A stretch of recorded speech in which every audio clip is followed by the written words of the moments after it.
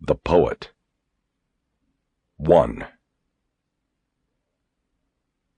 Death is my beat. I make my living from it. I forge my professional reputation on it.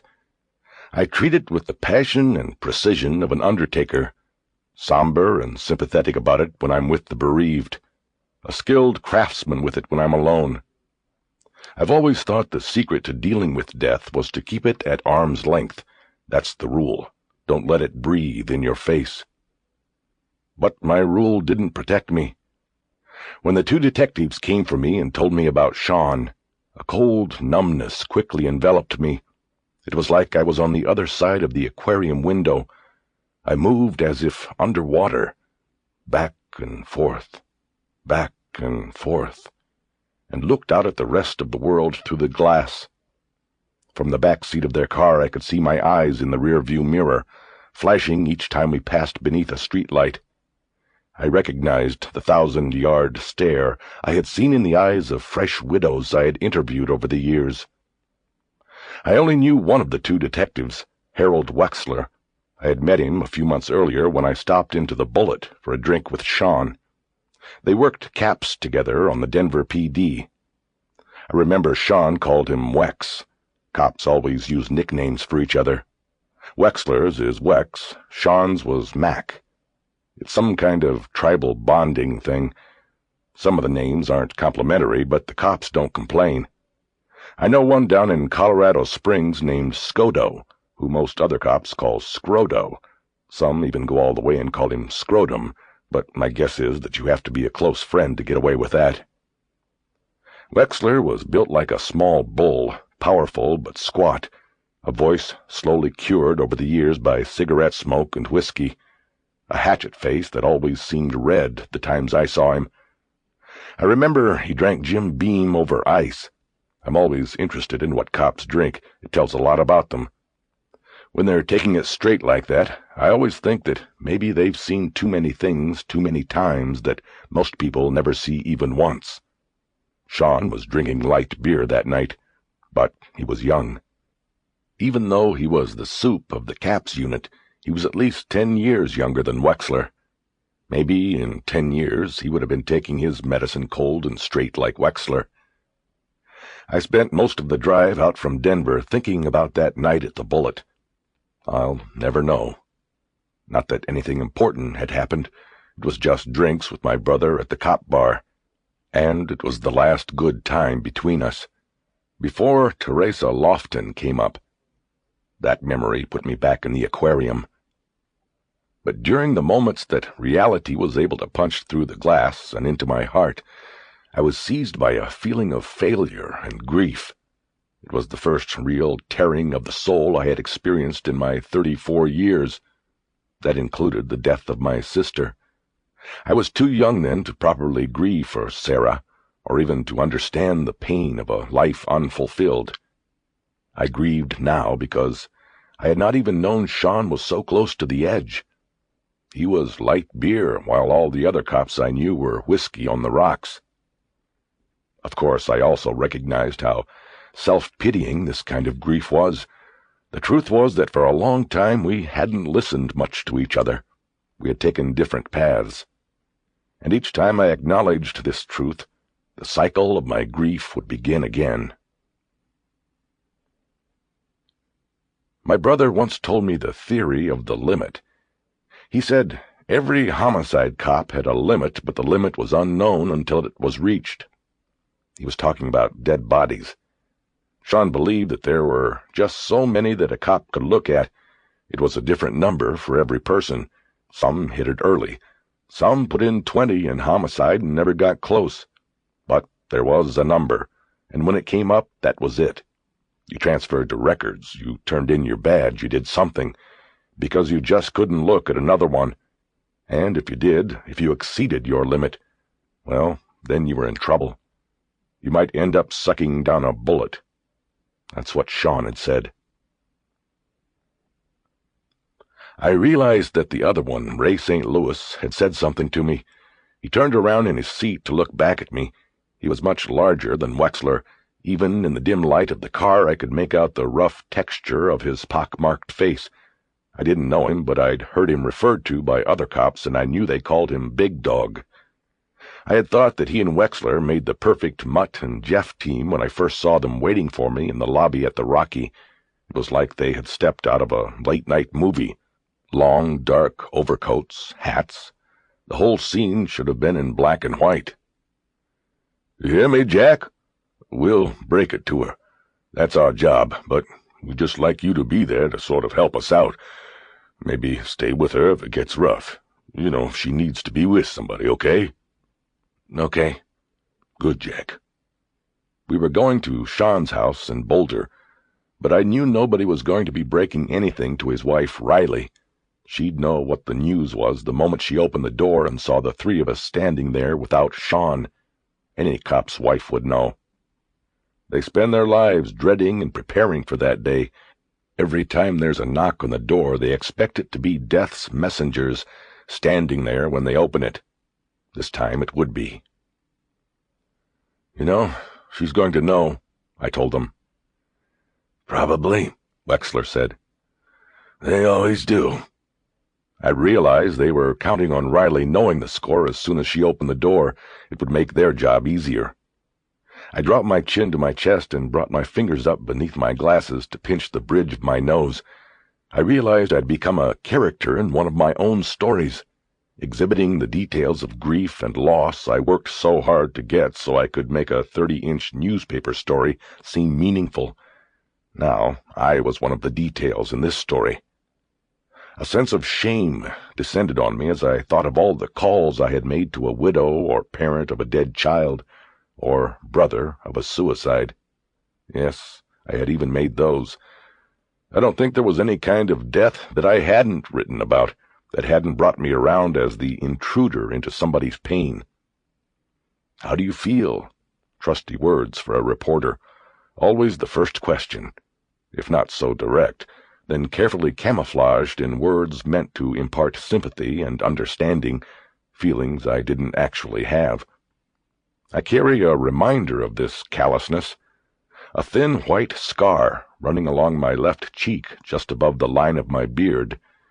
It was from the diamond engagement ring of a woman whose fiancé had been killed in an avalanche near Breckenridge. I asked her the old standby, and she responded with a backhand across my face. At the time, I was new to the job and thought I had been wronged. Now I wear the scar like a badge.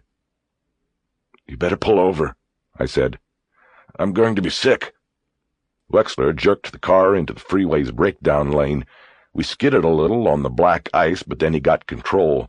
Before the car had completely stopped, I tried desperately to open the door, but the handle wouldn't work.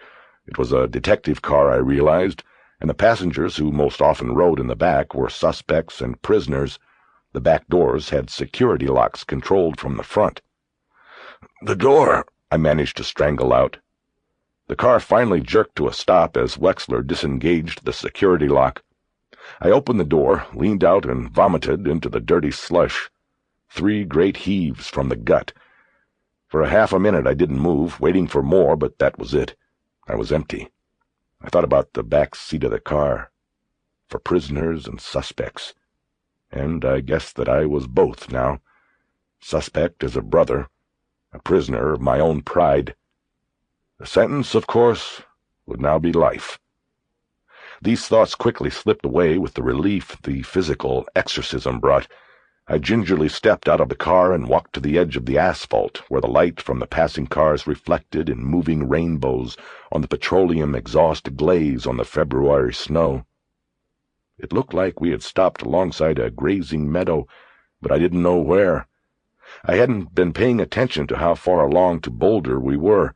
I took off my gloves and glasses and put them in the pockets of my coat. Then I reached down and dug beneath the spoiled surface to where the snow was white and pure. I took up 2 handfuls of the cold, clean powder and pressed it to my face, rubbing my skin until it stung. "Are you okay?" St. Louis asked. He had come up behind me with his stupid question. It was up there with, "How do you feel?" I ignored it. "Let's go," I said. We got back in, and Wexler wordlessly pulled the car back onto the freeway. I saw a sign for the Broomfield exit and knew we were about halfway there. Growing up in Boulder, I had made the 30-mile run between there and Denver 1,000 times, but the stretch seemed like alien territory to me now. For the first time I thought of my parents and how they would deal with this. Stoically, I decided. They handled everything that way. They never discussed it. They moved on. They did it with Sarah.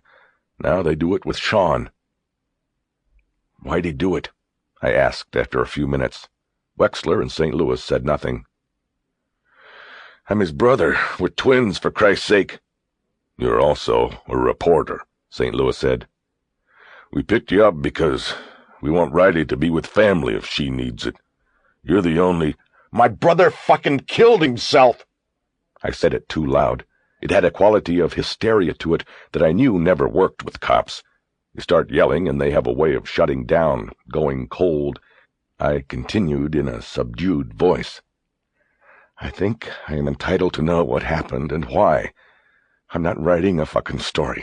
Jesus, you guys are—" I shook my head and didn't finish. If I tried, I thought I would lose it again. I gazed out the window and could see the lights of Boulder coming up. So many more than when I was a kid. "We don't know why," Wexler finally said after a half-minute. "Okay? All I can say is that it happens. Sometimes cops get tired of all the shit that comes down the pipe. Mac might have gotten tired, that's all. Who knows? But they're working on it. And when they know, I'll know, and I'll tell you. That's a promise." "Who's working on it?" "The Park Service turned it over to our department. SIU is handling it." "What do you mean, special investigations? They don't handle cop suicides." "Normally they don't. We do. Caps. But this time it's just that they're not going to let us investigate our own. Conflict of interest, you know." Caps, I thought. Crimes against persons. Homicide, assault, rape, suicide. I wondered who would be listed in the reports as the person against whom this crime had been committed. Riley? Me? My parents? My brother? "It was because of Teresa Lofton, wasn't it?" I asked, though it wasn't really a question. I didn't feel I needed their confirmation or denial. I was just saying what I believed to be the obvious out loud. "We don't know, Jack," St. Louis said. "Let's leave it at that for now." The death of Teresa Lofton was the kind of murder that gave people pause, not just in Denver, but everywhere. It made anybody who heard or read about it stop for at least a moment to consider the violent images it conjured in the mind, the twist it caused in the gut. Most homicides are little murders. That's what we call them in the newspaper business. Their effect on others is limited. Their grasp on the imagination is short-lived. They get a few paragraphs on the inside pages, buried in the paper like the victims are buried in the ground. But when an attractive college student is found in 2 pieces in a theretofore peaceful place like Washington Park, there usually isn't enough space in the paper for all the inches of copy it will generate. Teresa Lofton's was no little murder. It was a magnet that pulled at reporters from across the country. Teresa Lofton was the girl in 2 pieces. That was the catchy thing about this one. And so they descended on Denver from places like New York and Chicago and Los Angeles, television, tabloid, and newspaper reporters alike. For a week they stayed at hotels with good room service, roamed the city and the University of Denver campus, asked meaningless questions and got meaningless answers. Some staked out the daycare center where Lofton had worked part-time, or went up to Butte, where she had come from. Wherever they went, they learned the same thing, that Teresa Lofton fit that most exclusive media image of all, the all-American girl. The Teresa Lofton murder was inevitably compared to the Black Dahlia case of 50 years ago in Los Angeles. In that case, a not-so-all-American girl was found severed at the midriff in an empty lot. A tabloid television show dubbed Teresa Lofton the White Dahlia, playing on the fact that she had been found on a snow-covered field near Denver's Lake Grasmere. And so the story fed on itself. It burned as hot as a trash can fire for almost 2 weeks. But nobody was arrested, and there were other crimes, other fires for the national media to warm itself by. Updates on the Lofton case dropped back into the inside pages of the Colorado papers. They became briefs for the digest pages, and Teresa Lofton finally took her spot among the little murders. She was buried. All the while, the police in general, and my brother in particular, remained virtually mute, refusing even to confirm the detail that the victim had been found in 2 parts. That report had come only by accident from a photographer at the Rocky named Iggy Gomez. He had been in the park looking for wild art, the feature photos that fill the pages on a slow news day, when he happened upon the crime scene ahead of any other reporters or photographers. The cops had made the call-outs to the coroners and crime scene offices by landline since they knew the Rocky and the Post monitored their radio frequencies. Gomez took shots of 2 stretchers being used to remove 2 body bags.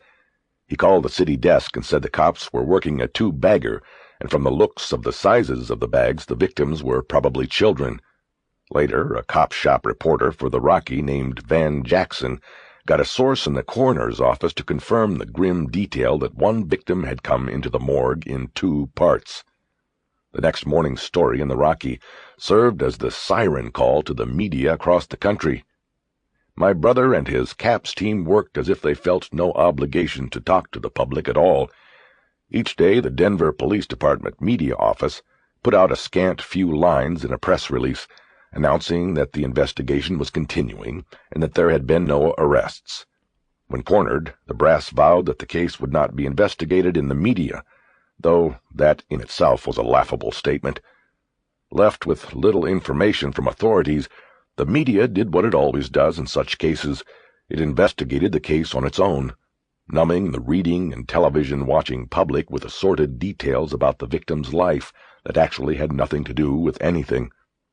Still, almost nothing leaked from the department, and little was known outside headquarters on Delaware Street, and after a couple weeks the media onslaught was over, strangled by the lack of its life-blood, information.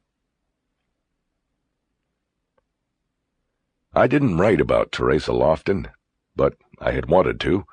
It wasn't the kind of story that comes along often in this place, and any reporter would have wanted a piece of it. But at first, Van Jackson worked it with Laura Fitzgibbons, the university beat reporter. I had to bide my time. I knew that as long as the cops didn't clear it, I'd get my shot at it. So when Jackson asked me in the early days of the case if I could get anything from my brother, even off the record, I told him I would try. But I didn't try. I wanted the story, and I wasn't going to help Jackson stay on it by feeding him from my source. In late January, when the case was a month old and had dropped out of the news, I made my move, and my mistake. One morning I went in to see Greg Glenn, the city editor, and told him I'd like to do a takeout on the Lofton case. That was my specialty, my beat. Long takes on the notable murders of the Rocky Mountain Empire. To use a newspaper cliché, my expertise was going behind the headlines to bring you the real story. So I went to Glenn and reminded him I had an in. It was my brother's case, I said, and he'd only talked to me about it. Glenn didn't hesitate to consider the time and effort Jackson had already put on the story. I knew that he wouldn't. All he cared about was getting a story the Post didn't have. I walked out of the office with the assignment. My mistake was that I told Glenn I had the in before I had talked to my brother. The next day I walked the 2 blocks from the Rocky to the cop shop and met him for lunch in the cafeteria.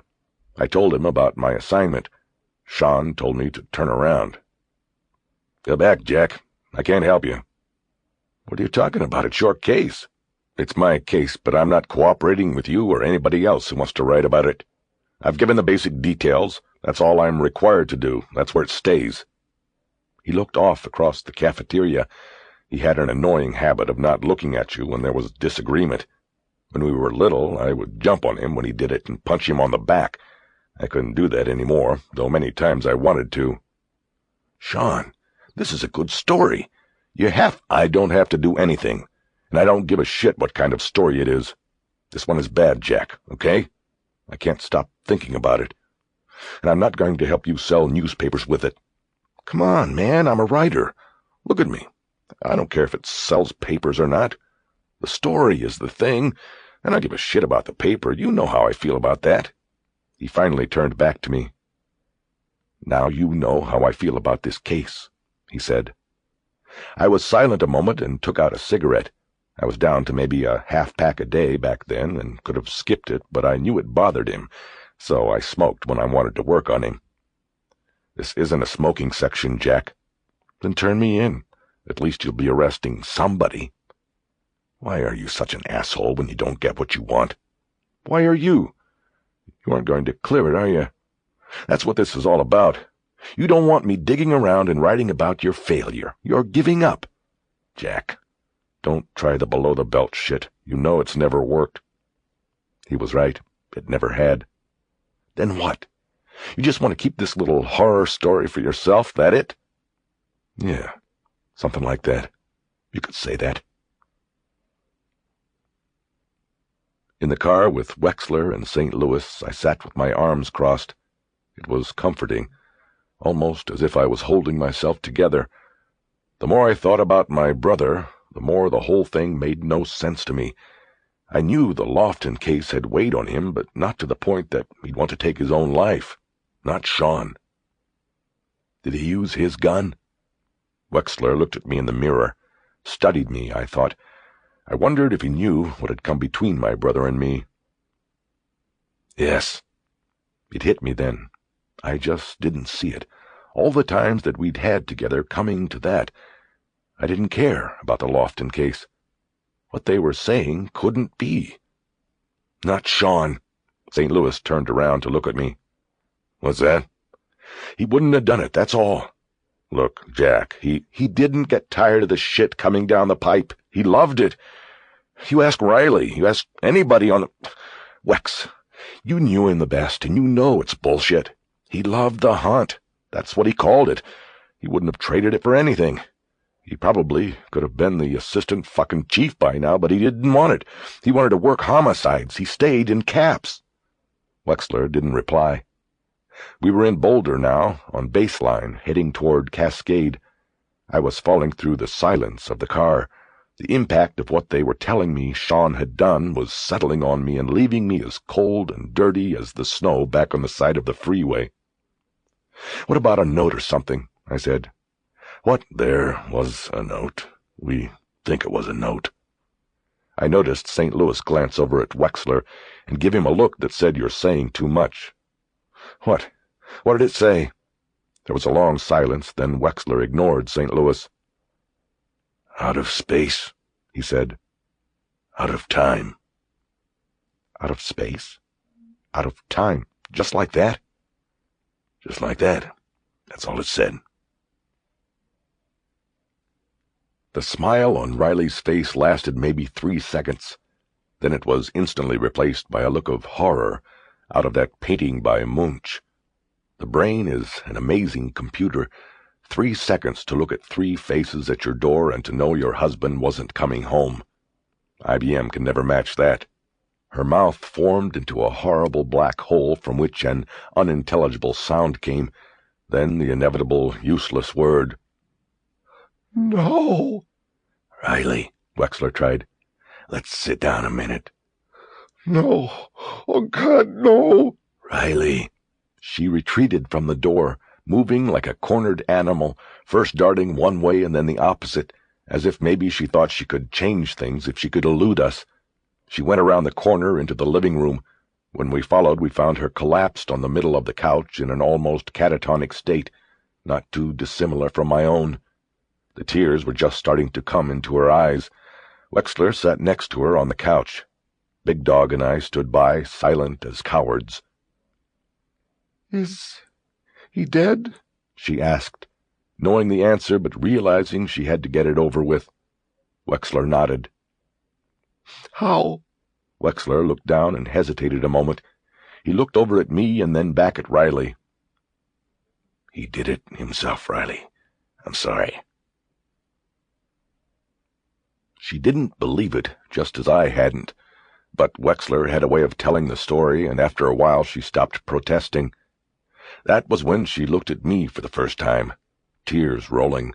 Her face had an imploring look, as if she was asking me if we were sharing the same nightmare and couldn't I do something about it.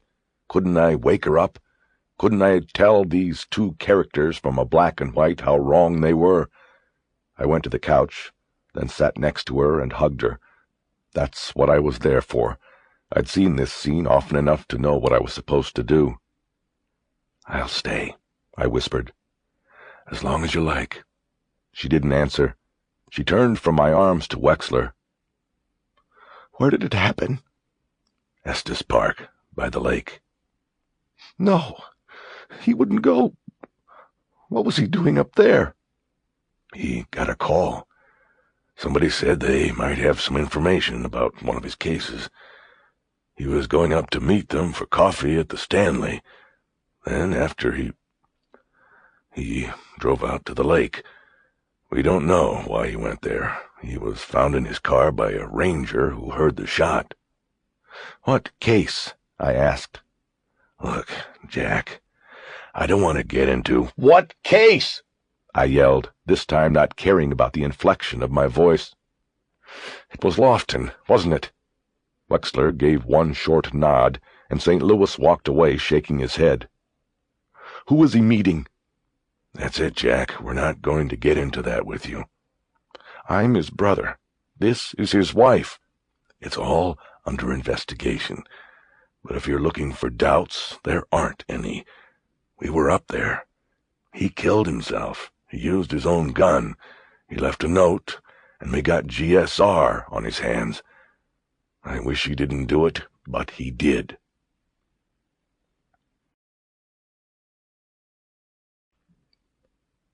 II. In the winter in Colorado, the earth comes out in frozen chunks when they open up a grave with the backhoe. My brother was buried in Green Mountain Memorial Park in Boulder, a spot not more than a mile from the house where we grew up. As kids, we were driven by the cemetery every day on our way to summer camp in Chautauqua Park. I don't think we ever once looked at the stones as we passed and thought of the confines of the cemetery as our own final destination, but now that was what it was to be for Shawn. Boulder Mountain stood over the cemetery like a huge altar, making the small gathering at his grave seem even smaller. Riley, of course, was there, along with her parents and mine, Wexler and St. Louis, a couple dozen or so other cops, a few high school friends that neither Shawn nor I nor Riley had stayed in touch with, and me. It wasn't the official police burial with all the fanfare and colors. The ritual was reserved for those who fall in the line of duty. Though it could be argued that it was still a line-of-duty death, it wasn't considered one by the department. So Shawn didn't get the show, and most of the Denver police force stayed away. Suicide is believed to be contagious by many in the thin blue line. I was one of the pallbearers. I took the front along with my father.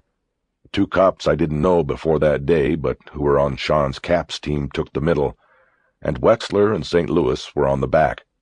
St. Louis was too tall and Wexler too short. Mutt and Jeff. It gave the coffin an uneven cant at the back as we carried it. I think it must have looked odd. My mind wandered as we struggled with the weight, and I thought of Shawn's body pitching around inside it.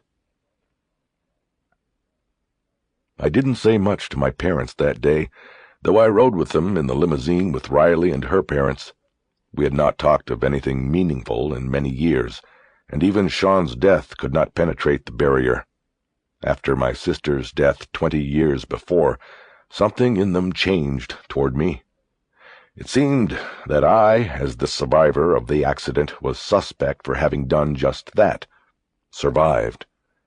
I am also sure that since that time I have continued to disappoint them in the choices I have made. I think of these as small disappointments accruing over time like interest in a bank account, until it was enough for them to comfortably retire on. We are strangers. I see them only on the required holidays, and so there was nothing that I could say to them that would matter, and there was nothing they could say to me. Aside from the occasional hurt animal sound of Riley crying, the inside of the limo was as quiet as the inside of Shawn's casket. After the funeral, I took 2 weeks of vacation and the 1 week of bereavement leave the paper allowed and drove myself up into the Rockies. The mountains have never lost their glory for me. It's mountains where I heal the fastest. Heading west on the 70, I passed through the Loveland Pass and over the peaks to Grand Junction. I did it slowly, 3 days. I stopped to ski. Sometimes I just stopped on the turnouts to think. After Grand Junction, I diverted south and made it to Telluride the next day. I kept the Cherokee in 4-wheel drive the whole way. I stayed in Silverton because the rooms were cheaper and skied every day for a week. I spent the nights drinking Jägermeister in my room or near the fireplace of whatever ski lodge I stopped in. I tried to exhaust my body with the hope that my mind would follow, but I couldn't succeed. It was all Shawn. Out of space, out of time. His last message was a riddle my mind could not put aside. For some reason my brother's noble calling had betrayed him. It had killed him. The grief that this simple conclusion brought me would not ebb, even when I was gliding down the slopes, the wind cutting in behind my sunglasses and pulling tears from my eyes. I no longer questioned the official conclusion, but it had not been Wexler in St. Louis who had convinced me. I did that on my own. It was the erosion of my resolve by time and by facts. As each day went by, the horror of what he had done was somehow easier to believe and even accept. And then there was Riley. On the day after that first night, she had told me something that even Wexler in St. Louis hadn't known yet. Shawn had been going once a week to see a psychologist. Of course, there were counseling services available to him through the department, but he had chosen this secret path because he didn't want his position to be undermined by rumors. I came to realize he was seeing the therapist at the same time I went to him wanting to write about Lofton. I thought maybe he was trying to spare me the same anguish that the case had brought him. I liked the thought that that was what he was doing, and I tried to hold on to that idea during those days up in the mountains. In front of the hotel room mirror one night after too many drinks, I contemplated shaving my beard off and cutting my hair short like Shawn's had been. We were identical twins, same hazel eyes, light brown hair, lanky build, but not many people realized that. We had always gone to great lengths to forge separate identities. Shawn wore contacts and pumped iron to put muscle on his frame. I wore glasses, had a beard since college, and hadn't picked up the weights since high school basketball. I also had the scar from that woman's ring in Breckenridge, my battle scar. Shawn went into the service after high school and then the cops, keeping the crew cut as he went. He later got a CU degree while going part-time. He needed it to get ahead in the department. I bummed around for a couple of years, lived in New York and Paris, and then went the full-time college route. I wanted to be a writer, ended up in the newspaper business. In the back of my mind, I told myself it was just a temporary stop. I'd been telling myself that for 10 years now, maybe longer. That night in the hotel room, I looked at myself in the mirror for a long time, but I didn't shave my beard or cut my hair. I kept thinking about Shawn under the frozen ground, and I had a crushing feeling in my stomach. I decided that when my time came, I wanted to be burned. I didn't want to be down there under the ice. What hooked me deepest was the message. The official police line was this. After my brother left the Stanley Hotel and drove up through Estes Park to Bear Lake, he parked his department car and for a while left the engine running, the heat on.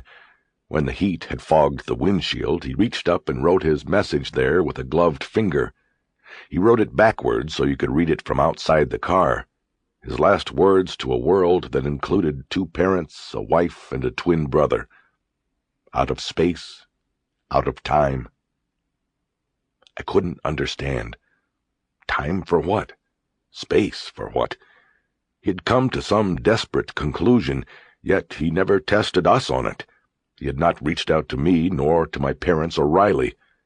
Was it up to us to reach for him, not even knowing of his secret injuries? In my solitude on the road, I concluded that it was not. He should have reached. He should have tried. By not doing so, he had robbed us of the chance to rescue him, and in doing so, he had left us unable to be rescued from our own grief and guilt. I realized that much of my grief was actually anger. I was mad at him, my twin, for what he had done to me. But it's hard to hold a grudge against the dead. I couldn't stay angry with Shawn, and the only way to alleviate the anger was to doubt the story, and so the cycle would begin again. Denial, acceptance, anger. Denial, acceptance, anger. On my last day in Telluride, I called Wexler. I could tell he didn't like hearing from me. "Did you find the informant, the one from the Stanley?" "No, Jack, no luck. I told you I'd let you know about that." "I know, I just still have questions, don't you?" "Let it go, Jack. We'll all be better off when we can put this behind us." "What about SIU? They already put it behind? Case closed?" "Pretty much. I haven't talked to them this week." "Then why are you still trying to find the informant?" "I've got questions, just like you, just loose ends." "You changed your mind about Shawn?" "No. I just want to put everything in order. I'd like to know what he talked about with the informant, if they even talked. The Lofton case is still open, you know. I wouldn't mind nailing that one for Shawn." I noticed he was no longer calling him Mac. Shawn had left the clique. The following Monday I went back to work at the Rocky Mountain News. As I entered the newsroom I felt several eyes upon me, but this was not unusual. I often thought they watched me when I came in. I had a gig every reporter in the newsroom wanted.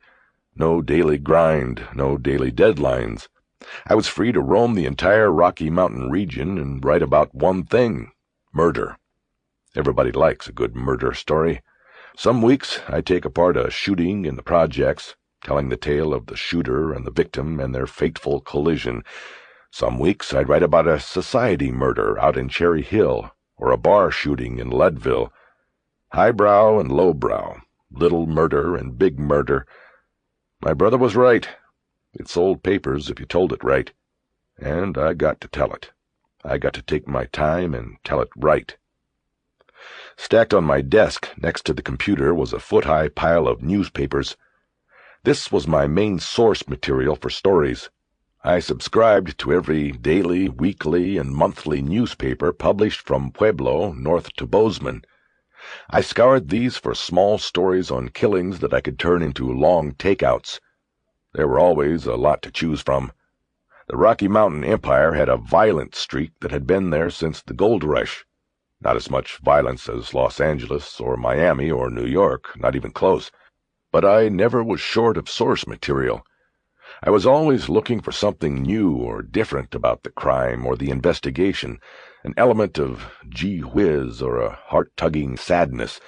It was my job to exploit those elements. But on this morning I wasn't looking for a story idea. I began looking through the stack for back issues of the Rocky and our competition, the Post. Suicides are not normal fare for newspapers unless there are unusual circumstances. My brother's death qualified. I thought there was a good chance there had been a story. I was right. Though the Rocky had not published a story, probably in deference to me, the Post ran a 6-inch story on the bottom of one of the local pages the morning after Shawn had died. DPD investigator takes life in National Park. A veteran Denver police detective who was in charge of the investigation into the slaying of University of Denver student Teresa Lofton was found dead of an apparent self-inflicted gunshot wound Thursday in the Rocky Mountain National Park, officials said. Shawn McAvoy, 34, was found in his unmarked DPD car, which was parked in a lot at Bear Lake, near the Estes Park entrance to the rugged mountain park. The body of the detective was discovered by a park ranger, who heard a shot about 5 p.m. and went to the parking lot to investigate. Parks Service officials have asked the DPD to investigate the death, and the department's Special Investigations Unit is handling the matter. Detective Robert Scolari, who is heading the investigation, said preliminary indications were that the death was a suicide.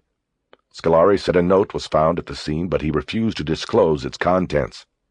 He said it was believed that McAvoy was despondent over job difficulties, but also refused to discuss what problems he was having. McAvoy, who grew up and still lived in Boulder, was married but had no children. He was a 12-year veteran of the police department who rose quickly through the ranks to an assignment on the Crimes Against Persons Unit, which handles investigations of all violent crimes in the city. McAvoy was currently head of the unit, and had most recently directed the investigation into the death of Lofton, 19, who was found strangled and mutilated 3 months ago in Washington Park. Scolari refused to comment on whether the Lofton case, which remains unsolved, was cited in McAvoy's note, or was one of the job difficulties he may have been suffering. Scolari said it wasn't known why McAvoy went to Estes Park before killing himself. He said the investigation of the death is continuing. I read the story twice.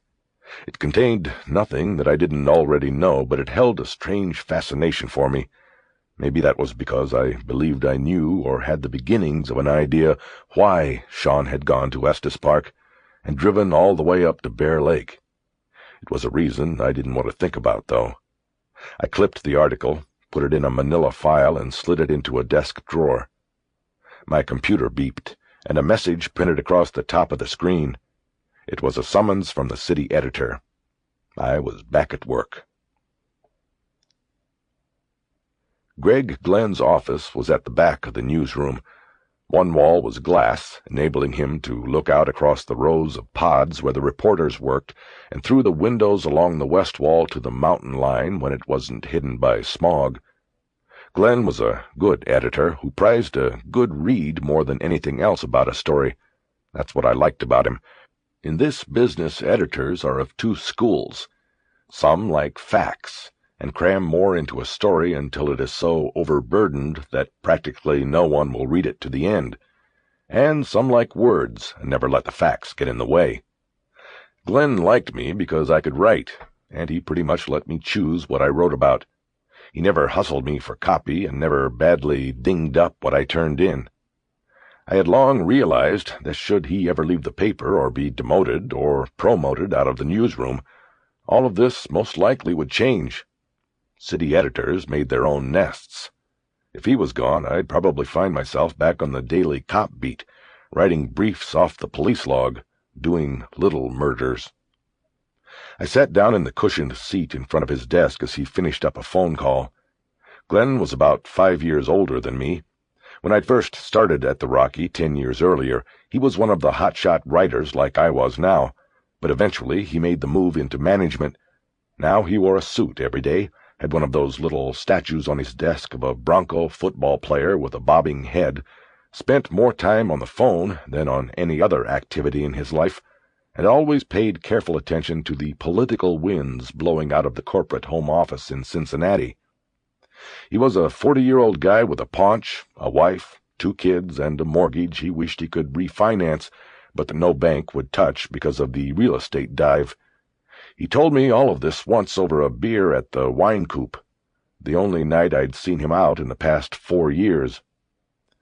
Tacked across one wall of Glen's office were the last 7 days of front pages. Each day, the first thing he did was take the 7-day-old edition down and tack up the latest front page. I guess he did this to keep track of the news and the continuity of our coverage, or maybe because he never got bylines as a writer anymore. Putting the pages up was a way of reminding himself that he was in charge. Glen hung up and looked at me. "Thanks for coming in," he said. "I just wanted to tell you again that I'm sorry about your brother, and if you feel like you want some more time, it's no problem. We'll work something out." "Thanks, but I'm back." He nodded, but made no move to dismiss me. I knew there was something more to the summons. "Well, to business, then. Do you have anything going at the moment? As far as I remember, you were looking for your next project when it happened. I figure if you're back, then maybe it would be good for you to get busy with something, dive back in." It was in that moment that I knew what I would do next. Oh, it had been there, all right, but it hadn't come to the surface, not until Glenn asked that question. Then, of course, it was obvious. "I'm going to write about my brother," I said. I don't know if that was what Glenn was hoping I would say, but I think it was. I think he had his eyes on a story ever since he'd heard the cops had met me down in the lobby and told me what my brother had done. He was probably smart enough to know he didn't have to suggest the story, that it would come to me on its own. He just had to ask the simple question. Anyway, I took the bait. And all things in my life changed after that. As clearly as you can chart anyone's life in retrospect, mine changed with that one sentence, in that one moment when I told Glenn what I would do.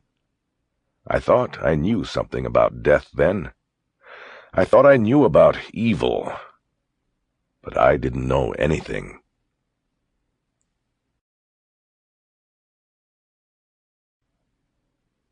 Three. William Gladen's eyes scanned the happy faces as they turned past by him. It was like a giant vending machine. Take your pick. Don't like him? Here comes another. Will she do? This time none would do. Besides, their parents were too close by.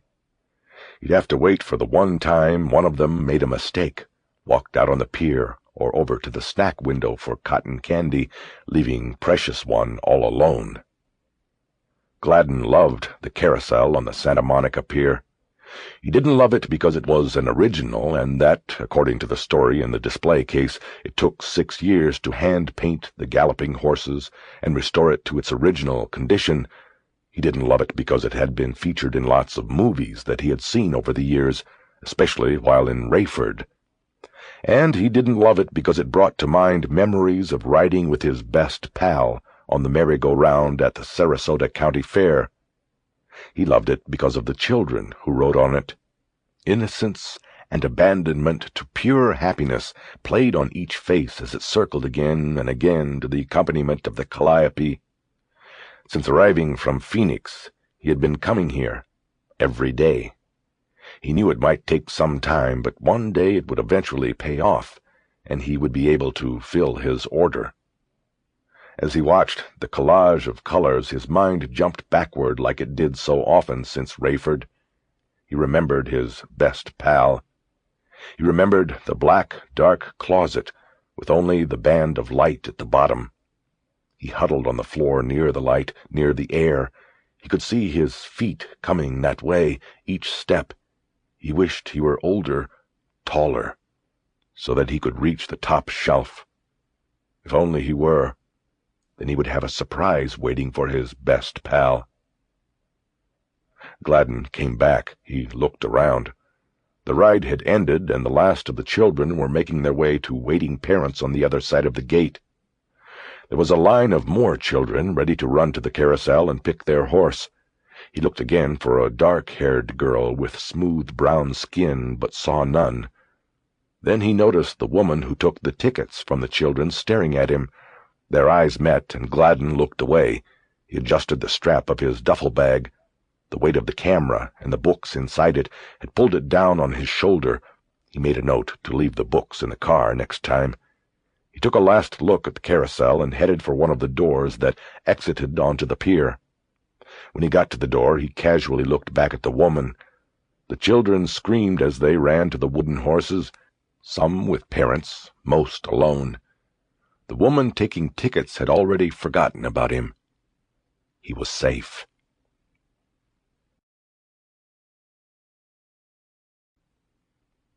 Four. Laurie Prine looked up from her terminal and smiled when I walked in. I was hoping she'd be there. I came around the counter and pulled an extra chair away from an empty desk and sat down next to hers. It looked like a slow moment at the Rocky Library. "Oh, no," she said cheerfully. "When you come in and sit down, I know it's going to be a long one." She was referring to the extensive search requests I usually made in preparation for stories. A lot of the crime stories I wrote spiraled into wide-ranging law enforcement issues. I always needed to know what else had been written about the subject and where. "Sorry," I said, a feigned contrition. "This one might keep you with Lex and Nex the rest of the day." "You mean if I can get to it." "What do you need?" She was attractive in an understated way. She had dark hair I had never seen in anything other than a braid, brown eyes behind the steel-rimmed glasses, and full lips that were never painted. She pulled a yellow legal pad over in front of her, adjusted her glasses, and picked up a pen, ready to take down the list of things I wanted. Lexus and Nexus were computer databases that carried most major and not-so-major newspapers in the country, as well as court rulings and a whole host of other parking lots on the information highway. If you were trying to see how much had been written on a specific subject or particular story, the LexisNexis network was the place to start. "Police suicide," I said. "I want to find out everything I can about it." Her face stiffened. I guessed she suspected the search was for personal reasons. The computer time is expensive, and the company strictly forbids its use for personal reasons. "Don't worry, I'm on a story. Glenn just okayed the assignment." She nodded, but I wondered if she believed me. I assumed she would check with Glenn. Her eyes returned to her yellow pad. "What I'm looking for are any national statistics on occurrence, any stats on the rate of cop suicide compared to other jobs and the population as a whole, and any mention of think tanks or government agencies that might have studied this. Let's see, what else? Oh, and anything anecdotal." "Anecdotal?" "You know, any clips on cop suicides that have run.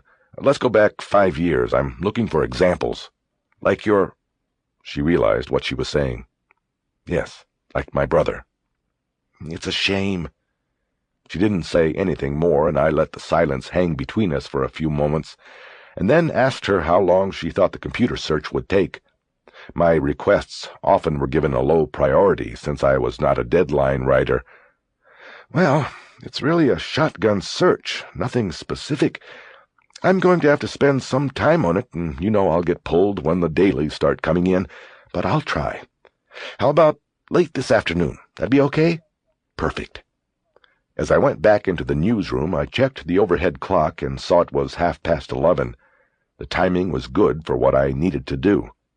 At my desk, I made a call to a source at the cop shop. "Hey, Skipper, you going to be there?" "When?" "During lunch. I might need something. I probably will." "Shit. Okay, I'm here. Hey, when'd you get back?" "Today. Talk to you." I hung up. Then I put on my long coat and headed out of the newsroom. I walked the 2 blocks over to the Denver Police Department headquarters, flipped my press pass at the front counter to a cop that didn't bother to look up from his post, and went on up to the SIU offices on the 4th floor. "I've got one question," Detective Robert Scolari said after I told him what I wanted. "Are you here as a brother or as a reporter?" "Both." "Sit down." Scolari leaned across his desk, I guessed so maybe I could appreciate the intricate hair-weaving job he had done to hide his bald spot. "Listen, Jack," he said, "I have a problem with that." "What problem?" "Look, if you were coming to me as a brother who wanted to know why, that would be one thing, and I would probably tell you what I know.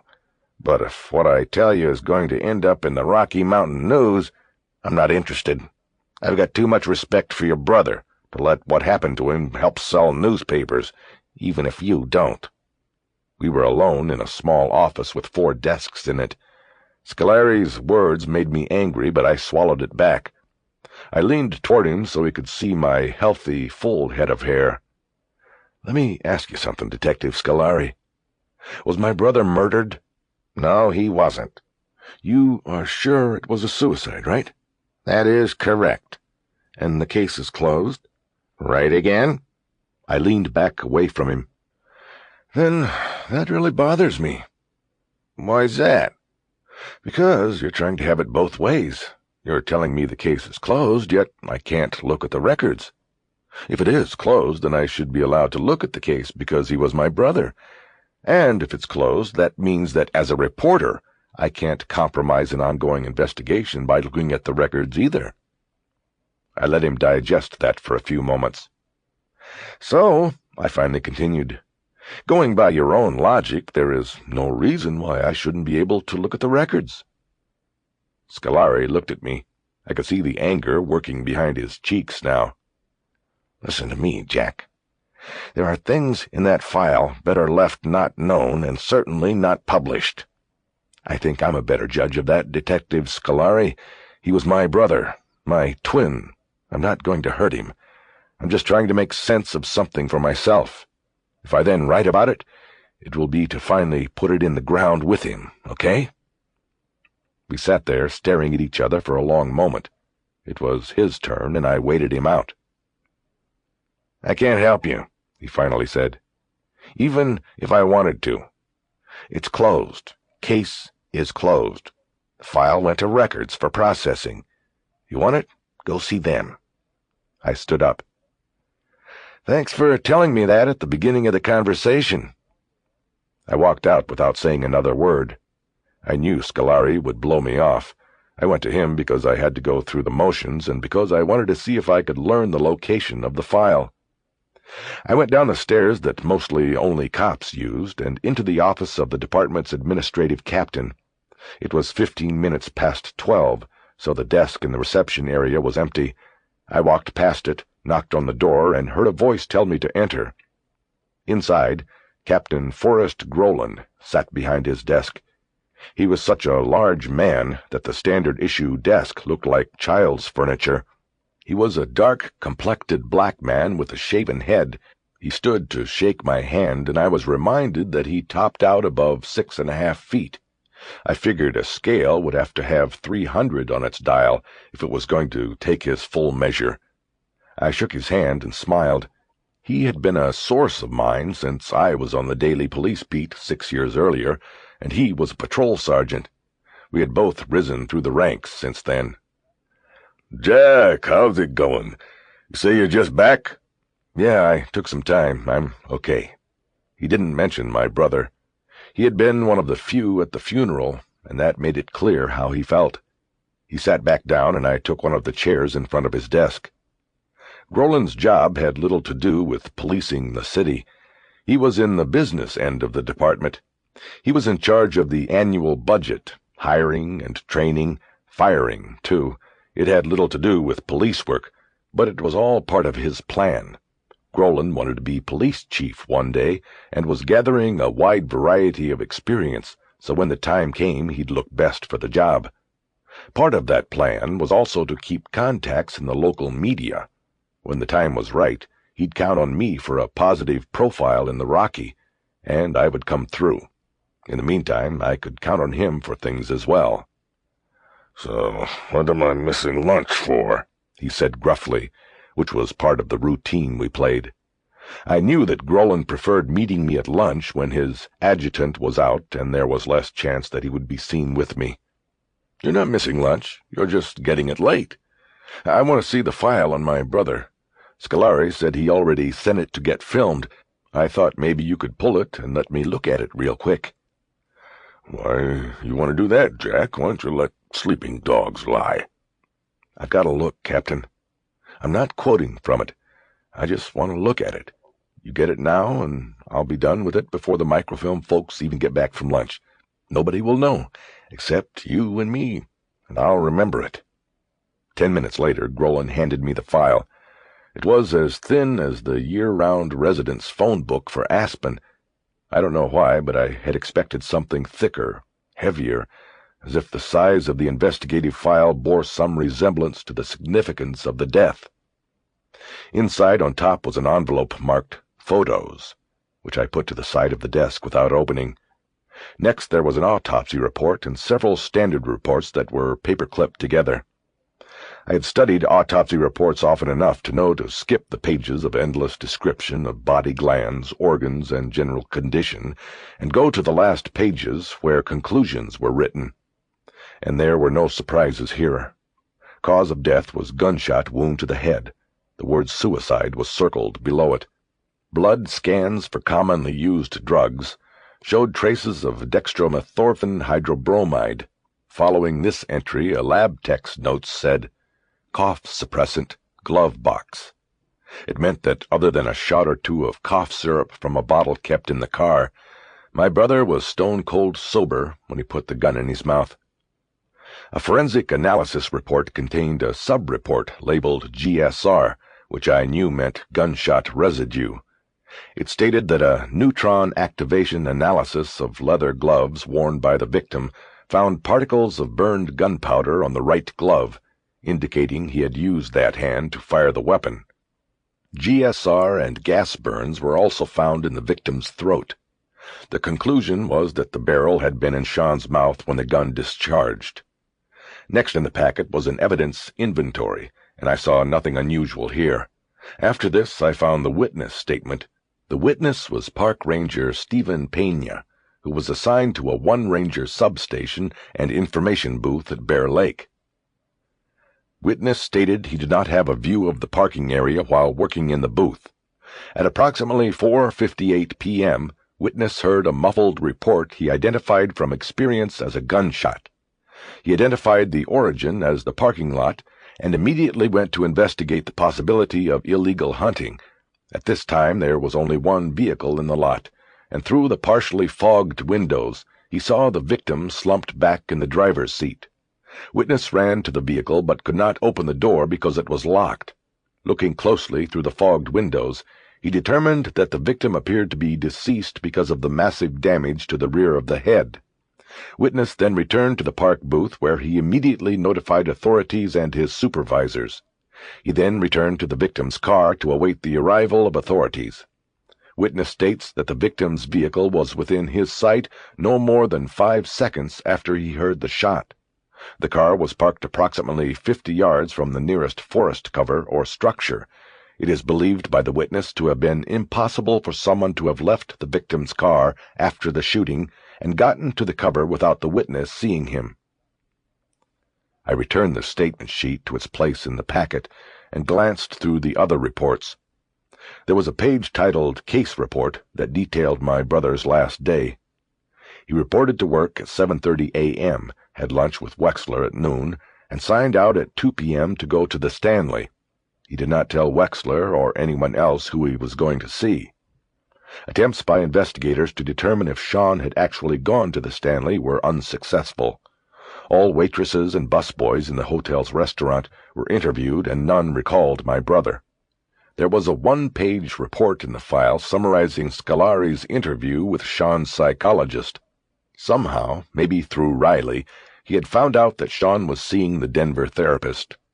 Dr. Colin Dorschner, according to Scolari's report, said Shawn was suffering from acute depression brought about by job stress, in particular his failure to close the Lofton case. What was not contained in the interview summary was whether Scolari ever asked Dorschner if he had thought my brother was suicidal. I wondered if Scolari had even asked that question. The last sheaf of papers in the package was the investigating officer's final report. The last paragraph was Scolari's summary and final conclusion. Based upon physical evidence and the eyewitness account of the death of Detective Shawn McAvoy, I.O. concludes that the victim died of a self-inflicted gunshot wound after writing a message on the inside of the fogged windshield. The victim was known by colleagues, including I.O. and his wife and psychologist Colin Dorschner, to be emotionally burdened by his unsuccessful efforts to clear by arrest the December 19 homicide of Teresa Lofton, case number 832. It is believed at this time that this disturbance may have led him to take his own life.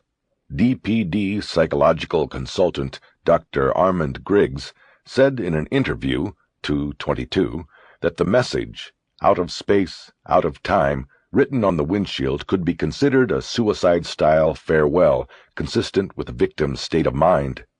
At this time there is no evidence conflicting with the conclusion of suicide. Submitted 2/24, I.O. RJS, D2. Clipping the reports back together, I realized there was only one thing left that I hadn't looked at.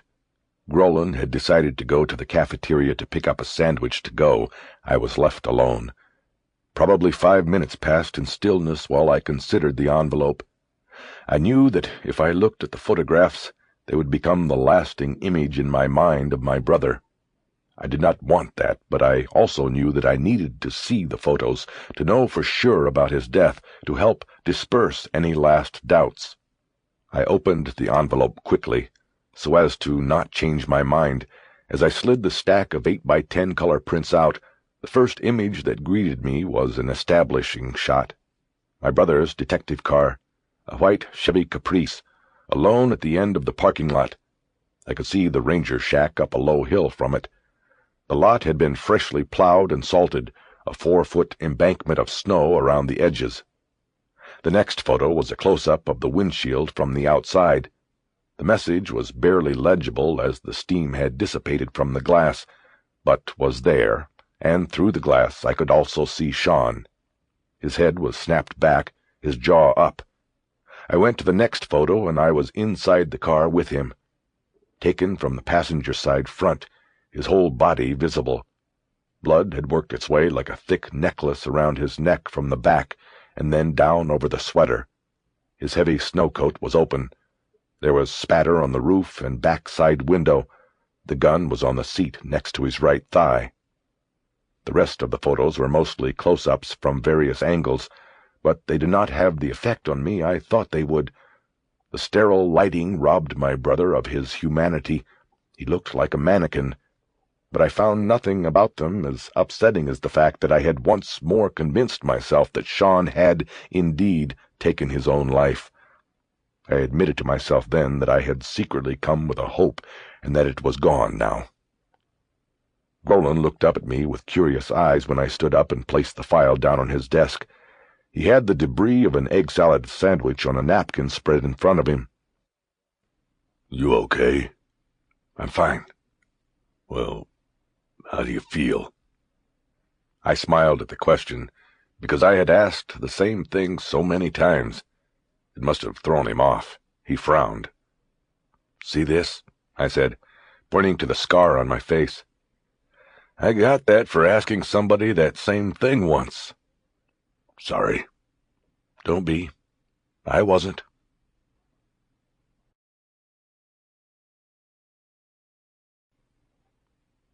"5. After viewing the file on my brother's death, I wanted the details of the Teresa Lofton case. If I was going to write about what my brother did, I had to know what he knew. I had to understand what he had come to understand. Only this time Gladen couldn't help me. The active homicide files were kept under lock, and Gladen would see more of a risk than a benefit in attempting to get the Lofton file for me. After checking the Cap's squad room and finding it emptied for lunch, Packard's Grill was the first place I looked for Wexler. It was a favored place for cops to eat and drink at lunch. I saw him there in one of the rear booths. The only problem was he was with St. Louis. They didn't see me, and I debated whether it would be better just to withdraw and try later to get to Wexler alone. But then Wexler's eyes stopped on me. I walked over. I could see by their ketchup-smeared plates that they were finished eating. Wexler had what looked like a Jim Beam and ice on the table in front of him. "Would you look at this?" Wexler said good-naturedly. I slid into the wide booth next to St. Louis. I chose his side so I would be looking at Wexler. "What is this?" St. Louis mildly protested. "It's the press," I said. "How's it going?" "Don't answer," St. Louis said quickly to Wexler. "He wants something he can't have." "Of course I do," I said. "What else is new?" "Nothing is new, Jack," Wexler said. "Is what Big Dog says true?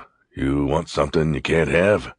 It was a dance, friendly patter designed to ferret out the basic nut of information without specifically asking for it and confronting it. It went with the nicknames cops used. I had danced like this many times, and I was good at it. They were finesse moves, like practicing the three-man weave in high school basketball. Keep your eyes open for the ball, watch the other two men at once. I was always the finesse player. Shawn was the strength. He was football. I was basketball. Not exactly, I said. But I am back on the job again, boys. Oh, here we go, St. Louis whined. Hold on to your hats. So what's happening on the Lofton case? I asked Wexler, ignoring St. Louis. Whoa there, Jack. Are you talking to us as a reporter now? Wexler asked. I'm only talking to you. And that's right, as a reporter. And no comment on Lofton. So the answer is nothing is happening. I said no comment. Look, I want to see what you've got. The case is almost 3 months old now. It's going into the dead case file soon if it isn't already there, and you know it. I just want to see the file. I want to know what hooked Shawn so deep. You're forgetting something. Your brother was ruled a suicide. Case closed. Doesn't matter what hooked him about Lofton. Besides, it's not known as fact that it had anything to do with what he did. It's collateral at best, but we'll never know. Cut the crap. I just saw the file on Shawn. Wexler's eyebrows raised a subliminal amount, I thought. It's all there. Shawn was fucked up over this case. He was seeing a shrink. He was spending all of his time on it. So don't tell me you will never know. Look, kid, Did you ever call Shawn that? I interrupted. What? Kid. Did you ever call him Kid? Wexler looked confused. Nope. Then don't call me it either. Wexler raised his arms in a hands-off manner. Why can't I see the file? You're not going anywhere with it. Who says? I do. You're afraid of it, man. You saw what it did to Shawn, and you don't want it to happen to you. So the case is stuck in a drawer somewhere. It's got dust on it, I guarantee it. You know, Jack, you're seriously full of shit. And if you weren't your brother's brother, I'd throw you out of here on your ass. You're getting me pissed. I don't like being pissed. Yeah? Then imagine how I'm feeling. The thing of it is, I am his brother, and I think that cuts me in. St. Louis gave a smirking type of laugh meant to belittle me. Hey, big dog, isn't it about time you went out and watered a fire hydrant or something? I said. Wexler burst out with the start of a laugh, but quickly contained it. But St. Louis's face turned red. Listen, you little fuck, he said. I'll put you— All right, boys, Wexler intervened. All right. Listen, Ray, why don't you go outside and have a smoke?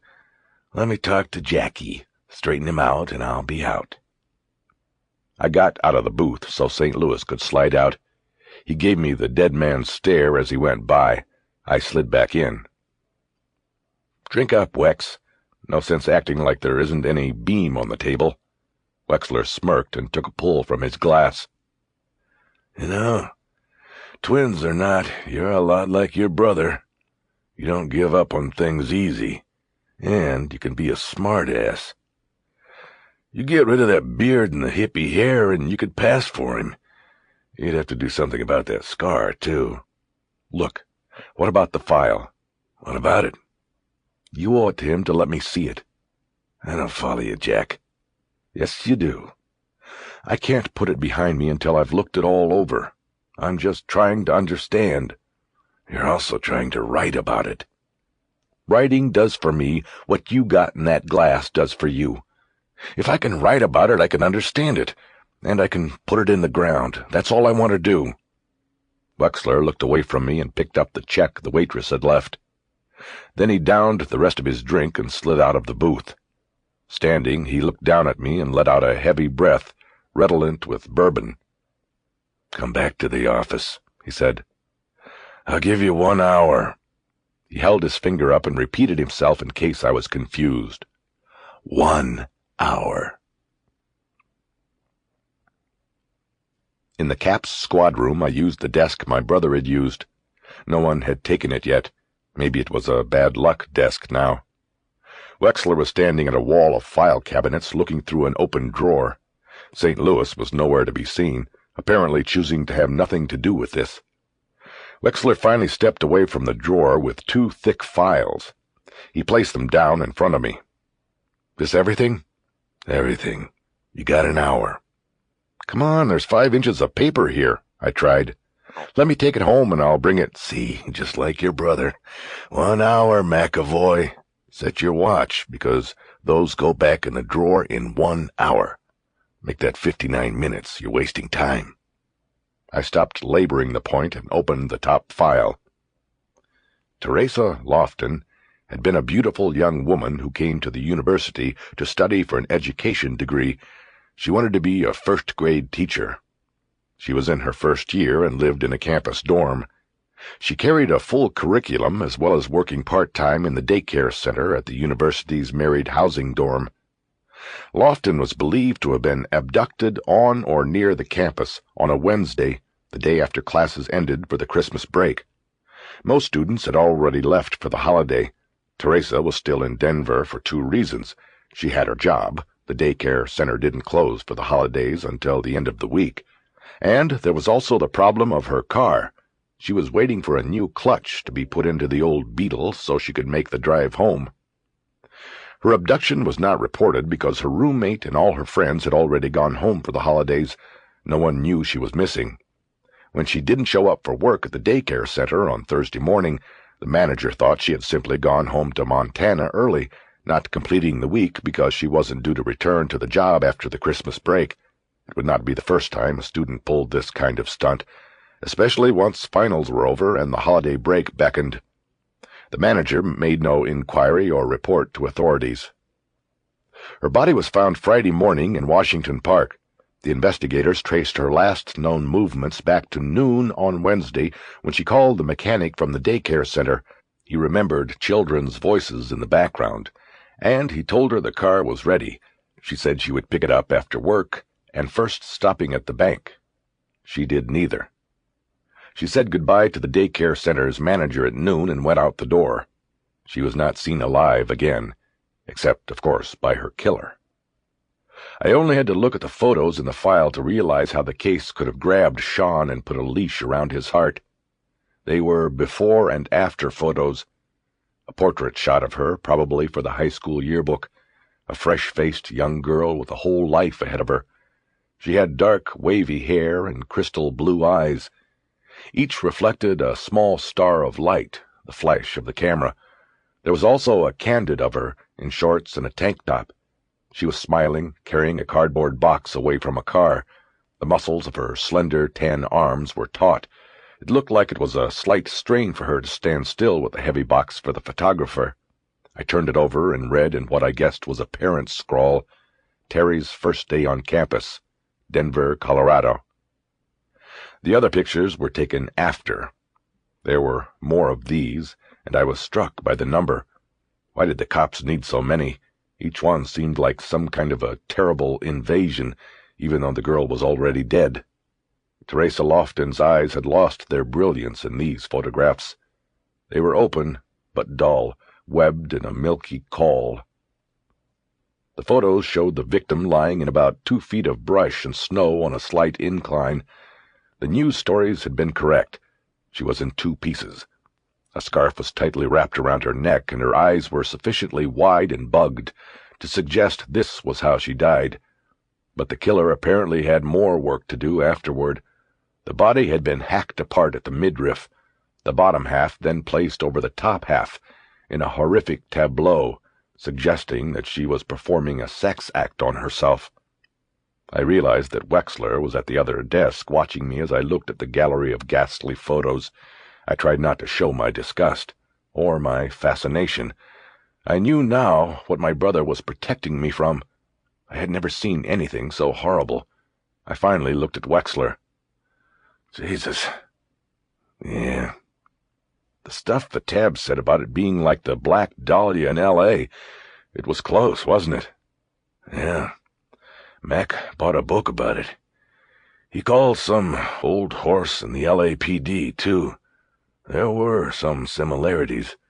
The chop job. But that one was 50 years ago. Maybe somebody got the idea from that. Maybe he thought of that. I returned the photos to the envelope and looked back at Wexler. Was she a lesbian? No, not as far as we could tell. She had a boyfriend back up in Butte. Good kid, we cleared him. Your brother thought the same thing for a while, because of what the killer did, with the parts of the body. He thought maybe somebody was getting back at her for being a lessee, maybe making some kind of sick statement about something. He never got anywhere with it. I nodded. You got 45 minutes left. That's the first time I've heard you call him Mac in a long time. Don't worry about it. Make that 44 minutes. The autopsy report was pretty much anticlimactic after the photos. I noticed that the time of death was set on the first day of her disappearance. She had been dead more than 40 hours when her body was found. Most of the summary reports dealt with dead ends. Routine investigations of the victim's family, boyfriend, friends on campus, co-workers, and even parents of children she cared for turned up nothing. Almost all were cleared through alibis or other investigative means. The conclusions in the reports were that Teresa Lofton had not known her killer, that her path had somehow intersected with his, that it had simply been bad luck. The unknown killer was always referred to as a male, though there was no positive proof of this. The victim had not been sexually assaulted, but most violent murderers and mutilators of women were men, and it was believed it would have taken a physically strong person to cut through the body's bone and gristle. No cutting weapon was ever found. Though the body had nearly completely bled out, there were indications of post-mortem lividity, which meant some time had passed between the victim's death and the mutilation, possibly, according to the report, as long as 2 or 3 hours. Another peculiarity was the timing of when the body was left in the park. It was discovered approximately 40 hours after investigators believed Teresa Lofton had been killed. Yet the park was a popular running and walking spot. It was unlikely that the body could have been in place in the open park field for that long without being noticed, even though an early snow considerably cut down on the number of people who passed through.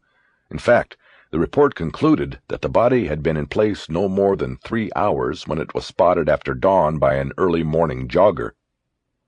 So where was it all that time? The investigators couldn't answer that question, but they had a clue. The fibers analysis report listed numerous foreign hairs and cotton fibers that had been found on the body and combed out of the hair. These would primarily be used to match a suspect to the victim once a suspect became known. One particular section of the report had been circled. This section dealt with the recovery of a specific fiber, kapok, found on the body in large quantity. 33 kapok seed hairs had been removed from the body. The number suggested direct contact with the source. The report said that while similar to cotton, kapok fibers were uncommon and primarily found in materials requiring buoyancy, such as boat cushions, life vests, and some sleeping bags. I wondered why this section had been circled on the report and asked Wexler. Shawn thought the kapok fibers were the key to where the body had been during the missing hours. If we found a spot where we found that fiber, which isn't all that common, then we'd have the crime scene. But we never found it. Because the reports were in chronological order, I could see how theories were considered and discarded, and I could sense a growing desperation in the investigation. It was going nowhere. It was clear my brother believed Teresa Lofton had crossed paths with a serial killer, the toughest criminal to track. There was a return report from the FBI's National Center for the Analysis of Violent Crime containing a psychological profile of the killer.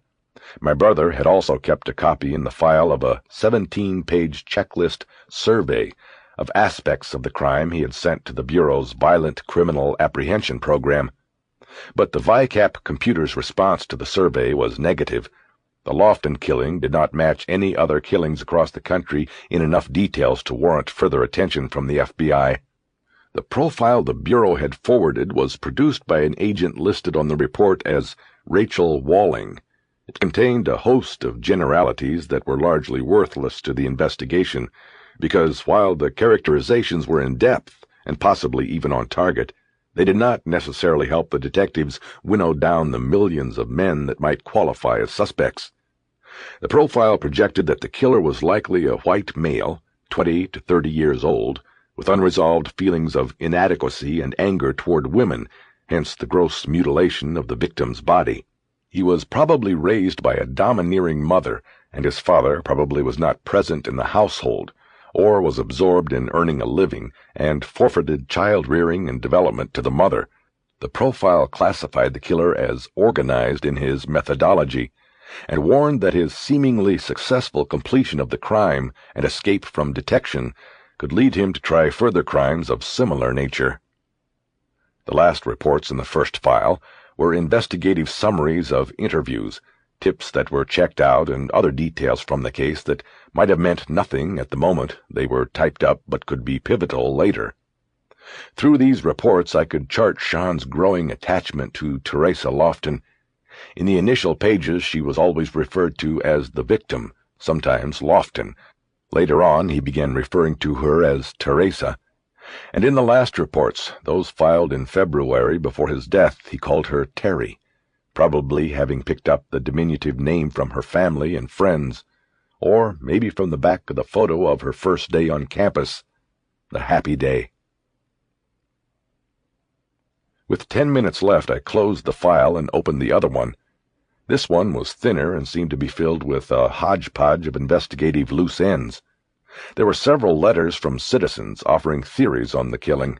One letter was from a medium who said Teresa Lofton's living spirit was circling somewhere above the ozone layer in a high-frequency sound belt.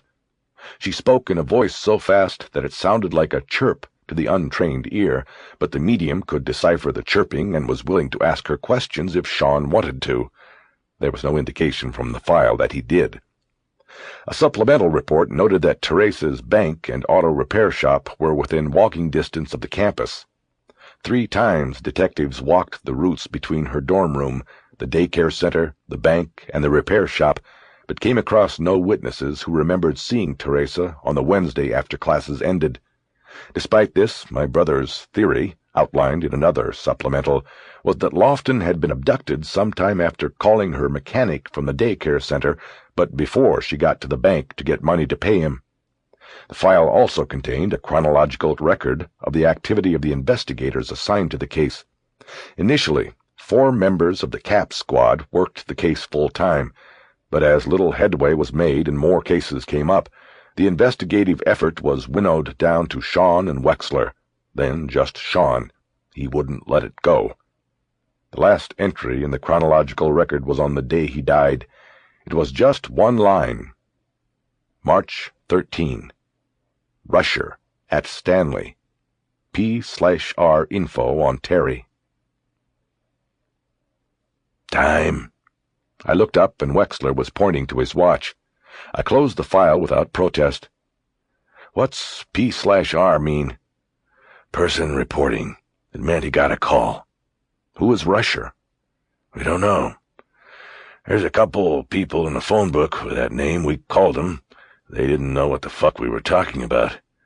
I ran something on NCIC, but with just a last name, didn't get anything to work with. Bottom line is, we don't know who it was, or is. We don't even know if it's a man or woman. We don't know if Shawn actually met anybody or not. We found nobody at the Stanley who saw him. Why would he go to meet this person without telling you, or leaving some kind of record about who it was? Why'd he go alone? Who knows? We've gotten so many calls on that case, you could spend all day just writing notes. And maybe he didn't know. Maybe all he knew was that someone wanted to talk to him. Your brother was so caught up on this one, he would have gone to meet anybody who said they knew something. I'll let you in on a little secret. Something that's not there because he didn't want people around here thinking he was loony. But he went to see that psychic, the medium, that's mentioned in there. What did he get? Nothing. Just some bullshit about the killer being out there wanting to do it again. I mean, it was like, yeah, no kidding, thanks for the tip. Anyway, that's off the record, the psychic stuff. I don't want people thinking Mac was a flake. I didn't bother to say anything about the inanity of what he had just said. My brother had killed himself, and yet Wexler was engaged in trying to limit the damage his image might suffer if it was known he had consulted a psychic. "It doesn't go past this room," I said instead. After a few moments of silence, I said, "So, what's your theory on what happened that day, Wex? Off the record, I mean." My theory is he went out there and whoever it was who'd called him didn't show. It was another dead end for him, and it tipped the scale. He drove up to that lake and he did what he did." "Are you going to write a story about him?" "I don't know. I think so." "Look, I don't know how to say this, but here goes. He was your brother, but he was my friend. I might have even known him better than you. Leave it alone. Just let it go." I told him I would think about it, but it was only to placate him. I had already decided. I left then, checking my watch to make sure I had enough time to get out to Estes Park before dark.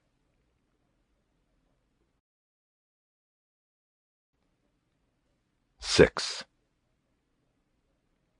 I didn't get to the parking lot at Bear Lake until after 5. I realized it was just as it had been for my brother, deserted. The lake was frozen, and the temperature was dropping quickly. The sky was already purple and going dark. It wasn't much of a draw for locals or tourists this late in the day. As I drove through the lot, I thought about why he had picked this place to come. As far as I knew, it had nothing to do with the Lofton case. But I thought I knew why. I parked where he had parked and just sat there thinking. There was a light on in the ceiling of the overhang above the front of the ranger shack. I decided to get out and see if Pena, the witness, was there. Then another thought struck me. I slid over to the passenger side of the Tempo. I took a couple deep breaths, then opened the door and started running for the woods where they grew closest to the car. As I ran, I counted by thousands out loud. I was at 11,000 by the time I had gotten over the snowbank and reached the cover. Standing there in the woods, a foot deep in snow without boots on, I bent over and put my hands on my knees as I caught my breath. There was no way a shooter could have gotten into the woods to hide if Pena had been out of the shack as quickly as he had reported. I finally stopped gulping the air and headed toward the ranger shack, debating how to approach him, as a reporter or a brother. It was Pena behind the window. I could see the nameplate on his uniform. He was locking a desk when I looked through the window. He was calling it a day. "Can I help you, sir? I'm closing up." Yes, I was wondering if I could ask you a few questions." He came out, eyeing me suspiciously because I obviously wasn't dressed for a hike in the snow. I had on jeans and Reeboks, a corduroy shirt beneath a thick woolen sweater. I'd left my long coat in the car, and I was very cold. "My name is Jack McAvoy." I waited a moment to see if it registered. It didn't. He had probably only seen the name written in reports he had to sign, or in the newspaper. Its pronunciation, McAvoy, didn't jibe with its spelling. "My brother. He was the one you found a couple weeks ago." I pointed toward the lot. "Oh," he said, understanding. "In the car, the officer." I've been with the police all day, looking at the reports and stuff. I just wanted to come out and take a look. It's hard, to accept it." He nodded and tried to hide a quick glance at his watch. "I just have a few quick questions. You were inside there when you heard it, the shot?" I spoke quickly, not giving him the chance to stop me. "Yes," he said. He looked like he was trying to decide something, and then he did. He continued. "I was locking up, just like tonight, about to go home. I heard it. It was one of those things. I kinda knew what it was. I don't know why. Really what I thought was that it might be poachers after the deer. I came out pretty quick, and the first place I looked was the lot. I saw his car. Could see him in there. All the windows were fogged up pretty good, but I could see him. He was behind the wheel. Something about the way he was leaning back. I knew what happened. Sorry it was your brother." I nodded and studied the ranger shack. Just a small office and storage room. I realized that 5 seconds was probably a long estimate from the time Pena heard the shot until he saw the lot. There was no pain, Pena said. What? If it's something you want to know, there was no physical pain, I don't think. I ran to the car. He was dead. It was instant. The police report said you couldn't get to him. The doors were locked. Yeah, I tried the door, but I could tell he was gone. I came back up here to make the calls. How long do you think he was parked there before he did it? I don't know. Like I told the police, I don't have a view of the lot. I'd been in the shed. I got a heater in there. Oh, I'd say at least a half hour before I heard the shot. He could have been parked there the whole time, thinking about it, I guess. I nodded. You didn't see him out on the lake, did you? You know, before the shot? On the lake? No, nobody was on the lake. I stood there trying to think of something else. Did they come up with any reason why? Pena asked. Like I said, I know he was an officer. I shook my head no. I didn't want to get into it with this stranger. I thanked him and started back to the lot while he locked the shack's door. The Tempo was the only car in the plowed lot. I thought of something and turned back. How often do they plow? Pena stepped away from the door. After every snow? I nodded and thought of something else. Where do you park? We've got an equipment yard a half-mile down the road. I park there and walk up the trail in the morning, down at quitting time. You want to ride? Nah, thanks, though. The trail will get me there quicker. The whole way back to Boulder, I thought of the last time I had been to Bear Lake. It was also winter then, but the lake wasn't frozen. Not all the way.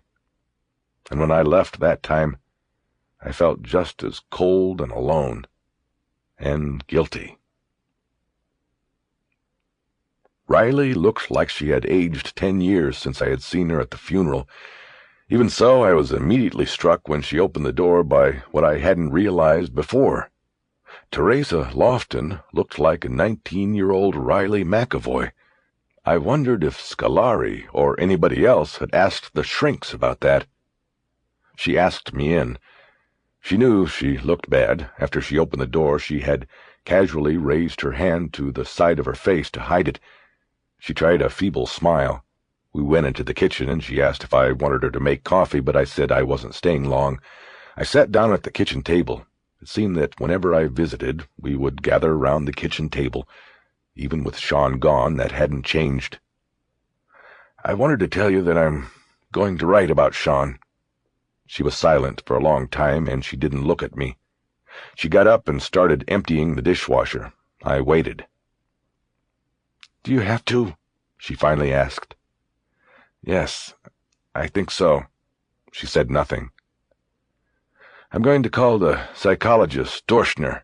I don't know if he'll talk to me, but now that Shawn's gone, I don't see why not.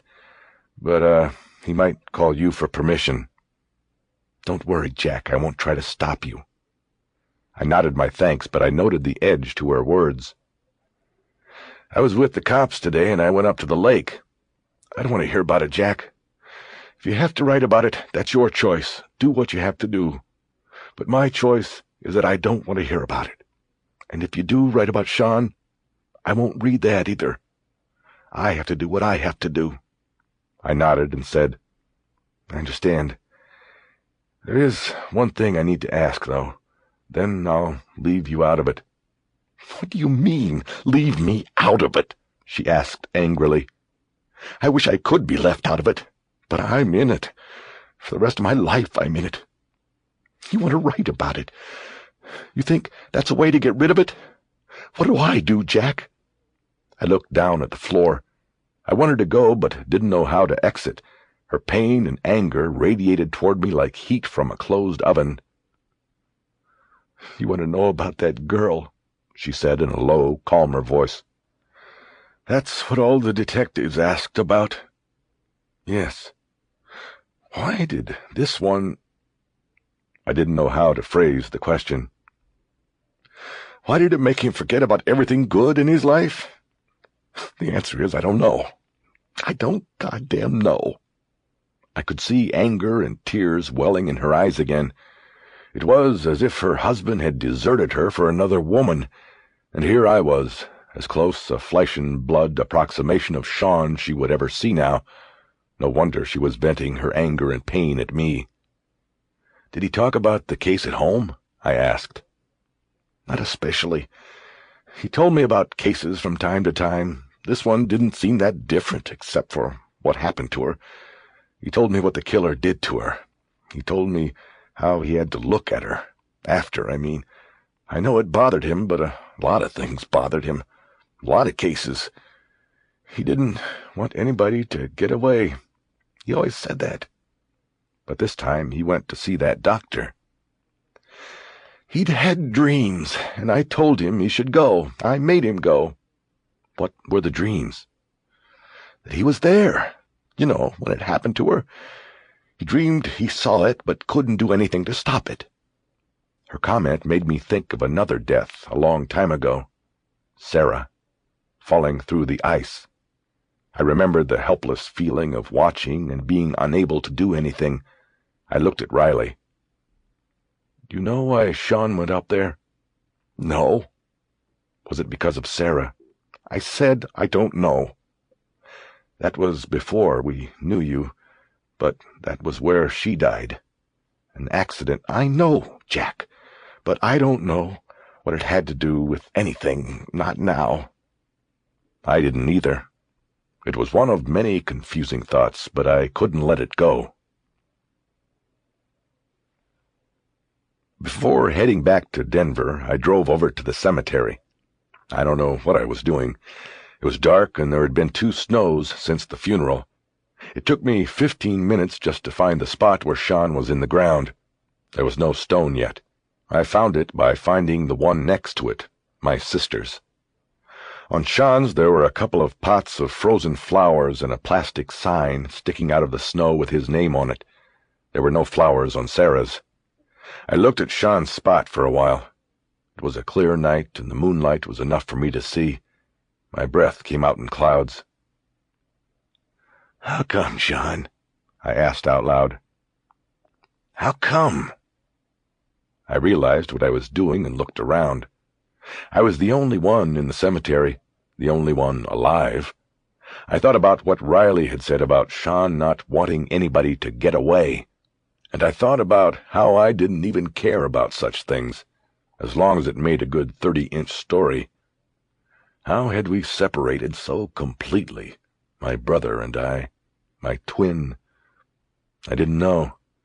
It just made me feel sad, made me feel like maybe the wrong one was in the ground. I remembered what Wexler had said that first night when they came for me and told me about my brother. He talked about all the shit coming down the pipe finally being too much for Shawn. I still didn't believe it, but I had to believe something.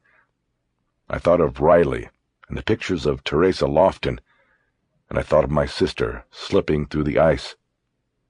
I believed then that the girl's murder had infected my brother with a most desperate kind of hopelessness.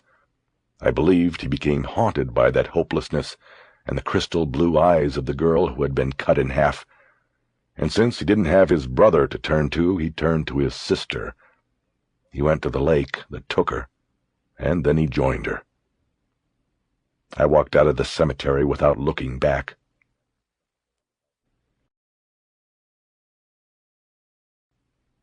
Seven. Gladen posted himself at a spot along the railing on the other side from where the woman took the tickets from the children. She couldn't see him. But once the great carousel began turning, he was able to study each child. Gladen pushed his fingers through his dyed blonde hair and looked around. He was pretty sure everybody else regarded him as just another parent. The ride was starting again. The calliope was grinding out the strains of a song Gladen could not identify, and the horses began their bobbing, counterclockwise turn.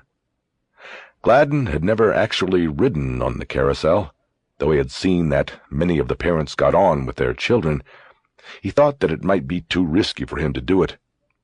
He noticed a girl of about 5, clinging desperately to one of the black stallions. She was leaning forward with her tiny arms wrapped around the candy-striped pole that came up through the painted horse's neck. One side of her little pink shorts had ridden up the inside of her thigh. Her skin was coffee brown. Gladen reached into his duffel and brought out the camera. He amped up the shutter speed to cut down on movement blurring and pointed the camera at the carousel. He focused and waited for the girl to come around again. It took him 2 revolutions of the carousel, but he believed he got the shot and brought the camera back down. He looked around just to be sure he was cool, and he noticed a man leaning on the railing about 20 feet to his right. The man hadn't been there before, and most alarming, he was wearing a sport coat and tie. The man was either a pervert or a policeman. Gladen decided he'd better leave. Out on the pier, the sun was almost blinding. Gladen shoved the camera into the duffel and pulled his mirrored shades out. He decided to walk out further onto the pier to where it was crowded. He could lose this guy if he had to, if he was actually being followed. He walked about halfway out, nice and steady, acting cool. Then he stopped along the railing and turned and leaned back against it as if he wanted to catch a few rays. He turned his face up toward the sun, but his eyes, behind the mirrors, took in the area of the pier he had just come from. For a few moments there was nothing. He didn't see the man in the sport coat and tie.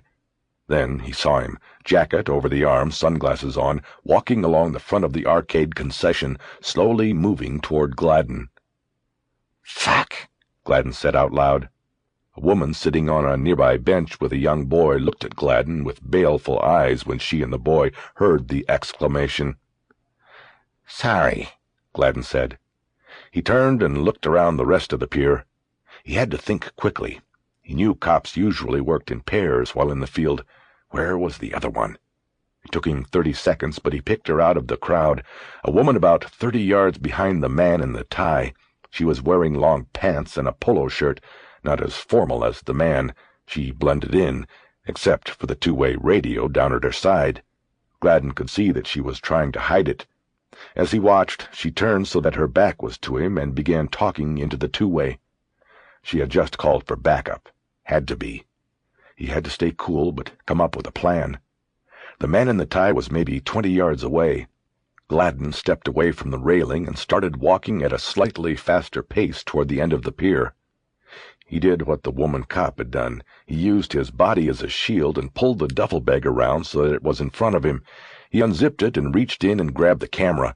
Without pulling it out, he turned it over until he found the clear switch and erased the chip. There wasn't much on there. The girl on the carousel, a few kids at the public showers, no big loss. That done, he proceeded further down the pier. He took his cigarettes out of the bag and, using his body as a shield, turned around and huddled against the wind to light one. When he had the smoke lit, he looked up and saw the 2 cops were getting closer. He knew they thought they had him bottled. He was going to the dead end of the pier. The woman had caught up to the man, and they were talking as they closed in, probably deciding whether to wait for the backup, Gladen thought. Gladen quickly walked toward the bait shop and the pier offices. He knew the layout of the end of the pier well. On 2 occasions during the week he had followed children with their parents from the carousel to the end of the pier. He knew that on the other side of the bait shop were stairs that led to the observation deck on the roof. As he turned the corner of the shop out of sight of the cops, Gladen ran down the side to the back and then up the steps. He could now look down on the pier in front of the shop. The 2 cops were there below, talking again. Then the man followed Gladen's path, and the woman stayed back. They weren't going to take a chance of letting him slip away. A question suddenly occurred to Gladen. How did they know? A cop in a suit just doesn't happen by the pier. The cops had gone there for a purpose. Him. But how did they know? He broke away from those thoughts to the situation at hand. He needed a diversion. The man would soon figure out he wasn't with the fisherman at the end of the pier and come up to the observation deck looking for him. He saw the trash can in the corner by the wooden railing. He ran to it and looked in. It was almost empty. He put the duffel bag down, lifted the trash can over his head, and with a running start moved to the railing. He threw it out as far as he could, then watched it go over the heads of 2 fishermen below and down into the water. It made a large splash, and he heard a young boy yell, "Hey! Man in the water!" Gladen yelled. "Men in the water!" He then grabbed the duffel bag and quickly moved back to the rear railing of the deck. He looked for the woman cop. She was still there below him, but had clearly heard the splash and his yelling. A couple of children ran around the side of the bait shop to see what the yelling and commotion was about. After what seemed to be a physical hesitation, the woman followed the children around the corner of the building to the source of the splash and ensuing commotion. Gladen hooked the duffel over his shoulder and quickly climbed over the railing, lowered himself down, and then dropped the final 5 feet. He started running down the pier toward land. About halfway to land, Gladen saw the 2 beach cops on bikes. They wore shorts and blue polo shirts. Ridiculous. He'd watched them the day before, amused that they even considered themselves cops. Now he ran right toward them, waving his hands to make them stop. "Are you the backup?" he yelled when he got to them. "They're at the end of the pier. The perp's in the water. He jumped. They need your help and they need a boat. They sent me to get you." "Go!" one of the cops yelled to his partner. As one started pedaling away, the other pulled a 2-way off his belt and started radioing for a lifeguard boat. Gladen waved his thanks for their speedy reaction and started walking away. After a few seconds he looked back and saw the second cop pedaling toward the end of the pier. Gladen started his run again. On the crest of the bridge from the beach up to Ocean Avenue, Gladen looked back and could see the commotion at the end of the pier. He lit another cigarette and took his sunglasses off. Cops are so stupid, he thought. They get what they deserve. He hurried up to the street surface, crossed Ocean, and walked down to the 3rd Street promenade, where he was sure he could lose himself in the crowds at the popular shopping and dining area. Fuck those cops, he thought. They had their one chance and blew it. That's all they get. On the promenade, he walked down a corridor that led to several small fast food restaurants. The excitement had left Gladen famished, and he went into one of these places for a slice of pizza and a soda. As he waited for the girl to warm it up in the oven, he thought of the girl on the carousel and wished he hadn't cleared the camera. But how could he know he'd so easily slip away? "I should have known," he said angrily out loud. Then he looked around to make sure the girl behind the counter hadn't noticed. He studied her for a moment and found her unattractive. She was too old. She could practically have children herself. As he watched, she used her fingers to gingerly pull the slice of pizza out of the oven and onto a paper plate. She licked her fingers afterward. She had burned them, and put Gladen's meal on the counter. He took it back to his table, but didn't eat it. He didn't like other people touching his food. Gladen wondered how long he would have to wait until it was safe to go back down to the beach and get his car. Good thing it was in an overnight lot, just in case. No matter what, they could not get to his car. If they got to his car, they would open the trunk and get his computer. If they got that, they would never let him go. The more he thought about the episode with the cops, the angrier he became. The carousel was now lost to him. He couldn't go back, at least not for a long time. He'd have to put out a message to the others on the network. He still couldn't figure out how it had happened. His mind bounced along the possibilities, even considering someone on the net. But then the ball stopped on the woman who took the tickets. She must have made the complaint. She was the only one who saw him each of the days. It was her. He closed his eyes and leaned his head back against the wall.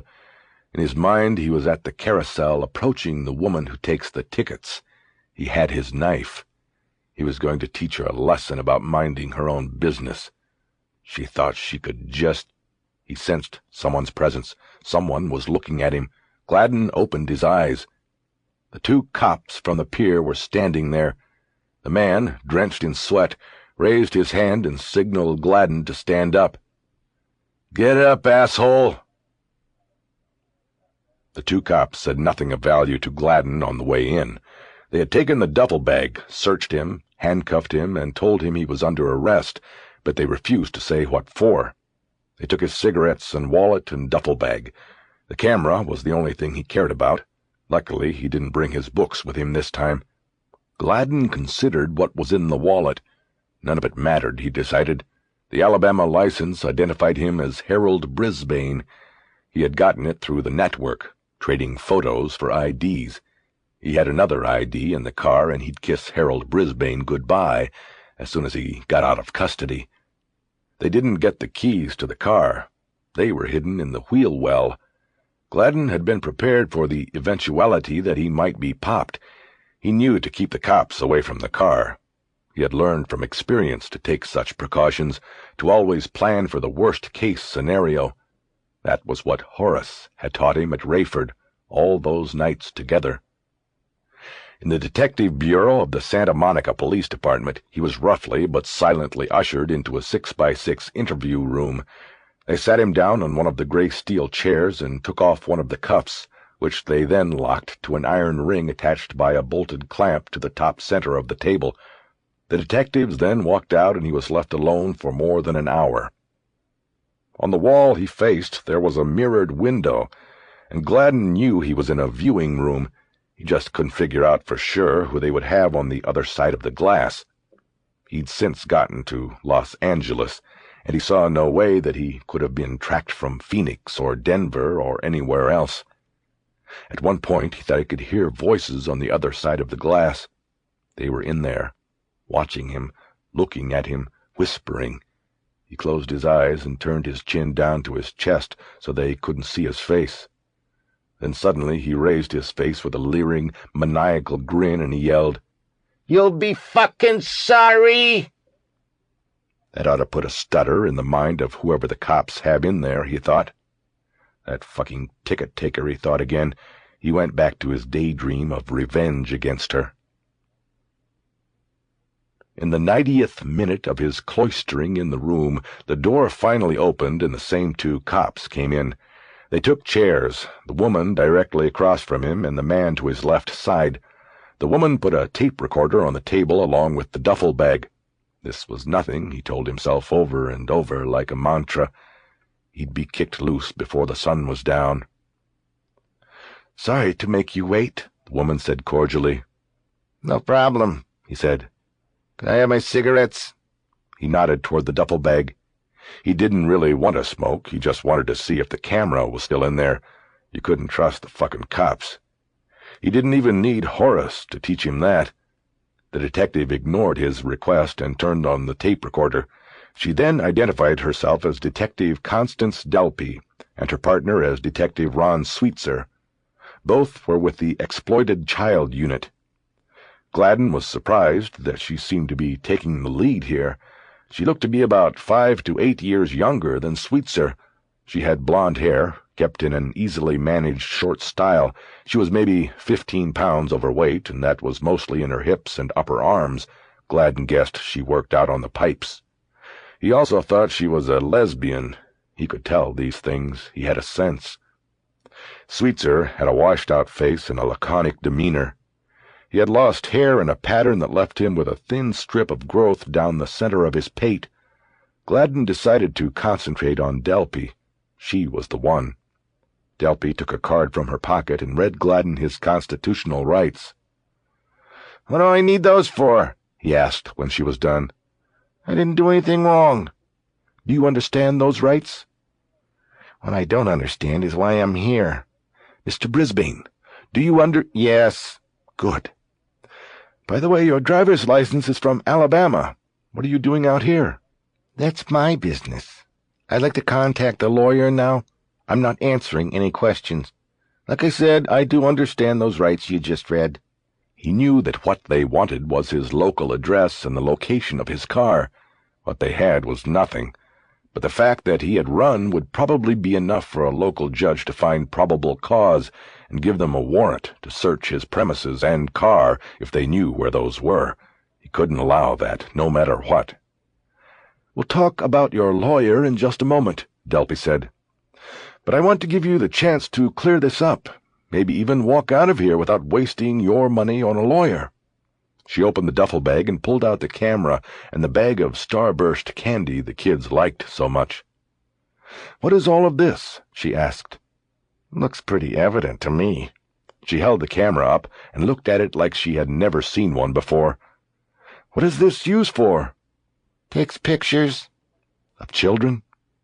"I'd like a lawyer now." "What about this candy? What do you do with that?" Do you give that to children? I'd like to speak to a lawyer. Fuck the lawyer, Sweetser said angrily. We've got your ass, Brisbane. You were taking pictures of kids at the showers, little naked kids with their mothers. You fucking disgust me. Gladen cleared his throat and looked at Delpy with dead eyes. I don't know anything about that, but I do have a question. I have to ask, where is the crime? You know, I'm not saying I did it, but if I did, I didn't know taking photos of children at the beach was against the law now. Gladen shook his head as if confused. Delpy shook her head as if disgusted.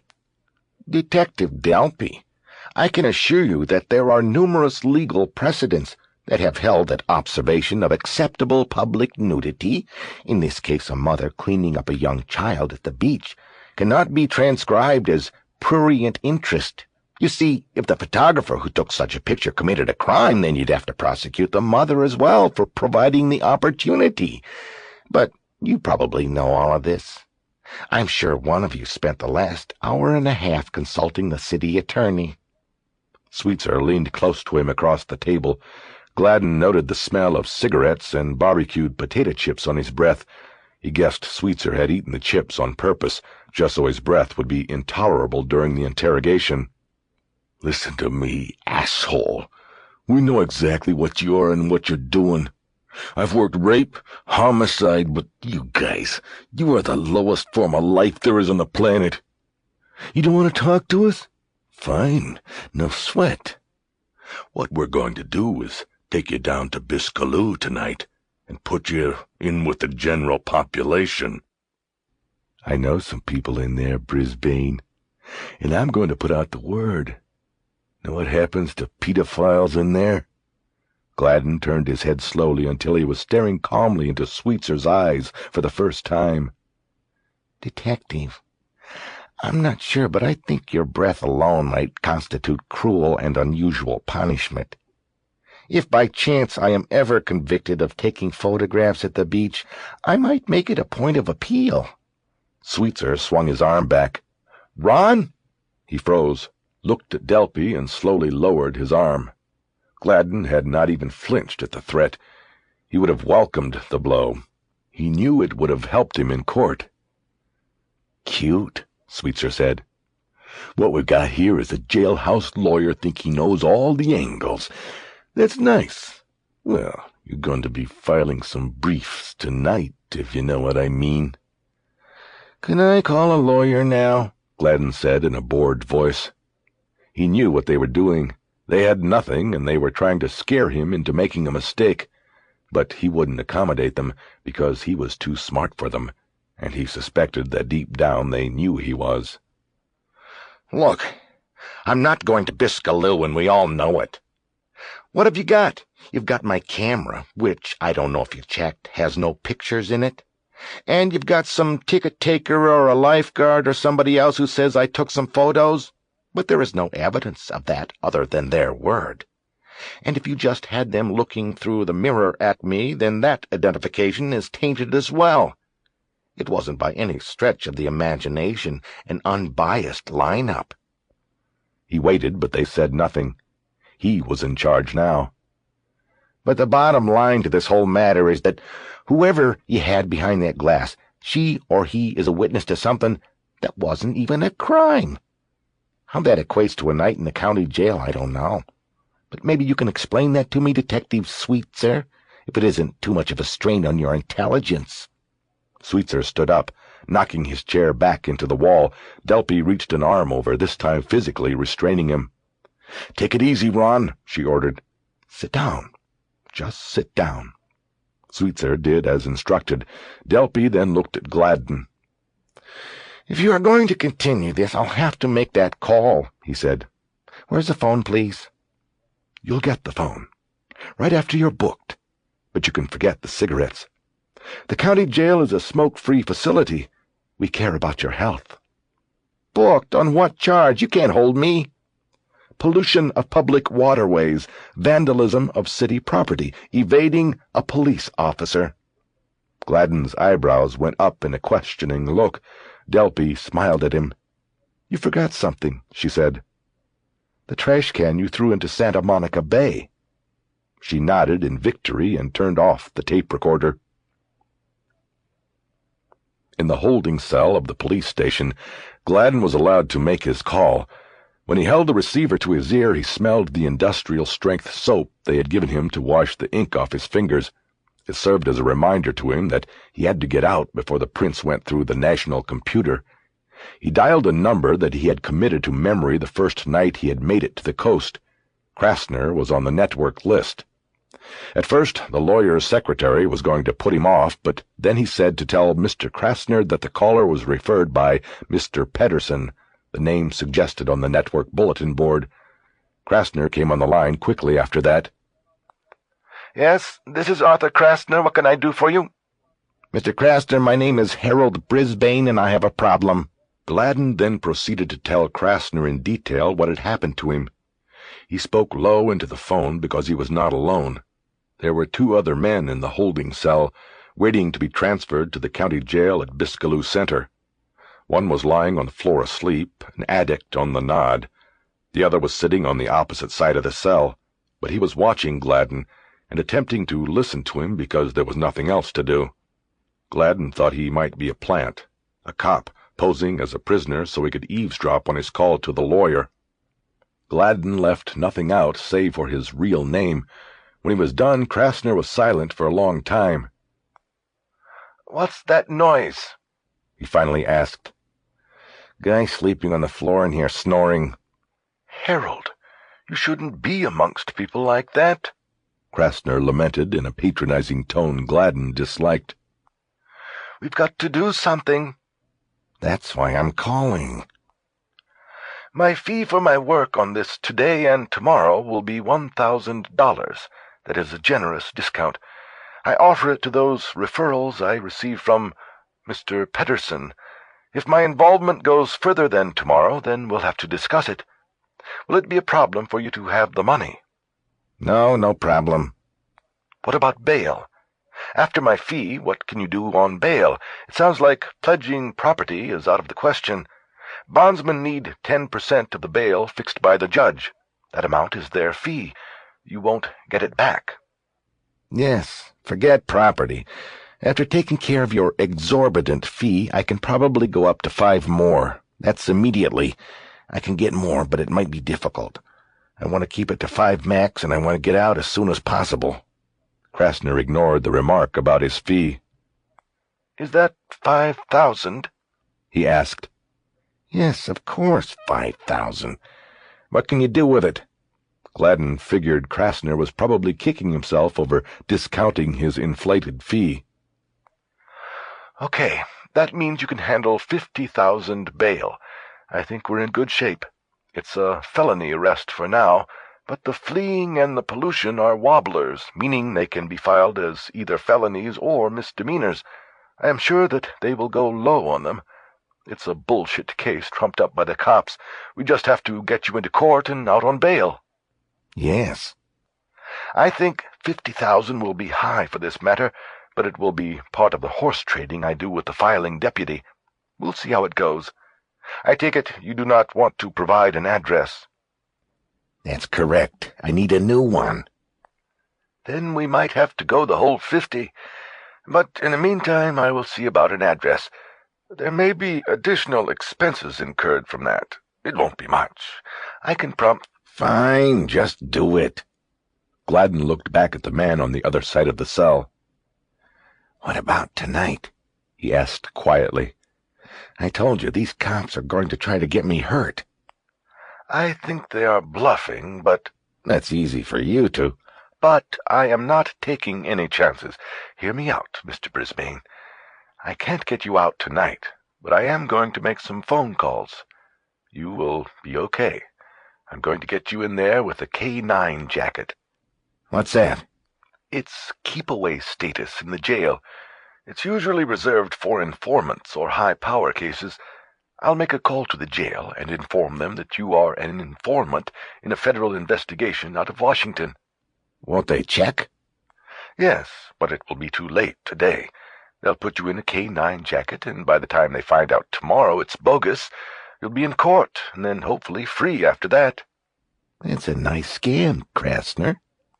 Yes, but I won't be able to use it again. I think I may have to raise the fee we just discussed a bit to cover the loss. Fuck that.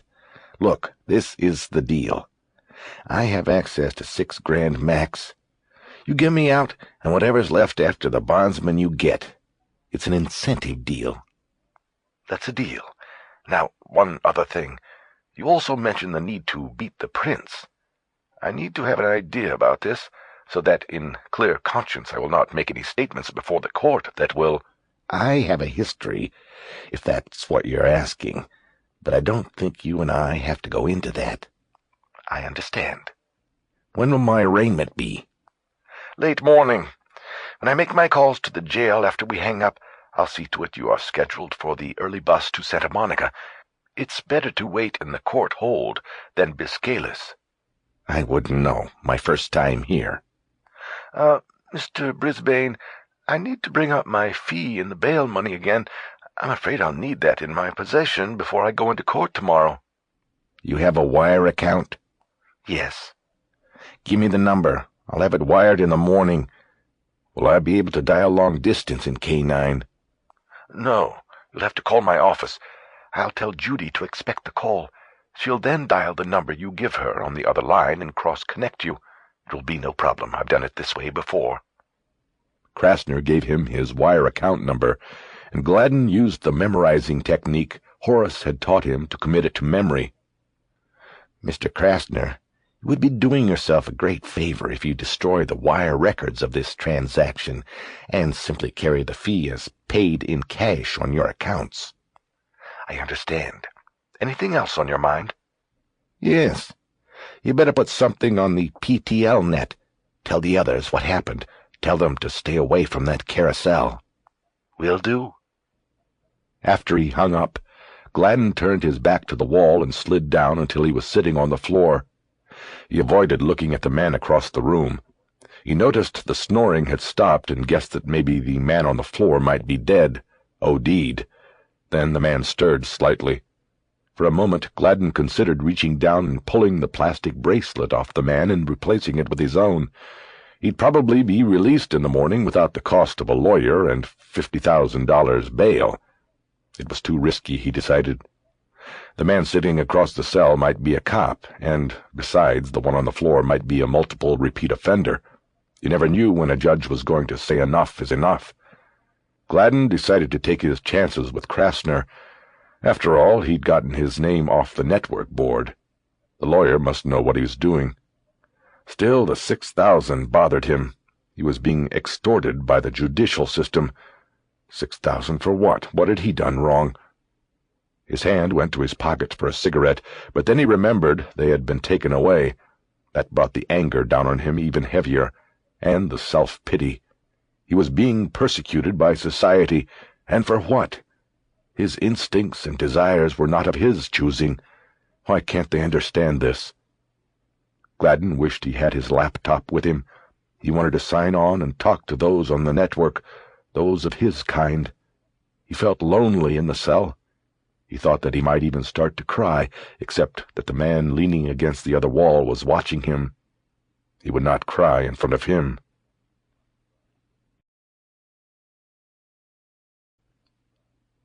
"8. I didn't sleep well after my day with the files. I kept thinking about the photos, first of Teresa, then of my brother. Both of them captured forever in horrible poses, stored away in envelopes. I wanted to go back and steal the photos and burn them. I didn't want anyone to ever see them. In the morning, after I had made coffee, I turned on my computer and dialed into the Rocky system to check messages. I ate handfuls of Cheerios from the box as I waited for the connection to be made and my password to be approved. I kept my laptop and printer set up on the dining room table because I most often am eating while using them. It beats sitting at the table alone and thinking about how I've been eating alone for more years than I care to remember. My home is small. I've had the same one-bedroom apartment with the same furniture for 9 years now. It's not a bad place, but it's nothing special. Other than Shawn, I can't remember who the last visitor was. When I am with women, I don't take them here. There haven't been many of them, anyway. I thought when I first moved in I'd only be staying a couple years, that maybe I'd eventually buy a house and get married or have a dog or something, but it hasn't happened, and I'm not sure why. The job, I guess. At least, that's what I tell myself. I concentrate my energy on my work. In each room of the apartment there are stacks of newspapers with my stories in them. I like to reread them and save them. If I die at home, I know they'll come in here and find me and mistakenly think I was one of those pack rats I've written about, who die with newspapers stacked to the ceiling and their cash stuffed into the mattress. They won't bother to pick up one of the papers and read my story.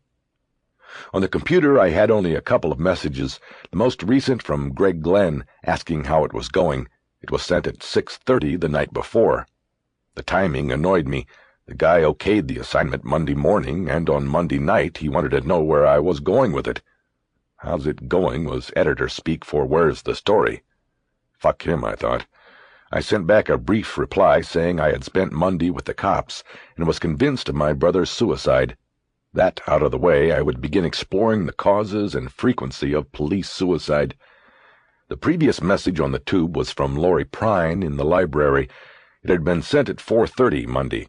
All it said was, "Interesting stuff on Nexus. It's on the counter." I sent a message back thanking her for the quick search and saying I had unexpectedly been tied up in Boulder, but would pick up the search package right away.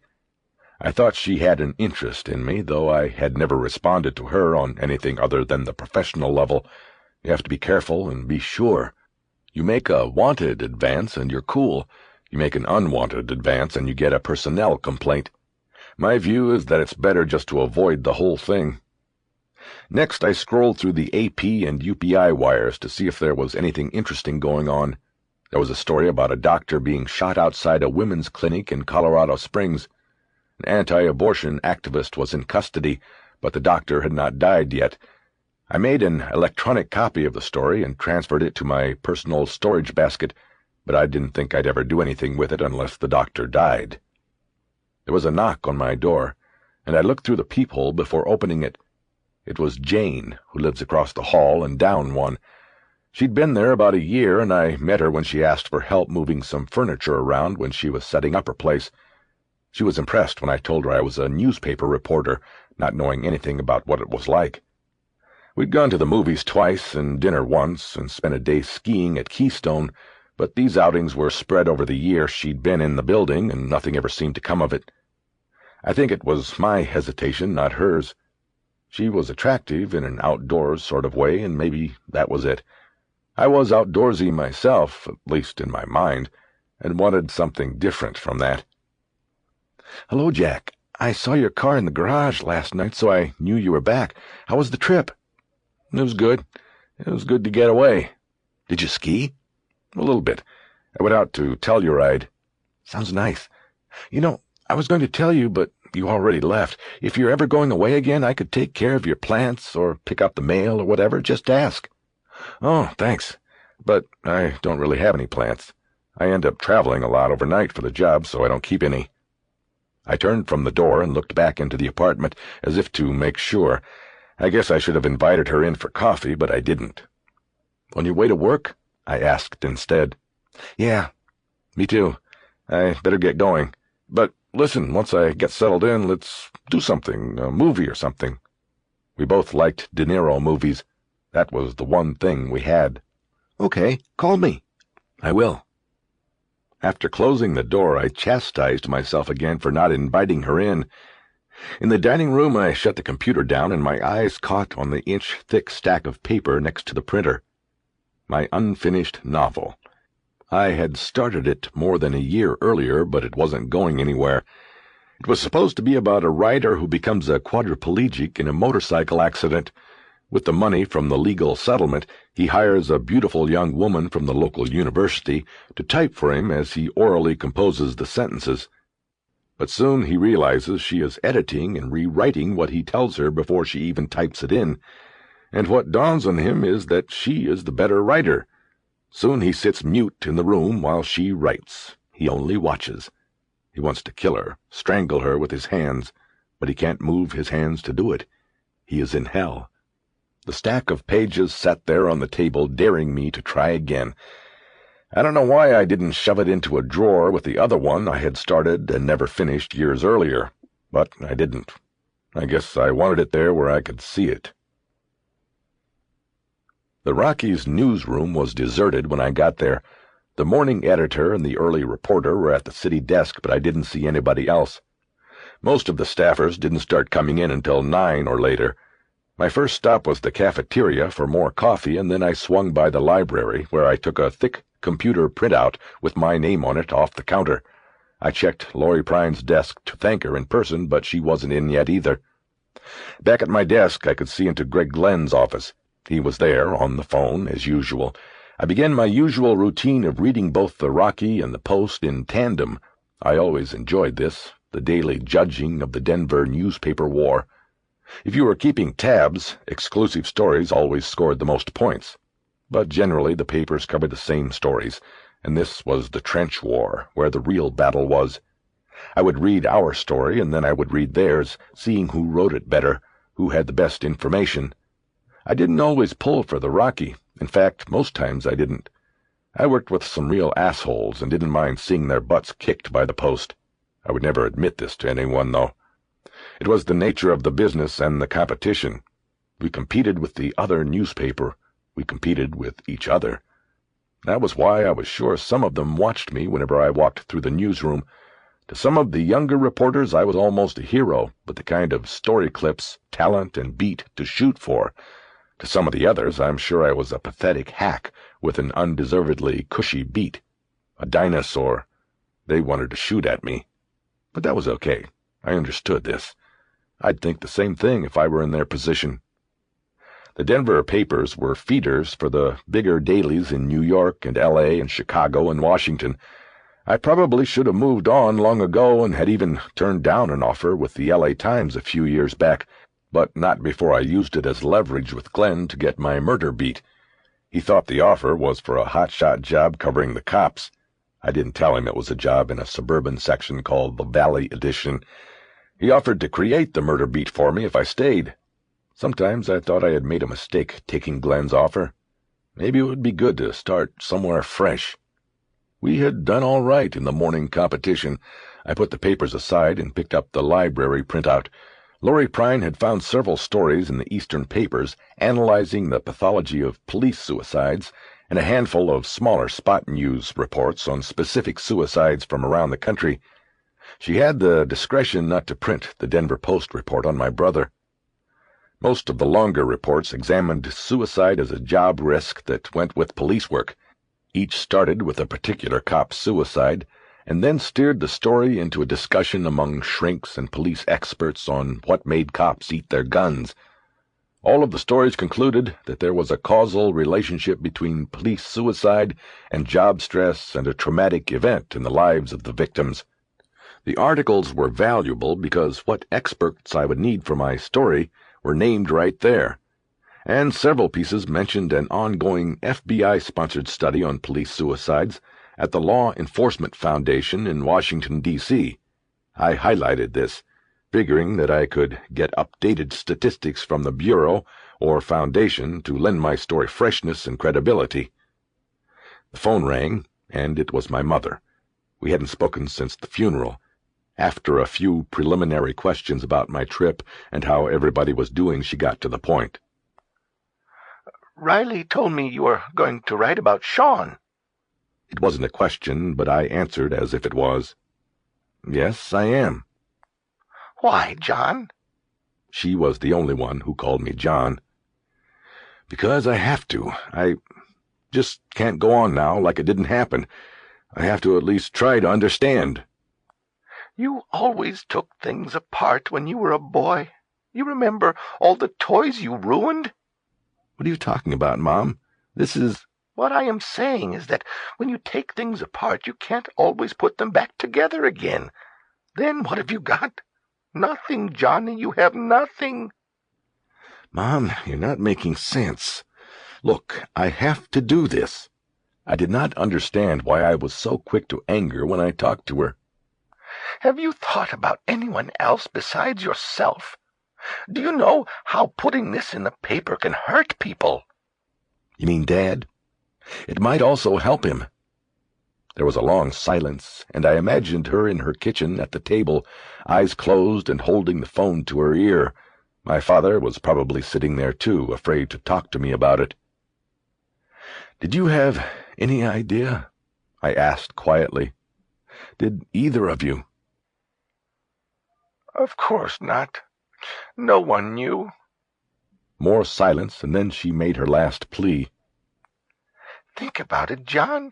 It's better to heal in private. Like with Sarah?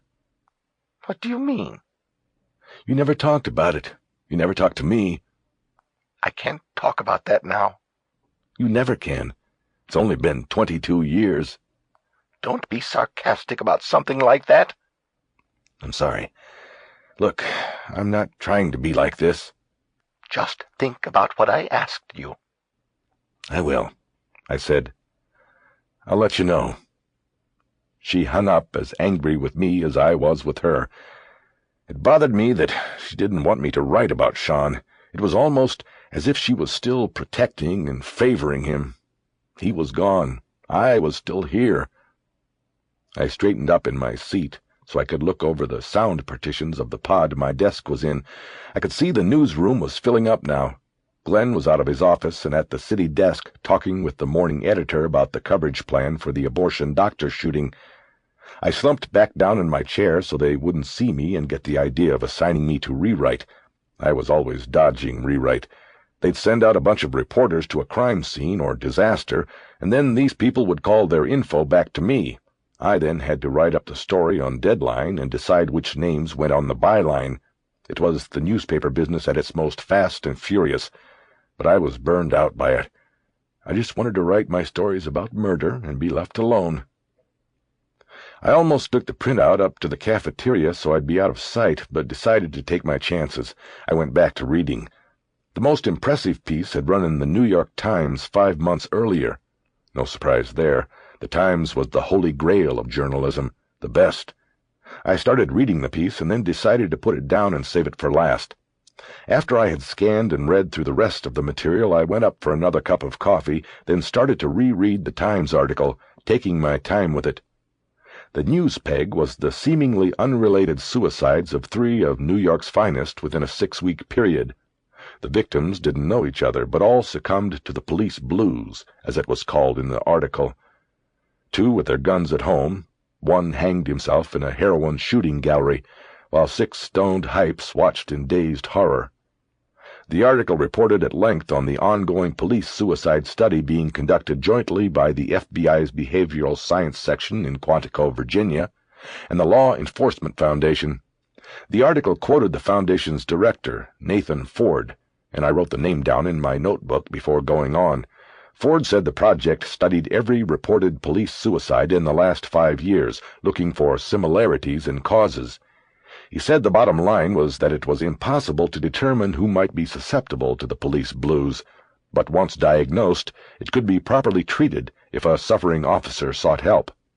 Ford said the goal of the project was to build a database that could be translated into a protocol that would help police managers spot officers with the police blues before it was too late. The Times article included a sidebar story about a year-old Chicago case where the officer had come forward but still was not saved. As I read, my stomach tightened. The article said Chicago police detective Dan Brooks began therapy sessions with a psychiatrist after a particular homicide case he was assigned to began bothering him. The case was the kidnapping and murder of a 12-year-old boy named Bobby Smathers. The boy was missing for 2 days before his remains were found in a snowbank near the Lincoln Park Zoo. He had been strangled. 8 of his fingers were missing. An autopsy determined that the fingers had been severed before his death. That, and not being able to identify and catch the killer, apparently was too much for Brooks to take. Mr. Brooks, a highly regarded investigator, took the death of the precocious blue-eyed boy unusually hard. After supervisors and colleagues became aware that it was affecting his work, he took a 4-week leave and began intensive therapy sessions with Dr. Ronald Cantor, whom he was referred to by a Chicago Police Department psychologist. At the start of these sessions, according to Dr. Cantor, Brooks openly spoke of his suicidal feelings and said he was haunted by dreams of the young boy screaming in agony. After 20 therapy sessions over a 4-week period, Dr. Cantor approved of the detective's return to his assignment in the homicide unit.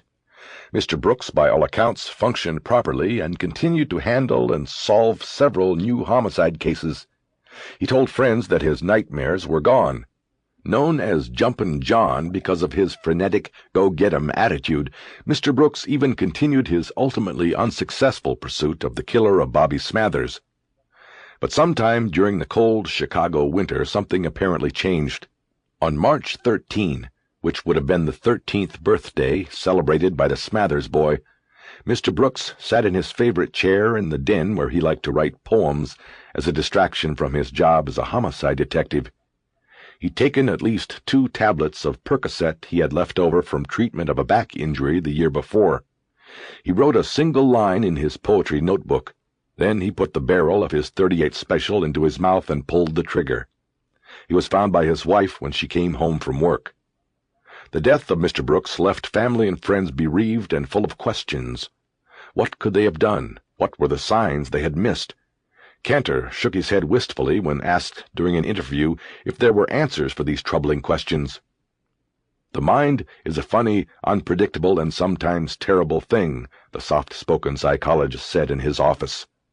"I thought that Dan had come very far with me, but obviously we did not come far enough." Mr. Brooks, and whatever it was that haunted him, remain an enigma. Even his last message is a puzzle. The line he wrote on the pad offered little in the way of insight into what caused him to turn his gun on himself. "Through the pale door" were his last written words. The line was not original. Mr. Brooks borrowed it from Edgar Allan Poe in his poem The Haunted Palace, which originally appeared in one of Poe's best-known stories, The Fall of the House of Usher. Poe wrote, "While like a ghastly rapid river, through the pale door a hideous throng rush out forever and laugh, but smile no more." The meaning of those words to Mr. Brooks is unclear, but they certainly carry the melancholy incumbent in his final act. Meantime, the murder of Bobby Smathers remains an open case. In the homicide unit where Mr. Brooks worked, and his colleagues still pursue the case, the detectives now say they are seeking justice for 2 victims. "Far as I'm concerned, this is a double murder," said Lawrence Washington, a detective who grew up with Brooks and was partnered with him in the homicide unit. "Whoever did the boy also did Jumpin' John. You can't convince me any different." I straightened up and glanced around the newsroom. No one was looking at me. I looked back down at the printout and read the end of the story again. I was stunned, almost to the same degree as the night Wexler in St. Louis had come for me. I could hear my heart beating, my guts being taken in a cold and crushing grip. I couldn't read anything else but the name of the story. Usher. I had read it in high school and again in college. I knew the story, and I knew the character of the title, Roderick Usher. I opened my notebook and looked at the few notes I had jotted down after leaving Wexler the day before. The name was there. Shawn had written it in the chronological log. It was his last entry. Rusher. After dialing the editorial library, I asked for Laurie Prine. "Laurie, it's—" Jack, yes, I know. "Look, I need an emergency search. I think it's a search. I'm not sure how to get—" What is it, Jack? "Edgar Allan Poe. Do we have anything on him?" Sure. I'm sure we have lots of biographical abstracts. I could— do we have any of his short stories or works? I'm looking for The Fall of the House of Usher, and sorry to interrupt." That's okay. I don't know what we would have right here as far as his written works go. Like I said, it's mostly biographical. I can take a look. But, any bookstore around here is going to sell his stuff if we don't have it. Okay, thanks. I'll just go over to the tattered cover. I was about to put the phone down when she said my name. "Yes?" I just thought of something. Like, if you want to quote a line or something, we have Bartlett's on ROM. I could just plug it in real quick. Okay, do it. She put the phone down for an eternity. I reread the end of the time story again. What I was thinking seemed like a long shot, but the coincidences in the way my brother and Brooks had died, and in the names of Roderick Usher and Rusher, could not be ignored. Okay, Jack, Laurie said after picking back up. I just checked our indexes. We have no books containing Poe's works in whole. I've got the Bartlett's disc in, so let's give it a whirl. What do you want? There's a poem called The Haunted Palace that is part of the story, The Fall of the House of Usher. Can you get that? She didn't answer. I heard her typing on the computer. Okay. Yeah, there are selected quotes from the story and the poem. 3 screens. Okay. Is there a line that goes, out of space, out of time? Out of space, out of time. Right. I don't know the punctuation. Doesn't matter. She was typing. No. It's not in... Damn. I don't know why I made such an outburst. It immediately bothered me. But, Jack, it is a line from another poem. What? By Poe? Yes. It's in a poem called Dreamland. You want me to read it? The whole inclusive stanzas here. Read it. Okay. I'm not that great at reading poetry, but here goes. On a route obscure and lonely, haunted by ill angels only, where an eidolon named Night on a black throne reigns upright, I have reached these lands but newly from an ultimate dim Thule, from a wild, weird clime that lieth sublime out of space, out of time. That's it. But there is an editor's note. It says an eidolon means a phantom. I didn't say anything. I was frozen still. Jack? Read it again, slower this time. I wrote the stanza in my notebook. I could have just asked her to print it out and then gone and picked it up, but I didn't want to move. I wanted for the short moment to be totally alone with this. I had to be. Jack, what is it? She asked when she was done reading. You seem so anxious about this. I don't know yet. I've got to go. I hung up. In an instant I began to feel overly warm, claustrophobic. As large as the newsroom was, I felt like the walls were closing in. My heart pounded. A vision of my brother in the car flashed through my mind. Glenn was on the phone when I walked into his office and sat down in front of him. He pointed to the door and nodded like he wanted me to wait outside until he was done. I didn't move. He pointed again, and I shook my head. Listen, I've got something happening here, he said into the phone. Can I call you back? Great, yeah. He hung up. I need to go to Chicago, I said. Today. And then probably to Washington, then maybe Quantico, Virginia, to the FBI. Glenn didn't buy it. Out of space? Out of time? I mean, come on now, Jack. That has got to be a thought that goes through the minds of many people who contemplate or actually do commit suicide. The fact that it's mentioned in a poem written by some morbid guy 150 years ago who also wrote another poem this other dead cop quoted, it's not the stuff conspiracies are made of. What about Rusher and Roderick Usher? You think that's a coincidence too? So now we have a triple coincidence, and you say it's not worth checking out? I didn't say it's not worth checking out. His voice rose a notch to a level signaling indignation. Of course, you check it out. Get on the phones, check it out.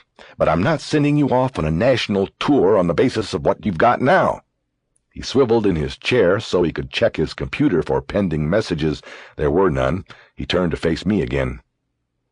What's the motive? What? Who'd want to kill your brother and this guy in Chicago? It doesn't make...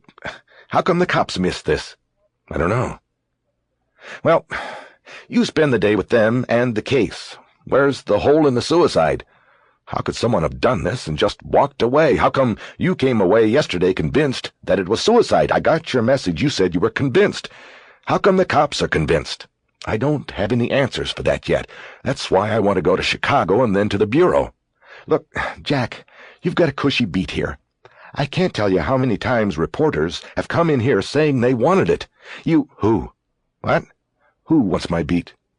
Never mind. It's not what we were talking about. The point is, you've got it good here, and you get to go anywhere in the state you want to go.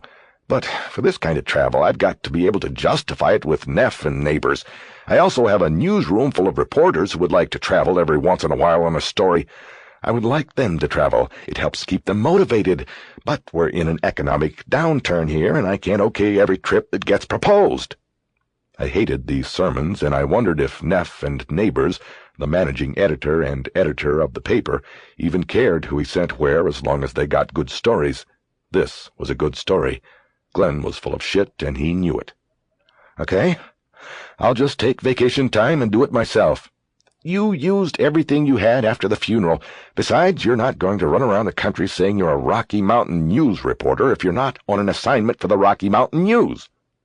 What about unpaid leave? You said yesterday that if I wanted more time, you'd work something out. I meant time to grieve, not go running across the country. Anyway, you know the rules on unpaid leave. I can't protect your position. You take a leave, and you might not have the beat when you come back. I wanted to quit right there, but I wasn't brave enough, and I knew I needed the paper as my access card to cops, researchers, everybody involved. Without my press card, I'd be just some suicide's brother who could be pushed aside. I need more than what you've got now to justify this, Jack, Glenn said. We can't afford an expensive fishing expedition. We need facts. If you had more, I could maybe see going to Chicago, but this Foundation and the FBI you could definitely do by phone. If you can't, then maybe I can get somebody from the Washington News Bureau to go over there. It's my brother, my fucking story. You're not giving it to anybody. He raised his hands in a calming manner. He knew his suggestion was way out of bounds. Then work the phones and come back to me with something. Look, don't you see what you're saying? You're saying don't go without the proof, but I need to go to get the proof. Back at my desk, I opened up a new computer file and began typing in everything I knew about the deaths of Teresa Lofton and my brother. I put down every detail I could remember from the files. The phone rang, but I didn't answer it. I only typed. I knew I needed to start with a base of information. Then I would use it to knock apart the case against my brother. Glenn had finally cut a deal with me. If I got the cops to reopen my brother's case, I'd go to Chicago. He said we'd still have to talk about D.C., but I knew that if I got to Chicago that I would get to Washington. As I typed, the picture of my brother kept coming back to me.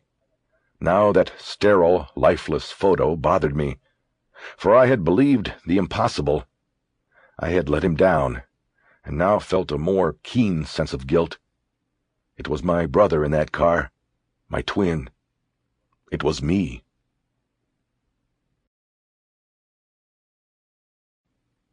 9. I ended up with 4 pages of notes, which I then synthesized after an hour of study and thought to 6 lines of shorthand questions I had to find the answers to.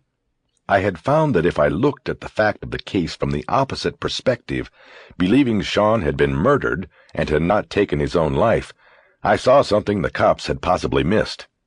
Their mistake had been their predisposition to believe and therefore accept that Shawn had killed himself.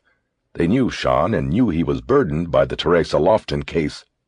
Or maybe it's something every cop could believe about every other cop. Maybe they'd all seen too many corpses, and the only surprise was that they don't kill themselves. But when I sifted through the facts with a disbeliever's eye, I saw what they did not see. I studied the list I'd written on a page in my notebook. Peña. His hands. After. How long? Wexler Scolari. The car? Heater? Lock? Riley. Gloves. I realized I could handle Riley by phone. I dialed and was about to hang up after 6 rings when she picked up. Riley, it's Jack. Are you okay? Is this a bad time? Well, it's a good time. It sounded like she had been drinking. You want me to come out, Riley? I'm coming out. No, don't, Jack. I'm okay. Just, one of those blue days. I keep thinking about him, you know? Yes, I think about him too. Then, how come you hadn't been around for so long before he went and... Oh, I'm sorry. I shouldn't bring things up. I was quiet a moment. I don't know, Riles. We sorta had a fight about something. I said some things I shouldn't have. He did too, I guess. I think we were kind of in a cooling-off period. He did it before I could get back with him. I realized I hadn't called her Riles in a long time. I wondered if she had noticed. What was the fight about? The girl that got cut in two? Why do you say that? Did he tell you about it? No, I just guessed. She had him wrapped around her finger. Why not you? That's all I was thinking. Riley, you've got... Look, this isn't good for you to be dwelling on. Try to think about the good things. I almost broke down and told her I would have liked to have given her something to ease her pain, but it was too early. It's hard to do that. I know, Riley. I'm sorry, I don't know what to tell you. There was a long silence on the line between us. I heard nothing in the background, no music, no TV. I wondered what she was doing in the house alone. Mom called me today. You told her what I was doing. Yes, I thought she should know. I didn't say anything. What did you want, Jack? She finally asked. Just a question. It's kind of out of left field, but here it is. Did the cops show you or give you back Shawn's gloves? His gloves? The ones he was wearing that day. No, I haven't gotten them. Nobody asked me about them. Well, then what kind of gloves did Shawn have? Leather? Why? Just something I'm playing with. I'll tell you about it later if it amounts to anything. What about the color? Black? Yes, black leather. I think they were fur-lined inside. Her description matched the gloves I had seen in the crime scene photographs. It didn't really mean anything one way or the other, just a point to check. One duck put in a row. We talked for a few minutes more, and I asked if she wanted to have dinner that night because I was coming out to Boulder, but she said no. After that, we hung up. I was worried about her and hoped the conversation, just the human contact, would raise her spirits. I contemplated dropping by her place anyway after I was done with everything else. As I passed through Boulder, I could see snow clouds forming along the tops of the Flatirons. I knew from growing up out there how fast it could come down once the clouds moved in. I hoped the company tempo I was driving had chains in the trunk, but knew it was unlikely. At Bear Lake, I found Pena standing outside the ranger shack talking with a group of cross-country skiers who were passing through. While I waited, I walked out to the lake. I saw a few spots where people had cleared away the snow down to the ice. I tentatively walked out on the frozen lake and looked down into one of these blue-black portals and imagined the depths below. I felt a slight tremor at my center. 22 years earlier, my sister had slipped through the ice and died in this lake. Now my brother had died in his car not 50 yards away. Looking down at the black ice, I remembered hearing somewhere that some of the lake fish get frozen in the winter, but when the thaw comes in spring, they wake up and just snap out of it. I wondered if it was true, and thought it was too bad people weren't the same way. "It's you again." I turned around and saw Pena. "Yes, I'm sorry to bother you. I have just a few more questions." "No bother. I wish I could have done something before, you know. Maybe had seen him before when he first pulled in, seen if he needed help. I don't know." We had started walking back toward the shack. "I don't know what anybody could have done," I said, just to be saying something. "So, what are your questions?" I took out my notebook. First off, when you ran to the car, did you see his hands, like where they were?" He walked without speaking. I think he was envisioning the incident in his mind. "You know," he finally said, "I think I did look at his hands, because when I ran up and saw it was just him, I immediately figured he had shot himself, so I'm pretty sure I looked at his hands to see if he was holding the gun." Was he? "No. I saw it on the seat next to him. It fell on the seat." Do you remember if he was wearing gloves when you looked in? Gloves, he said, as if he was trying to prompt an answer from his memory banks. After another long pause, he said, "I don't know. I'm not getting a picture in my mind. What do the police say?" "Well, I'm just trying to see if you remember." "Well, I'm not getting anything, sorry." If the police wanted to, would you let them hypnotize you, to see if they could bring it out that way? Hypnotize me? They do that sort of stuff? Sometimes, if it's important. Well, if it was important, I guess I'd do it. We were standing in front of a shack now. I was looking at the temple parked in the same place my brother had parked. The other thing I wanted to ask about was the timing. The police reports say that you had the car in sight within 5 seconds of hearing the shot. And with only 5 seconds, there is no way anybody could make it from the car and into the woods without being seen. Right. No way. Would have seen him. Okay. Then what about after? After what? After you ran to the car and saw the man was shot. You told me the other day you ran back to the shack here and made 2 calls. Is that right?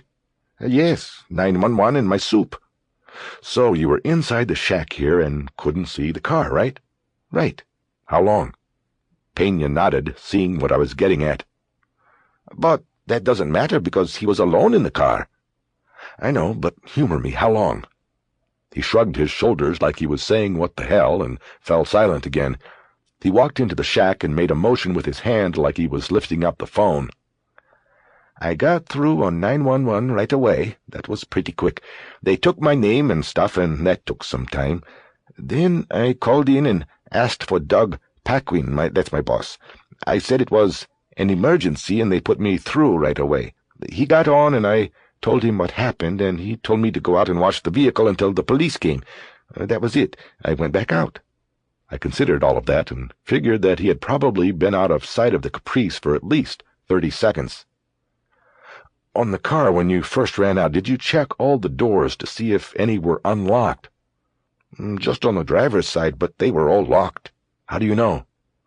When the cops got out here, they tried them all, and they were locked. They had to use one of those Slim Jim things to pop the lock. I nodded and said, "What about the back seat? You said yesterday that the windows were fogged. Did you put your face up to the glass and look directly into the back seat, down at the floor?" Pena understood now what I was asking about. He thought for a moment and shook his head in the negative. "No, I didn't look directly into the back. I just thought it was the one guy is all." "Did the cops ask you these questions?" "No, not really. I see what you're driving at, though." I nodded. "One last thing. When you called it in, did you say it was a suicide, or just that it was a shooting?" His eyes searched the snow clouds for the memory. "Yeah, I said somebody up here went and shot himself, just like that. They got a tape, I expect." "Probably. Thanks a lot." I started back to my car as the first flurries started floating down. Pena called after me. What about the hypnotizing?" They'll call you if they want to do it." Before getting in the car, I checked the trunk. There were no chains. On my way back through Boulder, I stopped at a bookstore called, appropriately enough, the Rue Morgue, and picked up a volume containing the complete stories and poems of Edgar Allan Poe. My intention was to start reading it that night. As I drove back to Denver, I worked on trying to put Pena's answers into the theory I was working on. And no matter how I moved his answers around, there was nothing that derailed my new belief. When I got to the DPD, I was told up in the SIU office that Scolari was out of the building, so I went to Homicide and found Wexler behind his desk. I didn't see St. Louis around. "Shit," Wexler said. "You here to bust my chops again?" "No," I said. "You going to bust mine?" "That depends on what you're going to ask me." "Where's my brother's car? It back in service yet?" What is this, Jack? Can't you even conceive of the possibility that we know how to run an investigation?" He threw the pen he was holding angrily into a trash can in the corner of the room. Then he realized what he had done and went and picked it out. "Look, I'm not trying to show you up or cause you any problems," I said in an even tone. "I'm just trying to settle all questions, and the more I try, the more questions I have." "Like what?" I told him about my visit with Pena, and I could see him getting angry. Blood rushed into his face, and there was a slight tremor along his left jawline. "Look, you guys closed the case," I said. "There was nothing wrong with me talking to Pena. Besides, you or Scolari or somebody missed something. The car was out of his sight for more than half a minute while he was calling it in." "So fucking what?" "You guys were only concerned with the time prior to his seeing the car. 5 seconds, so nobody could have run away. Case closed, suicide. But Pena told me the windows were fogged. They had to have been for someone to have written the note. Pena didn't look in the back, onto the floor. Then he leaves for at least 30 seconds. Somebody could have been laying down in the back, got out while he was making the calls, and ran into the woods. It could have happened easily." "Are you fucked in the head? What about the note? What about the GSR on the glove?" "Anybody could have written on the windshield. And the glove with the residue could have been worn by the killer. Then he took it off and put it on Shawn. 30 seconds is a long time. It might have been longer. It probably was longer. He made 2 calls, Wex." "It's too iffy. The killer would be relying too much on Pena taking that much time." "Maybe not. Maybe he figured he'd either have enough time or he'd just take out Pena. The way you guys handled this thing, you would have just said Shawn killed him and then himself." "That's bullshit, Jack. I loved your brother like he was my own fucking brother. You think I want to believe he swallowed the goddamn bullet?" "Let me ask you something. Where were you when you found out about Shawn?" "Right here at the desk. Why?" "Who told you? You get a call?" "Yeah, I got a call. It was the captain. Parks called the watch captain. He called our captain." "What did he tell you? His exact words?" Wexler hesitated a moment as he remembered. "I don't remember. He just said that Mac was dead." "He said it like that, or did he say Mac had killed himself?" "I don't know what he said. He might have. What's the point?" "The ranger out there who called it in said Shawn shot himself.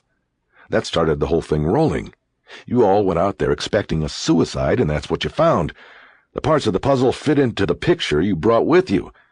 Everybody around here knew what the Lofton case was doing to him. You see what I'm saying? You were all predisposed to believe it. You even got me believing it on the ride out to Boulder that night." "That's bullshit, Jack. And I don't have the time. There's no proof of what you're saying, and I don't have time for theories from somebody who can't face the facts." I was silent a moment, letting him cool down. "Then where's the car, Wex? If you're so sure, show me the car. I know how I can prove it to you." Wexler paused himself. I guessed he was contemplating whether he should get involved. If he showed me the car, he was admitting that I had at least put a small doubt in his own mind. "It's still in the yard," he finally said. "I see it every goddamn day when I come in." "Is it still in the same condition as the day it was found?" Yeah, it's still the same. It's sealed. Every day I come in, I get to see his blood all over the window." "Let's go look at it, Wex. I think there's a way to convince you, one way or the other." The snow flurries had made it over from Boulder. In the police yard, Wexler got the key from the fleet manager. He also checked an inventory list to see if anyone had taken the keys or been inside the car other than the investigators. No one had. The car would be in the same condition as it was when it was towed in. "They've been waiting for a requisition from the chief's office to clean it up. They have to send it out. You know, there are companies that specialize in cleaning houses and cars and stuff after somebody's been killed in them. Some fucking job." I think Wexler was talking so much because he was nervous now. We approached the car and stood there looking at it. The snow was swirling around us in a current. The blood sprayed on the inside back window had dried to a dark brown. "It's going to stink when we open it," Wexler said. "Christ, I can't believe I'm doing this. This is going no further until you tell me what is going on." I nodded. "Okay. There are two things I want to look at. I want to see if the heat switch is on high and if the security lock on the rear doors is on or off." "What for?" "The windows were fogged, and it was cold, but it wasn't that cold. I saw in the pictures that Shawn was dressed warmly. He had his jacket on. He wouldn't need the heat on high. How else do windows get fogged when you're parked with the engine off?" I don't know. Think about surveillances, Wex. What causes fogging? My brother once told me about the stakeout you two blew 'cause the windows fogged up and you missed the guy coming out of his house. Talking. It was the week after the Super Bowl, and we were talking about the fucking Broncos losing again, and the hot air fogged everything up. Yeah. And last I knew, my brother didn't talk to himself. So if the heat is on low and the windows are fogged enough to write on them, I think it means there was someone with him. They were talking. That's a long shot that doesn't prove anything either way. What about the lock? I gave him the theory. Somebody is with Shawn. Somehow he gets Shawn's gun. Maybe he comes with his own gun and disarms Shawn. He also tells him to hand over his gloves. Shawn does. The guy puts the gloves on and then kills Shawn with his own gun. He then jumps over the seat into the back, where he hides down on the floor. He waits until Pena comes and goes. Then he leans back over the seat, writes the note on the windshield, and puts the gloves back on Shawn's hands. Now you've got the GSR on Shawn. Then the doer gets out the back door, locks it, and splits into the cover of the trees. No footprints, 'cause the lot's been plowed and salted. He's gone by the time Pena comes back out to watch the car like he's told to do by his supervisor. Wexler was silent a long time while catching up. "Okay. It's a theory," he finally said. "Now prove it." "You know my brother. You worked with him. What was the routine with the security lock? Always keep it on, right? That way no mistakes with prisoners, no slip-ups.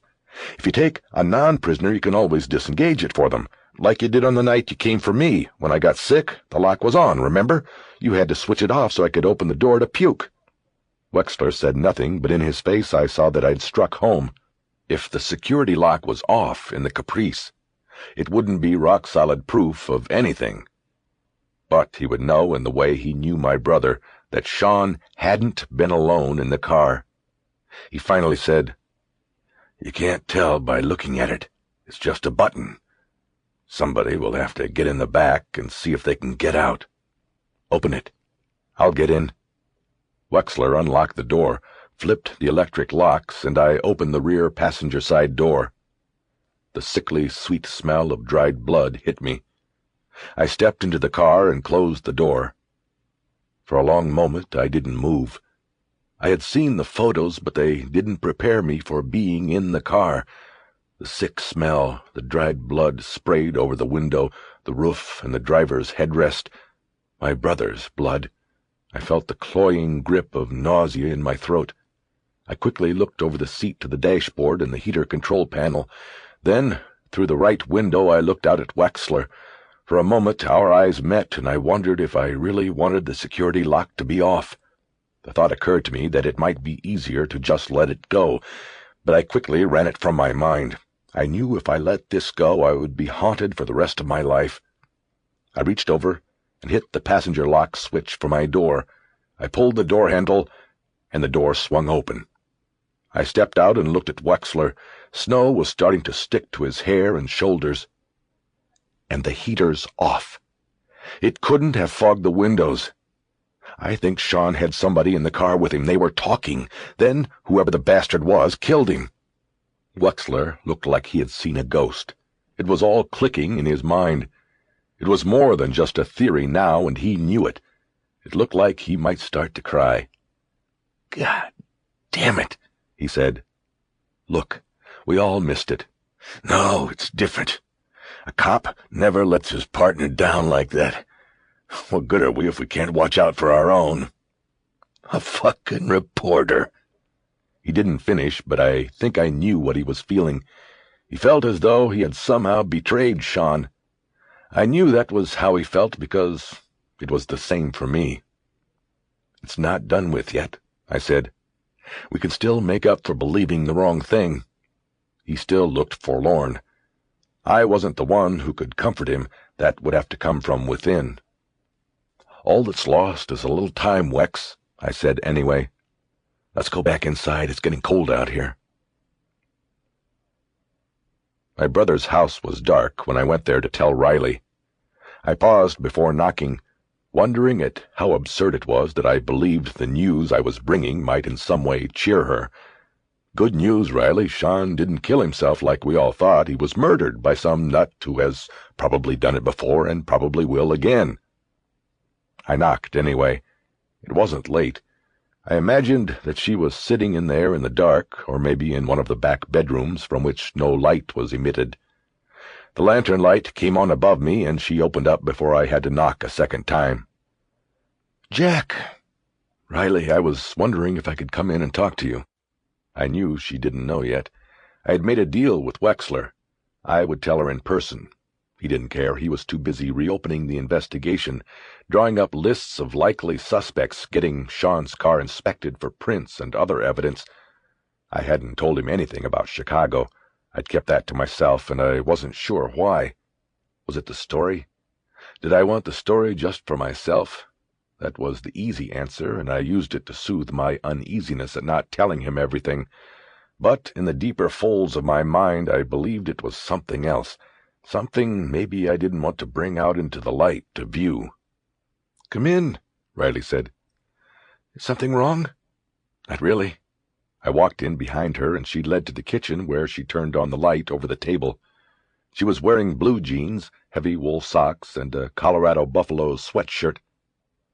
"There's just been some new developments about Shawn, and I wanted to tell you, instead of on the phone." We both took chairs at the table. The circles under her eyes hadn't disappeared, and she had done nothing with makeup to hide them. I felt her gloom descending on me, and I looked away from her face. I thought I had escaped, but it was impossible here. Her pain invaded every space in the house and was contagious. "Were you asleep?" "No, I was reading. What is it, Jack?" I told her. But unlike Wexler, I told her everything. About Chicago, about the poems, about what I wanted to do now. She nodded occasionally during the story, but showed nothing else. No tears, no questions. All of that would come when I was done. "So that's the story," I said. "I came to tell you. I'm going to Chicago as soon as I can." After a long silence, she spoke. "It's funny. I feel so guilty." I could see tears in her eyes, but they didn't fall. She probably didn't have enough left for that. "Guilty about what?" "All of this time, I've been so angry at him, for what he'd done, like he had done it to me, not himself. I started hating him, hating his memory. Now this. We were all like that. It was the only way to live with it." "Have you told Millie and Tom?" "My parents. She never felt comfortable addressing them any other way." "Not yet. I will, though."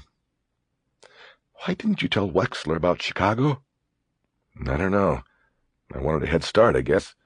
They'll find out about it tomorrow." "Jack, if what you're saying is true, they should know everything. I don't want whoever did this to get away, just so you can pursue a story." "Look, Riley," I said, trying to keep calm. "Whoever did this had already gotten away until I came along. I just want to get to the cops in Chicago before him, one day." We were silent a moment before I spoke again. "And make no mistake, I want the story, that's true.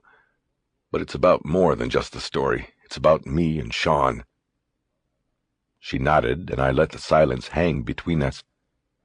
I didn't know how to explain to her my motives.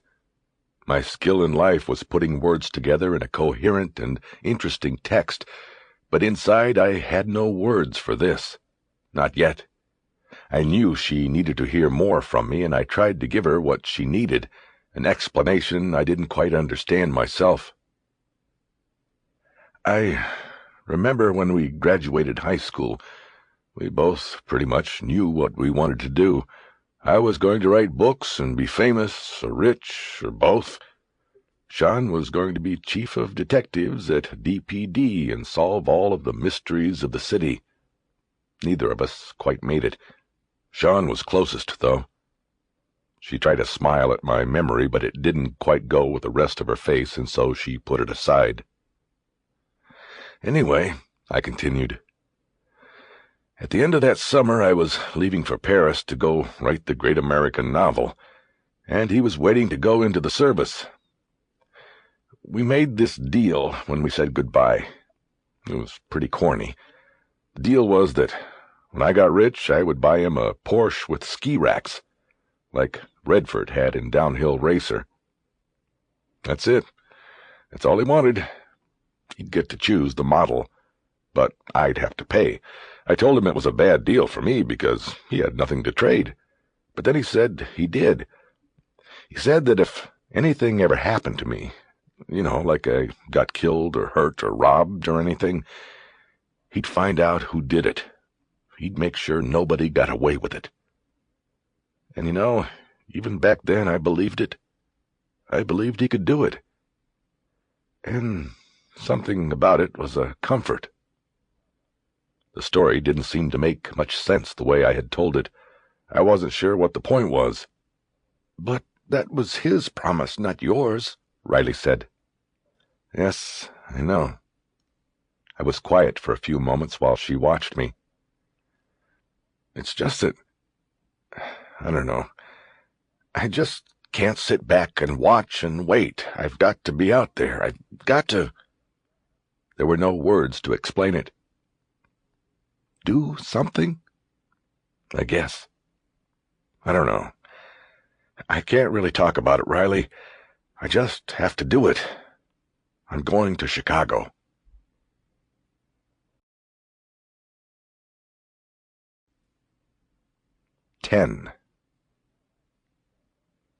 Gladen and 5 other men were ushered into a glass-enclosed seating area in the corner of the huge courtroom. There was a foot-wide slot that ran the length of the glass enclosure at face height, through which the arraignment proceedings in the courtroom could be heard and the defendants could answer questions from their attorneys or the judge. Gladen was disheveled from a night of no sleep. He had been in a single cell, but the noise of the jail kept him awake and reminded him too much of Rayford. He looked around the courtroom and didn't see anyone he recognized. This included the cops, Delpy and Sweetser. He also didn't see any television or still cameras. He took this as a sign that his true identity had not yet been discovered. He was encouraged by this. A man with curly red hair and thick glasses made his way around the attorney's table to the glass booth. He was short and had to raise his chin as if standing in tall water for his mouth to reach the slot in the glass. "Mr. Brisbane?" he asked, looking expectantly at the men who had just been ushered in. Gladen walked over and looked down through the opening. "Krasner?" "Yes, how are you?" He beached his hand up and through the slot. Gladen shook it reluctantly.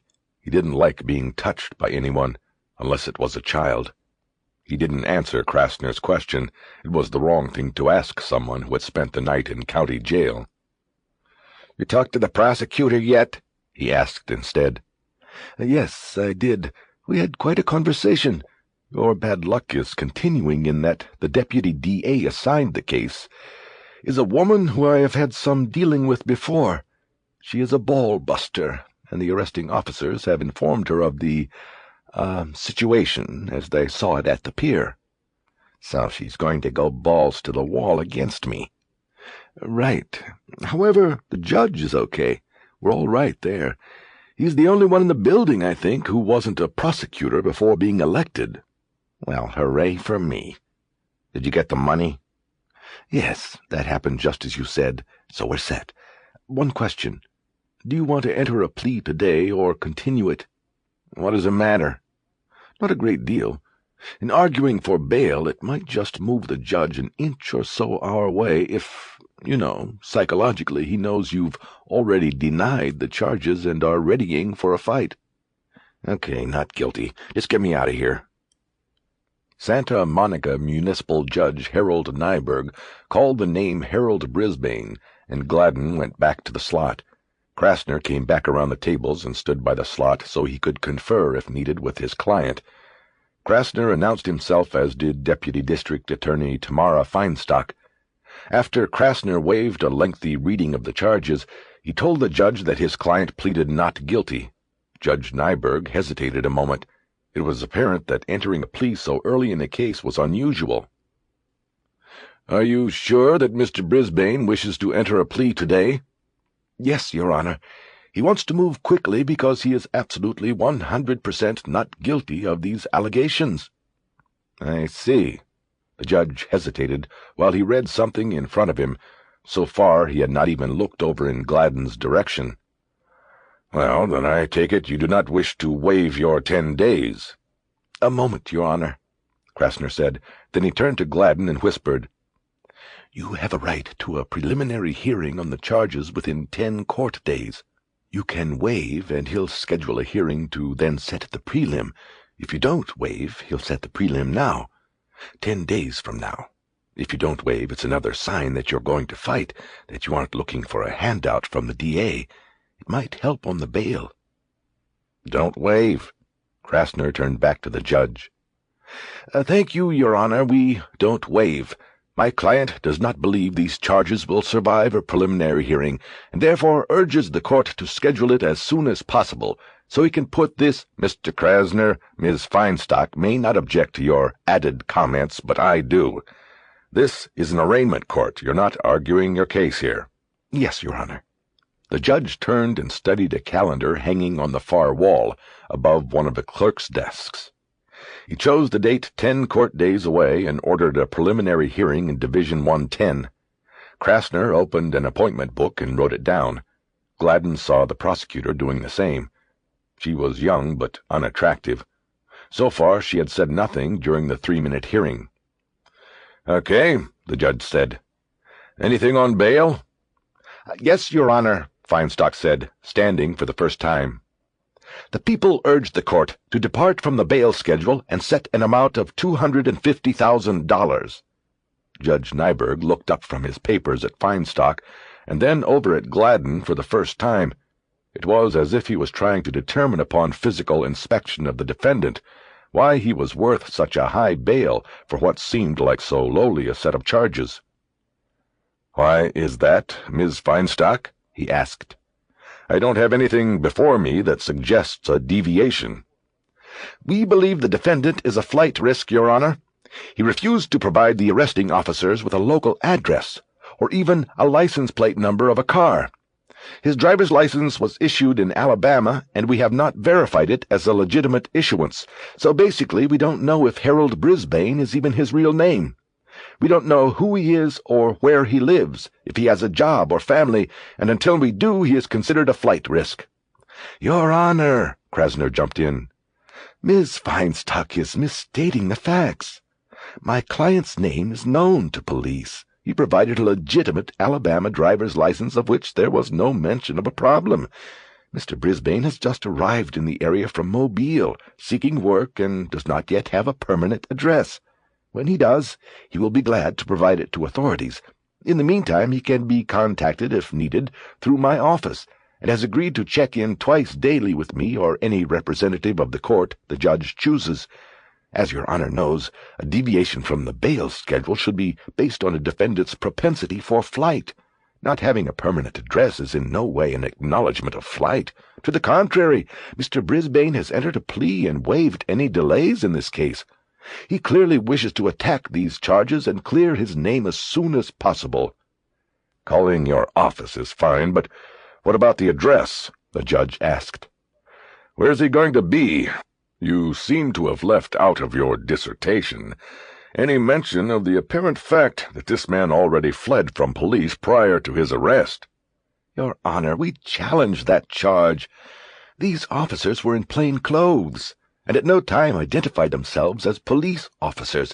My client was carrying a rather expensive piece of camera equipment, with which, by the way, he earns his living, and feared he was about to become the victim of a robbery. That is why he ran from these people." "That's all very interesting," the judge said. "What about an address?" "Mr. Brisbane has a room at the Holiday Inn on Pico Boulevard. From there he is endeavoring to find work. He is a freelance photographer and graphic arts designer and is confident of his prospects. He isn't going anywhere. As I said before, he is going to fight these—" "Yes, Mr. Krasner, as you said before. What kind of bail are you looking for here?" "Well, sir, $250,000 for a charge of throwing a trash can into the ocean is utterly incomprehensible. I think a modest bail of $5,000 to $10,000 is more in line with the charges. My client has limited funds. If he uses them all to make bail, he will not have the money on which to live or pay counsel." "You left out the evading and vandalism."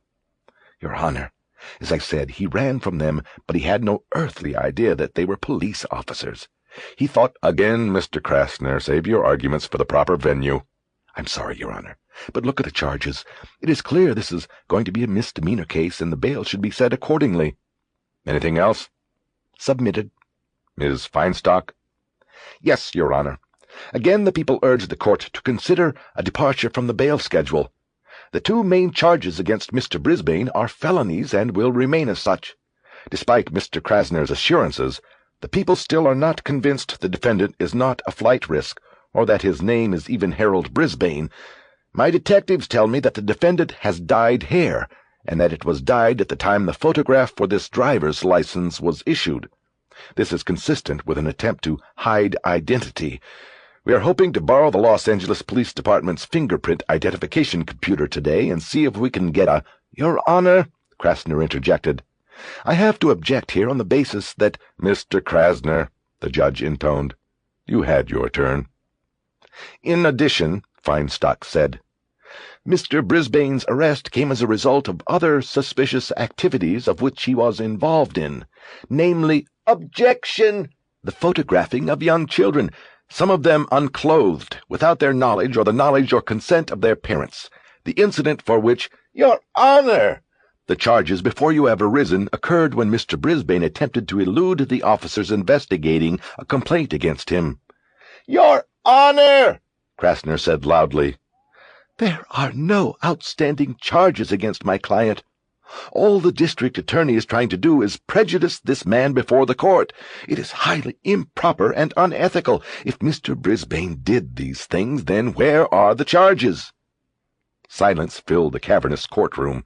Krasner's outburst had even served to make the other attorneys whispering to their clients hold their tongues. The gaze of the judge slowly moved from Feinstock to Krasner to Gladen, before he finally looked back at the prosecutor and continued. "Ms. Feinstock, are there currently any other charges against this man being considered by your office at this time? And I mean right at this time."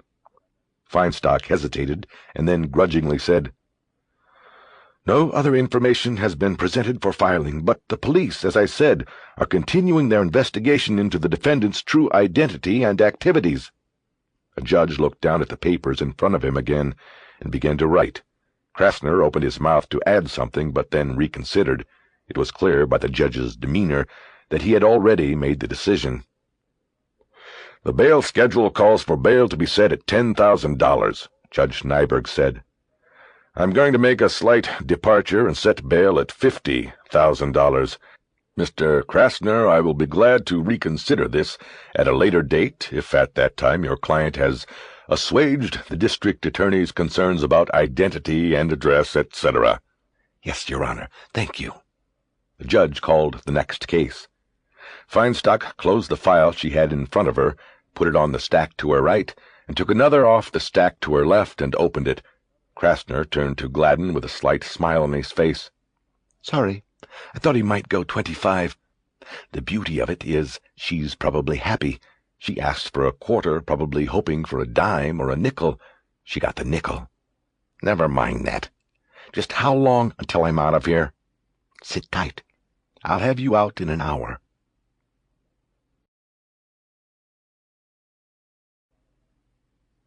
"11. The edge of Lake Michigan was frozen. The ice left jagged and treacherous and beautiful after a storm. The upper floors of the Sears Tower were gone, swallowed whole by the grayish-white shroud that hung over the city. I saw all of this while coming in on the Dan Ryan Expressway. It was late morning, and I guessed it would be snowing again before day's end. I thought it had been cold in Denver until I landed at Midway. It had been 3 years since I had been back to Chicago, and despite the cold, I missed the place. I had gone to J School at Medill in the early '80s and learned to truly love the city. After, I had hoped to stay and get on with one of the local papers, but the Tribune and Sun-Times both took passes, the interview editors telling me to go out and get some experience and then come back with my clips. It was a bitter disappointment. Not the rejection as much as having to leave the city. Of course, I could have stayed on at the City News Service, where I worked during school, but that wasn't the kind of experience those editors were looking for, and I didn't like the idea of working for a wire service that paid you like you were a student needing clips more than money. So I went home and got the job at the Rocky. A lot of years went by. At first I went to Chicago at least twice a year to see friends and visit favorite bars, but that tapered off over the years. The last time was 3 years ago. My friend Larry Bernard had just landed at the Tribune after going out and getting the same experience they told me to get. I went up to see him, and I hadn't been back since. I guess I had the clips now for a paper like the Tribune, but I had never gotten around to sending them to Chicago. The cab dropped me at the Hyatt across the river from the Tribune. I couldn't check in until 3, so I left my bag with the bellman and went to the payphones. After fumbling with the phone book, I called the number for CPD's Area 3 detectives and asked for Detective Lawrence Washington. When he answered, I hung up. I just wanted to locate him, make sure he was there. My experience with cops as a reporter has always been not to make appointments. If you did, all you were doing was giving them a specific place to avoid and the exact time to avoid it. Most didn't like talking to reporters. The majority didn't like even being seen with reporters, and the few that did, you had to be cautious of. So you had to sneak up on them. It was a game. I checked my watch after hanging up, almost noon. I had 20 hours left. My flight to Dulles left at 8 the next morning. Outside the hotel, I grabbed a cab and told the driver to turn up the heat and take me to Belmont and Western by way of Lincoln Park. On the way, I'd take in the spot where the Smathers boy had been found. It had been a year to the day since his body had been discovered. My thought was that the spot, if I could find it, would look almost exactly as on that day. I opened my satchel, booted the computer, and pulled up the Tribune clips I'd downloaded the night before in the Rockies library. I scrolled through the stories on the Smathers case until I found the paragraph describing the discovery of the body by a zoo docent cutting through the park on the way from his girlfriend's apartment. The boy had been found in a snow-covered clearing where the Italian-American League's bocce tournaments were held in the summer. The story said the clearing off of Clark near Wisconsin was within sight of the Red Barn, which was the city's children's zoo. Traffic was light, and we were in the park within 10 minutes.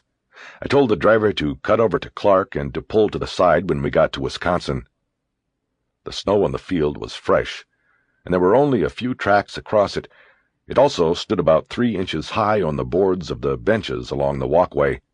This area of the park seemed completely deserted. I got out of the cab and walked into the clearing, not expecting anything, but in a way expecting something. I didn't know exactly what. Maybe just a feeling.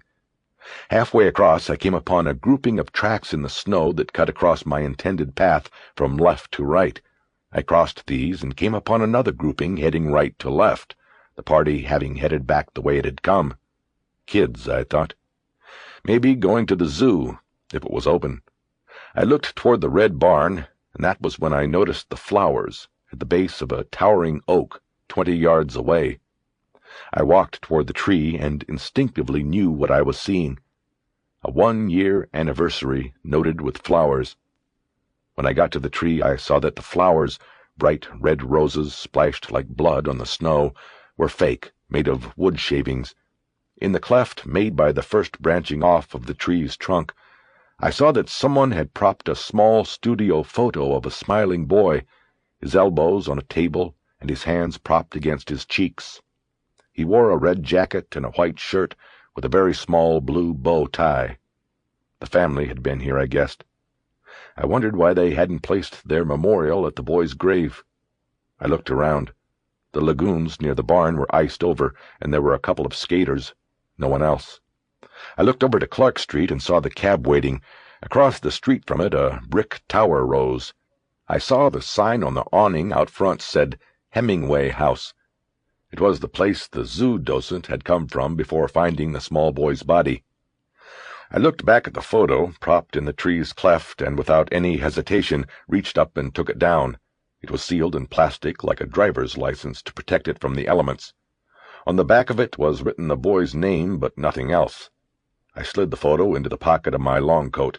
I knew that someday I might need it to run with the story. The cab felt as welcome and warm to me as a living room with a fireplace. I began scrolling through the Tribune stories while we drove on to Area 3. The major facts of the case were as horrifying as those in the Teresa Lofton killing. The boy had been lured from a fenced recreation center at a Division Street elementary school.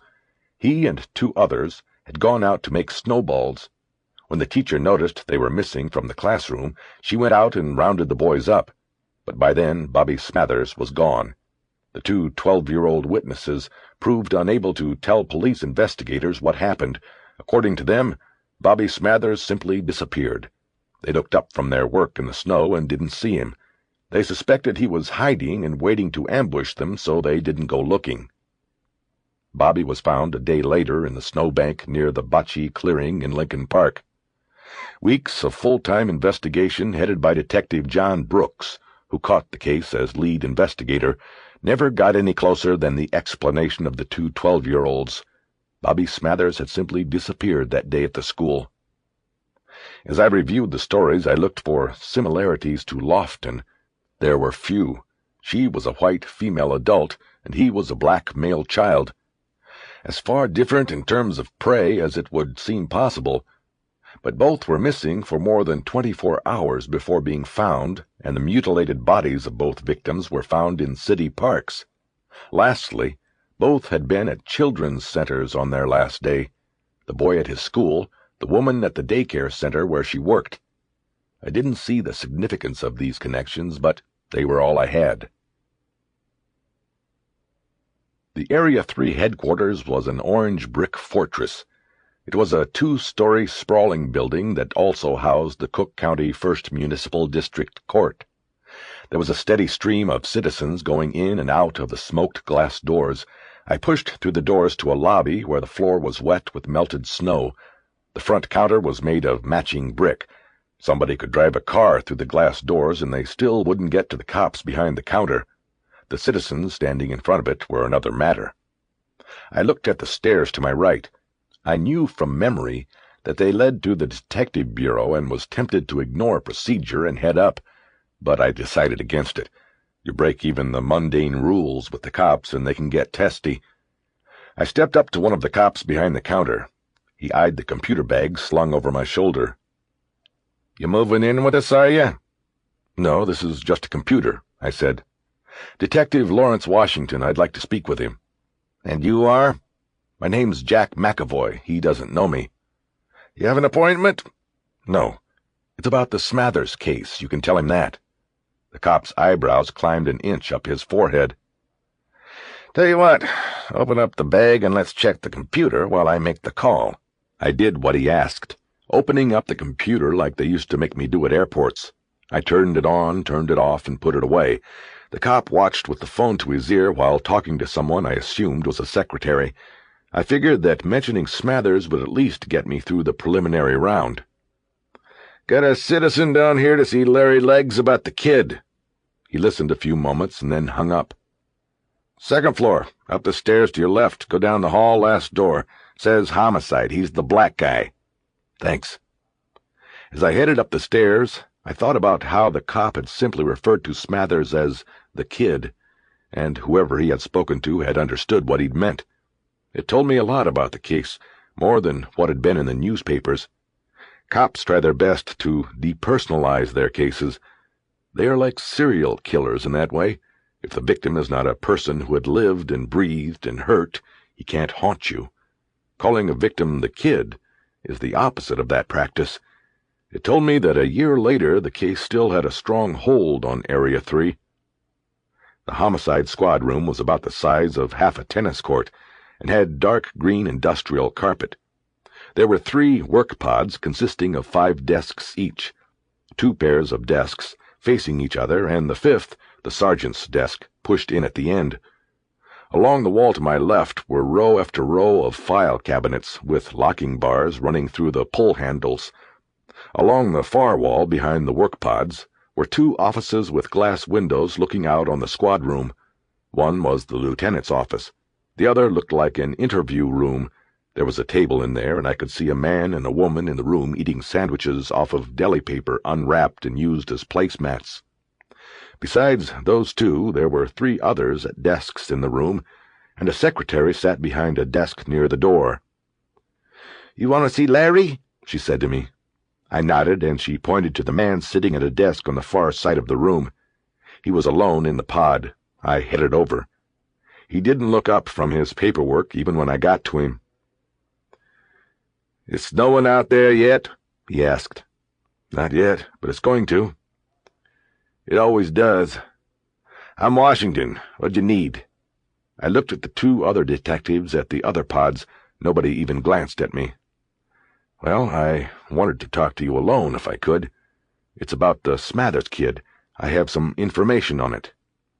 I could tell without looking at them that this made the others look over at me. Washington, too, finally put down his pen and looked up at me.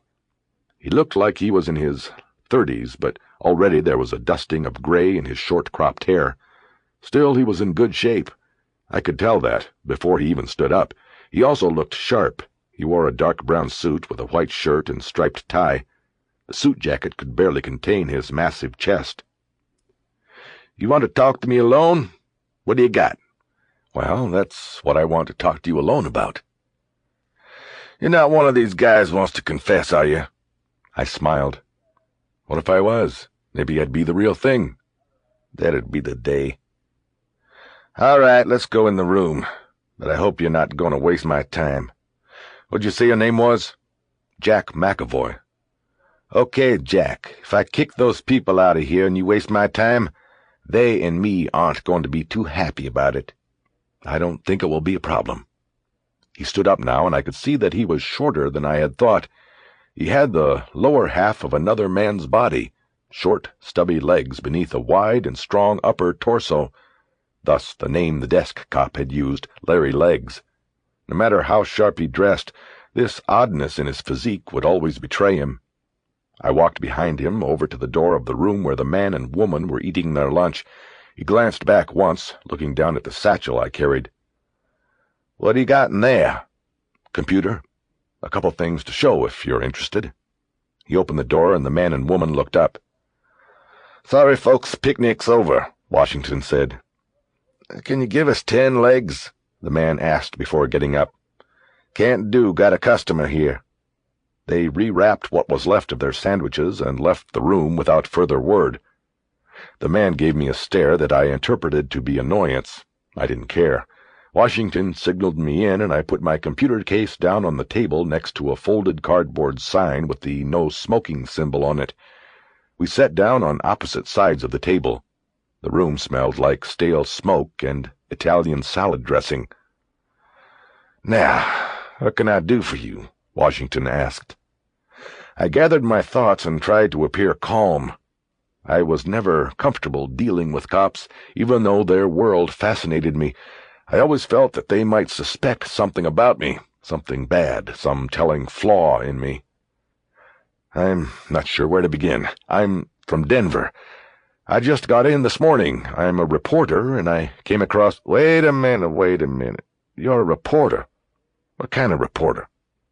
I could see a slight pulse of anger beneath the dark skin of his upper left jaw. I was prepared for this. "Newspaper reporter. I work for the Rocky Mountain News. Just hear me out, and then if you want to throw me out, that's fine, but I don't think you will." "Look, man, I've heard about every pitch in the world from guys like you. I don't have the time. What if Dan Brooks was murdered? I watched his face for any sign that he might already believe this. There was nothing. He gave nothing away. Your partner, I said.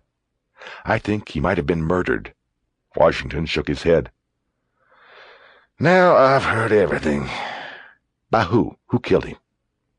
By the same person who killed my brother. I stalled a moment and looked at him until I had his full attention. He was a homicide cop. He worked in Denver. He was killed about a month ago. They thought at first it was a suicide, too. I started looking into it, and I ended up here. I'm a reporter, but this isn't really about that. It's about my brother, and it's about your partner. Washington creased his brow into a dark V and just stared at me for a long moment. I waited him out. He was at the cliff. He either went over with me or he threw me out. He broke the stairway and leaned back. Out of his inside coat pocket he took a pack of cigarettes and lit one. He pulled a steel trash can over from the corner so he could use it for ashes. I wondered how many times he had heard people tell him that smoking would stunt his growth. He cocked his head when he exhaled so that the blue smoke went up and hovered against the ceiling. He leaned forward across the table. I don't know if you're some nut or not. Let me see your ID. We were going over the cliff. I took out my wallet and gave him my driver's license, press card, and DPD police pass. He eyed them all closely, but I knew he had already decided to listen to the story. There was something about Brooks's death that made Washington want to listen to a story from a reporter he didn't even know. Okay, he said as he handed the IDs back. So you're legit. It still doesn't mean I have to believe a word you say. No, but I think you believe it already. Look, you going to tell your story or not? Don't you think if there was something not right that I'd be on the fucking thing like... What do you know about it anyway? Not much. Just what was in the papers. Washington stubbed the cigarette out on the side of the trash can and then dropped the butt in. Hey, Jack, tell your story. Otherwise, do me a big favor and just get the fuck out of here. I didn't need my notes.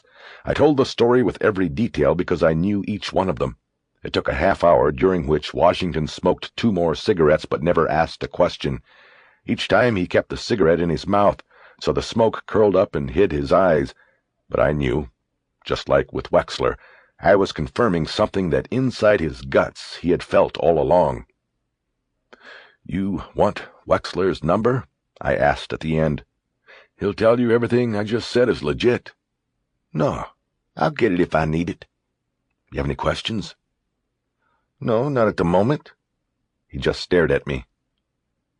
Then what's next? I'm going to check this out. Where you going to be? The Hyatt, down by the river. Okay, I'll call you. Detective Washington, that's not good enough. How do you mean? I mean, I came here to get information, not just to give it and then go back to my room. I want to ask you about Brooks. Look, kid, we didn't have any kind of deal like that. You came here, you told a story. There was no, look, don't patronize me by calling me kid like I'm some kind of hick from the sticks. I've given you something, and I want something back. That's why I came. I don't have anything for you now, Jack. That's bullshit. You can sit there and lie, Larry Legs, but I know you've got something. I need it. What? To make a big story that'll bring the rest of the jackals like you out? I was the one who leaned forward this time. I told you, this isn't about a story. I leaned back and we both looked at each other. I wanted a cigarette, but didn't have any, and I didn't want to ask him for one. The silence was punctuated when one of the detectives I had seen in the homicide room opened the door and looked in. Everything okay? He asked. Get the fuck out of here, Bledsoe, Washington said. After the door was closed, he said, Nosy prick. You know what they're thinking, don't you? They're thinking maybe you're in here copping to doing the kid. It's the year anniversary, you know. Weird things happen. Wait till they hear this story. I thought of the photo of the boy in my pocket. I went by there on the way over, I said. There's flowers. They're always there, Washington said. The family goes by there all the time. I nodded, and for the first time felt guilty about taking the photo. I didn't say anything. I just waited for Washington. He seemed to ease up some. His face became softer, relaxed. Look, Jack, I gotta do some checking and some thinking. If I tell you I'll call you, I'm gonna call you. Go back to the hotel, get a massage, whatever. I'll call you one way or the other in a couple hours. I nodded reluctantly, and he stood up. He held his arm across the table, his right hand out. I shook it. Pretty good work. For a reporter, I mean. I picked up my computer and left. The squad room was more crowded now, and a lot of them watched me go. I guess I had been in there long enough for them to know I wasn't a crackpot. Outside it was colder, and the snow was beginning to come down hard. It took me 15 minutes to flag down a cab. On the ride back, I asked the driver to swing by Wisconsin and Clark, and I jumped out and ran across the snow to the tree. I put the photo of Bobby Smathers back where I'd found it.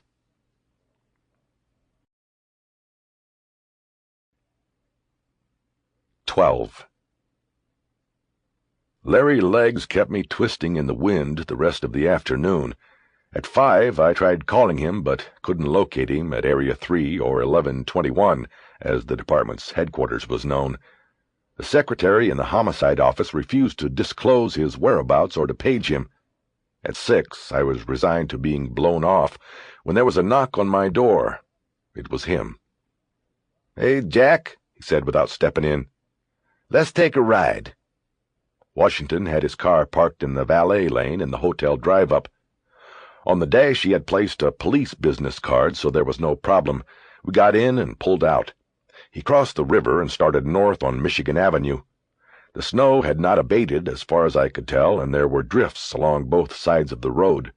Many of the cars on the road had a 3-inch frosting on their horizontal surfaces. I could see my breath in Washington's car, and the heater was on high. "Guess you got a lot of snow where you come from, Jack." "Yeah." He was just making conversation. I was anxious to see what he really had to say, but thought it better to wait, to let him tell me at his speed. I could always pull the reporter act and ask questions later. He turned west on Division and headed away from the lake. The sparkle of the Miracle Mile and the Gold Coast soon disappeared, and the buildings began to get a little more seedy and in need of repair and upkeep. I thought maybe we were heading toward the school where Bobby Smathers had disappeared from, but Washington didn't say. It was completely dark now. We went under the L and soon passed a school. Washington pointed at it. "That's where the kid went. There's the yard. Just like that, he was gone." He snapped his fingers. "I staked it all day yesterday. You know, a year since the disappearance, just in case something happened or the guy, the doer, came back by." "Anything?" Washington shook his head and dropped into a brooding silence. But we didn't stop. If Washington wanted me to see the school, the view had been quick. We kept heading west and eventually came upon a series of brick towers that somehow looked abandoned in some way. I knew what they were. The projects. They were dimly lit monoliths against the blue-black sky. They had assuredly taken on the appearance of those that were housed within. They were cold and despairing, the have-nots of the city's skyline. "What are we doing?" I asked. "You know what this place is?" "Yeah, I went to school here. I mean, in Chicago. Everybody knows Cabrini Green. What about it?" "I grew up here. So did Jumpin' John Brooks." Immediately I thought of the odds. First of just surviving in such a place, next of surviving and then becoming a cop. Vertical ghettos, each one of 'em. Me and John used to say it was the only time when you had to take the elevator up when you were going to hell. I just nodded. This was out of my realm completely.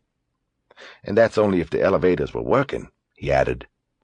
I realized that I never considered that Brooks might be a black man. There was no photo in the computer printouts and no reason to mention race in the stories. I had just assumed he was white, and it was an assumption I would have to analyze later. At the moment, I was trying to figure out what Washington was trying to tell me by taking me here. Washington pulled into a lot next to one of the buildings. There were a couple of dumpsters coated with decades of graffiti slogans. There was a rusted basketball backboard, but the rim was long gone. He put the car in park, but left it running. I didn't know if that was to keep the heat flowing or to allow us a quick getaway if needed. I saw a small group of teenagers in long coats, their faces as dark as the sky, scurry from the building closest to us, then cross a frozen courtyard and hustle into one of the other buildings. "At this point, you're wondering what the hell you're doing here," Washington said then. "That's okay. I understand. A white boy like you."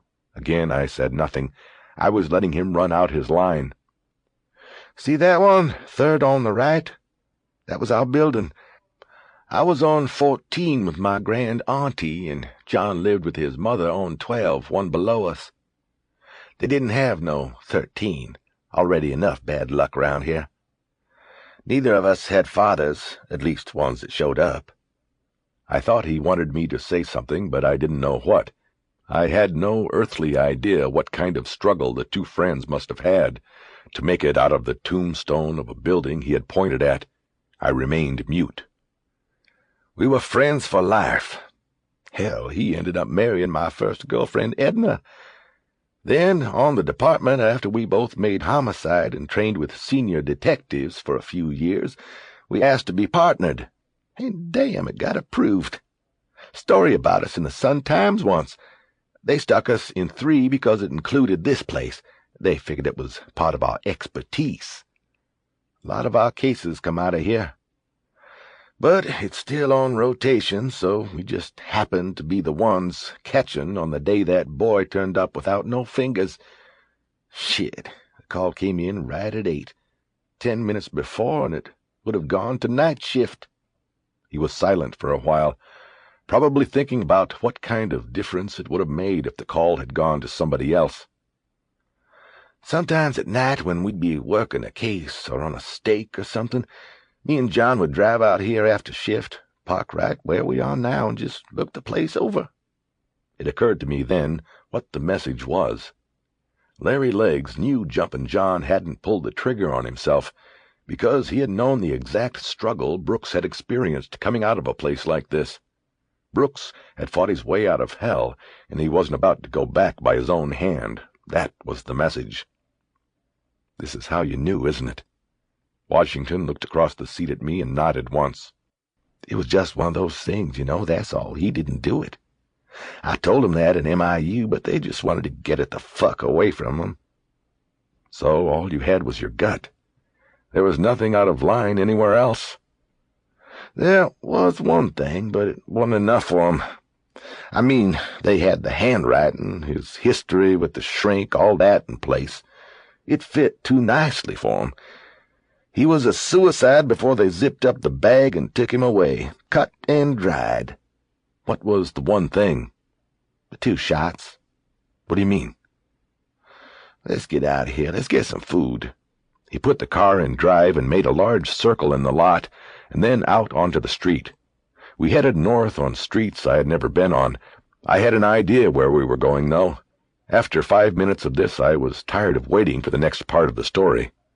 "What about the 2 shots?" "He fired 2 shots, right?" "Did he? It wasn't in the papers." "They never put out all the details on anything, but I was there at the house. Edna called me after she found him. I got there ahead of MIU. There was 1 shot in the floor and 1 shot in the mouth. The official explanation was that the first shot was supposed to be him seeing if he could do it or something, like a practice, getting the courage up. Then the second time was when he went ahead and did it. It didn't make sense, not to me." "Why not? What did you think the 2 shots were for?" "I think the first one went in the mouth. The second one was for gunshot residue. The perp wrapped John's hand around the gun and fired it into the floor. John's hand gets GSR on it. The case goes suicide, end of story." "But nobody agreed with you." "Not until today. Not until you turn up with this Edgar Allan Poe thing. I went to major investigations to tell them what you got. I reminded them of the problems with the suicide, my problems. They're going to reopen it and take another look. Tomorrow a.m. we've got a startup meeting over at 1121. The MIU chief is going to get me detached and put on a squad." "That's great." I watched out the window and was silent for a while. I was excited. Things were falling into place. I now had the presumed self-inflicted deaths of 2 cops in 2 different cities being reinvestigated as possible murders, and possibly connected. That was a story, a damn good one. And it was something I could use as a wedge in Washington to get into the Foundation records and even the FBI. That is, if I got there first. If Chicago or Denver went to the Bureau first, I'd likely be squeezed out because they wouldn't need me anymore. "Why?" I said out loud. "Why what?" "Why is somebody doing this? What exactly are they doing?" Washington didn't answer. He just drove through the cold night. We had dinner in a booth in the back of the Slammer, a cop bar near Area 3. Both of us ordered the special, roast turkey and gravy, great cold weather food. As we ate, Washington gave me a rundown on the MIU plan. He told me everything was off the record and that if I wanted to write anything, I had to get it from the lieutenant, who would eventually head up the squad. I had no problem with that. The squad was going to exist because of me. The lieutenant would have to talk to me. Washington kept both elbows on the table while he ate. It looked like he was guarding his food. He spoke with his mouth full at times, but that was because he was excited. So was I. I was also wary of protecting my place in the investigation, in the story. "We'll start off with Denver," Washington said. "We'll work together, get our ducks lined up, and then see what happens. Hey, did you talk to Wexler? He was mad at you, boy." "How come?" "Why, you think you didn't tell him about Poe, Brooks, Chicago? I think you lost a source there, Jack." "Maybe. They got anything new there?" "Yeah, the ranger." "What about him?" "They did the hypnosis thing. Took him back to that day. He said your brother was wearing only one glove when he looked in the window of the car for the gun. Then that glove with the GSR somehow gets back on the hand. Wexler said they've got no doubts about it now." I nodded more to myself than to Washington. "You and Denver, you'll have to go to the FBI, won't you? You're talking about crimes connected across state lines." "We'll see. You gotta remember the locals here never get much excited about working with the G. We go to 'em when we get big-footed, every time right up the ass. But you're right, it's probably the only way. If this is what I think it is and what you think it is, the Bureau will eventually have to run the show." I didn't tell Washington I was going to the FBI myself. I knew I had to get there first. I pushed my plate aside, looked at Washington, and shook my head. This story was incredible. "What's your feeling on this? What are we talking about?" "Only a few possibilities," Washington said. "One, we're talking about one guy, somebody out there killing people, then doubling back and taking out the lead cop working the case." I nodded. I was with him. "Second, the first killings are unrelated, and our doer just comes into town, waits for a case he likes or sees on the TV, and goes after the cop who heads up the investigation." "Yeah." "And third is we have 2 killers. In both cities, one does the first killing, and the second comes in and does the second, takes out the cop. Of the 3, I don't like this one. Too many questions. Do they know each other? Are they working together? It gets pretty far out there." "They would have to know each other. How else would the second guy know where the first one has been?" "Exactly. So we are concentrating on possibilities 1 and 2. We haven't decided whether Denver's coming here, and we'll send some people there, but we've got to look at the boy and the college kid. Look for any connection, and if we find one, we go from there." I nodded. I was thinking of the first possibility, one person, one killer doing all of this. "If it is just one guy, who is the real target?" I asked, more to myself than Washington. "Is it the first victim or the cop?" Washington put the V back in his brow. "Maybe," I said. "We've got somebody who wants to kill cops. That's his objective, okay? So he uses the first killing, Smathers, Lofton, to draw out his prey, the cop." I looked around the table. Saying it out loud, though I had been thinking it since I was on the plane, sent a chill through me. "Spooky, huh?" Washington asked. "Yeah, real spooky." "And you know why? Because if this is the case, there's got to be others. Every time a cop supposedly kills himself, the investigation is quick and quiet. No department wants that kind of story, so they go through the motions quick and then that's it. So there's got to be more of them out there. If the first possibility is the correct one, then this guy didn't begin with Brooks and end with your brother. There's more. I'd bet on it." He pushed his plate away. He was finished. A half-hour later, he dropped me at the front of the Hyatt. The wind off the lake was chilling. I didn't want to stand outside, but Washington said he wasn't coming up to the room. He gave me a business card. "I got my home and beeper on there. Call me." "I will." "Okay then, Jack." He put his hand out, and I took it. "Thanks, man." "For what?" "For making believers out of 'em. I owe you one for that. So does Jumpin' John."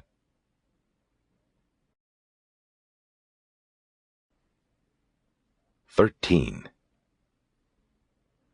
Gladen stared at the bright blue screen for several seconds before starting. It was an exercise he routinely followed to help clear his mind of the pressures and the hatred. But this time it was hard. He was full of rage. He shook it off and pulled the computer onto his lap. He cleared the screen and rolled the ball with his thumb until the arrow moved from window to window on the screen and stopped on the terminal icon. He clicked the Enter button and then chose the program he wanted. He clicked on Dial and then waited while listening to the harsh screech of the computer's uplink. It was like birth, he thought every time. The horrible screech of the newly born. After the connection was complete, the welcome template appeared on the screen. "Welcome to the PTL Club." After a few seconds, the screen moved up and there was a coded prompt for Gladen's first password. He entered the letters, waited while they were acknowledged, then entered the second password when he got the prompt. In a moment his entry was approved and the warning template appeared on the screen. Praise the Lord. Rules of the Road. 1. Never ever use a real name. 2. Never provide systems numbers to acquaintances. 3. Never agree to meet another user. 4. Be aware that other users may be foreign bodies. 5. SysOp reserves the right to delete any user. 6. Message boards may not be used for discussion of any illegal activities. This is forbidden. 7. PTL network is not responsible for content. 8. Press any key to continue. Gladen pressed Enter, and the computer informed him he had a private message waiting to be read. He lightly touched the appropriate keys, and the message from the system's operator filled the top half of the laptop screen. Thanks for the warning. Hope all is well and most sorry to hear of you in harm's way. All is well on this end. If you are reading this, then I assume you are out and about. Bravo. Good luck and stay in touch with yourself and others. Heh, heh. PTL. Gladen typed in an R and hit Enter, and a reply message template appeared on the screen. He typed out a message to the sender of the first message. Not to worry about me. All is taken care of. Yours truly is now out and about. PTL. That done, Gladen typed in commands so that he could move to the main bulletin board directory. Finally, the screen filled with the directory of message boards. Each board was listed with the number of active messages available to be read. 1. General Forum, 89. 2. B+9, 46. 3. B-9, 23. 4. G+9, 12. 5. G-9, 6. 6. All's Fair, 51. 7. Musings and Whinings, 76. 8. Legal Beagles, 24. 9. Services by City, 56. 10. Barter board, 91. He quickly typed in the necessary commands to move to the musings and whinings board. It was one of the most popular boards. He'd already read through most of the files and had contributed a few himself. They were all rants about how unfair life was to them, how maybe in a different time their tastes and instincts would be accepted as normal. It was more whining than musing, Gladen had always thought. He called up the file marked Eidolon and began reading it again. I think they will know about me soon. My time in the light of public fascination and fear is near. I am ready. Each one of my kind eventually assumes the mantle. Anonymity will be lost. I will be given a name, a designation not reflective of who I am nor of my many skills, but simply determined by its ability to fit nicely into a tabloid newspaper headline and stimulate the masses to thoughts of fear. We study what we fear. Fear sells newspapers and television shows. Soon it will be my turn to sell. I will be hunted soon, and I will be notorious. But they won't find me. Never. That's what they won't realize. That I have always been ready for them. I have decided it is time to tell my story. I want to tell it. I will input all that I have, all that I am. Through these windows you will see me live and die. My laptop Boswell makes no judgments, cringes not at a single word. Who better to hear my confession than Laptop Boswell? Who more accurate a biographer than Laptop Boswell? I will begin to tell you all now. Turn on your flashlights. I will live and die here in the dark. Man is sometimes extraordinarily, passionately in love with suffering. I didn't write that first, but I wish that I had. But it doesn't matter because I believe it. My suffering is my passion, my religion. It never leaves me. It guides me. It is me. I can see that now. I think what is meant by those words is that our pain is the pathway upon which we make our life's travels and choices. It paves the way, so to speak, for all that we do and become. Therefore, we embrace it, we study it, and, for all its harshness, we love it. We have no choice. I have a great feeling of clarity about this, of complete understanding. I can turn and look back on my path and see how the pain made all my choices. I look forward and can see where it will take me. I don't really walk along the path any more. It moves beneath me, carrying me like a great ribbon through time. It carried me here. My pain is the rock upon which I make my stand. I am the perpetrator, the Eidolon. True identity is pain, my pain. Until death do we part. Drive safely, dear friends. He read it again and felt deeply moved by it. It touched his true heart. He went back to the main menu and switched into the barter board to see if there were any new customers. There weren't. He typed the G command for goodbye. He then turned off the computer and folded it closed. Gladen wished the cops hadn't taken his camera. He couldn't risk going to claim it, and he could barely afford to buy another one with the money he had left. But he knew without a camera he could not fill the order, and there would be no more money. The anger building inside him felt like razors moving through his blood, cutting him from inside. He decided to wire more money out from Florida, then go shopping for another camera. He went to the window and looked out at the cars slowly moving along Sunset. It was an endless moving parking lot. All that smoking steel, he thought. All that flesh. Where was it going? He wondered how many of them in those cars were like himself. How many had the urges, and how many felt the razors? How many had the courage to follow through? Again the anger pushed through his thoughts. It was something palpable inside him now, a black flower, spreading its petals in his throat, choking him. He went to the phone and dialed the number Krasner had given him. Sweetser picked up after 4 rings. busy, Sweetser? Who's this? It's me. How are the kids? What? Who is this? His instincts told Gladen to hang up right then. Don't deal with their kind, but he was so curious. You have my camera, he said. There was a short moment of silence. Mr. Brisbane, and how are you? Fine, Detective, thank you. Yes, we have your camera, and you are entitled to have that back since you require it to make a living. Do you want to make an appointment to pick it up? Gladen closed his eyes and squeezed the phone until he thought he would crush it. They knew. If they didn't, they would have told him to forget the camera, but they knew something, and they wanted him to come in. The question was, how much did they know? Gladen wanted to scream, but a higher thought was to keep cool with Sweetser. No false moves, he told himself. I'll have to think about that. Well, it looks like a nice camera. I'm not sure how it works, but I wouldn't mind having it.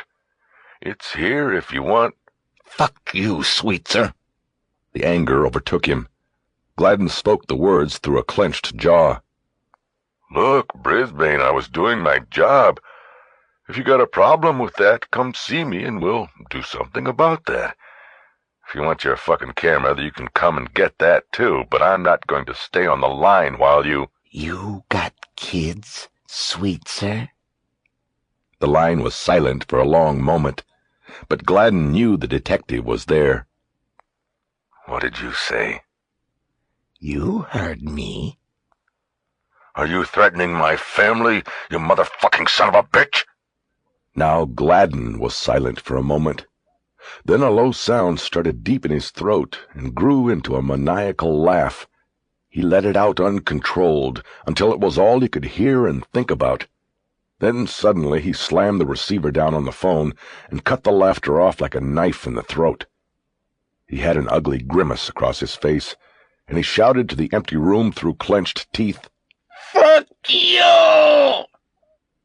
Gladen opened his laptop again and accessed the photo directory. The computer's screen was state-of-the-art for a laptop model, but the graphics chip still wasn't nearly the quality he'd have on a stationary PC. Still, the images were clear enough, and he was able to make do. He went through the file photo by photo. It was a macabre collection of the dead and the living. Somehow he was able to find solace in the photos, a sense that he had control over things in his life. Still, he was saddened by what he saw before him and what he had done, these little sacrifices, offered up so that he could salve his wounds. He knew how selfish it was, how grotesquely warped it was, and the fact that he turned these sacrifices into money tore away his comfort, turned it into the self-loathing and disgust that always came. Sweetser and the others were right. He deserved to be hunted. He rolled onto his back and looked at the water-stained ceiling. Tears filled his eyes. He closed them and tried to sleep, tried to forget. But his best pal was there in the darkness behind his eyelids. As always, he was there, his face set, a horrible slash for lips. Gladen opened his eyes and looked at the door. There had been a knock. He quickly sat up as he heard the metal scrape of a key going into the outside knob. He realized his mistake. Sweetser had had a trace on the line. They knew he would call. The door to the room swung open. A small black woman with a white uniform on stood in the doorway with 2 towels draped over her arm. Housekeeping, she said.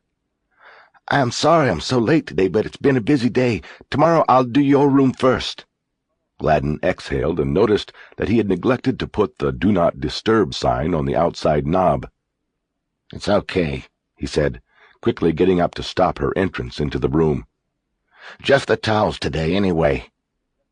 As he took the towels, he noticed embroidered on her uniform was the name Evangeline. She had a lovely face, and he immediately felt sorry that this was her job, cleaning up after others. Thank you, Evangeline. He noticed her eyes go past him into the room and fall down to the bed. It was still made. He hadn't pulled the covers down the night before. Then she looked back at him and nodded with what he guessed was a smile. "That be all you need?" "Yes, Evangeline. Have a nice day." Gladen closed the door and turned around. There on the bed was the open laptop computer. On the screen was one of the photographs. He moved to the bed and studied it without moving the computer. Then he moved back to the door, opened it, and stood under the frame where she had been. He looked at the computer. He could tell. The boy on the ground, and what else could that be against the perfect white canvas of snow but blood? He quickly went to the computer and hit the emergency kill button he had programmed himself. The door was still open. Gladen tried to think. Jesus, he thought, what a mistake. He walked to the door and stepped out. Evangeline was down the walkway, standing next to a housekeeping cart. She looked back at him, her face revealing nothing, but Gladen knew he had to be sure. He could not risk everything on reading this woman's face. "Evangeline," he said, "I've changed my mind. The room could probably use a going over. I need toilet paper and soap anyway." She put down the clipboard she had been writing on and stooped to get toilet paper and soap out of the cart. As Gladen watched, he put his hands in his pockets. He noticed she was chewing gum and clicking it, an insulting thing to do in front of someone else. It was like he was invisible. He was nothing. When Evangeline approached him with the items from the cart, he made no move to take his hands from his pocket. He took a step back to allow her to go into the room. After she stepped in, Gladen walked down to the cart and looked at the clipboard she had placed on top. After room 112 was the notation, "Just towels." Gladen looked around as he headed back to the room. The motel was a courtyard design, with 2 floors of about 24 rooms each. He saw another housekeeping cart on the upper floor across the way. It was parked in front of an open door, but there was no sign of the maid. The pool at the center of the courtyard was empty of guests. Too cold. He saw no one else anywhere. He stepped into the room and closed the door as Evangeline came out of the bathroom holding the bag from the trash can. "Sir, we have to keep the door open when we're working inside a room. Those are the rules." He blocked her way to the door. "Did you see the photograph?" "What?" "Sir, I have to open the—" "Did you see the photo on the computer? On the bed?" He pointed to the laptop and watched her eyes. She looked confused but didn't turn. "What photo?" She turned to look at the sagging bed and then back to him with a look of confusion and growing annoyance on her face. "I didn't take anything. You call Mr. Bars right now if you think I took something. I'm an honest lady. He can have one of the other girls search me. I don't got your photo. I don't even know what picture you mean." Gladen looked at her a moment and then smiled. "You know, Evangeline, I think maybe you are an honest lady. But I have to be sure. You understand?"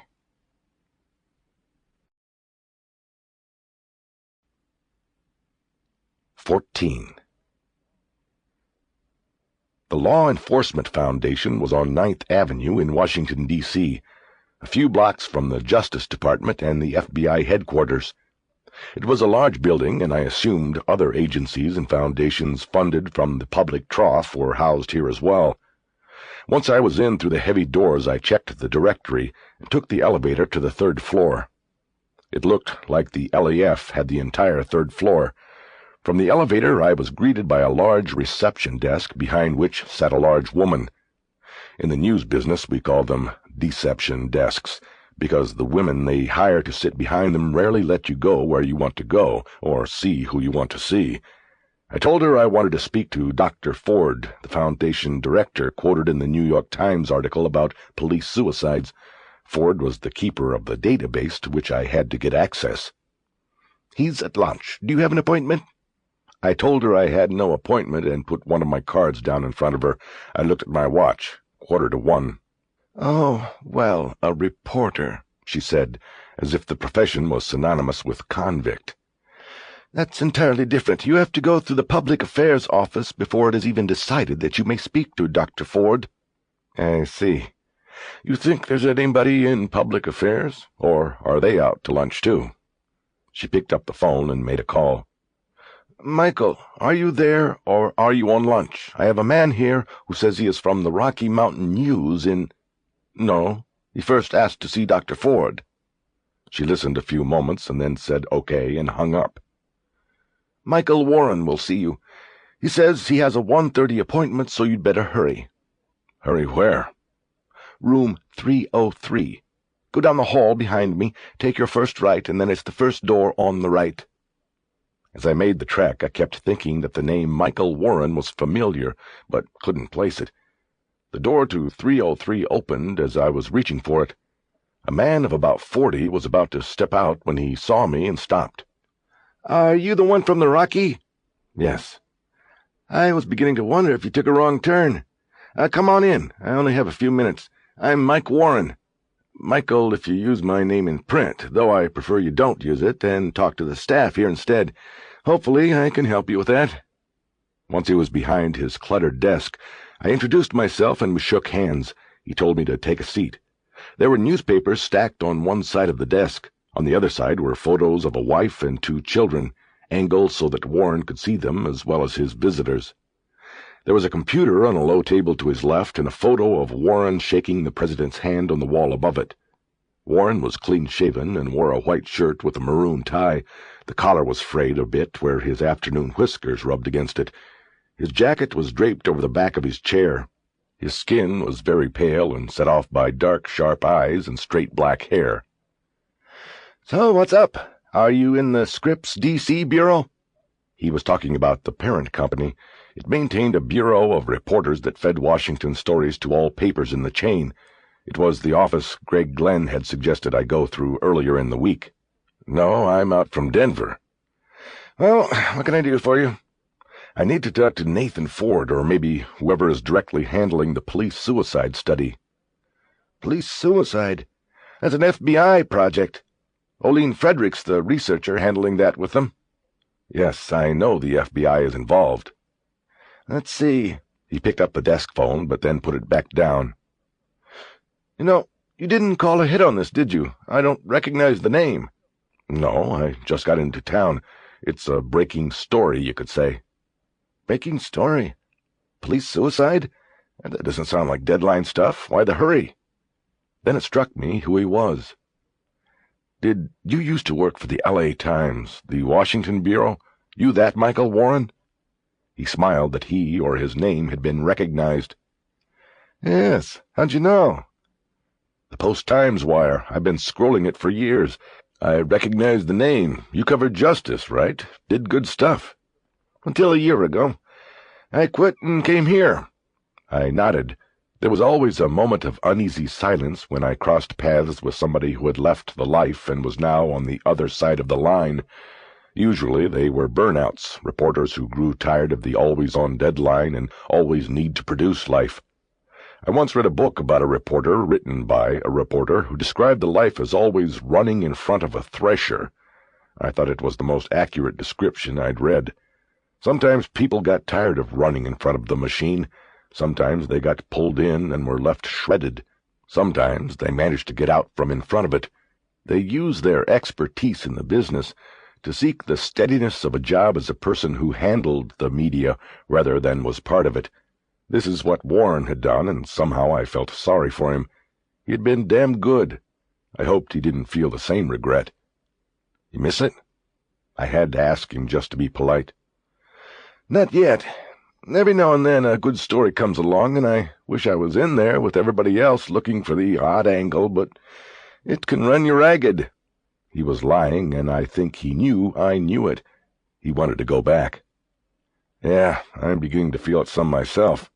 I returned the lie, just to make him feel better, if that was possible. So, what about police suicides? What's your angle? He looked at his watch. Well, it wasn't a breaking story until a couple days ago. Now it is. I know you only have a few minutes, but I can explain it pretty quickly. I don't want to be insulting, but I'd like for you to promise me what I say here is in confidence. It's my story, and when it's ready, I'm going to break it. He nodded. Don't worry, I understand completely. I won't discuss whatever it is you are going to tell me with any other journalist unless that other journalist specifically asks about the same thing. I may have to talk about it with other people here at the Foundation, or in law enforcement for that matter. I can't make any promise in that regard until I know what we are talking about." "That's fair." I felt myself trusting him, maybe because it is always easy to trust somebody who has done what you have done. I also think I liked telling what I'd learned to somebody who would know its value as a story. It was a form of bragging, and I wasn't above it. I started. "At the start of this week, I began working on a story about police suicide. I know it's been done before, but I had a new angle. My brother was a cop, and a month ago he supposedly committed suicide. Oh, Jesus, I am sorry." "Thank you. But I didn't bring it up for that reason. I decided to write about it because I wanted to understand what he had done, what the police in Denver said he had done. I went through the routine, pulled clips on a Nexus search, and naturally I came up with a couple of references to the Foundation study." He tried to surreptitiously look at his watch, and I decided to get his attention. "To make a long story short, in trying to find out why he killed himself, I found out he didn't." I looked at him. I had his attention. "What do you mean he didn't?" "My investigation has so far determined that my brother's suicide was a carefully disguised murder. Someone killed him. The case has been reopened. I have also linked it to a supposed cop suicide last year in Chicago. That one also has been reopened. I just came in from there this morning. The cops in Chicago and Denver and I think that somebody might be moving around the country killing cops and making it look like suicide. The key to finding the other cases may be in the information collected for the Foundation study. Don't you have all the records on cop suicides for the whole country over the last 5 years?" We sat in silence for a few moments. Warren just stared at me. "I think you better tell me the long story," he finally said. "No, wait." He held up his hand like a crossing guard, signaling stop, picked up the phone with the other, and pushed a speed dial number. "Drex? Mike. Listen, I know this is late, but I'm not going to make it. Something's come up over here." No. We'll have to reschedule. I'll talk to you tomorrow. Thanks, bye." He put down the phone and looked at me. It was just lunch. "Now, tell me this story of yours." A half-hour later, after he had made some calls to set up a meeting, Warren led me through the labyrinth of the Foundation's hallways to a room marked 383. It was a conference room, and already seated there were Dr. Nathan Ford and the Suicide Project researcher, Oline Frederick. The introductions were quick, and Warren and I sat down. Frederick looked like she was in her mid-20s, with curly blonde hair and a disinterested air about her. I immediately paid more attention to Ford. Warren had prepped me. He said any decisions would be made by Ford. The Foundation director was a small man, in a dark suit, but he had a presence that commanded the room. He wore glasses with thick black frames and rose-tinted lenses. He had a full beard of uniform gray that perfectly matched his hair. He hadn't moved his head as much as he did his eyes when he followed our movements as we entered and took seats around the large oval table. He had his elbows on the table and his hands clasped together in front of him. "Why don't we get started?" he said once the introductions were over. "What I'd like to do is just have Jack tell you both what he told me a little while ago," Warren said. "And then we'll go from there. Jack, you mind going over it again?" "Not at all." "I'm going to take some notes this time." I told the story in pretty much the same detail as I had with Warren. Every now and then I would remember something new and not necessarily significant, but I would throw that in anyway. I knew I needed to impress Ford because he would be the one to decide whether or not I got Oline Frederick's help. The only interruption during the telling came from Frederick. When I spoke of my brother's death, she mentioned that the protocol from the DPD on the case had been received the week before. I told her she could now toss it in the trash can. When I was finished reciting the story, I looked at Warren and raised my hands. "Anything I missed?" "I don't think so." We both looked at Ford then and waited. He hadn't moved much during the telling. Now he raised his clasped hands and gently bumped them repeatedly against his chin as he thought. I wondered what kind of doctor he was. What do you have to be to run a foundation? More politician than doctor, I thought. "It's a very interesting story," he said quietly. "I can see why you are excited. I can see why Mr. Warren is excited. He was a reporter for most of his adult life, and I think the excitement of the story remains in his blood sometimes, possibly to the detriment of his current profession. He didn't look at Warren as he delivered this blow. His eyes stayed on me. What I don't understand, and therefore the reason I don't seem to share the same excitement as you two, is what this has to do with the Foundation. I'm not clear on that, Mr. McAvoy.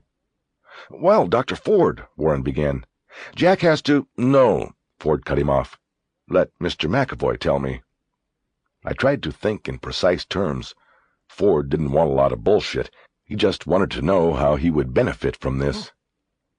I assume the suicide project is on computer. That is correct, Ford said. Most of our studies are collated on computer. We rely on the great number of police departments out there for our field research. Reports come in, the protocol Ms. Frederick mentioned earlier. They are entered on the computer, but that means nothing. It is the skilled researcher that must digest these facts and tell us what they mean.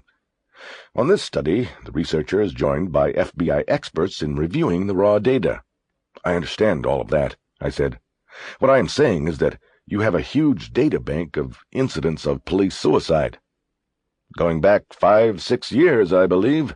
The work was started before Olin came on board. I need to go into your computer. Why? If we're right, and I'm not just talking about me, the detectives in Chicago and in Denver are thinking this way too. We've got 2 cases that are connected. The seemingly connected— Right, seemingly connected. If they are, then the chances are that there are others. We're talking about a serial killer. Maybe there's a lot, maybe a few, and maybe none, but I want to check, and you've got the data right here. All the reported suicides in the last 6 years. I want to get inside your computer and look for the ones that might be the fakes, that might be our guy. How do you propose doing that? Frederick said. We've got several hundred cases on file. The protocol that police departments fill out and send in, does it include the victim's rank and position in the department? Yes. Then we first look at all homicide detectives that killed themselves. The theory I'm working with is that this person is killing homicide cops. Maybe it's a hunted turns on the hunter sort of thing. I don't know the psychology of it, but that's where I'd start, with homicide cops. Once we have that breakout, we look at each case. We need the notes. The suicide notes from— That's not on computer, Frederick said. In each incident, if we even have a copy of the note, it is in the hard copy protocols in file storage. The notes themselves aren't part of the study, unless they have some allusion to the pathology of the victim. But you've kept the hard copies. Yes, all of them, in file storage. Then we go to them, Warren chimed in excitedly. His intrusion brought silence. Eventually, everyone's eyes were drawn to Ford's. One question, the director finally said. Does the FBI know about this? At the moment, I can't say for sure, I said. I know it is the intention of the Chicago and Denver police to retrace my steps, and then, once they are satisfied that I am on the right path, they are going to call in the Bureau. It'll go from there. Ford nodded and said, Mr. McAvoy, could you step out and wait in the reception area for me? I want to talk to Miss Frederick and Mr. Warren privately before making any decision on this matter. No problem. I stood up and headed to the door, where I hesitated and looked at Ford. I hope we can do this. Anyway, thanks. Michael Warren's face told the story before he said anything. I was sitting on a lumpy vinyl-covered couch in the reception area when he came down the hallway with downcast eyes. When he saw me, he just shook his head. Let's go back to my office, he said. I followed silently behind him and took the same seat I had before. He looked as dejected as I felt. Why? I asked. Because he's an asshole, he whispered. Because the Justice Department punches our ticket, and the FBI is the Justice Department. It's their study. They commissioned it. He's not going to let you walk through it without telling them first. He's not ever going to do anything that might knock the gravy train off the tracks. You said the wrong thing in there, Jack. You should have said the FBI was made aware of this and took a pass. He wouldn't have believed that. The point is, he could have said he did. If it ever blew up on him that he was helping a reporter to information before the Bureau, he could have just put it on you and said he thought the Bureau passed. So, what now? I can't just drop this. I wasn't really asking him, I was asking myself. You got any sources in the Bureau? Because I guarantee he's in his office calling the Bureau right now, probably going right to Bob Backus. Who's that? One of the big shots down there. The suicide project belongs to his team. I think I know that name. You probably know Bob Backus Sr., his father. He was some kind of super cop the Bureau brought in to help set up the BSS and the Violent Criminal Apprehension Program. I guess Bobby Jr. is trying to fill in his shoes. The point is, as soon as Ford's off the phone with him, Backus will shut this thing down. Your only way in will be through the Bureau. I couldn't think. I was totally backed into a corner. I stood up and started pacing in the small office. Jesus Christ, I can't believe this. This is my story, and I'm getting pushed out of it by some dopey guy in a beard who thinks he's J. Edgar Hoover. Nah, Nat Ford doesn't wear dresses. It's not really that damn funny. I know. I'm sorry. I sat back down. He made no move to dismiss me, even though our business was done. It finally occurred to me what it was he expected me to do. I just wasn't sure about how to ask. I'd never worked in Washington and didn't know how it worked. I decided to do it the Denver way, to be blunt. You can get into the computer anyway, right? I nodded at the terminal to his left.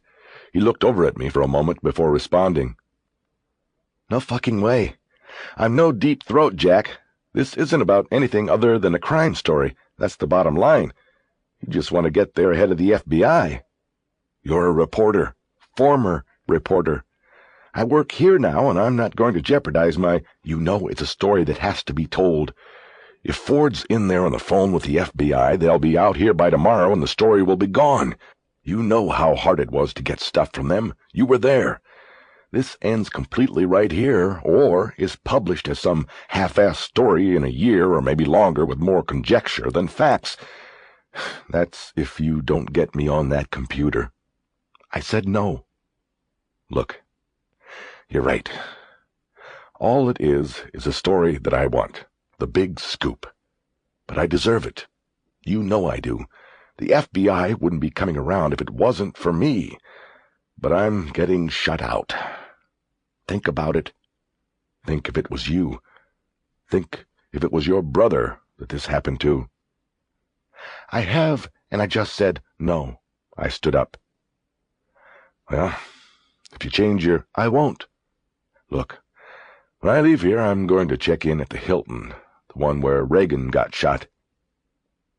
That's all I said as I left him there, and he didn't say another word.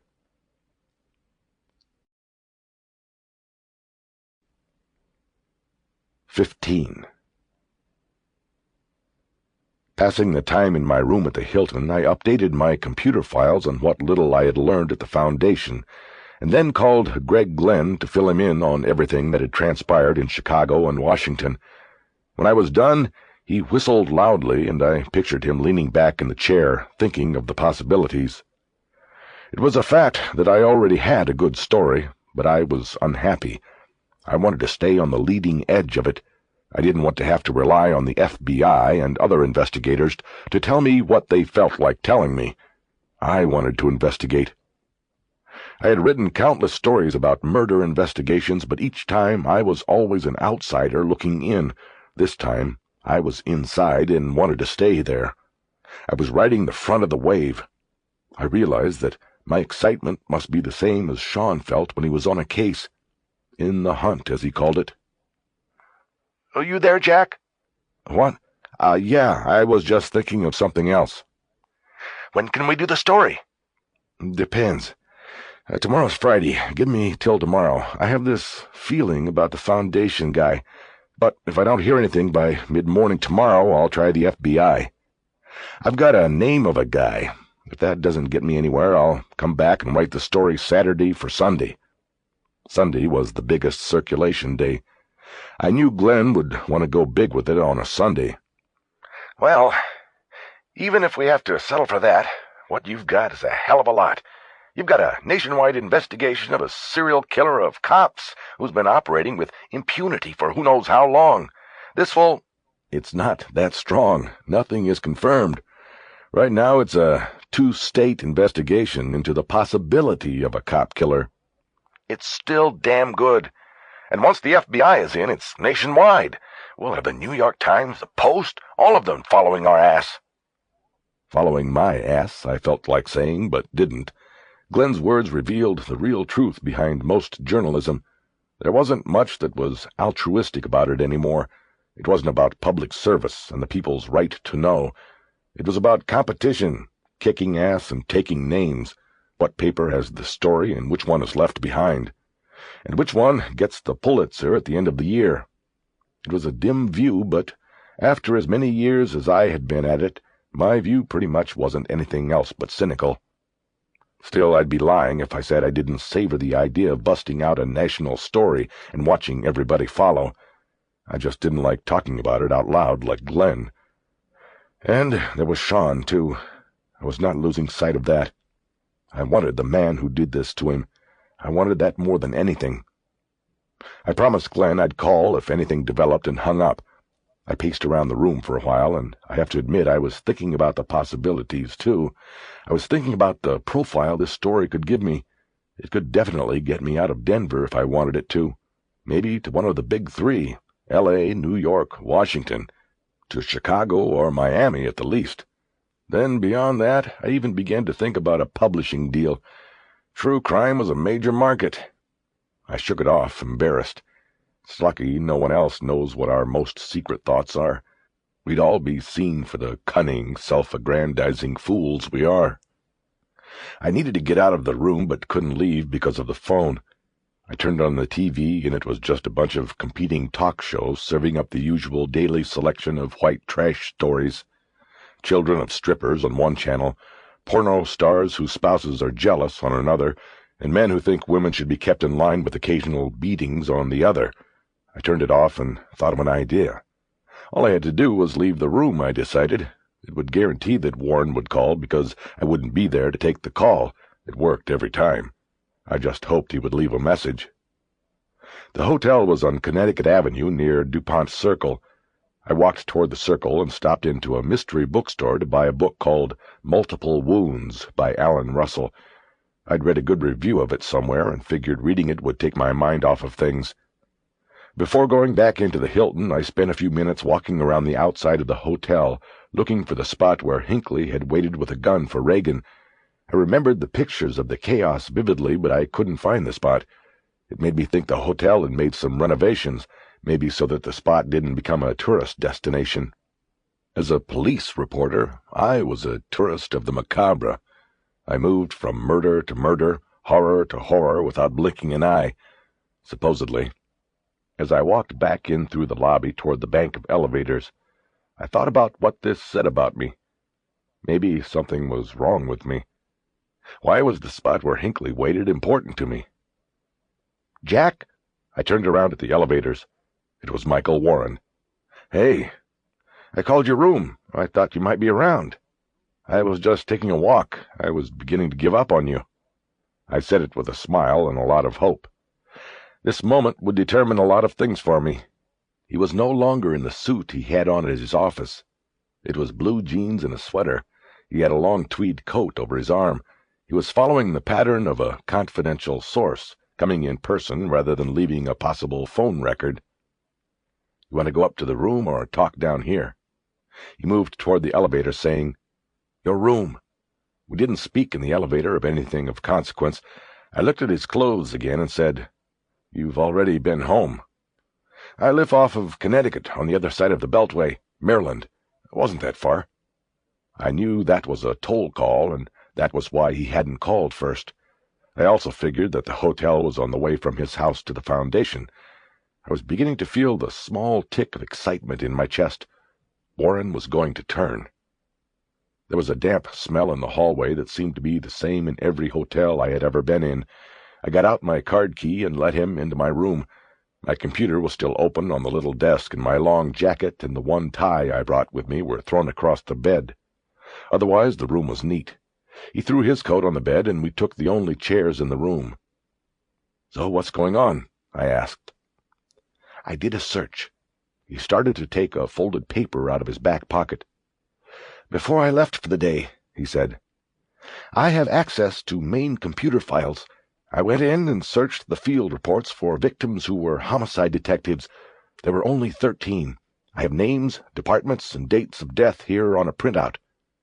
He offered me the unfolded page, and I took it from him as gently as if it were a sheet of gold. "Thank you," I said. "Will there be a record of your search?" "I don't really know, but I don't think so. It's a pretty wide-open system. I don't know if there's a security trace option or not." "Thank you," I said again. I didn't know what else to say. "Anyway, that was the easy part," he said. "Going through the protocols and file storage, that's going to take some time. I wanted to know if you'd want to help. You'd probably know better than me which ones are important." "When?" "Tonight. It's the only time. The place will be closed up, but I have a key to file storage because sometimes I have to dig out old things for media requests.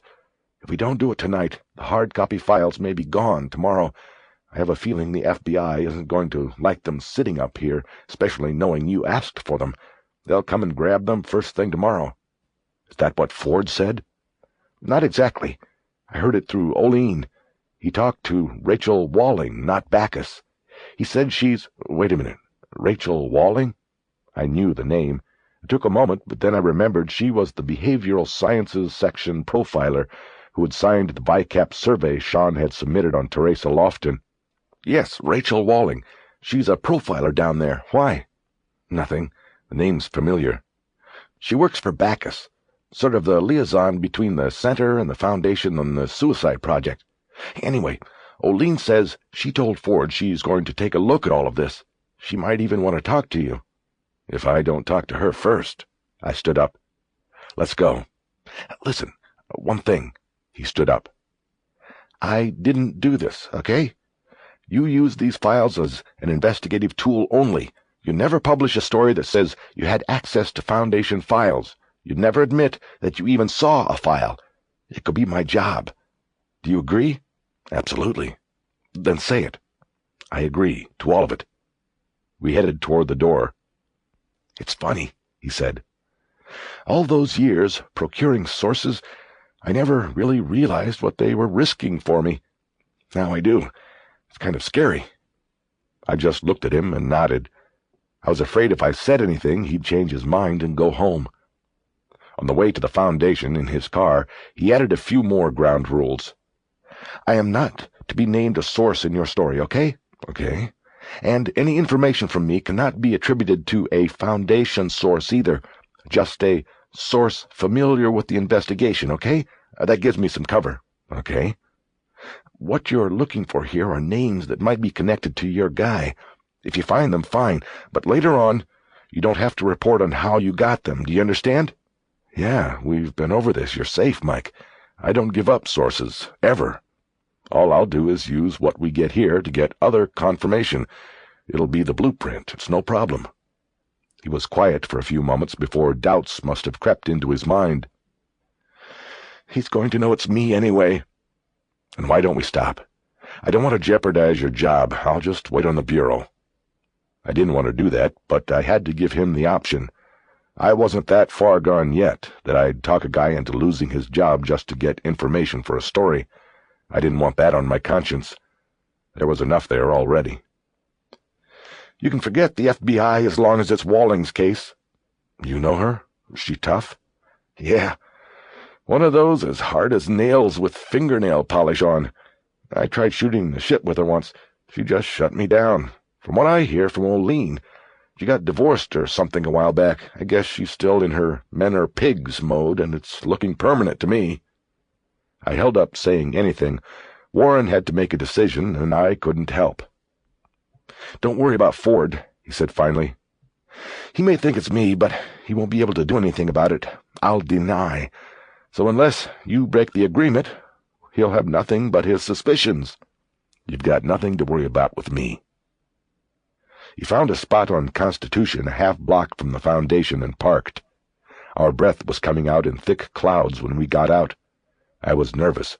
Whether or not he thought his job was in danger, I think we both were.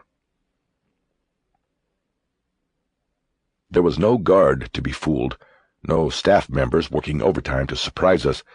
We got in the front door with Warren's key, and he knew right where we were going. The file storage room was about the size of a double-wide garage and was taken up by rows of 8-foot steel shelves stacked with manila files with different colored tabs.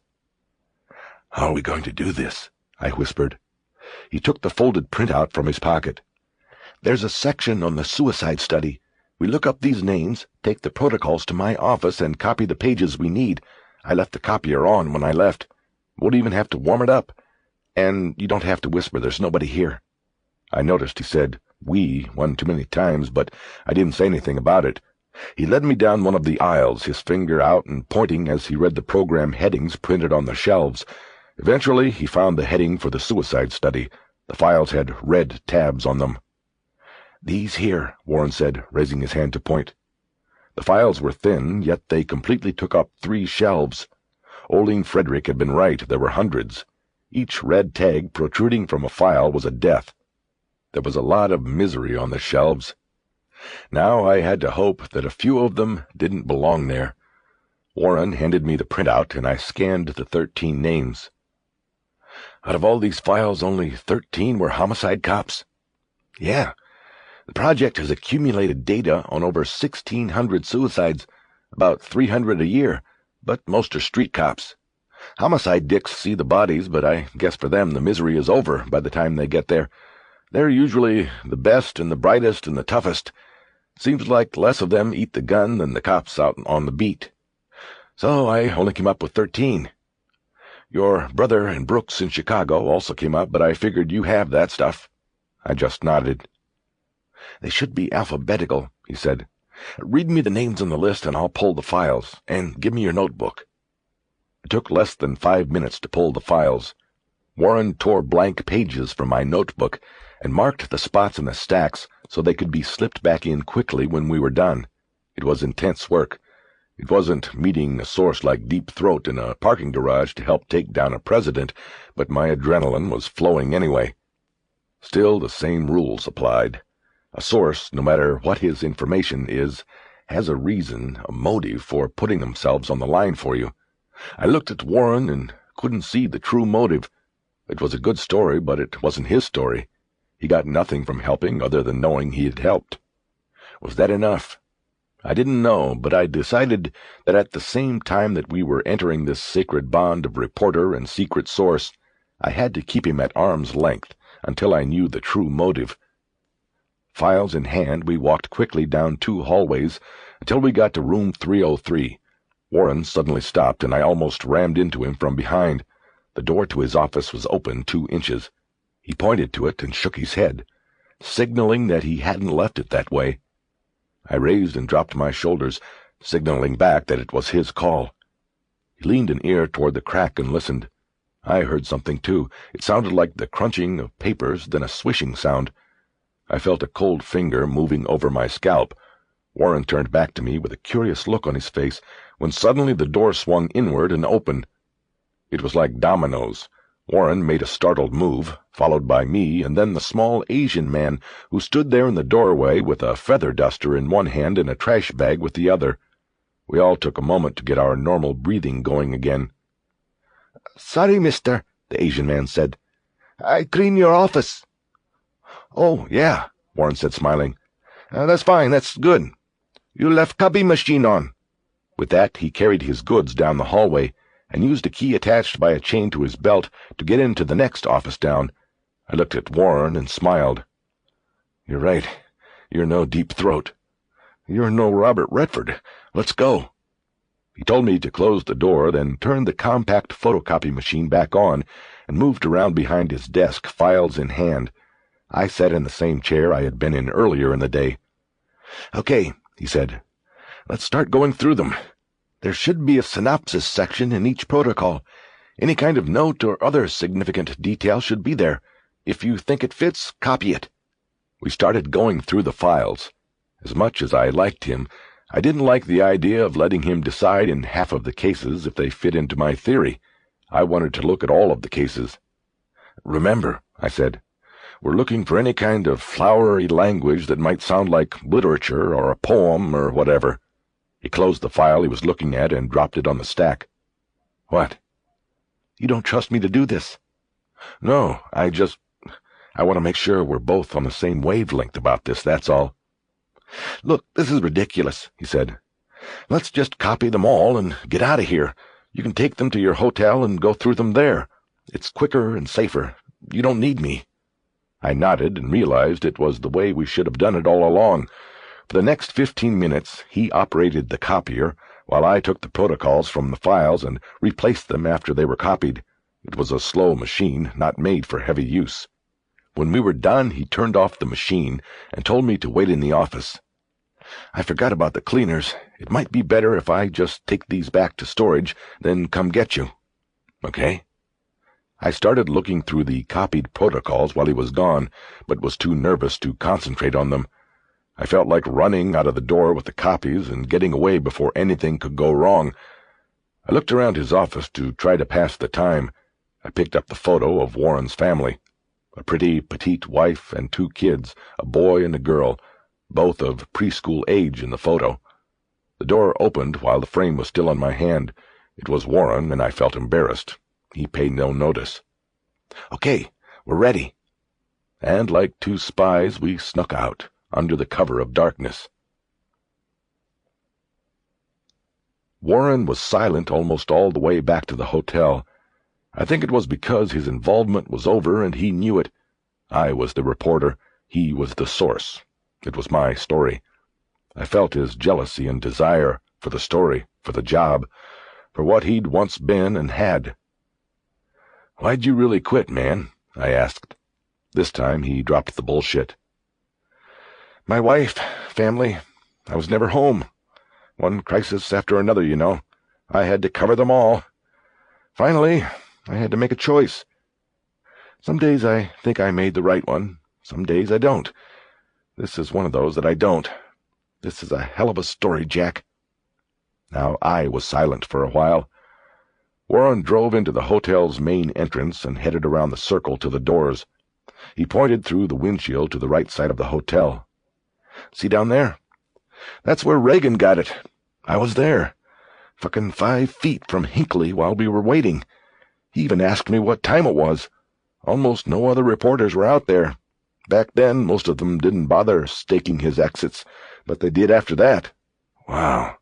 Yeah, that was a highlight." I looked over at him and nodded seriously, and then we both laughed. We both knew the secret. Only in a reporter's world would it be a highlight. We both knew that probably the only thing better than witnessing a presidential assassination attempt as a reporter was witnessing a successful assassination, just as long as you didn't catch a bullet in the crossfire. He pulled over at the door, and I got out and leaned my head back into the car. "You're showing your true identity there, pal." He smiled. "Maybe."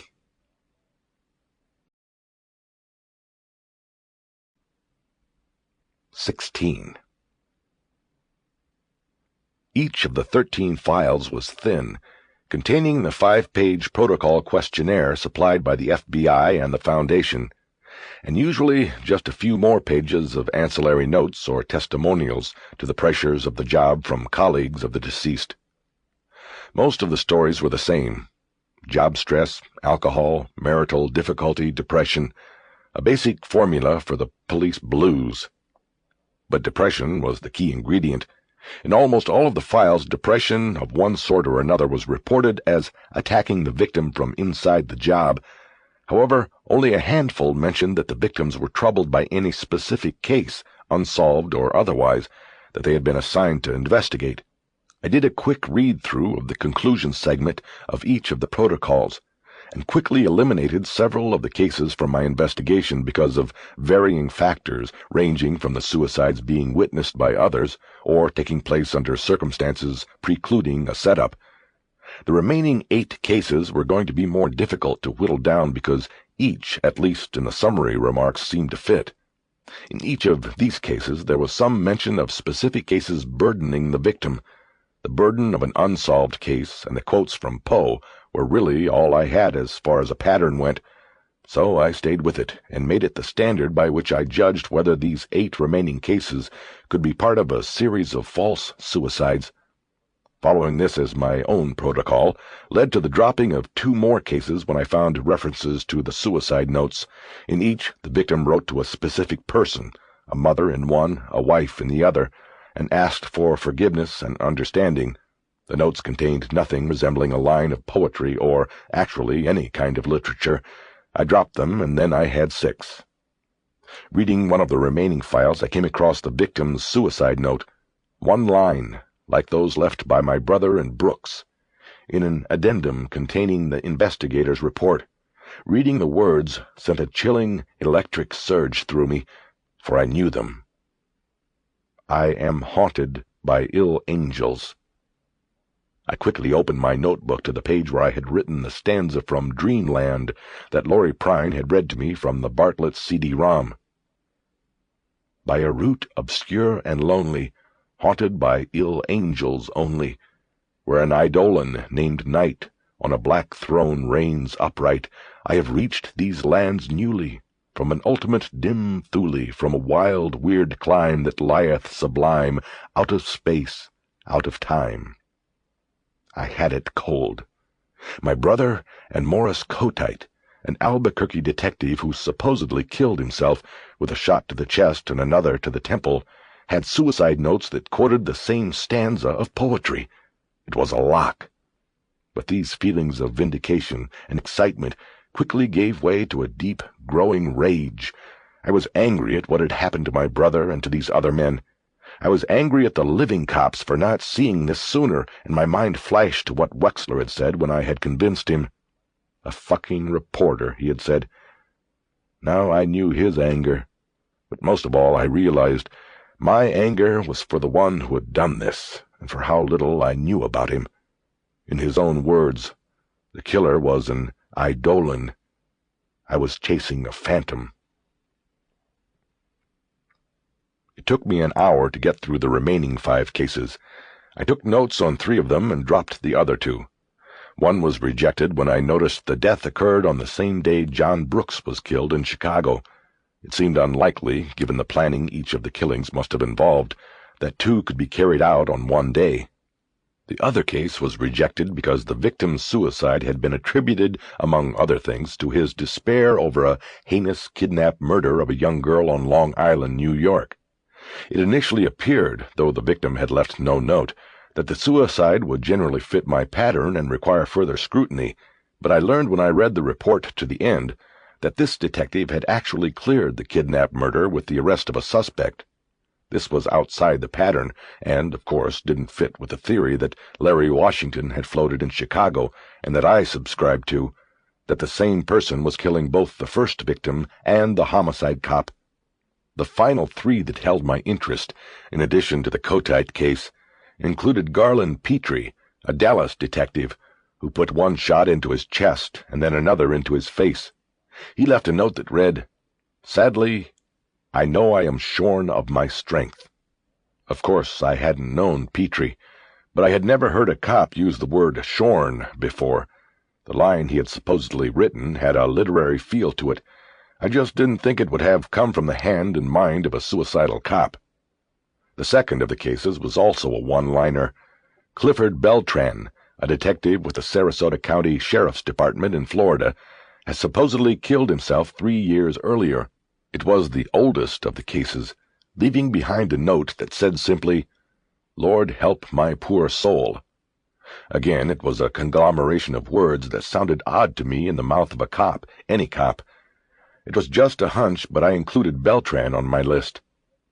Lastly, the third case was included on my list, even though there was no mention of a note in the suicide of John P. McCafferty, homicide detective with the Baltimore police. I put McCafferty on the list because his death eerily resembled the death of John Brooks. McCafferty had supposedly fired 1 shot into the floor of his apartment before firing the second and fatal shot into his throat. I remembered Lawrence Washington's belief that this was a way of getting gunshot residue on the victim's hands. 4 names. I studied them and the rest of the notes I had taken for a while, and then pulled the book on Poe I had bought in Boulder out of my flight bag. It was a thick book with everything that Poe had supposedly ever written. I checked the contents page and noted there were 76 pages containing his poetry. I realized that my long night was going to get longer. I ordered an 8-cup pot of coffee from room service and asked them to bring some aspirin as well for the headache I felt sure I would get from the caffeine binge. I then started reading. I'm not one who has ever been afraid of aloneness or the dark. I've lived by myself for 10 years. I've even camped alone in the national park, and I've walked through deserted, burned-out buildings to get to a story. I've sat in dark cars on darker streets, waiting to confront candidates and mobsters or to meet timid sources. While the mobsters certainly put fear in me, the fact that I was out there by myself in the dark never did. But I have to say that Poe's words put the chill in me that night. Maybe it was being alone in a hotel room in a city I didn't know. Maybe it was being surrounded by the documents of death and murder, or that I felt the presence of my dead brother somehow near. And maybe also it was just the knowledge of how some of the words I was reading were now being used. Whatever it was, I put a scare on myself that didn't lift as I read, even when I turned the television on to provide the comforting hum of background noise. Propped against the pillows on the bed, I read with the lights on either side of me turned on and bright. But still, I bolted upright when a sudden sharp sound of laughter shot down the hallway outside my room. I had just settled back into the comfort of the shell my body had formed in the pillows, and was reading a poem entitled An Enigma, when the phone rang and jolted me again with its double ring so foreign to the sound of my phone at home. It was midnight, and I assumed it was Greg Glenn in Denver, 2 hours behind, but as I reached for the phone I knew I was wrong. I hadn't told Glenn where I had checked in. The caller was Michael Warren. Just wanted to check in. I figured you'd be up, and see what you came up with. Again I felt uneasy about his self-involvement, his many questions. It was unlike any other source that had ever provided me with information on the sly. But still, I couldn't just get rid of him, given the risk he had taken. "I'm still going through it all," I said. "Sitting here reading the poetry of Edgar Allan Poe. I'm scaring myself shitless." He laughed politely. "But does any of it look good, as far as the suicides go?" Just then I realized something. "Hey, where are you calling from?" "Home. Why?" "Didn't you say you live up in Maryland?" "Yeah? Why?" "Then this is a toll call, right? It'll be a record on your bill that you called me here, man. Didn't you think about that?" I couldn't believe his carelessness, especially in light of his own warnings about the FBI and Agent Walling. "Oh, shit. I don't really think I care. Nobody's going to pull my records. It's not like I passed on defense secrets, for crying out loud." "I don't know. You know him better than me." "So, never mind that. What have you got?" "I told you, I'm still looking. I've got a couple names that might be good. A few names." "Well, then good. I'm glad it was worth the risk." I nodded, but realized he couldn't see me do this. Yeah, well, like I said before, thanks. I gotta get back to it now. I'm fading, and I want to get it done." "Then I'll leave you to it. Maybe tomorrow when you get a chance, give me a call to let me know what's going on." "I don't know if that'll be a good idea, Michael. I think we better lay low." "Well, whatever you think. I guess I'll be reading all about it eventually anyway. You have a deadline yet?" "Nope. Haven't even talked about it." "Nice editor. Anyway, go back to it. Happy hunting." Soon I was back in the embrace of the words of the poet. Dead 150 years, but reaching from the grave to grip me. Poe was a master of mood and pace. The mood was gloom, and the pace often frenetic. I found myself identifying the words and phrases of those of my own life. I dwelt alone in a world of moan, Poe wrote. and my soul was a stagnant tide.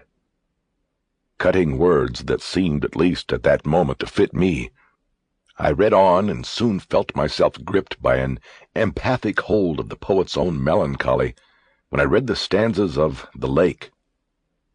But when the night had thrown her pall upon that spot, as upon all, and the mystic wind went by murmuring in melody, then, then I would awake to the terror of the lone lake.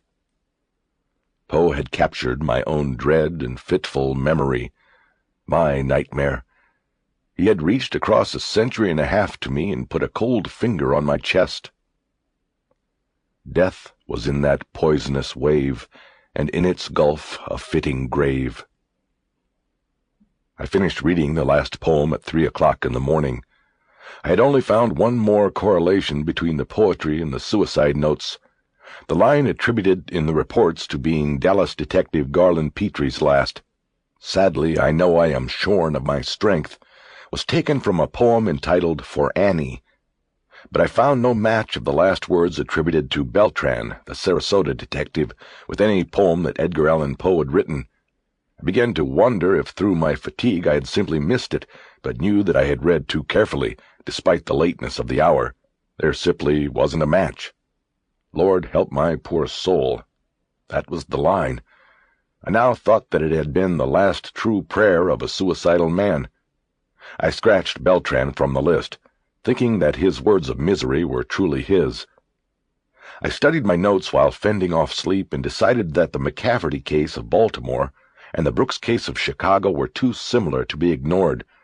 I knew then what I would do in the morning. I would go to Baltimore to find out more.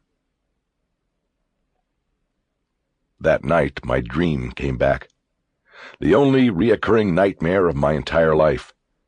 As always, I dreamed I was walking across a vast frozen lake, the ice blue-black beneath my feet. In all directions I was equal distances from nowhere. All horizons were a blinding, burning white. I put my head down and walked. I hesitated when I heard a girl's voice, a call for help. I looked around, but she was not there. I turned and headed on. A step. 2. Then the hand came up through the ice and gripped me. It pulled me toward the growing hole. Was it pulling me down or trying to pull its way out? I never knew. In all the times I'd had the dream, I never knew. All I saw was the hand and slender arm reaching up from the black water. I knew the hand was death. I woke up. The lights and the television were still on. I sat up and looked around, not comprehending at first, and then remembering where I was and what I was doing. I waited for the chill to pass and then got up. I flicked the TV off and went to the minibar, broke the seal and opened the door. I selected a small bottle of amaretto and sipped it without a glass. I checked it off on the little list they give you. $6. I studied the list and the exorbitant prices just to give me something to do. Eventually I felt the liquor start to warm me. I sat on the bed and checked the clock. It was 5:15. I needed to go back. I needed sleep. I got under the covers and pulled the book off the bed table. I turned to the poem and read it again. My eyes kept returning to the 2 lines. Death was in that poisonous wave, and in its gulf a fitting grave. Eventually, troubled thoughts gave way to exhaustion. I put the book down and collapsed back into my bed's shell. I slept the sleep of the dead after that.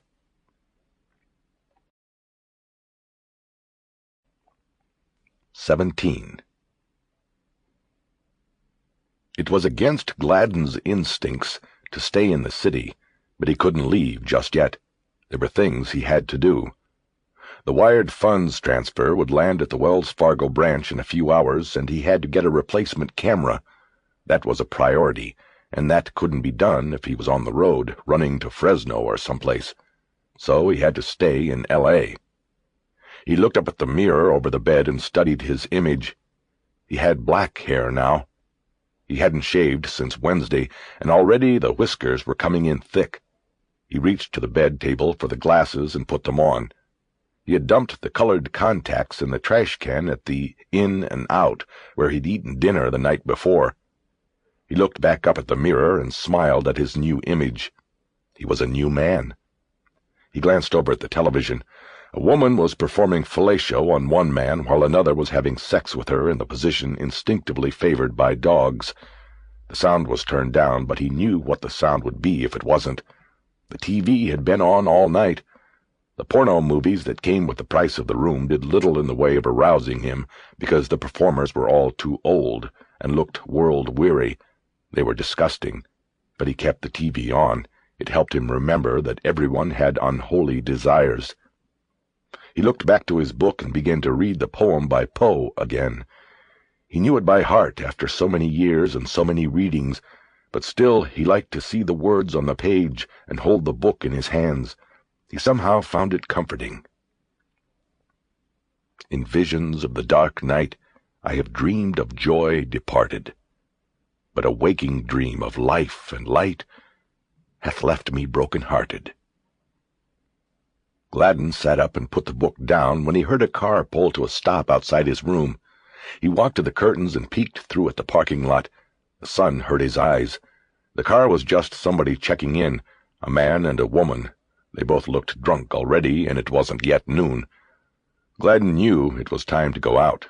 He first needed to get a newspaper to see if there was a story about Evangeline, about himself. Then to the bank, then to find the camera. Maybe, if there was time, he'd go searching after that. He knew that the more he stayed inside, the better his chances were of avoiding detection, but he also felt confident that he had covered his tracks sufficiently. He had changed motels twice since leaving the Hollywood Star Motel. The first room in Culver City he used only to dye his hair. He then cleaned up, wiped the place down, and left. He then drove to the Valley and checked into the dump in which he sat now, the Bonsoir Motel on Ventura Boulevard in Studio City. $40 a night, 3 channels of adult films included. He was registered under the name Richard Kidwell. It was the name on his last ID. He'd have to get on the net and trade for a few more, and he realized that would require him to set up a mail drop to receive the IDs, and that was another reason to stay in L.A., at least for a while. He added the mail drop to his list of things to do. As he pulled on his pants, he glanced at the television.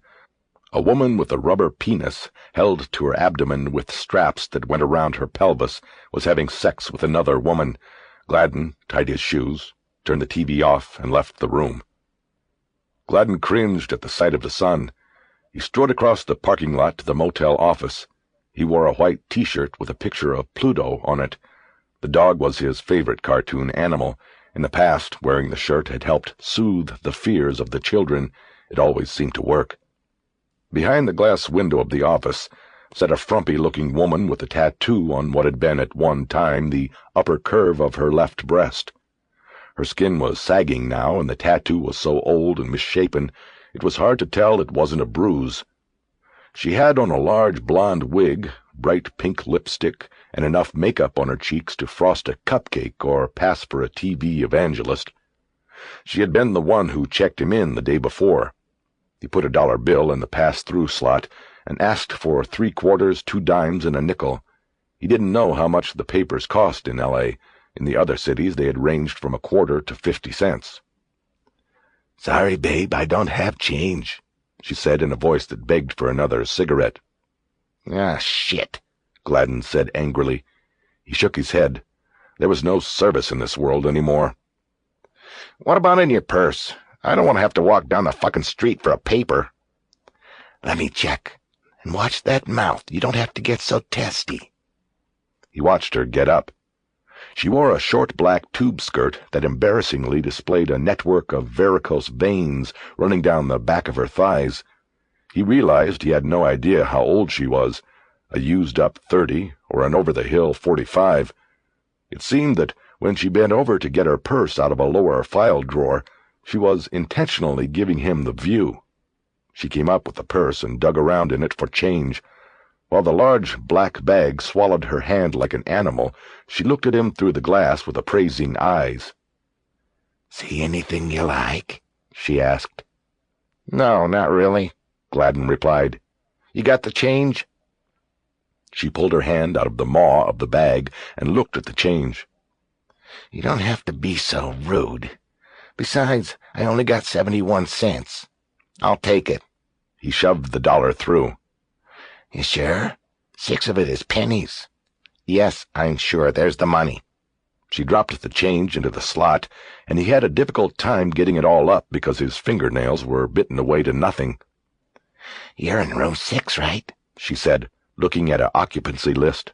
Checked in a single. Still by yourself? What? Now is this 20 questions? Just checking. What are you doing in there alone anyhow? I hope you're not jerking off on the bedspread. She smirked. She had gotten him back. His anger boiled up, and he lost it.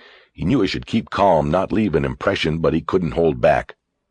Now who's being rude, You know what you are? You are fucking disgusting. Those veins running up your ass look like the roadmap to hell, lady. Hey, you watch your... Or what? You kicking me out? Just watch what you say. Gladen got the last coin up, a dime, and turned to walk away without replying. Out on the street, he went to the newspaper box and bought the morning edition. Safely back inside the dark confines of his room, Gladen dug through the newspaper until he found the Metro section. The story would be here, he knew. He quickly scanned through the 8 pages of the section and found nothing about the motel murder case. Disappointed, he guessed that maybe the death of a black maid wasn't news in this town.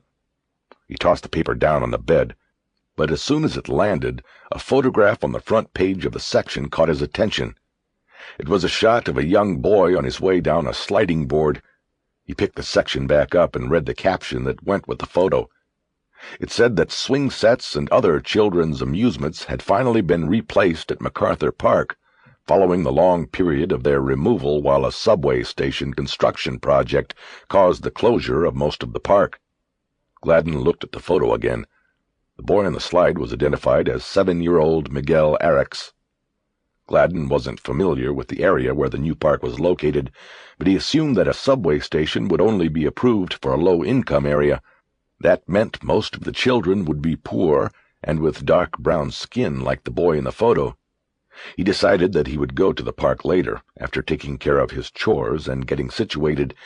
It was always easier with the poor ones. They needed and wanted so much. Situated, Gladen thought. He knew then that getting situated was his real priority. He couldn't stay in this motel or any other, no matter how well he had covered his tracks. It wasn't safe. The stakes were constantly rising, and they would be looking for him soon. It was a feeling not based on anything other than his gut instinct. They would be looking soon, and he needed to find a safe place. He put the paper aside and went to the phone. The smoke-cured voice that answered after he dialed 0 was unmistakable. This is, Richard, in 6. I just wanted to say I'm sorry about what happened earlier. I was rude, and I apologize. She didn't say anything, and he pressed on. Anyway, you were right. It's getting pretty lonely in here, and I was wondering if that offer you sort of made before still was out there. What offer? She was going to make it difficult. You know, you asked if I saw anything I liked. Well, I did, actually. I don't know. You were pretty testy. I don't like testy. What you got in mind? I don't know, but I've got $100 to make sure it's a good time. She was silent a moment. Well, I get out of this dump at 4. Then I got the whole weekend I could come over. Gladen smiled, but kept it out of his voice. Can't wait. Then I'm sorry, too, about being rude and the things I said. That's nice to hear. See you soon. Oh, you still there? Sure, baby. What's your name? Darlene. Well, Darlene, I can't wait till 4. She laughed and hung up. Gladen wasn't laughing.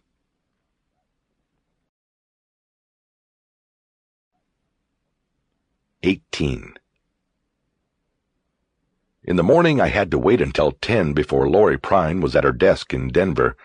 By then, I was anxious to get on with the day, but hers was just starting, and I had to go through the greeting and questions about where I was and what I was doing before finally getting to the point. When you did that run on police suicides for me, would that have included the Baltimore Sun? Yep. I assumed it would have, but had to check. I also knew that computer searches sometimes missed things. Okay, then can you run a search of the Sun using just the name John McCafferty? I spelled it for her. Sure. How far back? I don't know. 5 years would be good. When do you need it by? Last night. I guess that means you're going to hold. It does. I listened to the tapping of keys as she conducted the search. I pulled the Poe book onto my lap and reread some of the poems while I waited. With daylight coming through the curtains, the words did not have the same hold on me as the night before. Okay. Whoa! We've got a lot of hits here, Jack. 28. Anything in particular you're looking for? No. What's the most recent? I knew that she could scan the hits by having just the headlines print out on her screen. Okay. Last one. Detective fired for part in former partner's death. That's weird, I said.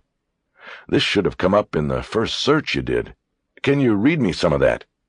I heard her tap a few keys and then wait for the story to be printed on her screen. Okay. Here goes.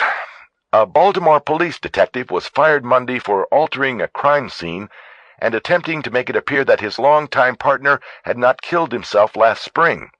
The action was taken by a Departmental Board of Rights panel against Detective Daniel Bledsoe after a 2-day closed hearing. Bledsoe could not be reached for comment, but a fellow officer who represented him during the hearing said that the highly decorated detective was being treated with undue harshness by a department he had served well for 22 years. According to police officials, Bledsoe's partner, Detective John McCafferty, died of a self-inflicted gunshot wound on May 8.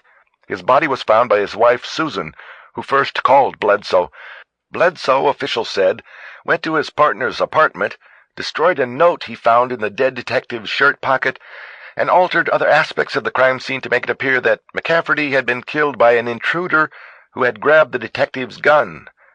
Police said... Do you want me to keep reading, Jack? Yeah, go ahead. Police said Bledsoe went so far as to fire an additional shot into McCafferty's body, striking him in the upper leg. Bledsoe then told Susan McCafferty to call 911, and he left the apartment, feigning surprise when he was later informed that his partner was dead. In killing himself, McCafferty had apparently already fired one shot into the floor of his home before placing the gun in his mouth and firing the fatal shot. Investigators contend that Bledsoe attempted to make the death appear to be a murder because Susan McCafferty stood to receive a higher amount of death, health, and pension benefits if it could be proven her husband had not killed himself.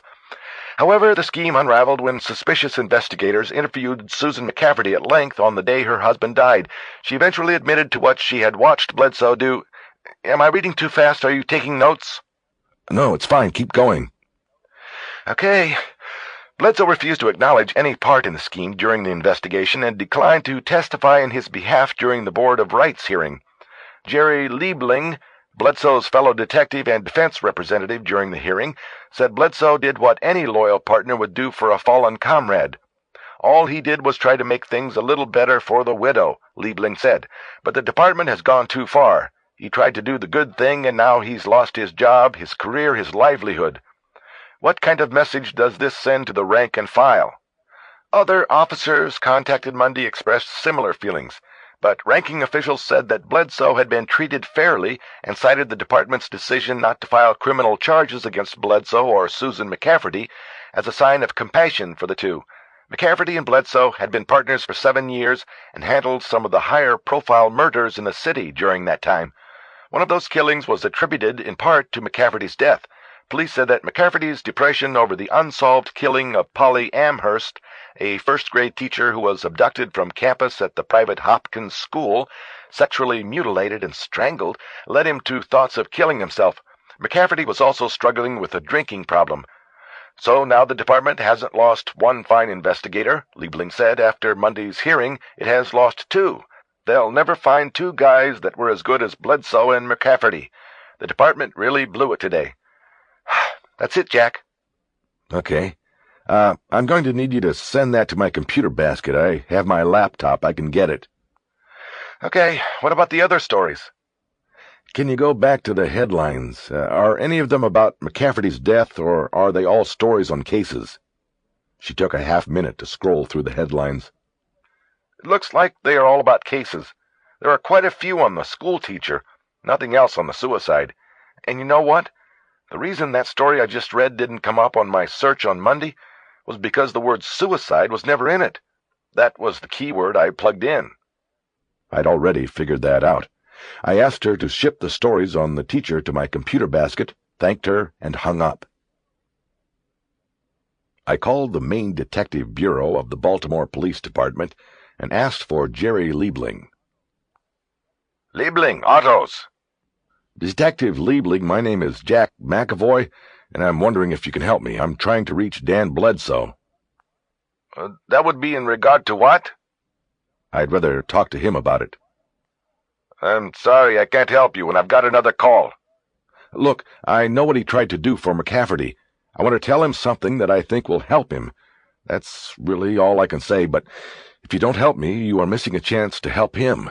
I can give you my number. Why don't you call him and give it to him? Let him decide. There was a long silence, and I suddenly thought I had been talking to a dead line. Hello?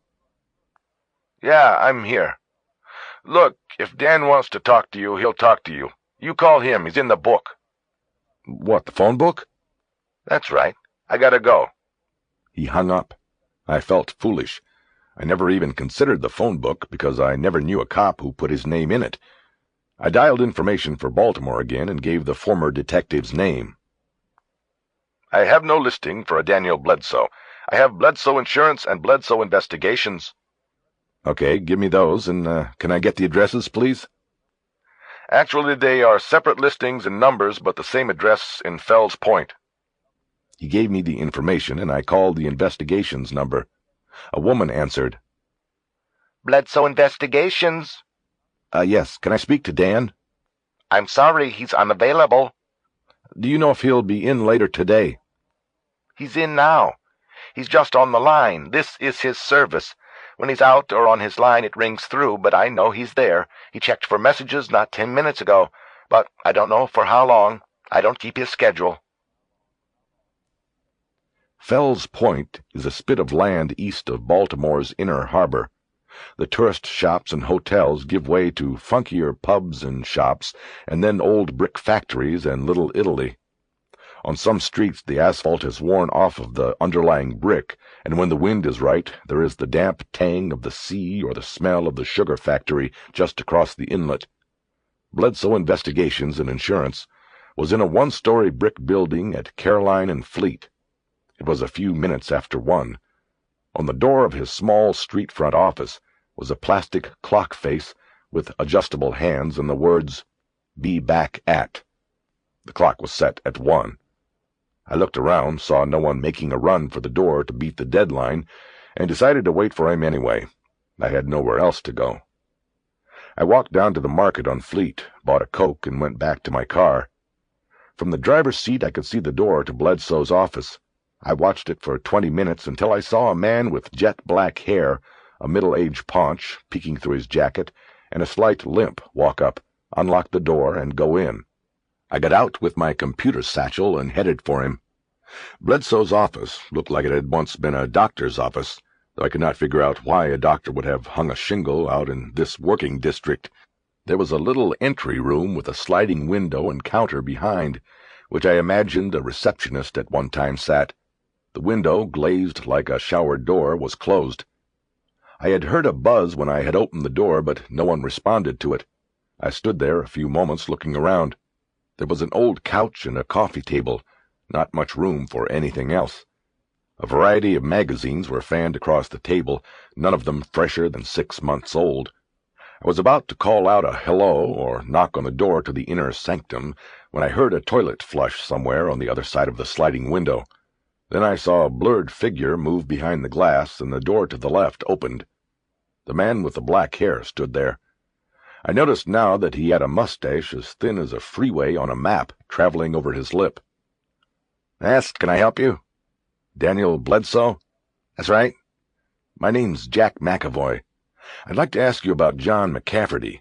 I think we both might be able to help each other. John McCafferty was a long time ago. He was eyeing the computer satchel. It's just a computer, I said. Can we sit down someplace? Sure, why not? I followed through the door and down a short hallway that had 3 more doors lined along the right side. He opened the first one, and we stepped into an office of cheap faux maple paneling. His state license was framed on the wall, as well as some photos from his days as a cop. The whole thing seemed about as cheesy as his mustache, but I was determined to play it out. The thing I know about cops, and I guessed that it extended to former cops, was that looks were deceiving. I knew some in Colorado who would still be wearing pale blue polyester leisure suits if they made them anymore, but nevertheless they were some of the best and brightest and toughest of their departments. I suspected it was that way with Bledsoe. He took a seat behind a desk with a black formica top. It had been a poor choice when he'd bought it at the second-hand office furniture store. I could plainly see the dust build up on the shiny surface. I sat across from Bledsoe in the only other chair. He accurately registered my impressions. Place used to be an abortion clinic. Guy went away for doing 3rd trimester jobs. I took it over and don't care about the dust and looks. I get a lot of my work over the phone selling policies to cops. And I usually go to clients, the ones that want an investigation. They don't come to me. The people that do come here usually just leave flowers out by the door. Memorials, I guess. I figure they must be working off of old phone books or something. Why don't you tell me what you're looking for here? I told him about my brother and then about John Brooks in Chicago. I watched his face fill with skepticism as I talked. It told me I was maybe 10 seconds from being thrown out the door. What is this? He said. Who sent you here? Nobody, but it's my guess that I'm maybe a day or so ahead of the FBI. They'll be coming. I just thought you'd maybe talk to me first. I know what it's like, you see. My brother and me, we were twins. I've always heard that long-time partners, especially on homicide, become like brothers, like twins. I held up for a few moments. I had played everything but my ace, and I had to wait for the right moment. Bledsoe seemed to cool down a little. His anger was maybe giving way to confusion. So, what do you want from me? The note. I want to know what McCafferty said in the note. There was no note. I never said there was a note. But his wife said there was. Then go talk to her. No, I think I'd rather talk to you. Let me tell you something. The doer on these cases somehow gets the victims to write out a line or two as a suicide note.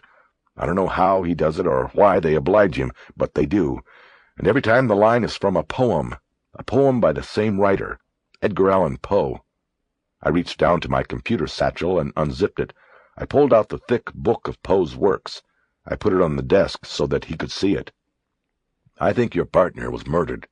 You came in, and it looked like a suicide because that was how it was supposed to look. That note you destroyed, I'd bet you your partner's pension that it's a line from a poem that's in that book. Bledsoe looked from me to the book and then back at me again. You apparently thought you owed him enough to risk your job to make his widow's life a little easier. Yeah. Look what it got me. A piece of shit office with a piece of shit license on the wall. I sit in a room where they used to cut babies out of women. It's not very noble. Look, everybody on the force knew there was something noble about what you did, else you wouldn't be selling any insurance. You did what you did for your partner. You should follow through now. Bledsoe turned his head and looked at one of the photos on the wall. It was him and another man, arms around each other's neck, smiling with abandon. It looked like it had been taken in a bar somewhere during the good days. The fever called living is conquered at last, he said, without looking away from the photo. I slapped my hand down on the book. The sound scared us both. Got it, I said, and picked up the book. I had bent the pages of the poems where the killer's quotes had been taken. I found the page with the poem For Annie on it, scanned until I knew I was right, then put the book on the desk and turned it so he could read it. "First stanza," I said. Bledsoe leaned over to read the poem. "Thank heaven, the crisis, the danger is past, and the lingering illness is over at last, and the fever called living is conquered at last."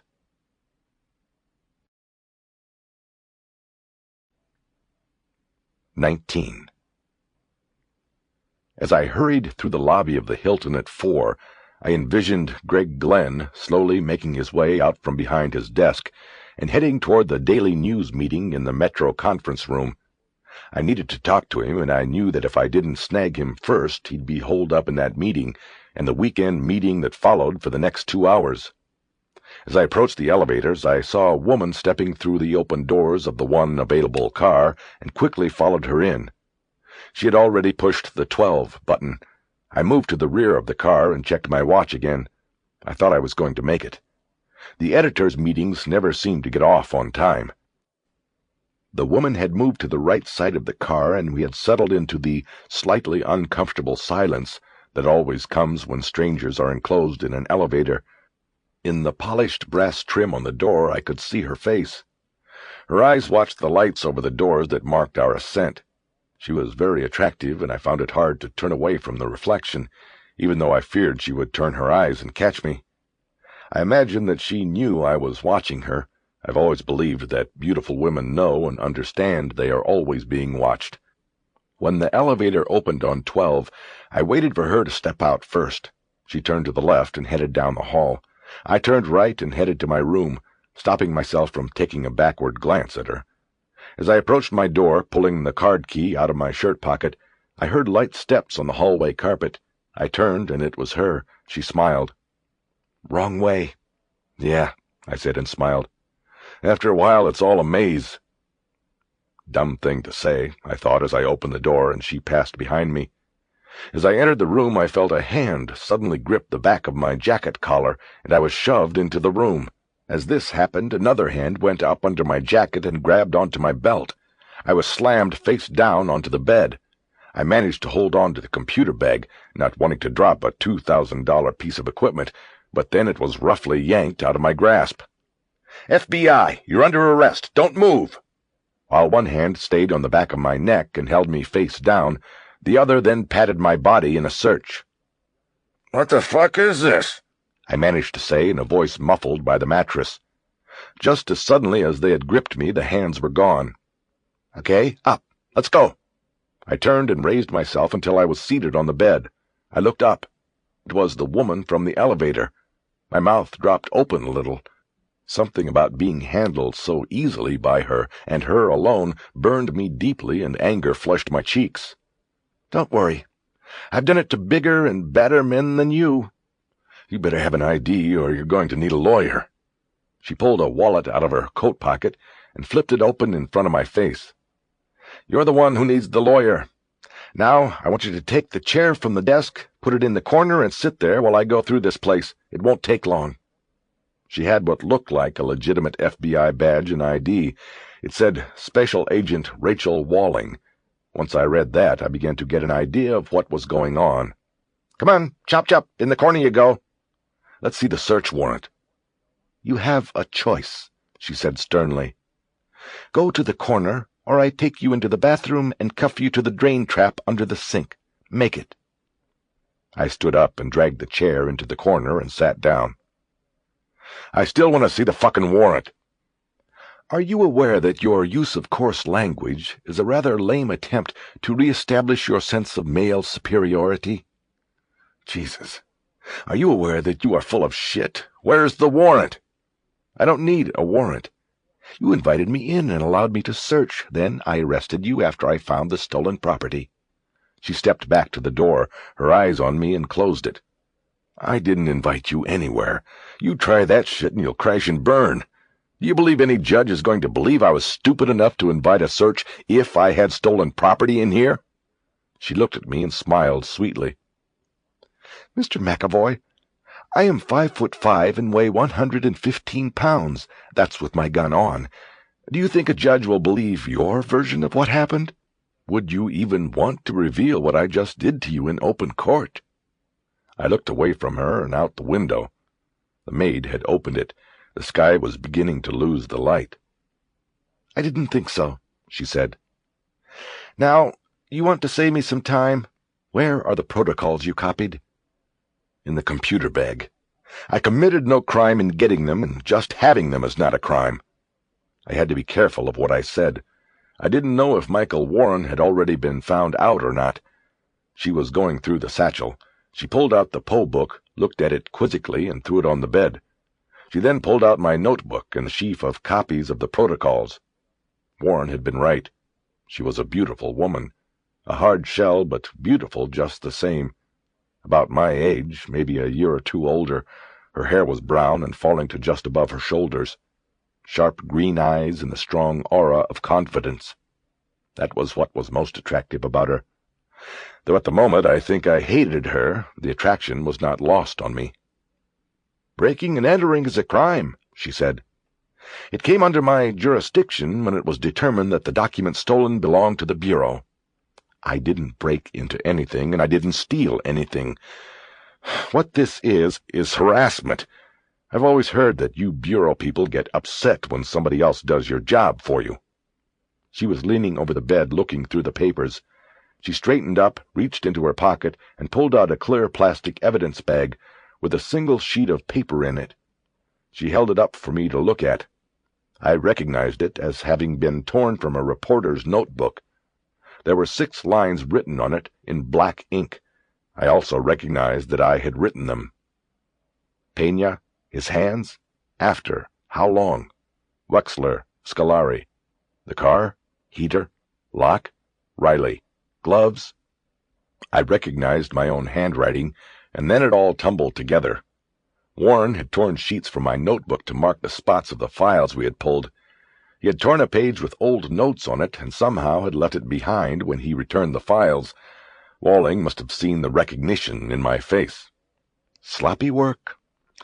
After we get the handwriting analyzed and compared, I think it'll be a slam dunk. What do you think? I couldn't even manage a fuck you this time.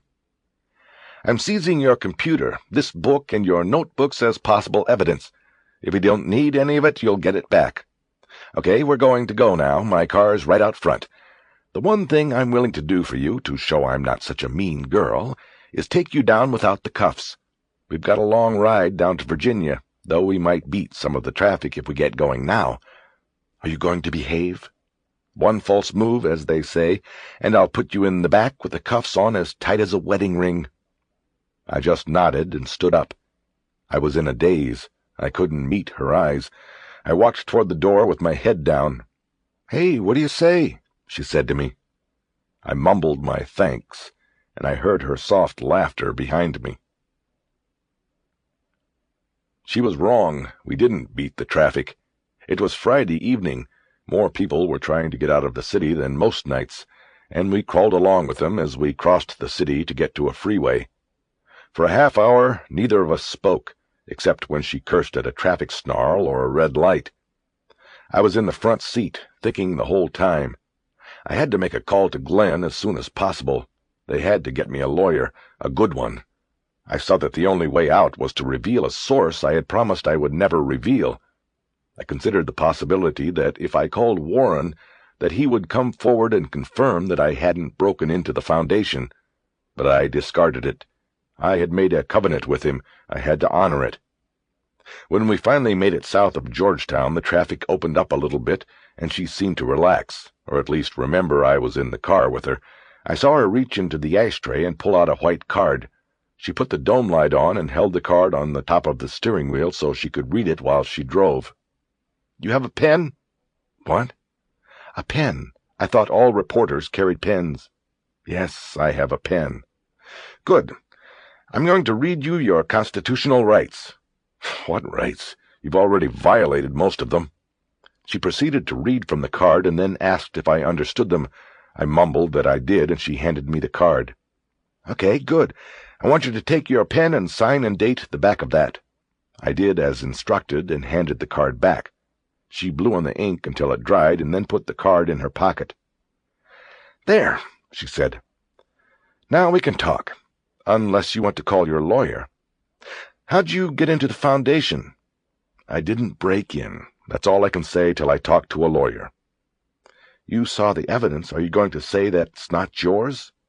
It can be explained. Look, all I'm saying is I did nothing illegal to get those copies. I can't say anything more without revealing. I didn't finish. I'd said enough. That old can't reveal my sources trick.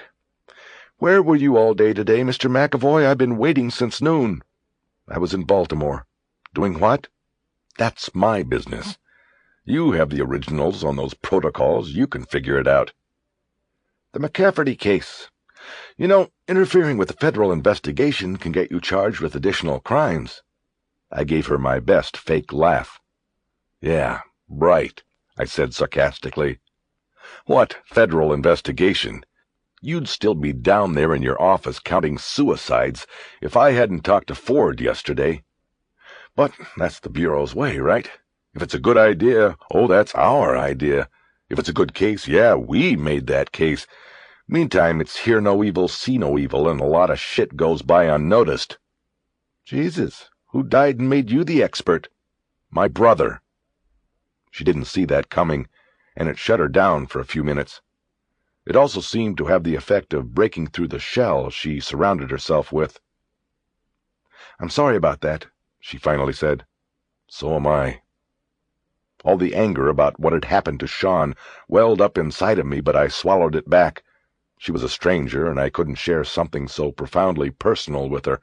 I shoved it back and thought of something else to say. You know, you might have known him.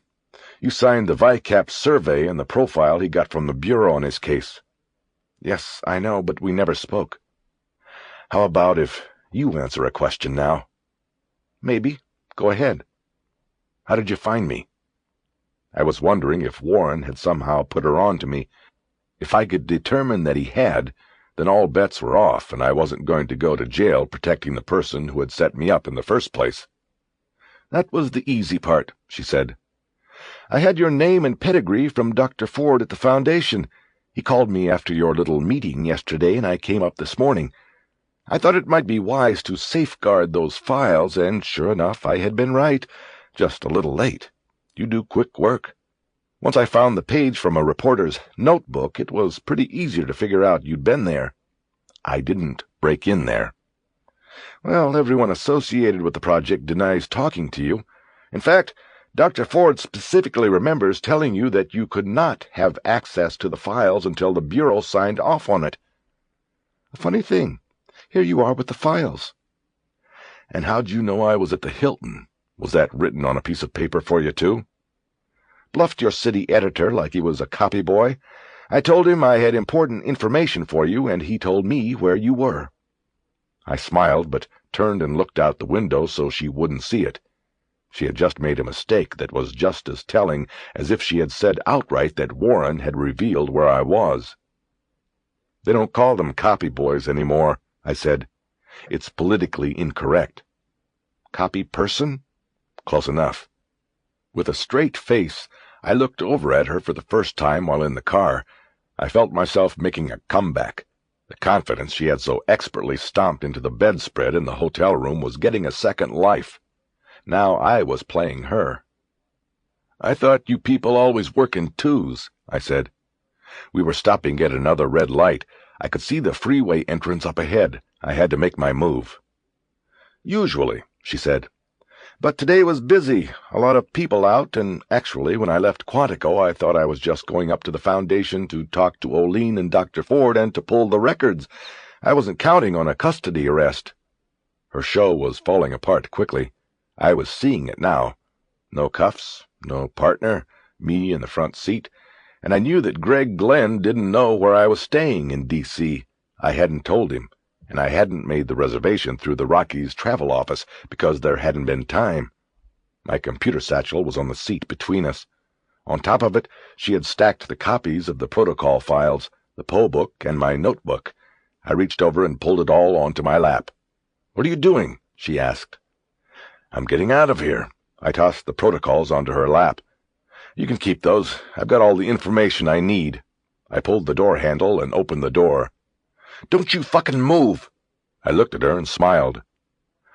Are you aware that your use of coarse language is a lame attempt to re-establish your superiority? Look, it was a nice play, but you ran out of the right answers.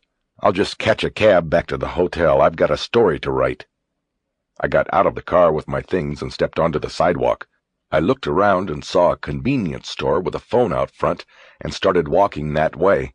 Next, I saw her car cut into the parking lot and park in my path. She jerked it to a stop and jumped out. "You're making a mistake," she said, coming quickly toward me. "What mistake? You made the mistake. What was that charade all about?" She just looked at me.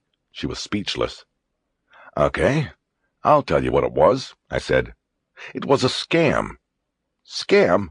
Why would I scam you?" "Information. You wanted to know what I had. Let me guess.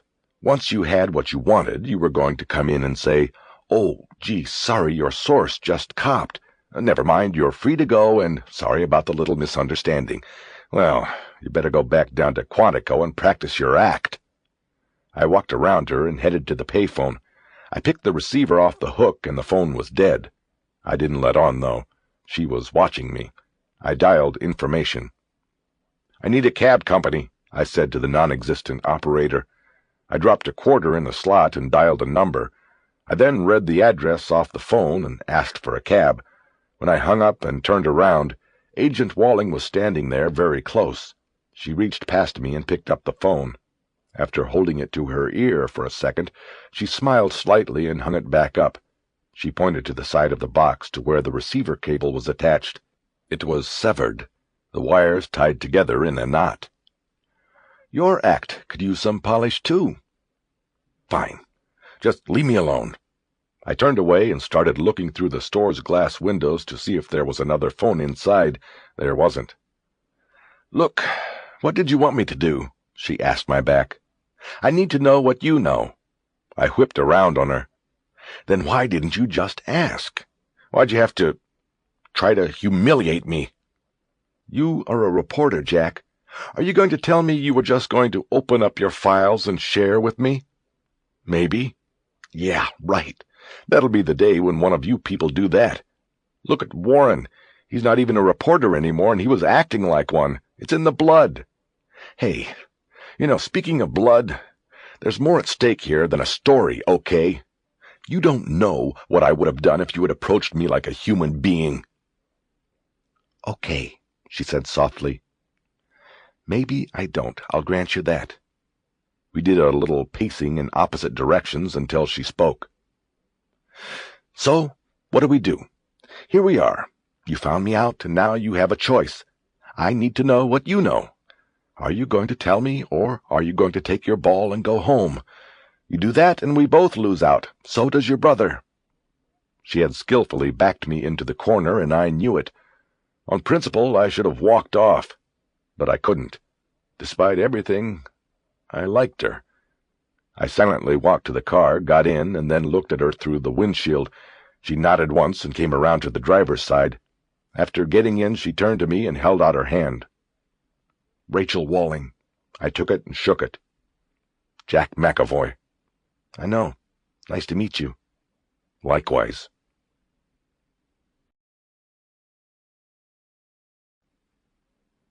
"20. As a show of good faith, Rachel Walling went first, after extracting a promise from me that the conversation was off the record until her team supervisor decided how much cooperation, if any, the Bureau would give me. I didn't mind making the promise because I knew I was holding the high hand. I already had a story, and the Bureau would likely not want a story published yet. I figured that gave me a lot of leverage, whether Agent Walling realized it yet or not. For a half hour while we moved slowly south on the freeway toward Quantico, she told me what the Bureau had been doing for the last 28 hours.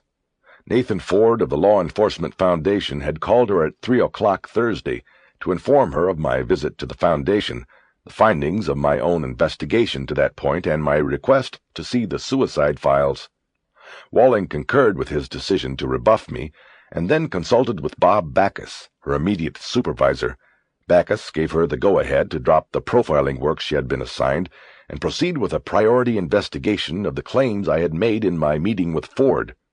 At this time, the Bureau had not yet heard from anyone from the Denver or Chicago police departments. Walling started her work on the Behavioral Science Services computer, which had a direct tie to the Foundation computer. "Basically, I did the same search Michael Warren did for you," she said. "In fact, I was online in Quantico when he went in and did it. I just ID'd the user and literally watched him do it on my laptop. I guessed right then that you had turned him as a source and he was doing the search for you. This became a problem of containment, as you can imagine. I didn't need to go up to the city today because we have hard copies of all the protocols at Quantico, but I had to see what you were doing. I got a second confirmation that Warren was leaking to you and that you had copies of the protocols when I found your notebook page left in the files." I shook my head. "What's going to happen to Warren?" "After I told Ford, we confronted him this morning. He admitted what he had done, even told me what hotel you were at. Ford asked for his resignation, and Warren gave it." Shit.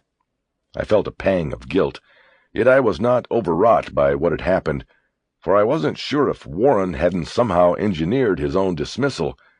Maybe it was a self-derailment. At least, that's what I told myself. It was easier to handle that way. "By the way," she said, "where did I go wrong with my act?" My editor didn't know where I was staying. Only Warren knew. She was quiet for a few moments until I prompted her to continue the chronology of her investigation. She told me that on Thursday afternoon, when she ran the computer search, she came up with the same 13 names of dead homicide detectives as Warren had gotten for me, plus my brother and John Brooks of Chicago. She then pulled the hard copies of the protocols and looked for ties, keying on the suicide notes, as I had told Ford I wanted to do. She had the aid of a bureau cryptologist and the FBI cipher computer, which had a database that made the Rockies look like a comic book. "Including your brother and Brooks, we came up with a total of 5 direct connections through the notes," she said. "So, in about 3 hours, you did what it took me all week to do. How'd you get McCafferty without the note in the file?" She took her foot off the gas and looked over at me. Only for a moment, then she took the car back up to speed. "We didn't count McCafferty. There are agents from the Baltimore field office on that now." This was puzzling because I had 5 cases, including McCafferty. "Then what 5 have you got?" Let me think. Okay, my brother and Brooks, that's 2. I was opening my notebook as I said this. "Right." Reading my notes, I said, "You got Kotite in Albuquerque, haunted by ill angels?" "Right, we have him.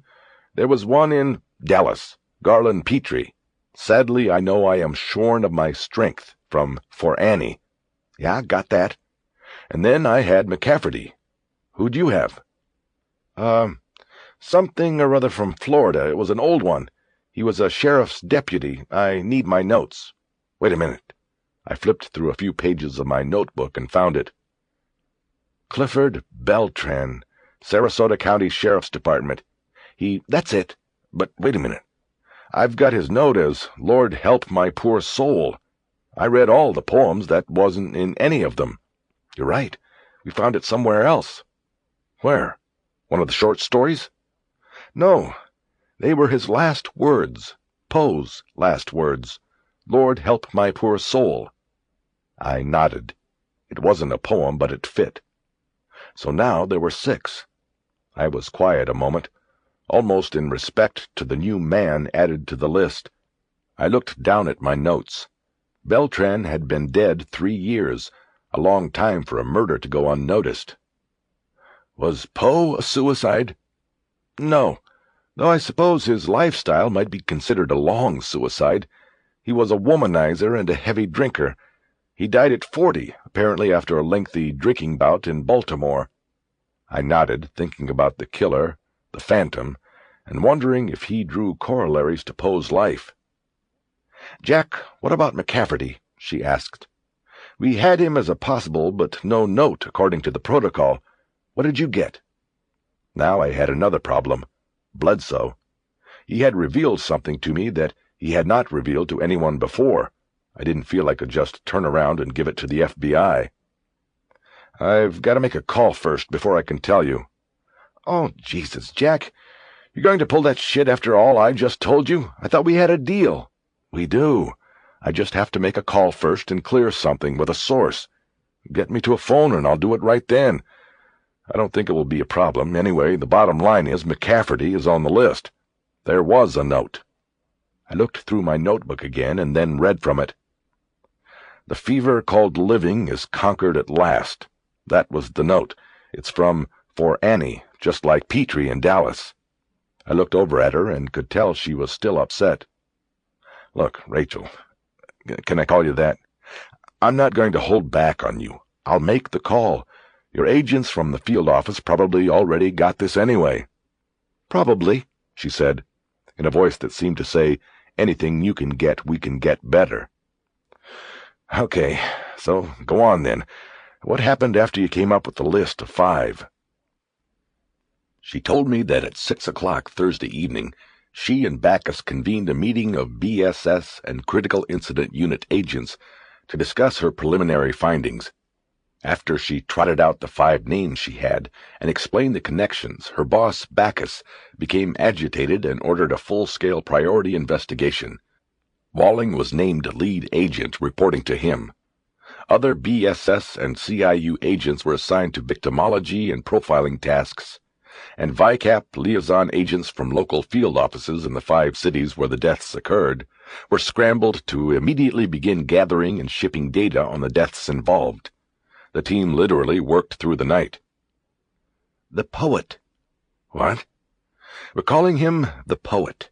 Every task force investigation gets a code name." "Jesus," I said. "The tabloids are going to love that. I can see the headlines. 'The poet kills without rhyme or reason.' You guys are asking for it." "The tabs will never know about it. Backus is determined that we get this guy before he's spooked by any press leaks." There was silence while I thought of how to answer that. "Aren't you forgetting something?" I finally asked. "Jack, I know you're a reporter and you're the one who started this whole thing, but you've got to understand, if you start a media firestorm about this guy, we'll never get him. He'll get spooked and go back underneath his rock. We'll lose our chance." "Well, I'm not on the public payroll. What I am, though, is paid to report and write stories. The FBI cannot tell me what and when to write." "You can't use anything I just told you." "I know it. I agreed, and I'll keep my word. I don't need to use it. I already had it. Most of it. All except for Beltran, and all I have to do is read the bio section of this book, and I'll find his last words. I don't need the FBI's information or permission for this story." That brought the silence back. I could tell she was steaming, but I had to stand my ground. I had to play my cards as shrewdly as I could. In this kind of game, you don't get a second deal. After a few minutes of this, I started seeing the freeway signs for Quantico. We were close. "Look," I said, "we will talk about the story later. I'm not going to run off and start writing. My editor and I will calmly talk about it, and I will let you know what we're going to do. Is that okay?" "That's fine, Jack. I hope you're thinking about your brother when you have that discussion. I'm sure your editor won't be. Look, do me a favor. Don't talk to me about my brother and my motives, because you don't know a thing about me or him or what I'm thinking about." "Fine." We drove a few miles in solid silence. My anger wore off a bit, and I began wondering if I'd been too harsh. Her goal was to capture this person they now called the poet. It was mine, too. "Look, I'm sorry for the speech," I said. "I still think we can help each other. We can cooperate and maybe catch this guy." "I don't know," she replied. "I don't see the point in cooperating when what I say is just going to show up in the newspapers and then the TV and then the tabloids. You're right. I don't know what you're thinking. I don't know you, and I don't think I can trust you." She didn't say another word until we got to the gatehouse at Quantico.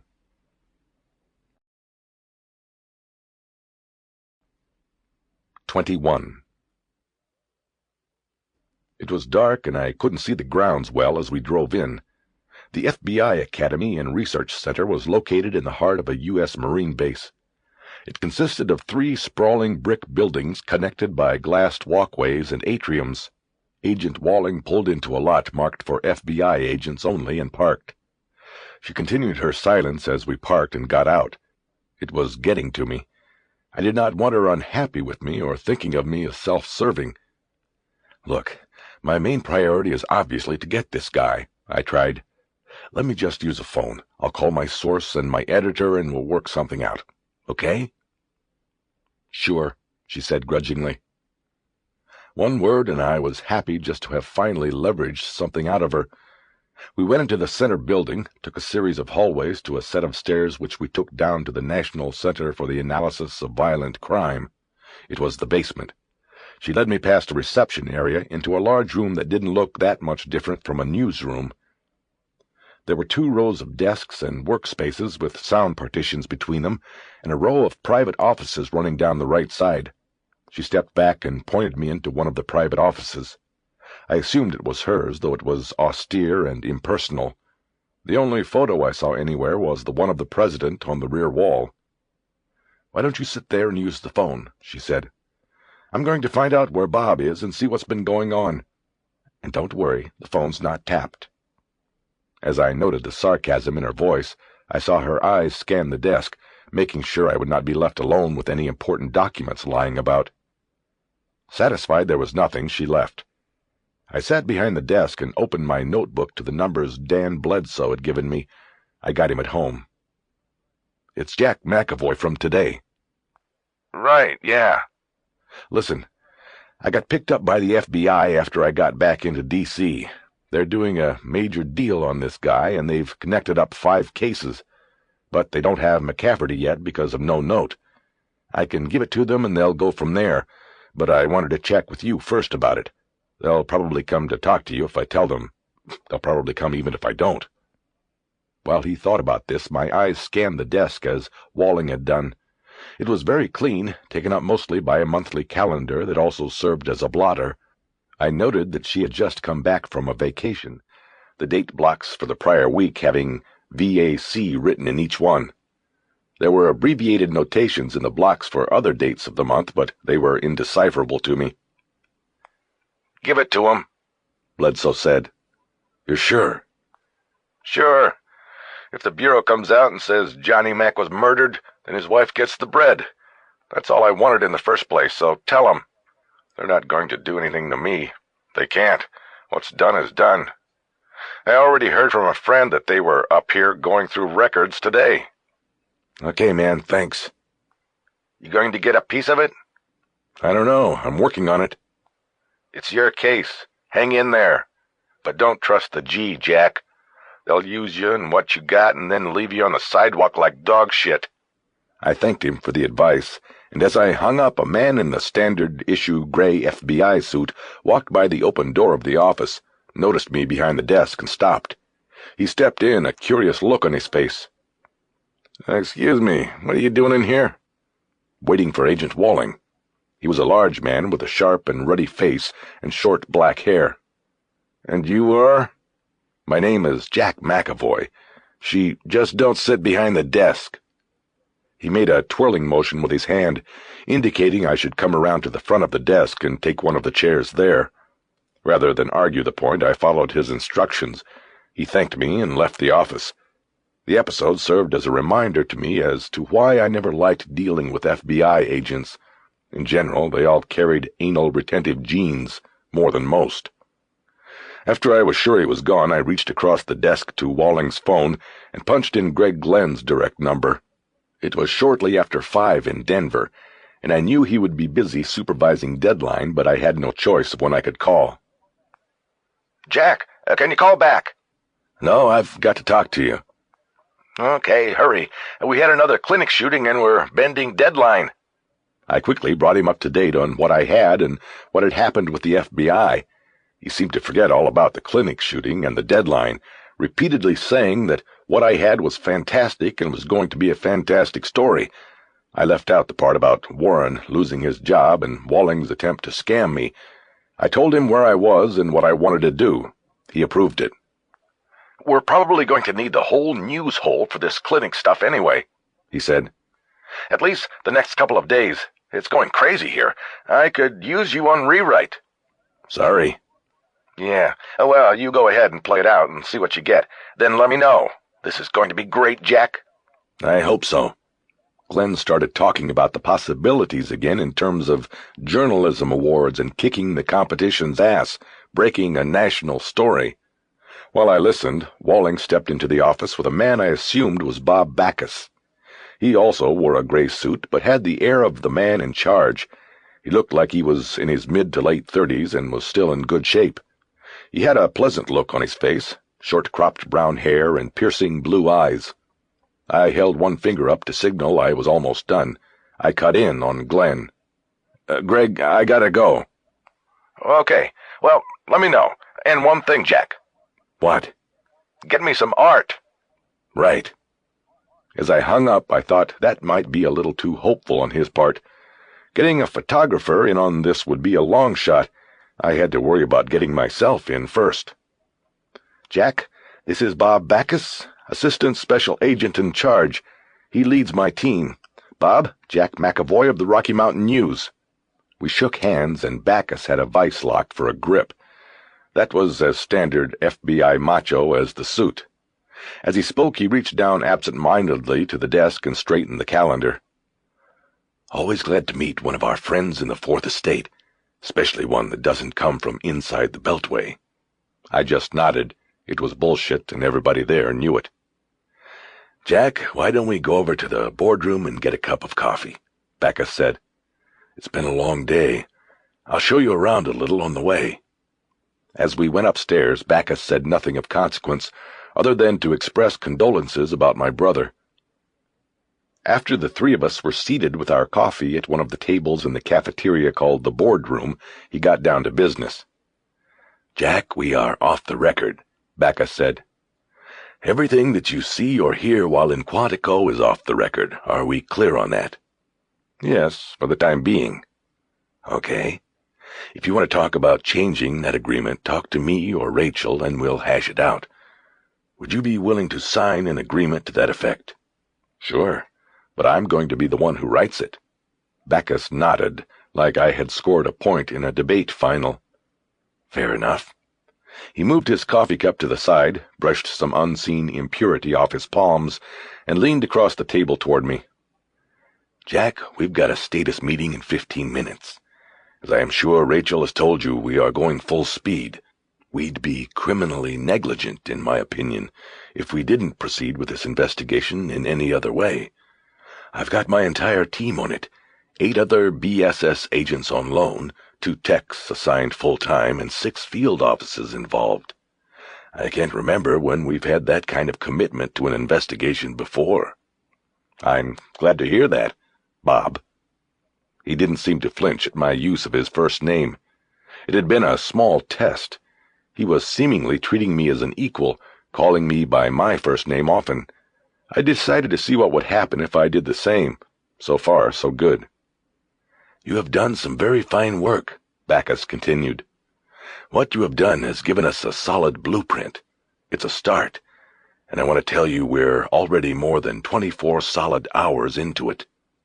Behind Backus, I saw the agent who had spoken to me in Walling's office sit down at another table with a cup of coffee and a sandwich. He watched us as he began to eat. We are talking about a tremendous amount of resources being committed to the investigation, Backus said. But right now, our #1 priority is one of containment.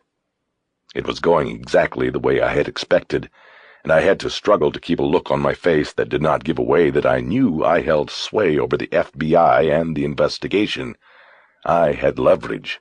I was an insider. You don't want me to write about it, I said quietly.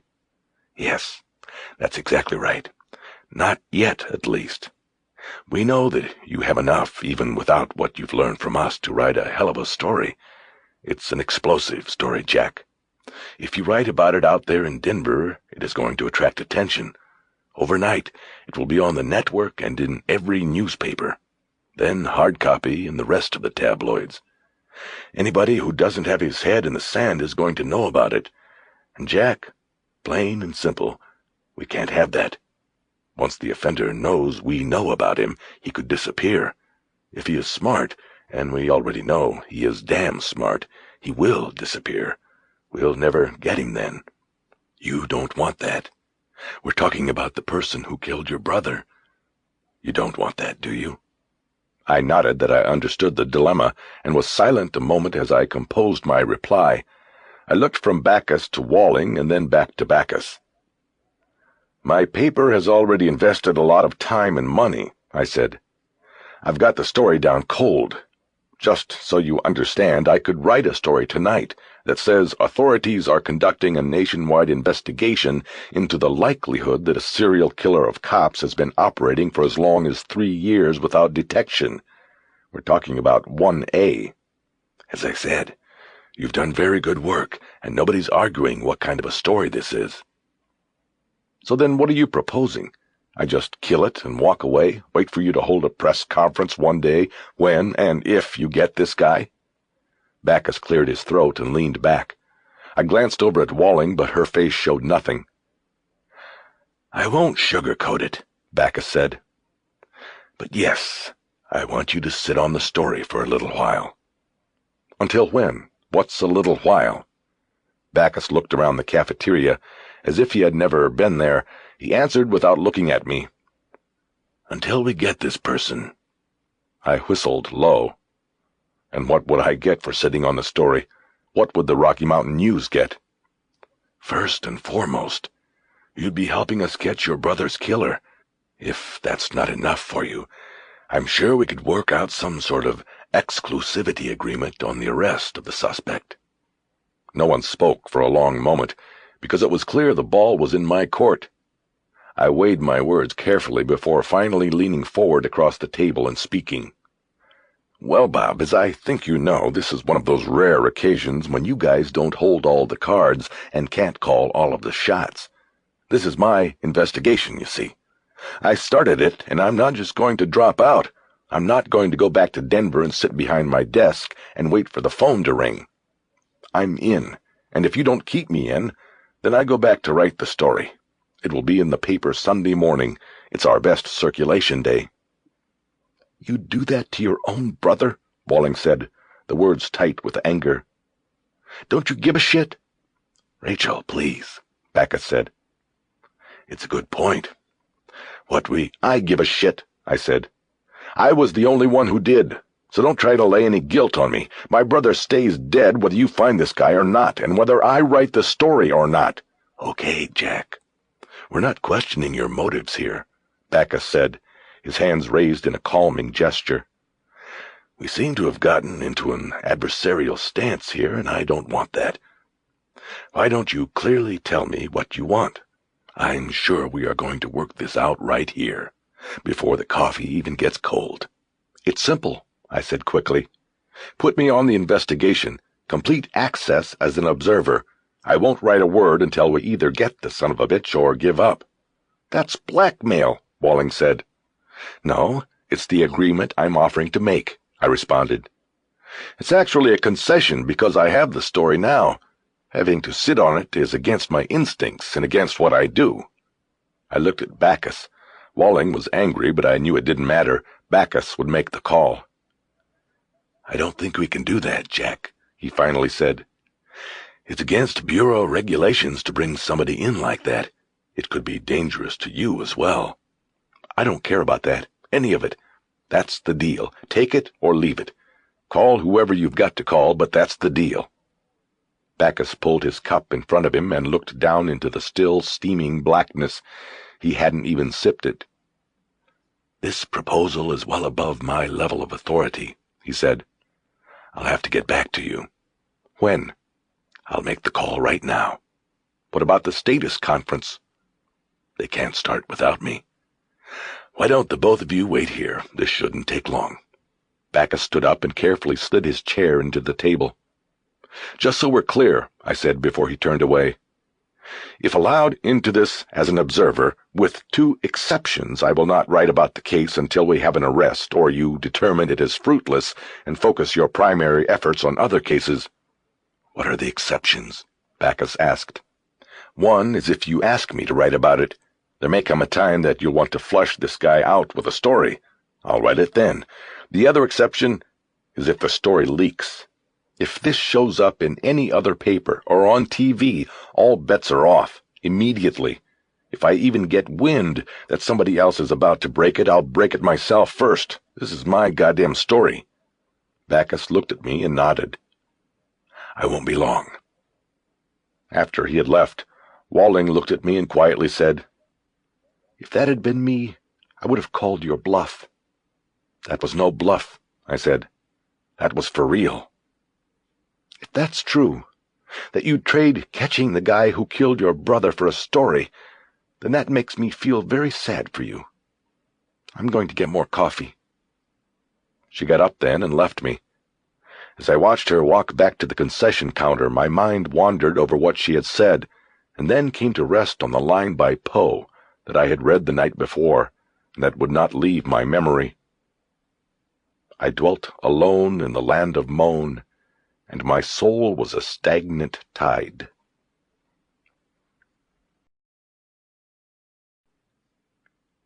(22)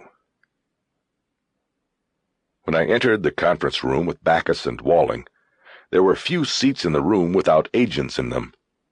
The status meeting was set up with agents sitting around the long table and then an outside layer of sitters on chairs lining the walls. Bacchus pointed to a chair on the outer rim and signaled me to sit. He and Walling then went to the two remaining slots at the center of the table. The chairs had apparently been exclusively reserved for them. I felt a lot of eyes on me as the stranger, but I reached down to the floor and fiddled with my computer satchel, acting like I was looking for something so I did not have to meet any of their stares. Bacchus had taken the deal, or rather, whoever he had called had taken the deal.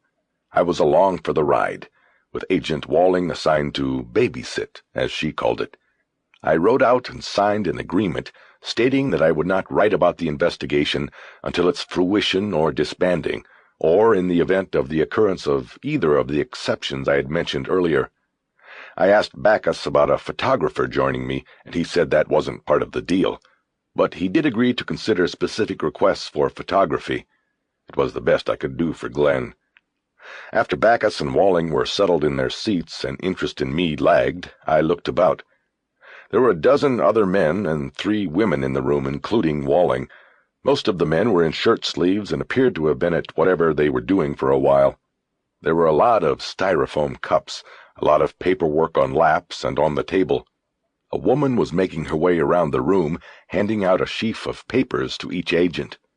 I noticed one of the agents was the sharp-faced man I had encountered in Walling's office, and then had seen again in the cafeteria. When Walling had gone to refill her coffee cup, I had seen him get up from his meal and go to the food counters to talk to her. I couldn't hear what was said, but I could tell she had dismissed him, and he didn't seem too happy about it. "Okay, people," Bacchus said. "Let's get this going if we can. It's been a long day, and they're probably only going to get longer from here." The murmur of conversation abruptly halted. As smoothly as possible, I reached down to my computer bag and slid out a notebook. I opened it to a fresh page and got ready to take notes. "First of all, a short announcement," Bacchus said. "The new man you see seated against the wall is Jack McAvoy. He is a reporter for the Rocky Mountain News, and he plans to be with us until this is over. It is his fine work that resulted in this task force being formed. He discovered our poet. He has agreed not to write about our investigation until we have the offender in custody. I want all of you to extend him every courtesy. He has the special agent in charge's blessing to be here." I felt the eyes on me again, and I sat frozen with my notebook and pen in hand, as if I had been caught at a crime scene with blood on my hands. "If he's not going to write, how come he's got the notebook out?" I looked toward the familiar voice and saw it was the sharp-faced man from Walling's office who had asked the question. "He needs to take notes, so that when he does write he has the facts," Walling said, unexpectedly coming to my defense. "That'll be the day when one of them reports the facts," the agent threw back at her. "Gordon, let's not make Mr. McAvoy uncomfortable," Bacchus said, smiling. "I trust he will do a good job.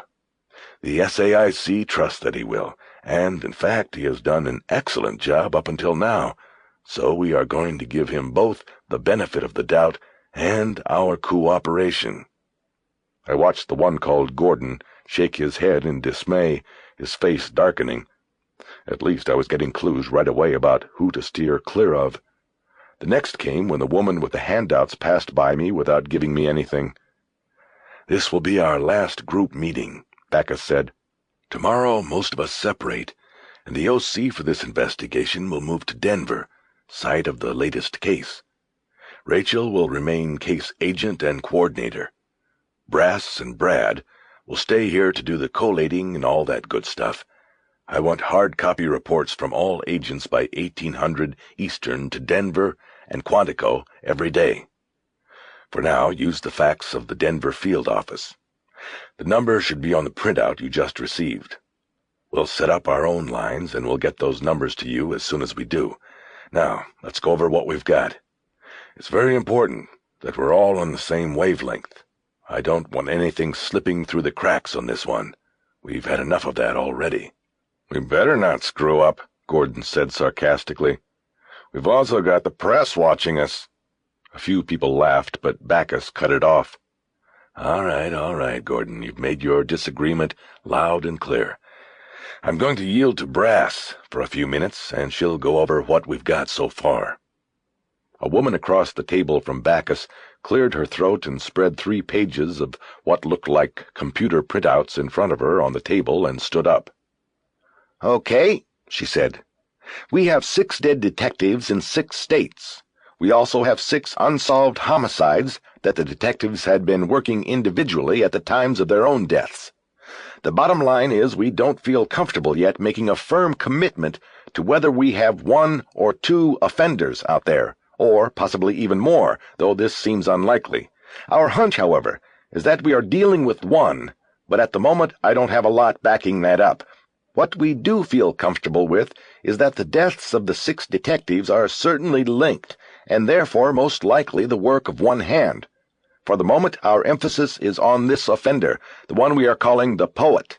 Beyond that, we only have the theory of linkage to the other cases. We'll talk about them later. First, let's start with the detectives. Take a look at the first PVR in your package for a few seconds, and then I'll point out some things." I looked at everyone studying the handout and felt annoyed at being left out. I decided that after the meeting I would talk to Backus about it. I looked over at Gordon and saw him looking at me. He winked at me and then turned his face to the reports in front of him. I then saw Walling get up and come round to the table to my side of the room. She handed me a copy of the printout. I nodded my thanks, but she had already headed back to her spot. I noticed that as she walked back she glanced at Gordon, and their eyes locked in a long stare. I looked at the pages in my hands. The first sheet was just an organizational structure with the names of the agents involved and their assignments. There were also the phone and fax numbers for the field offices in Denver, Baltimore, Tampa, Chicago, Dallas, and Albuquerque. I ran my eyes down the list of agents and found only one Gordon Thorson. I saw that his assignment simply read, Quantico, go. Next I looked for Brass on the list and guessed easily enough that she was Brasilia Duran, assigned on the sheet as victim coordinator/profiling. Other assignments to agents were listed. There were handwriting and cryptology assignments, but most were just noted as cities of assignment followed by a victim's name. Apparently 2 BSS agents would go to each city where the poet had been to coordinate investigations of those cases with agents from the city's field office and local police. I turned the page to the next sheet, which was the one everybody else was reading. Preliminary Victimology Report. The Poet. BSS 95-17. Victim Number 1. Clifford Beltran, Sarasota County Sheriff's Department, homicide. White male, date of birth 3/14/34, date of death 4/1/92. Weapon, Smith & Wesson 12-gauge shotgun. 1 shot, head. Place of death, residence, no witness. 2. John Brooks, Chicago Police Department, homicide, area 6. Black male, date of birth 7/21/54, date of death 10/30/93. Weapon, service Glock 19. 2 shots, 1 impact, head. Place of death, residence, no witness. 3. Garland Petrie, Dallas Police Department, homicide. White male, date of birth 11/11/51, date of death 3/28/94. Weapon, service Beretta 38. 2 shots, 2 impacts, chest and head. Place of death, residence, no witness. 4. Morris Cotite, Albuquerque Police Department, homicide, Hispanic male, date of birth 9/14/56, date of death 9/24/94. Weapon, service, Smith & Wesson 38, 2 shots, 1 impact, head. Place of death, car, no witness. 5. Shawn McAvoy, Denver Police Department, homicide, white male, date of birth 5/21/60, date of death 2/10/95. Weapon, service, Smith & Wesson 38, 1 shot, head. Place of death, car, no witness. The first thing I noticed was that they didn't have McCafferty on the list yet. He'd be number 2.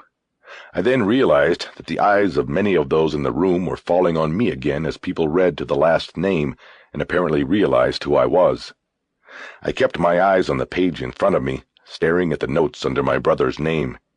His life had been reduced to short descriptions and dates. Brasilia Duran finally rescued me from the moment. "Okay, FYI, these were printed up before the 6th case was confirmed," she said. "If you want to put it on your sheet now, it will be between Beltran and Brooks. The name is John McCafferty, a homicide detective with the Baltimore Police Department. We'll get more details later.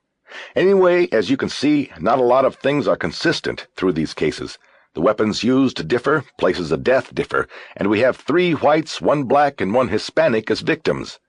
The additional case, McCafferty is a white male, 47 years old. But there are limited common denominators to the physical scene and evidence. Each victim was a male homicide detective who was killed by a fatal headshot, and there were no eyewitnesses to these shootings. From there, we get into the 2 key commonalities that we want to exploit. We have a reference to Edgar Allan Poe in each case. That's 1.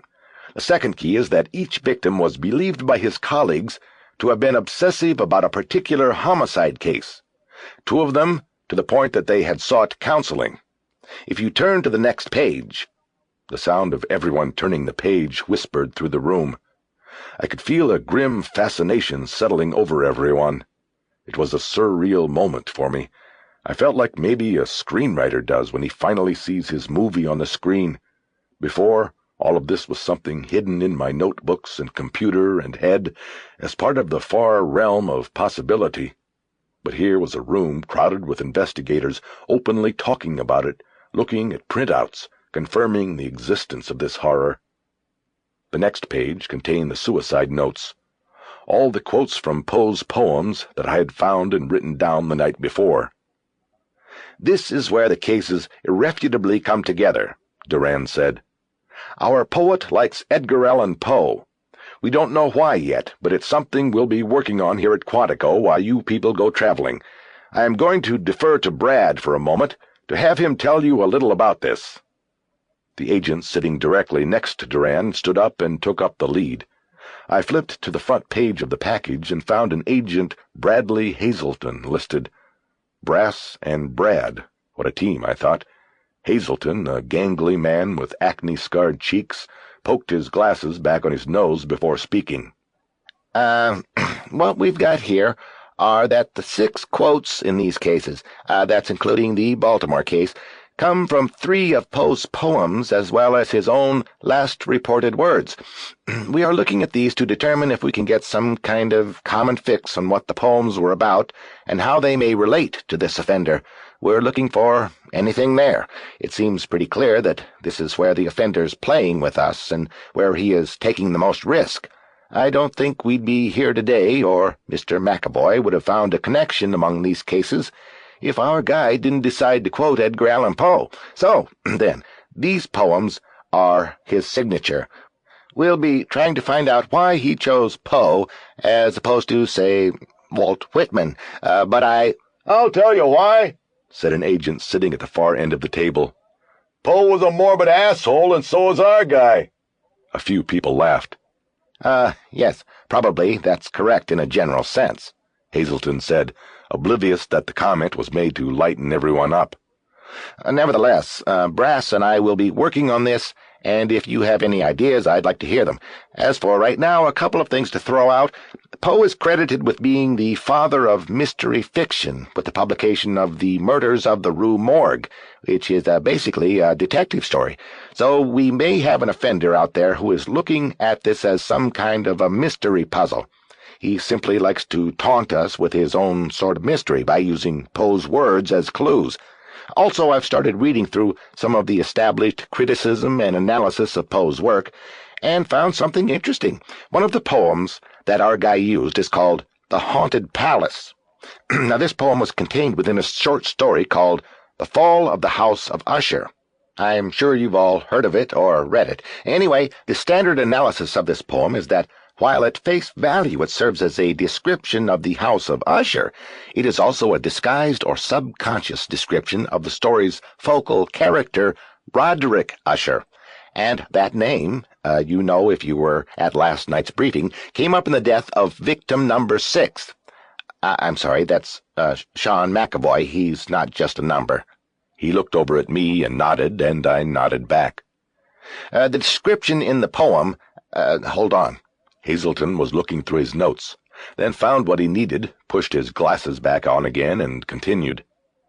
Okay, we've got banners yellow, glorious golden, on its roof did float and flow, and then later on we have along the ramparts plumed and pallid. Okay, and then a few lines later we have mention of 2 luminous windows, blah, blah, blah. Anyway, what this translates to as far as description goes is that of a reclusive white male with blonde hair, perhaps long or curly blonde hair, and eyeglasses. There's your start on the physical profile. There was a roll of laughter through the room, and Hazelton seemed to take it personally. It's in the books, he protested. I'm serious, and I think it's a place to start. Wait a minute, said a voice from the outer rim. A man stood up so he'd have the attention of the whole room. He was older than most of the other agents and carried the no-nonsense air of a veteran. What are we talking about here? Yellow banners flowing. What is this shit?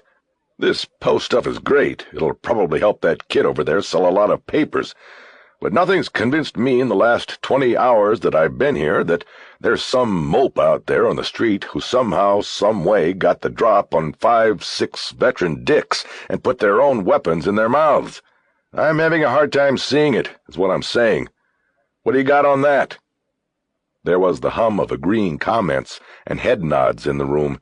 I heard someone call the agent who started the ball rolling Smitty, and I saw a Chuck Smith listed on the front page of the packet. He was heading to Dallas. Brass Duran stood up to address the issue. We know that's the rub, she said. Methodology is what we are least prepared to discuss at this point. But the Poe correlation is definitive in my judgment, and Bob agrees. So, what's our alternative? Do we say this is impossible and drop it? No. We act as if other lives may be at stake because they may very well be. The questions you have will hopefully be answered as we go, but I agree it is something we need to be considering, and it is always healthy to be skeptical. It's a question of control. How does the poet get control of these men? She turned her head and scanned the room. Smitty was silent now. Brass, Backus said. Let's go on to the first victims. Okay, folks, next page. The page we turned to contained information on the murders that had obsessed the detectives the poet killed. These were called secondary victims on the report, even though in each city they had actually died first. I noticed that once again the sheet was not up to date. Polly Amherst, the woman whose murder had obsessed John McCafferty in Baltimore, had not yet made the list. Secondary victimology, preliminary. 1. Gabriel Ortiz, Sarasota, Florida, student. Hispanic male, date of birth 6/1/82, date of death 2/14/92. Ligature strangulation, molestation. Kapok fiber. 2. Robert Smathers, Chicago, student. Black male, date of birth 8/11/81, date of death 8/15/93. Manual strangulation, mutilation ante mortem. 3. Althea Grenadine, Dallas, student, black female, date of birth 10/10/84, date of death 1/4/94, multiple stabbing, chest, mutilation ante-mortem. 4. Manuela Cortez, Albuquerque, New Mexico, housekeeper, Hispanic female, date of birth 4/11/46, date of death 8/16/94, multiple blunt force, mutilation post-mortem, kapok fiber. 5. Teresa Lofton, Denver, Colorado, student, daycare employee, white female, date of birth 7/4/75, date of death 12/16/94, ligature strangulation, mutilation post-mortem, kapok fiber. Okay, once again we are missing one, Duran said. Baltimore. I understand the case was not a child but a teacher. Polly Amherst. Ligature strangulation and post-mortem mutilation. She waited a beat in case people were writing notes. We are still in the process of having files and data faxed in on these cases, she continued. This was just put together for the meeting.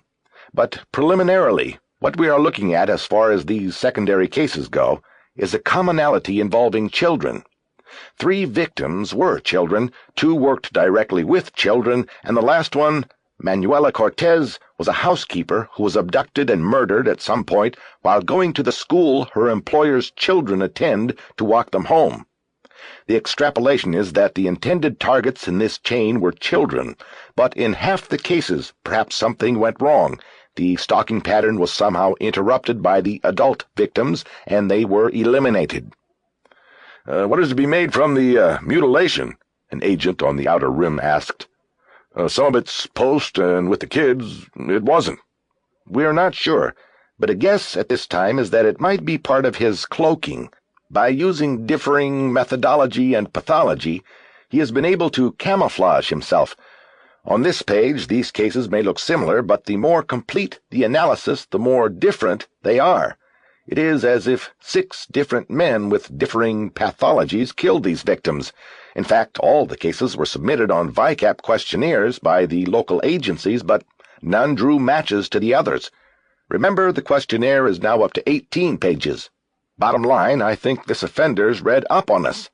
I think he knew how to do things differently enough with each of these victims so that our trusty computer never scored a match. The only mistake he made was the kapok fibers. That is how we have him. An agent on the outer rim raised his hand, and Duran nodded at him. If there were 3 incidents of kapok fiber being recovered, why didn't we get a match on the VICAP computer if both cases were entered like you said? Human error. In the first case, the Ortiz boy, kapok was indigenous to the area and dismissed. It wasn't put on the questionnaire. In the Albuquerque case, the fibers were not identified until after a VICAP survey was submitted. Once they were identified as kapok, the survey was not updated. An oversight, we missed the match. We only got that from the field office today. Only in the Denver case was the kapok seen as significant enough to include on the VICAP request. There was a groan from several of the agents, and I felt my own heart sink a bit. The chance of identifying that there was a serial killer at work as early as the Albuquerque case had been missed. What if it hadn't been missed, I wondered? Maybe Shawn would be alive. That brings us to the big question, Duran said. How many killers have we got? One who does the first string and another who does the detectives? Or just one? One who does them all? For the moment, based primarily on the logistical improbabilities associated with 2 killers, we are pursuing a theory of linkage. Our assumption is that in each city the 2 deaths are linked. What's the pathology? Smitty asked. We're only guessing now. The obvious one is that he sees killing the detective as a way of covering his tracks, ensuring his escape. But we have another theory as well. That is, that the first homicide was committed by the offender in order to draw a homicide detective into the frame. In other words, the first kill is bait, presented in such a horrific fashion as to attract a homicide detective's obsession. We are assuming that the poet then stalked each one of these officers and learned their habits and routines. That enabled him to get close and carry out the eventual murder without detection. This silenced the room. I got the feeling that many of the agents, though surely veterans of numerous investigations of serial killings, had never before encountered a predator like the one they were calling the poet. "Of course," Brass said. "All we have is theory for the time being." Bacchus stood up. "Thank you, Brass," he said. Then, addressing the room, added, "Quickly now, because I want to do some profiling and get this wrapped up. Gordon, you had something for us." "Yes, real quick," Thorson said, standing up and moving to an easel with a large drawing pad on it. "The map in your package is outdated because of the Baltimore connection, so if I can have your attention up here for a moment." He quickly drew the outline of the United States with a thick black marker. Then, with a red marker, he began to draw the poet's trail. Starting in Florida, which he had drawn proportionately small compared to the rest of the country, the line went up to Baltimore, then over to Chicago, then down to Dallas, then up to Albuquerque, and finally up further to Denver. He picked up the black marker again and wrote the dates of the killings in each of the cities. "It's pretty self-explanatory," Thorson said. "Our man is heading west, and he's obviously pissed off at homicide cops about something." He raised his hand and waved it over the western half of the country he had drawn. "We'll look for the next hits out here unless we get lucky and get him first." Looking at the terminus of the red line Thorson had drawn gave me a strange feeling about what was ahead. Where was the poet? Who was next? Why don't we just let him get to California so he can be among his own kind? End the problem." Everyone laughed at the joke from one of the agents seated in the outer rim. The humor emboldened Hazelton. Hey, Gordo," he said, reaching back to the easel and tapping a pencil on the small rendering of Florida. I hope this map wasn't some kind of Freudian slip on your part." That brought the loudest laughter of the meeting, and Thorson's face reddened, though he smiled at the joke at his expense. I saw Rachel Walling's face light up with delight. "Very funny, Hazel," Thorson loudly retorted. "Why don't you go back to analyzing the poems? You're good at that." The laughter dried up quickly, and I suspected that Thorson had taunted Hazelton with a barb that was more personal than witty. "Okay, if I can continue," Thorson said. "FYI, tonight we'll be alerting all the FOs, particularly in the West, to be on watch for something like this. It would help us a lot if we could get an early notice on the next one and get our lab into one of the scenes. We'll have a go team ready. But right now, we are relying on the locals for everything. Bob?" Bacchus cleared his throat to continue the discussion. "If nobody has anything, we come to profiling. What can we say about this offender? I would like to put something on the alert Gordon sends out." Then came a procession of thrown-out observations, a lot of them free-form non-sequiturs, some of them even bringing laughter. I could see there was a lot of camaraderie among the agents. There was also some strife, as exhibited by the play between Thorson and Walling and then Thorson and Hazelton. Nevertheless, I got the feeling that these people had sat around the table in this room doing this before. Sadly, many times before. The profile that emerged would be of small use in catching the poet. The generalities the agents threw into the ring were primarily interior descriptions: anger, isolation, above-average education and intelligence. How do you identify these things among the masses, I thought? No chance. Occasionally, Bacchus would step in and throw out a question to get the discussion back on course. "If you subscribe to Brass's last theory, why homicide cops?" You answer that, and you've got him in a box. That's the mystery. This poetry stuff is the diversion. Rich or poor? Oh, he's got money. He has to. Wherever he goes, he's not staying long. No job. Killing is his job. He's got to have a bank account or rich parents, something, and he's got wheels, and he needs money to put gas in the tank. The session went on for another 20 minutes, with Duran taking notes for the preliminary profile. Then Bacchus ended it and told everyone to take the rest of the night off before traveling in the morning. As the meeting broke up, a few people came up to me and introduced themselves, expressing condolences for my brother and admiration for my investigation. But it was only a few, and they included Hazelton and Duran. After a few minutes of this, I was left alone and was looking about for Walling when Gordon Thorson approached. He held his hand out, and after hesitating, I shook it. "Didn't mean to give you a hard time," he said, smiling warmly. "That's okay. It was fine." He had a tight grip, and after the standard 2-second shake, I tried to pull away, but he wouldn't let go. Instead, he pulled my hand toward him and leaned forward so that only I would hear what he had to say next. "It's good that your brother isn't around to see this," he whispered. "If I did what you did to get on this case, I'd be ashamed. I couldn't live with myself." He straightened up, always continuing the smile. I just looked at him and inexplicably nodded. He dropped my hand and stepped away. I felt humiliated in that I had not defended myself. I had stupidly just nodded my head. "What was that about?" I turned. It was Rachel Walling. Nothing. Nothing. Whatever he said, forget it. He can be an asshole." I nodded. "Yeah, I was getting that idea." "Come on, let's go back to the boardroom. I'm starved." In the hallway, she told me the travel plans. "We're leaving early tomorrow.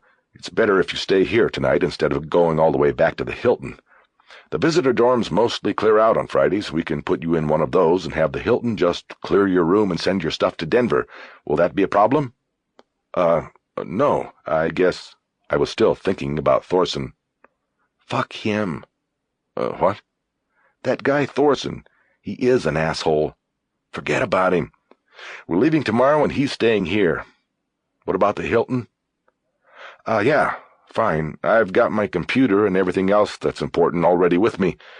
I'll see about getting you a fresh shirt in the morning." "Oh, my car. I've got a rental in the Hilton's garage." "Where are the keys?" I pulled them out of my pocket. "Give them to me. We'll take care of it."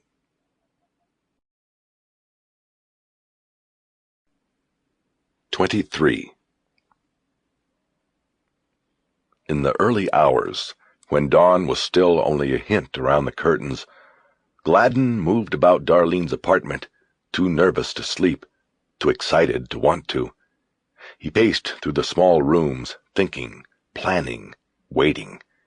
He looked in on Darlene in the bedroom, watched her on the bed for a few moments, and then returned to the living room.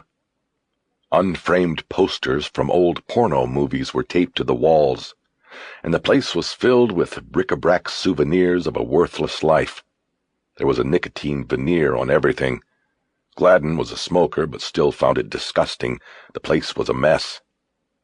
He paused in front of one of the posters from a film called Inside Darlene. She had told him she'd been a star in the early 80s before video revolutionized the business, and she started looking old, the wear and tear of the life showing around her eyes and mouth. She'd pointed with a wistful smile to the posters where the airbrushed photos showed her body and face smooth and unlined. She was billed simply as Darlene, no last name needed. He wondered what it was like living in a place where the images of your former glorious self mocked your present self from the walls. He turned away and noticed her purse on the card table in the dining room and looked through it. It was full of makeup mostly, and empty cigarette packages and matchbooks. There was a small spray can for repelling attackers, and her wallet. She had $7. He looked at her license and discovered for the first time what her full name was. "Darlene Kogel," he said out loud. "Pleased to meet you." He took the money and put everything else back in the purse. $7 wasn't much, but it was $7. The man at the Digitake dealership had made him pay in advance to order the camera. Gladen was now down to a few $100, and he figured 7 more couldn't hurt. He put his money worries aside and began to pace again. He had a problem of timing. The camera had to be shipped from New York. It wouldn't be in until Wednesday, 5 more days. He knew that to be safe, he'd have to wait it out right here in Darlene's apartment, and he knew he could do it. He decided to make a list for the store. Darlene's shelves were almost empty except for tuna fish, and he hated that shit. He'd have to go out, get supplies, and then dig in until Wednesday. He wouldn't need much. Spring water. Darlene apparently drank tap water. Also Fruit Loops, maybe some Chef Boyardee. He heard a car drive by outside. He moved toward the door to listen, and finally he heard the sound he had been waiting for, the newspaper hitting the ground. Darlene had told him the tenant in the apartment next door got the paper. Gladen was proud of himself for having thought to ask. He went to the window now and peered through the blinds to the street. Dawn was coming up gray and misty. He saw no activity outside. After turning 2 locks, Gladen opened the door and stepped out into the crisp morning air. He looked around and saw the folded newspaper on the sidewalk in front of the apartment next door. No lights were on behind the apartment's doors. Gladen quickly walked to the newspaper, picked it up, and returned to the apartment he had come from. On the couch, he quickly went to the Metro section of the paper and flipped through the 8 pages. There was no story, nothing on the maid. He tossed the section aside and picked up the front section. He turned the section over, and there it was at last. His own photo at the bottom right corner of the front page. It was the mug shot from the Santa Monica arrest. He pulled his eyes away from his own image and started reading the story. He was overjoyed. He had made the front page again, after so many years. His face flushed as he read. Motel Murder Suspect Escaped the Law in Florida, by Keisha Russell, Times staff writer. A Florida man who authorities said escaped justice as a child molester in Florida has been identified as the suspect in the brutal mutilation murder of a Hollywood motel maid, Los Angeles police said Friday. William Gladen, 29, is being sought in the death of Evangeline Crowder, whose body was found in Gladen's room at the Hollywood Star Motel. The 19-year-old victim's body had been cut into pieces and placed into the 3 drawers of a bureau in the room. The body was discovered after Gladen checked out of the motel. A motel employee who was looking for the missing maid entered the room and saw blood seeping from the bureau, police said. Crowder was the mother of an infant boy. Gladen was registered at the hotel under the name Bryce Kidder, but police said that analysis of a fingerprint found in the room identified the suspect as Gladen. Gladen was sentenced to 70 years in prison after a highly publicized child molestation trial in Tampa, Florida 7 years ago. However, after serving only 2 years in prison, he was released when his conviction was overturned on appeal. Key evidence, photos of nude children, was ruled illegally obtained by authorities. After the legal setback, prosecutors allowed Gladen to plead guilty to lesser charges. He was released on probation for time already served in prison. In another irony, police have also learned that Gladen was arrested in Santa Monica 3 days before the motel murder was discovered. He was taken into custody on a variety of minor charges stemming from a complaint that he was taking photos of children being washed at the beach showers and at the carousel on the pier. However, he was arraigned and released on bail before his true identity was learned. Continued, page 14a. Gladen had to open the section and follow the story to an inside page. There he saw another photograph of himself staring out at the reader. This was of the thin-faced and red-haired 21-year-old he had been before persecution had begun in Florida. And there was another story about him as well. He quickly finished reading the first story. Continued from 1a.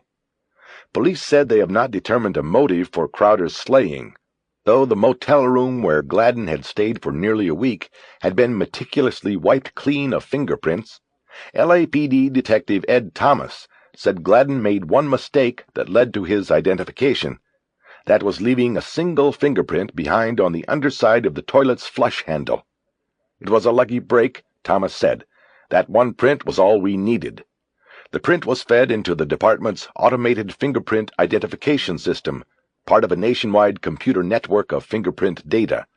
A match was found to Gladen's fingerprints, which were on file with the Florida Department of Law Enforcement computer. According to Thomas, Gladen has been wanted on probation violation for nearly 4 years. The violation was filed when he stopped regular visits to a probation officer in Florida and disappeared. In the Santa Monica case, detectives arrested Gladen on Sunday after a chase from the carousel at the pier where they observed him watching young children on the popular ride. While attempting to run from police, he threw a trash can off the pier into the bay. He was finally captured in a restaurant on the 3rd Street promenade. Gladen, who had used the name Harold Brisbane when arrested, was charged with pollution of public waterways, vandalism of city property, and evading a police officer. However, the district attorney's office declined to file any charges relating to his alleged photographing of children, citing insufficient evidence of a crime. SMPD Detective Constance Delpy said she and her partner began watching the carousel ride after receiving a complaint from an employee who had described Gladen as loitering near children and taking pictures out on the beaches of nude children being washed at the showers by their parents. Though Gladen was fingerprinted upon his arrest, Santa Monica does not have its own fingerprint computer and relies on use of a Department of Justice computer and other departments, including the LAPD, to run prints on the AFIS network. The process usually takes days because departments run their own prints as priorities. In this case, the Santa Monica prints, taken of the man originally identified as Brisbane, were not run by LAPD until Tuesday. By then, Gladen, who had spent Sunday night in the county jail, had bailed out by posting a $50,000 bond. The LAPD then also identified Gladen late Thursday through the print taken from the motel room. Detectives involved in the two cases were left to wonder about this sequence of events and how they allegedly took a murderous turn. There is always second-guessing when things like this happen, said Delpy of the SMPD Exploited Child Unit. What could we have done better to keep him locked up? I don't know. Sometimes you win and sometimes you lose. Thomas said the real crime was in Florida, where Gladen was allowed to go free. Here you have a man, an obvious pedophile, and the system lets him go, Thomas said. When the system doesn't work, it always seems to be a case like this where somebody innocent pays the price. Gladen quickly went on to the other story. He felt a weird sense of elation as he read about himself. He reveled in the glory of it. Suspect did an end run around justice in Florida, by Keisha Russell, Times staff writer. A gifted jailhouse lawyer, according to authorities, William Gladen, used his prison-learned wiles to subvert the justice system and then disappear, until this week. Gladen worked at the Little Ducks Child Care Center in Tampa 8 years ago when he was arrested and charged with molesting as many as 11 children over a 3-year period. The arrest spawned a highly publicized trial, resulting in his conviction on 28 of the charges 2 years later. By all accounts, the key evidence leading to the convictions was a cache of Polaroid pictures of 9 of the young victims. In the photos, the children were seen in various stages of undress in a closet at the now-defunct daycare center. The telling thing about the pictures, however, was not that some of the children were nude, but the looks on their faces, according to Charles Hounchel, the former Hillsborough County prosecutor who was assigned to the case. All the kids were scared, Hounchel said Friday in a telephone interview from Tampa, where he is now in private practice. These kids didn't like what was being done, and it showed. It really went to the truth of the case. What their faces said in the photos matched the things they told the counselors. But at the trial, the photos were more important than the counselors and what the children had told them.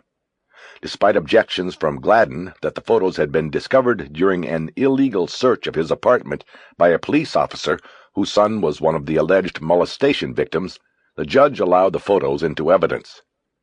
Jurors said afterward that they relied almost exclusively on the photos to convict Gladen because the 2 counselors who dealt with the children had been discredited by the attorney representing Gladen for their alleged methods of leading the children into voicing accusations against Gladen. After his conviction, Gladen was sentenced to 70 years imprisonment to be served at the Union Correctional Institute at Rayford. In the prison, Gladen, who already had a degree in English literature, studied poetry, psychology, and the law. It appears that it is in the law that he excelled. The convicted molester quickly learned the skills of a jailhouse lawyer, according to Hounchel, and helped other inmates with appellate briefs while composing his own. Among his more celebrated clients in the prison's sexual offender ward were Donnell Forks, the so-called pillowcase rapist of Orlando, former Miami Dolphins football player Alan Jannon, and Las Vegas stage hypnotist Horace Gomble. All 3 are serving time for multiple rape convictions, and Gladen was unsuccessful in his attempts to win them freedom or new trials with appeals he wrote while serving time with them. But within a year of his imprisonment, Hounsell said Gladen filed a thoroughly researched appeal of his own conviction, which challenged once again the search that led to the discovery of the incriminating photos. Hounsell explained that Raymond Gomez, the officer who found the photos, had gone to Gladen's home in a rage after his 9-year-old son revealed that he had been molested by a man who worked at the boys' daycare center. Receiving no answer after knocking, the off-duty officer said he found the door unlocked and entered. Gomez later testified in a hearing on the matter that he found the photos spread out on a bedspread. He quickly extricated himself from the house and reported his knowledge to detectives, who then obtained a search warrant. Gladen was arrested after the detectives went back later that day with the warrant and found the photos hidden in a closet. Gladen maintained at trial that the door was not unlocked when he had left his apartment, and the photos were not on display. Regardless of whether the door was unlocked and the photos left out, he argued the search by Gomez was a clear breach of his constitutional rights to protection from unlawful search and seizure. However, the trial judge ruled that Gomez was acting as a father, not a police officer, when he entered the apartment. The accidental discovery of the key evidence was therefore not a breach of the Constitution. An appeals court later sided with Gladen, saying that Gomez had knowledge through his police training of search and seizure laws, and should have known better than to enter the premises without authority. The Florida Supreme Court later refused to reverse the appeals court, clearing the way for a new trial without the use of the photos as evidence. Faced with the difficult task of winning a case without key evidence the first jury said was vital, authorities allowed Gladen to plead guilty to one count of lewd behavior with a child. The maximum sentence for such a crime is 5 years in prison and 5 years of consecutive probation. By that point, Gladen had served 33 months in prison and had earned an equal amount in good behavior gain time. At his sentencing, he received the maximum penalty, but still walked out of court a free man on probation. It was an end run around justice, Hounsell, the prosecutor, recalled. We knew he did it, but we couldn't use the evidence we had in our hands. After that sentencing, it was hard for me to look at those parents and their children, because I knew this guy would be out there and that he'd probably want to do it again. Within a year of his release, Gladen disappeared, and a warrant was issued for probation violation. He resurfaced this week in Southern California, with what authorities here called deadly consequences. Gladen read the story completely through a second time. He was fascinated by its thoroughness and the credit it gave him. He also liked how, if you read between the lines, it questioned the story of the cop Gomez. That liar, Gladen thought. He broke in and he ruined the case. Served him right. He was almost tempted to pick up the phone and call the reporter to thank her for the story, but decided against it. Too risky. He thought of Hounsell, the young prosecutor. "End run," he said aloud. Then he yelled it out. "End run!" His mind raced and filled with joy. There was so much they didn't know, and already he was on the front page. They would certainly learn soon. They would know. His moment of glory was coming, soon now. Gladen got up and went into the bedroom to prepare to go to the store. He thought it would be best to go early. He looked at Darlene again. Bending over the bed, he touched her wrist and tried to lift her arm. Full rigor mortis had set in. He looked at her face. The jaw muscles were already contracting, pulling her lips back into an ugly grin. Her eyes appeared to be staring at their own reflection in the mirror over the bed. He reached over and pulled the wig off her head. Her real hair was reddish-brown and short, unattractive. He noticed some of the blood had gotten on the lower fringe of blonde curls, and he took the wig into the bathroom to wash it off. Afterward he returned to the bedroom and gathered the things from the closet he would need to go to the store. Glancing back at the body as he was leaving the room, Gladen realized he had never asked her what the tattoo was supposed to be. Now it was too late. Before closing the door and leaving the room, he turned the air conditioner on high. In the living room, as he changed clothes, he made a mental note to pick up some more incense at the store. He decided he would use the $7 he had taken from her purse. She was creating the problem, he thought. She should pay to fix it.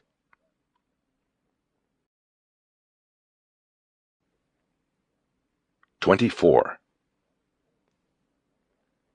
Saturday morning we took a helicopter from Quantico to National and boarded a small bureau jet bound for Colorado.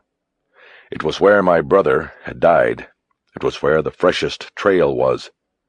It was me, Backus, Walling, and a forensic specialist named Thompson I recognized from the meeting the evening before. Beneath my jacket I was wearing a light blue pullover shirt with the FBI seal on the left breast. Walling had knocked on the door of my dorm that morning and presented it to me with a smile. It was a nice gesture, but I couldn't wait to get to Denver so I could change into my own clothes. Still, it beat wearing the same shirt I had already worn for 2 days. The ride was smooth, and I sat in the back, 3 rows behind Backus and Walling. Thompson sat behind them.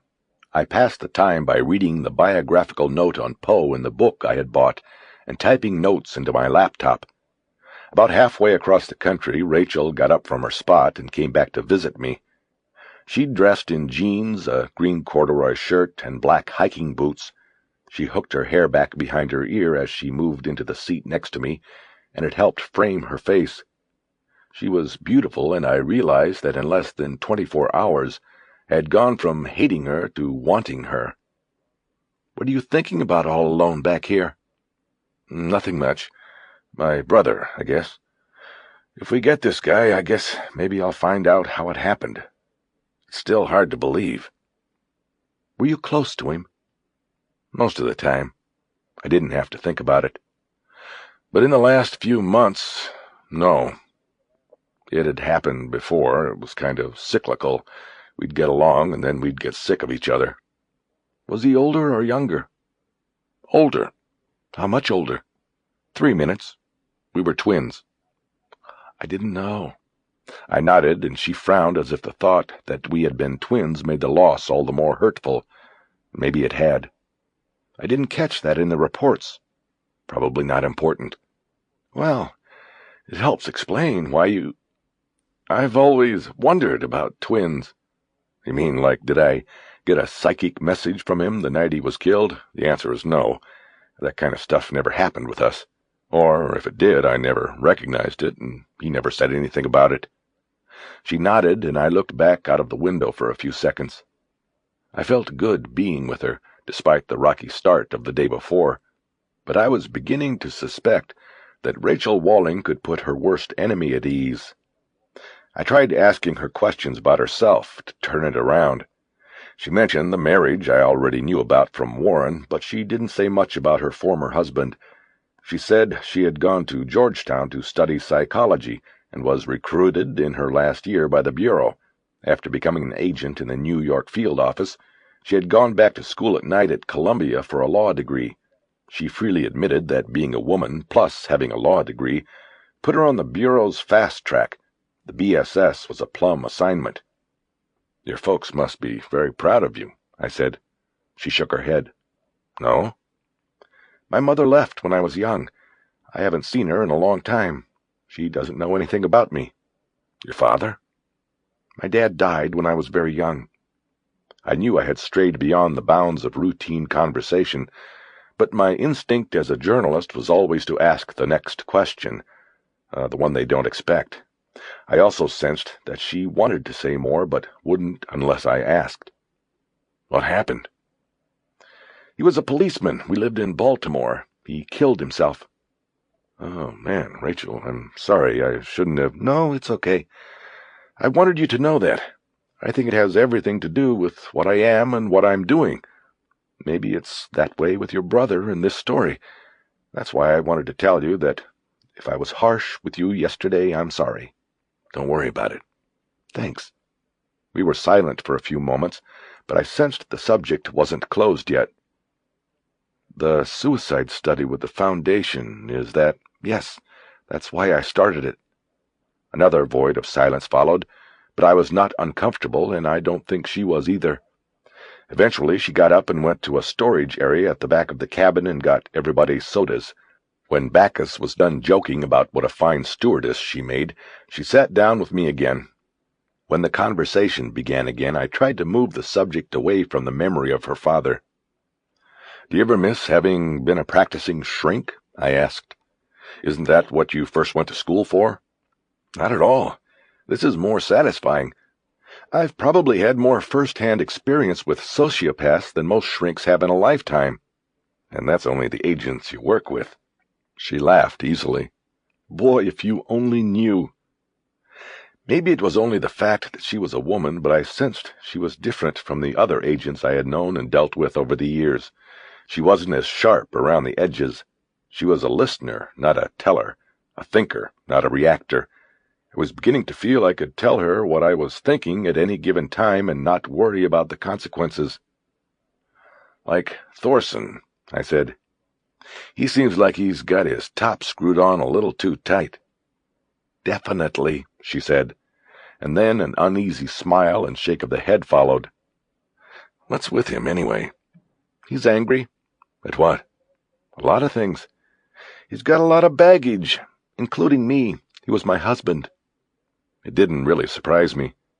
There had been the visible tension between them. My initial impression of Thorson was that he could be poster boy for the Men Are Pigs Society. No wonder Walling had a dim view of the other side. "Sorry I brought him up then," I said. "I'm betting 1,000 here." She smiled. "That's okay. He leaves that impression on a lot of people." "Must be hard to have to work with him. How come you're both in the same unit?"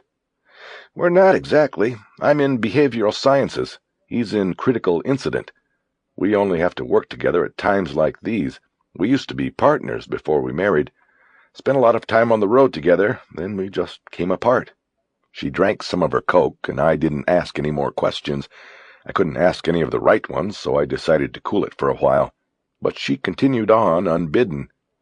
"When we divorced, he switched over to critical response," she said. "But that's as far as he will go.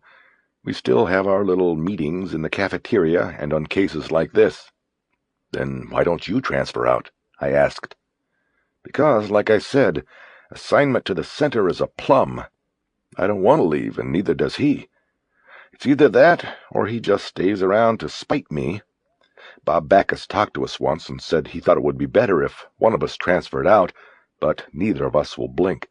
They can't move Gordon because he's got seniority. He's been there since the center started. If they move me, the unit loses one of only 3 females, and they know I'll make a beef about it." "What could you do?" "Just say I'm being moved because I'm the woman. Maybe talk to the Post. The center is one of the Bureau's bright spots. When we come to town to help the local cops, we're heroes, Jack. The media laps it up, and the Bureau doesn't want to dim that. So Gordon and I get to keep making dirty faces at each other across the table." The plane pushed over into a descent, and through the window I could look up ahead. On the far west horizon were the familiar Rockies. We were almost there. "Were you involved in the interviews of Bundy and Manson, people like that?" I had heard or read somewhere about the BSS project to interview all known serial rapists and killers in prisons across the country. From the interviews came the psychological data bank the BSS used to create profiles of other killers. The interview project had taken years, and I remembered something about it having taken its toll on the agents who faced these men. "That was a trip," she said. "Me, Gordon, Bob, we were all part of that. I still get a letter from Charlie every now and then, usually around Christmas. As a criminal, he was most effective in manipulation of his female followers, so I think he thinks that if he is going to get anybody to sympathize with him at the Bureau, it will be a woman, me." I saw the logic and nodded. "And the rapists," she said. "A lot of the same pathology as the killers. They were some sweet guys, I can tell you. I could just feel them sizing me up when I'd go in. I could tell they were trying to figure out how much time they'd have before the guard could get in. You know, whether they could take me before help came in. It really showed their pathology. They only thought in terms of help coming to save me, not that I might be able to defend myself, save myself. They simply looked at all women as victims, as prey." "You mean you talked to these people alone? No separation?" "The interviews were informal, usually in a lawyer room. No separation, but usually a hack hole. The protocol, hack hole? A window one of the guards could watch through. The protocol called for 2 agents in all the interviews, but in practice there were just too many of these guys, so most of the time we'd go to a prison and split up. It was quicker that way. The interview rooms were always monitored, but every now and then I'd get this creepy chill from some of those guys, like I was alone. But I couldn't look up to see if the hack was watching, because then the subject would look up, and if he saw the hack wasn't looking, then, Shit. Well, for some of the more violent offenders, my partner and I would do it together, Gordon or Bob or whoever was with me. But it was always faster when we split up and did separate interviews. I imagined that if you spent a couple years doing those interviews, you'd come away with some psychological baggage of your own. I wondered if that was what she had meant when she had talked about her marriage with Thorson. "Did you wear the same clothes?" she asked. What? "You and your brother, like you see some twins do." Oh, the matching stuff? No, thank God. My parents never pulled any of that with us. "So who was the black sheep of the family, you or him?" Me, definitely. Shawn was the saint, and I was the sinner. "And what are your sins?" I looked at her. Too many to recount here. "Really? Then what was the most saintly thing he ever did?" As the smile dropped off my face at the memory that would be her answer, the plane banked sharply to the left, came out of it, and started to climb. Rachel immediately forgot her question and leaned into the aisle so she could look toward the front. Presently I saw Bacchus coming down the aisle, his hands grabbing the bulkhead for balance. He signaled to Thompson to follow him, and they both made their way back to us. "What is it?" Rachel asked. "We're diverting," Bacchus said. "I just got a call from Quantico. This morning the field office in Phoenix responded to our alert. 1 week ago, a homicide detective was found dead in his home. It was supposed to be a suicide, but something was wrong. They've ruled it a homicide. Looks like the poet made a mistake." "Phoenix?" "Yes, the freshest trail." He looked at his watch. "And we have to hurry. He's to be buried in 4 hours, and I want to have a look at the body first."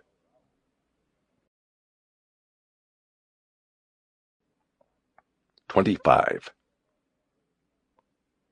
2 government cars and 4 agents from the field office met us after the jet landed at Sky Harbor International in Phoenix.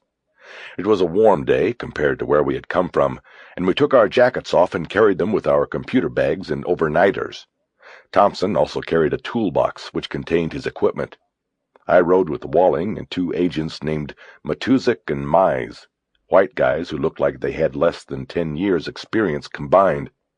It was clear by their deferential treatment of Walling that they held the BSS unit in high esteem. They had either been briefed on the fact that I was a reporter, or judged by my beard and hair that I was not an agent, despite the FBI seal on my shirt. They paid little attention to me.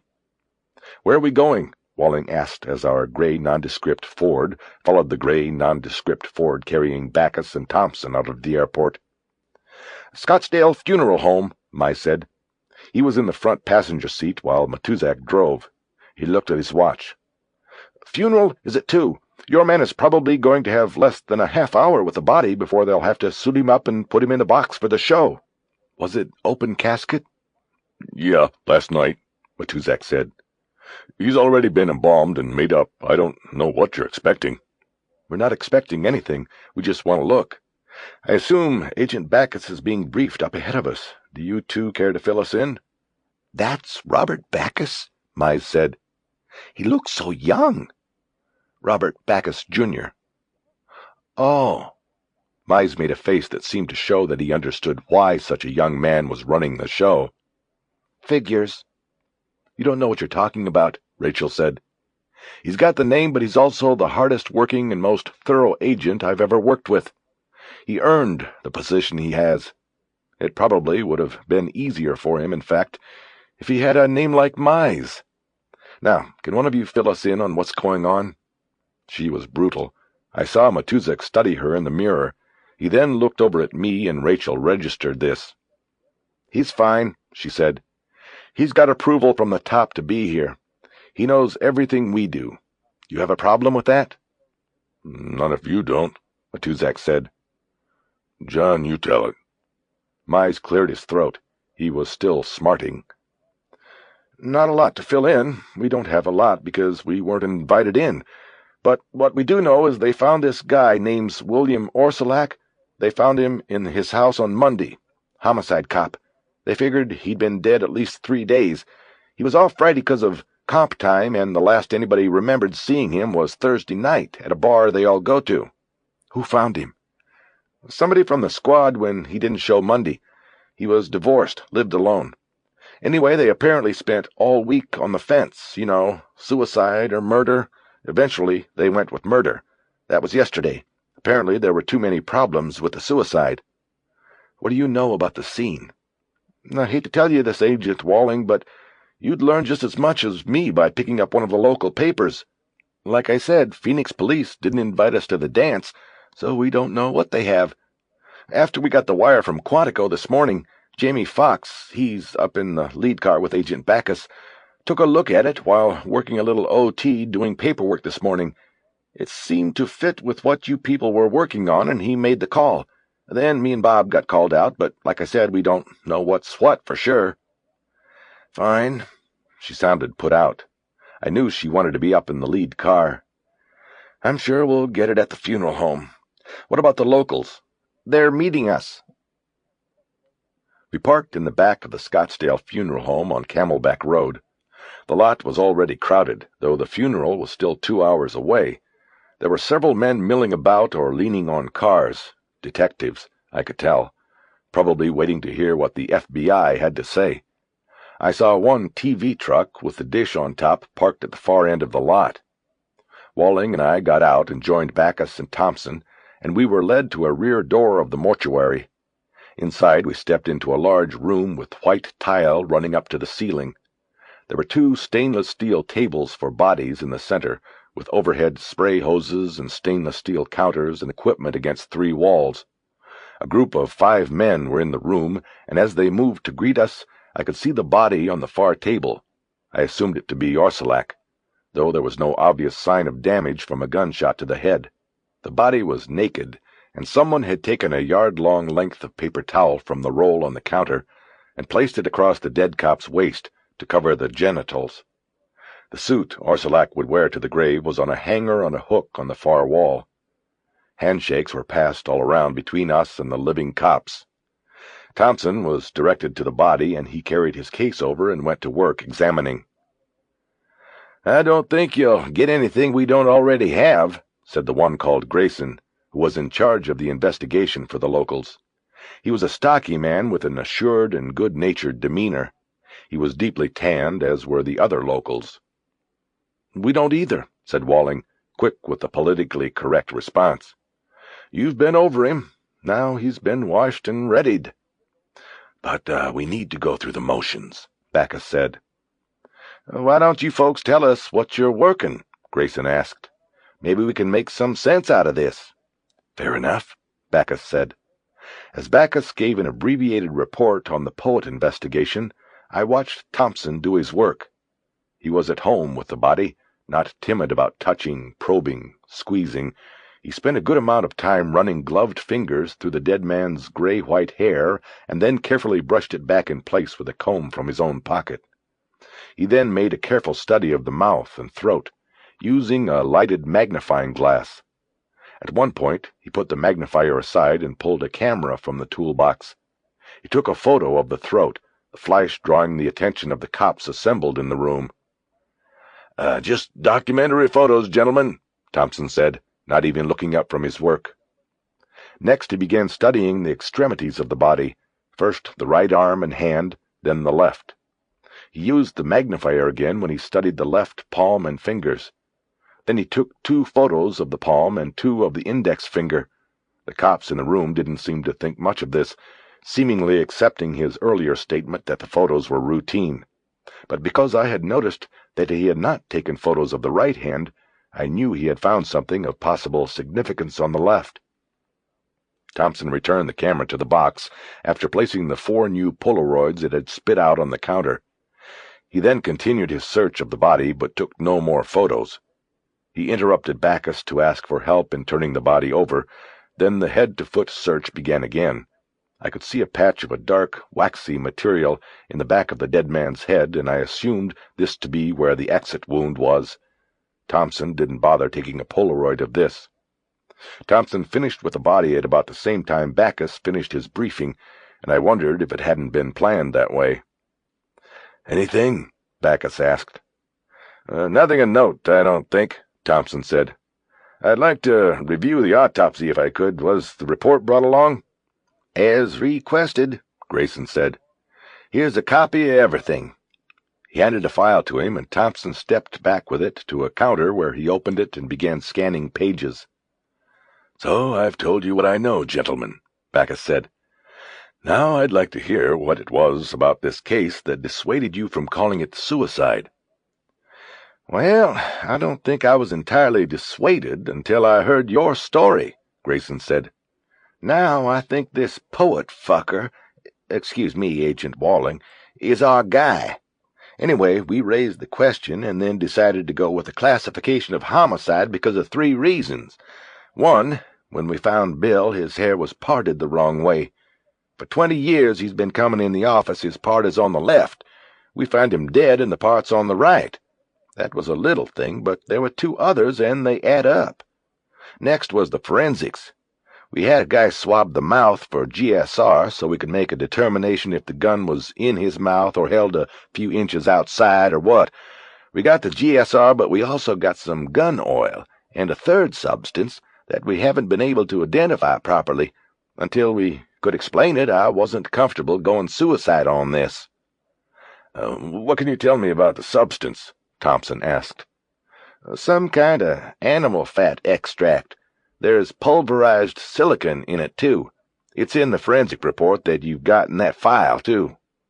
I thought I saw Thompson glance at Bacchus and then away, a tacit admission of knowledge. "You know it?" Grayson asked, seeming to catch the same impression. "Not offhand," Thompson said. "I'll get the specifics from the report and have the lab in Quantico run it on the computer. I'll let you know." "What was the 3rd reason?" Bacchus asked, quickly leaving the subject. "The 3rd reason came from Jim Beam, Orsolak's old partner. He's retired now." "That's his name, Jim Beam?" Walling asked. "Yeah, the Beamer. He called me up from Tucson after he heard about Bill and asked if we'd recovered the slug.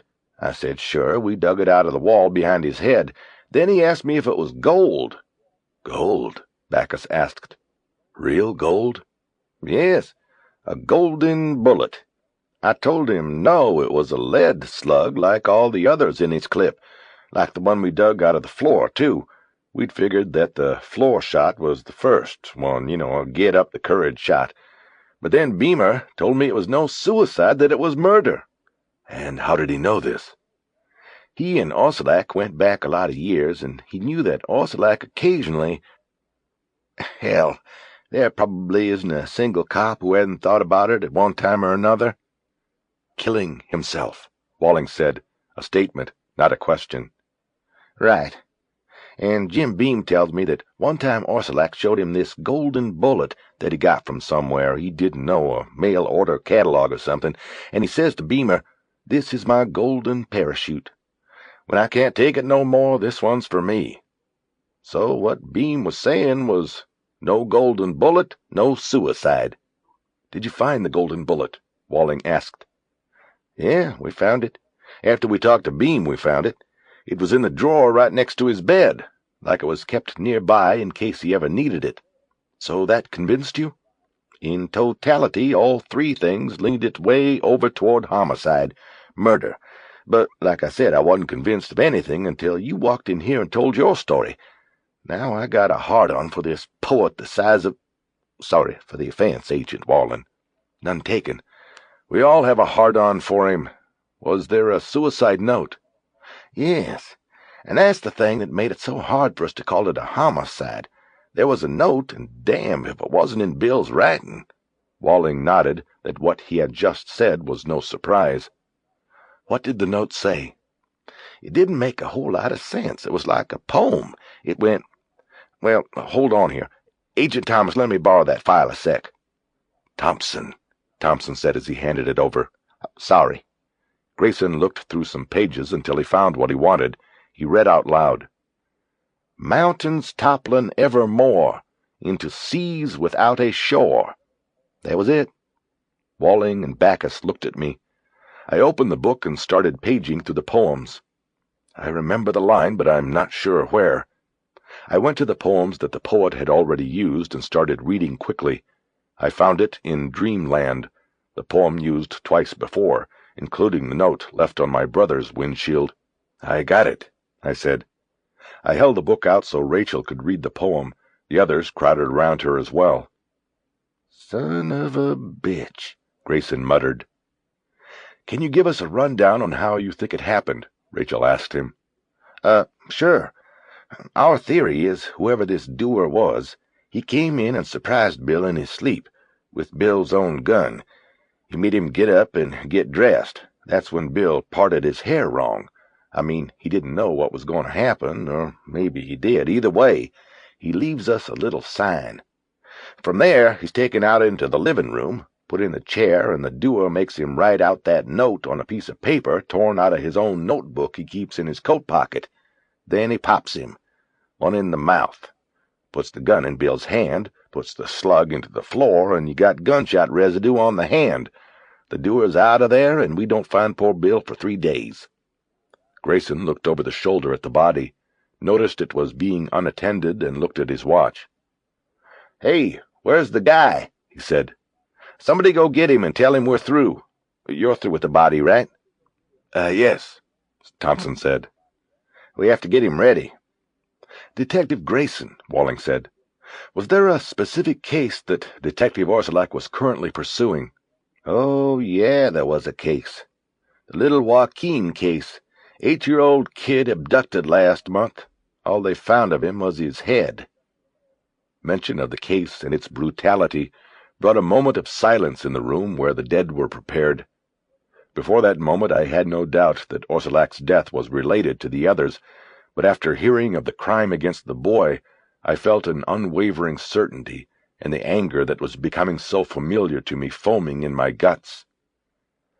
I assume everyone is going to the funeral, Bacchus said. That's right. Can we arrange a time to meet again? We would like to see the reports on the boy Joaquin as well. They set the meeting for 9 o'clock Sunday morning at the Phoenix Police Department. Grayson apparently felt that if it was on his turf he might be better able to hang on to a piece of it, but I had a feeling that the big G was about to move in and sweep him aside like a tidal wave hitting a lifeguard stand. One last thing, the press, Walling said. I saw a TV truck outside. Yeah, they've been all over this, especially when they... He didn't finish. When they what? Well, somebody sort of put it out on the police frequency that we were meeting the FBI here. Rachel groaned, and Grayson nodded as if he expected it. Look, this absolutely has to be contained, she said. If any of what we just told you men gets out, the poet will go under. We'll never catch the man who did that. She nodded at the corpse, and a few of the cops turned to make sure it was still there. The undertaker had just stepped into the room and was lifting the hanger containing Orsolak's last suit. He was looking at the assemblage of investigators, waiting for them to leave so that he could be alone with the body. We're about out of here, George, Grayson said. You can start. Bacchus said. Tell the media that the FBI's interest was purely routine, and that you will continue to handle the investigation as suspected homicide. Don't act like you are sure of anything. As we were walking back through the lot to the government cars, a young woman with bleached blonde hair and a grim look on her face came up to us with a microphone, a cameraman in tow. Holding the mic to her own mouth, she asked, Why is the FBI here today? She turned the microphone and pointed it directly under my chin for the response. I opened my mouth, but nothing came out. I had no idea why I was chosen, but then I realized it was the shirt I wore. The FBI seal on the breast pocket apparently assured her that she was talking to the Bureau. I'll answer that, Bacchus said quickly. and the microphone went to his chin. "We came at the request of the Phoenix Police Department to make a routine examination of the body and to hear details of the case. It is expected that our involvement ends here, and further questions should go to the police. We have no further comment, thank you." "But are you convinced that Detective Orsolak was the victim of foul play?" the reporter persisted. "I'm sorry," Backus said. "You'll have to refer your questions to the Phoenix Police." "And your name is?" "I'd rather keep my name out of it, thank you." He brushed by her and got into one of the cars. I followed Walling to the other. In a few minutes, we were out of there and driving back toward Phoenix. "Are you worried?" Rachel asked. "About what?" "The exclusivity of your story?" "I'm getting there, but I'm hoping she's like most TV reporters." "And how are they?" "Sourceless and senseless. If she is, then I'll be okay."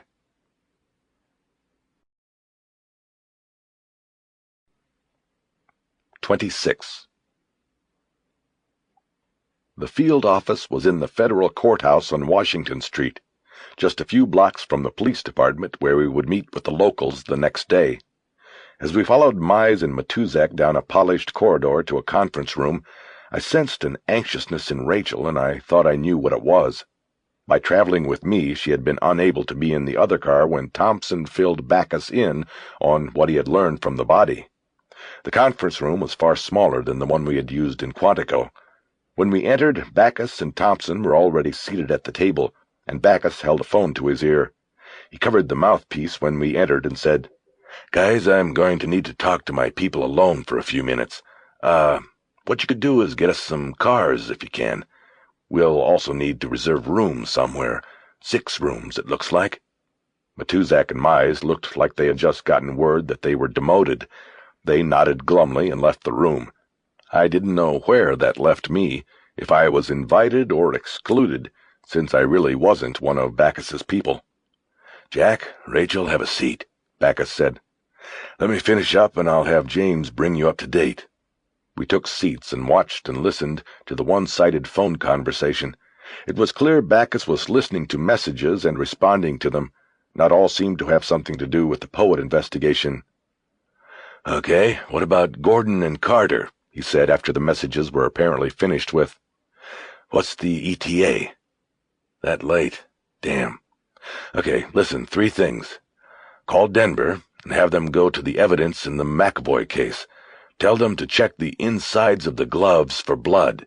If they find blood, tell them to start exhumation proceedings." Right. If it's a problem, call me right away. Also, tell them to see if the police took GSR swabs from the mouth of the victim, and if they did, have it all sent to Quantico. That goes for all the cases. The 3rd thing is James Thompson will be FedExing to the lab from out here. We need substance identification ASAP. Same with Denver if it comes. What else? When's the conference call with Brass? Okay, we'll talk then. He hung up and looked at us.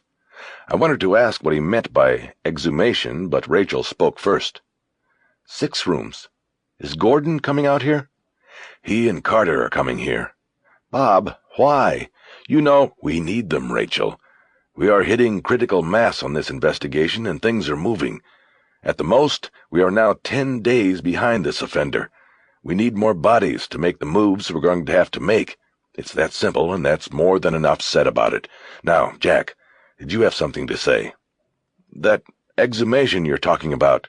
We'll talk about that in a few minutes. It will become clear. James, tell them what you found on the body. From his pocket, Thompson pulled 4 Polaroid photos and spread them on the table in front of Rachel and me. This is the left palm and index finger. The 2 on the left were taken with the 1-to-1.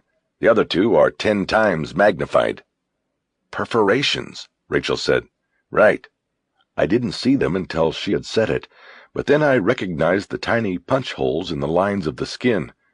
3 in the palm, 2 in the tip of the index finger. What is it? I asked.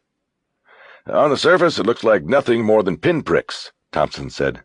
But there is no scabbing or closing of the wounds. They occurred close to time of death, shortly before or possibly after, though there wouldn't be much of a point to it after. Point to what? Jack, We're looking for ways this could have been done, Backus said. How could veteran, tough cops be taken like this? Control is what we are talking about. It's one of the keys. I waved a hand toward the photos. And what does this tell you? That and other things may indicate hypnosis was involved. You're saying this guy hypnotized my brother and these others into putting a gun in their mouths and pulling the trigger? No, I don't think it's that simple. You have to remember that it is quite difficult to use hypnotic suggestion to override the self-preservation instinct in an individual's mind. Most experts say it's flatly impossible. But if a person is susceptible to hypnotism, that person can be controlled to varying extent. He can be made docile, manageable. It's only a possibility at this point, but we have 5 perforations on this victim's hand. A standard method of testing for hypnotic trance would be to prick the skin with a pin after placing the suggestion that there will be no pain. If the patient reacts, the hypnosis is not working. If he shows no signs of feeling the pain, he is under trance conditions. And controllable, Thompson added. You want to look at my brother's hand? Yes, Jack, Backus said. We'll need an exhumation order. I believe the files said he was married. Will his widow allow this? I don't know. We may need your help on that.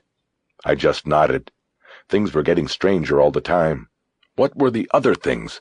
You said the perforations and other things may indicate hypnosis was involved. The autopsies, Rachel answered. None of the victims' blood screens came out totally clean. Each one had something in his blood. Your brother, cough syrup, I said defensively, from the car's glove box. Right. It ranges from over-the-counter things like cough syrup to prescription drugs. One of them had Percocet, which had been prescribed for a back injury 18 months earlier. I think that was the Chicago case. Another one, I think it was Petrie in Dallas, had codeine in his blood. It came from prescription Tylenol with codeine. The prescription bottle was in his medicine cabinet. Okay, so what's it mean? Well, individually it meant nothing at the time of each of these deaths. Whatever came up on the blood screen in each case was explained by the victim's access to it. I mean, it's reasonable to believe that if someone was going to kill himself, he might take a couple of Percocets from the old prescription bottle to calm himself. So these things were dismissed. But now they mean something. Possibly, she said. The finding of the perforations suggests hypnosis. If you add to that the introduction of some chemical suppressor into blood, then you begin to see how these men may have been controlled. Cough syrup? It could possibly enhance a subject's susceptibility to hypnosis. Codeine is a tested enhancer. Over-the-counter cough medications don't have codeine in them anymore, but some of the replacement ingredients could still act as similar enhancers. Have you known this all along? No. It was just something that had no context until now. Has it come up before? How do you know so much? Hypnosis is used fairly often as a law enforcement tool, Backus said. It's also come up on the other side before. There was one case several years ago, Rachel said. There was a man, a Las Vegas nightclub kind of guy, who did hypnotism as his act. He was also a pedophile. And what he'd do is, when he'd do shows at county fairs and so forth, he'd get close to kids. He had a children's act, a matinee, and he'd tell the audience he needed a young volunteer. The parents would practically throw their kids at him. He'd pick the lucky one and say he had to go backstage to prepare the child while some other act was going on. He'd hypnotize the kid back there, rape her, and then through hypnotic suggestion wipe the memory. Then he'd trot the kid on stage, do his act, and then take them out of the trance. He used codeine as an enhancer, put it in their cokes. I remember, Thompson said, nodding. Harry the Hypnotic. No, it was Horace the Hypnotist, Rachel said. He was one of our interviews on the rape project at Rayford, down in Florida. Wait a minute, I said. Could he? No, this is not him. He'd still be in prison in Florida. He got something like a 25-year bid. This was only 6-7 years ago. He's still inside. He's got to be. I'll have it checked anyway, Backus said, to be sure. But regardless, You see the possibility we're looking at here, Jack? I'd like you to call your sister-in-law. It would be better if she heard it from you. Tell her how important it is." I nodded. "Okay, Jack, we appreciate it. Now, why don't we take a break here and see what there is to eat in this town? We've got the conference call with the other FOs in an hour and 20 minutes. "What about the other thing?" I said. "What thing?" Backus asked. "The substance in that detective's mouth. It looked like you guys knew what it was." "No. I just made arrangements to send the swab they took back east, and then hopefully we'll know then." He was lying, and I knew it, but I let it go. Everybody stood up and headed into the hallway. I told them I wasn't hungry and needed to find a place to buy some clothes. I said I'd find a cab if there were no stores within walking distance. "I think I'll go with Jack," Rachel said. I didn't know if she really wanted to, or her job was just to watch me, make sure I didn't run off and write a story. I raised my hand in an I-don't-care attitude. With directions from Matuzak, we started walking toward a mall called the Arizona Center. It was a beautiful day, and the walk was a nice break from the intensity of recent days.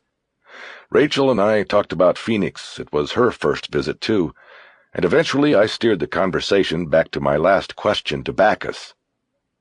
"He was lying. So was Thompson." "You mean about the oral swabs?" "Right. I think Bob just doesn't want you to know more than you need to. I'm not talking about as a reporter, I mean as a brother. If there is something new, I want to know it. The deal was I'd be on the inside, not on the inside sometimes and then on the outside, like with this hypnosis crap, other times." She stopped and turned to me. "I will tell you, if you want to know, Jack.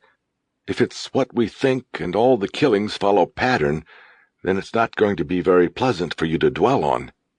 I looked in the direction we were headed. The mall was in sight, a sandstone-colored edifice with welcoming open-air walkways. "Tell me," I said. "Nothing is for sure until the swab is analyzed, but it sounds like the substance Grayson described was something we've seen before. You see, some repeat offenders are smart. They know about leaving evidence behind, evidence like semen, so they use condoms. But if it's a lubricated condom, the lubricant can be left behind, detected.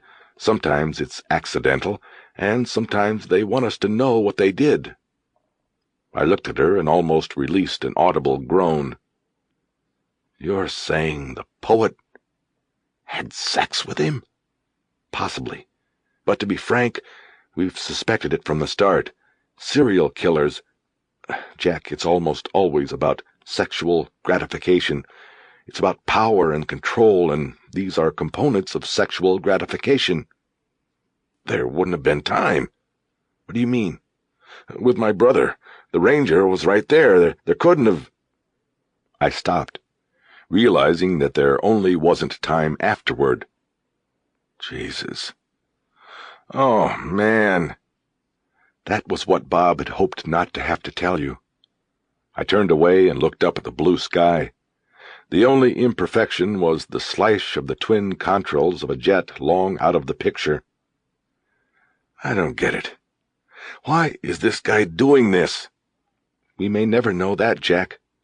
She put a comforting hand on my shoulder.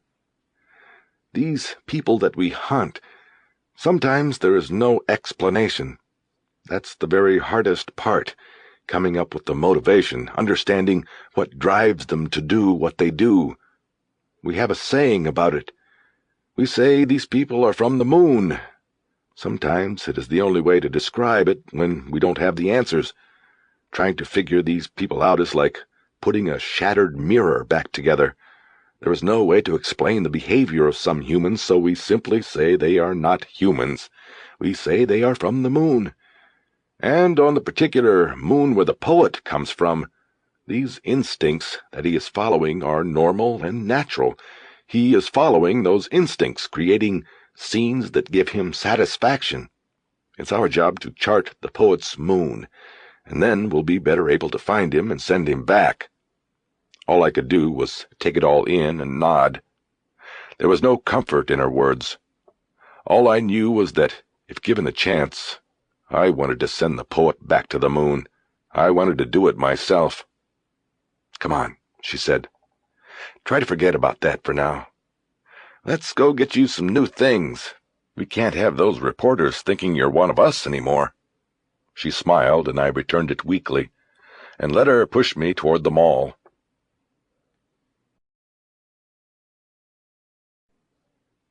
"27. We met back in the conference room of the field office at 6:30. Backus was there, trying to work out the logistics with the phone, along with Thompson, Matuzak, Mize, and 3 agents I hadn't been introduced to. I put my shopping bag under the conference table. It contained 2 new shirts, a pair of pants, and a package of underwear and socks. I immediately wished I had changed into one of the new shirts, because the unintroduced agents studied me in my FBI shirt with grim looks that suggested I had committed some kind of sacrilege by trying to impersonate an agent.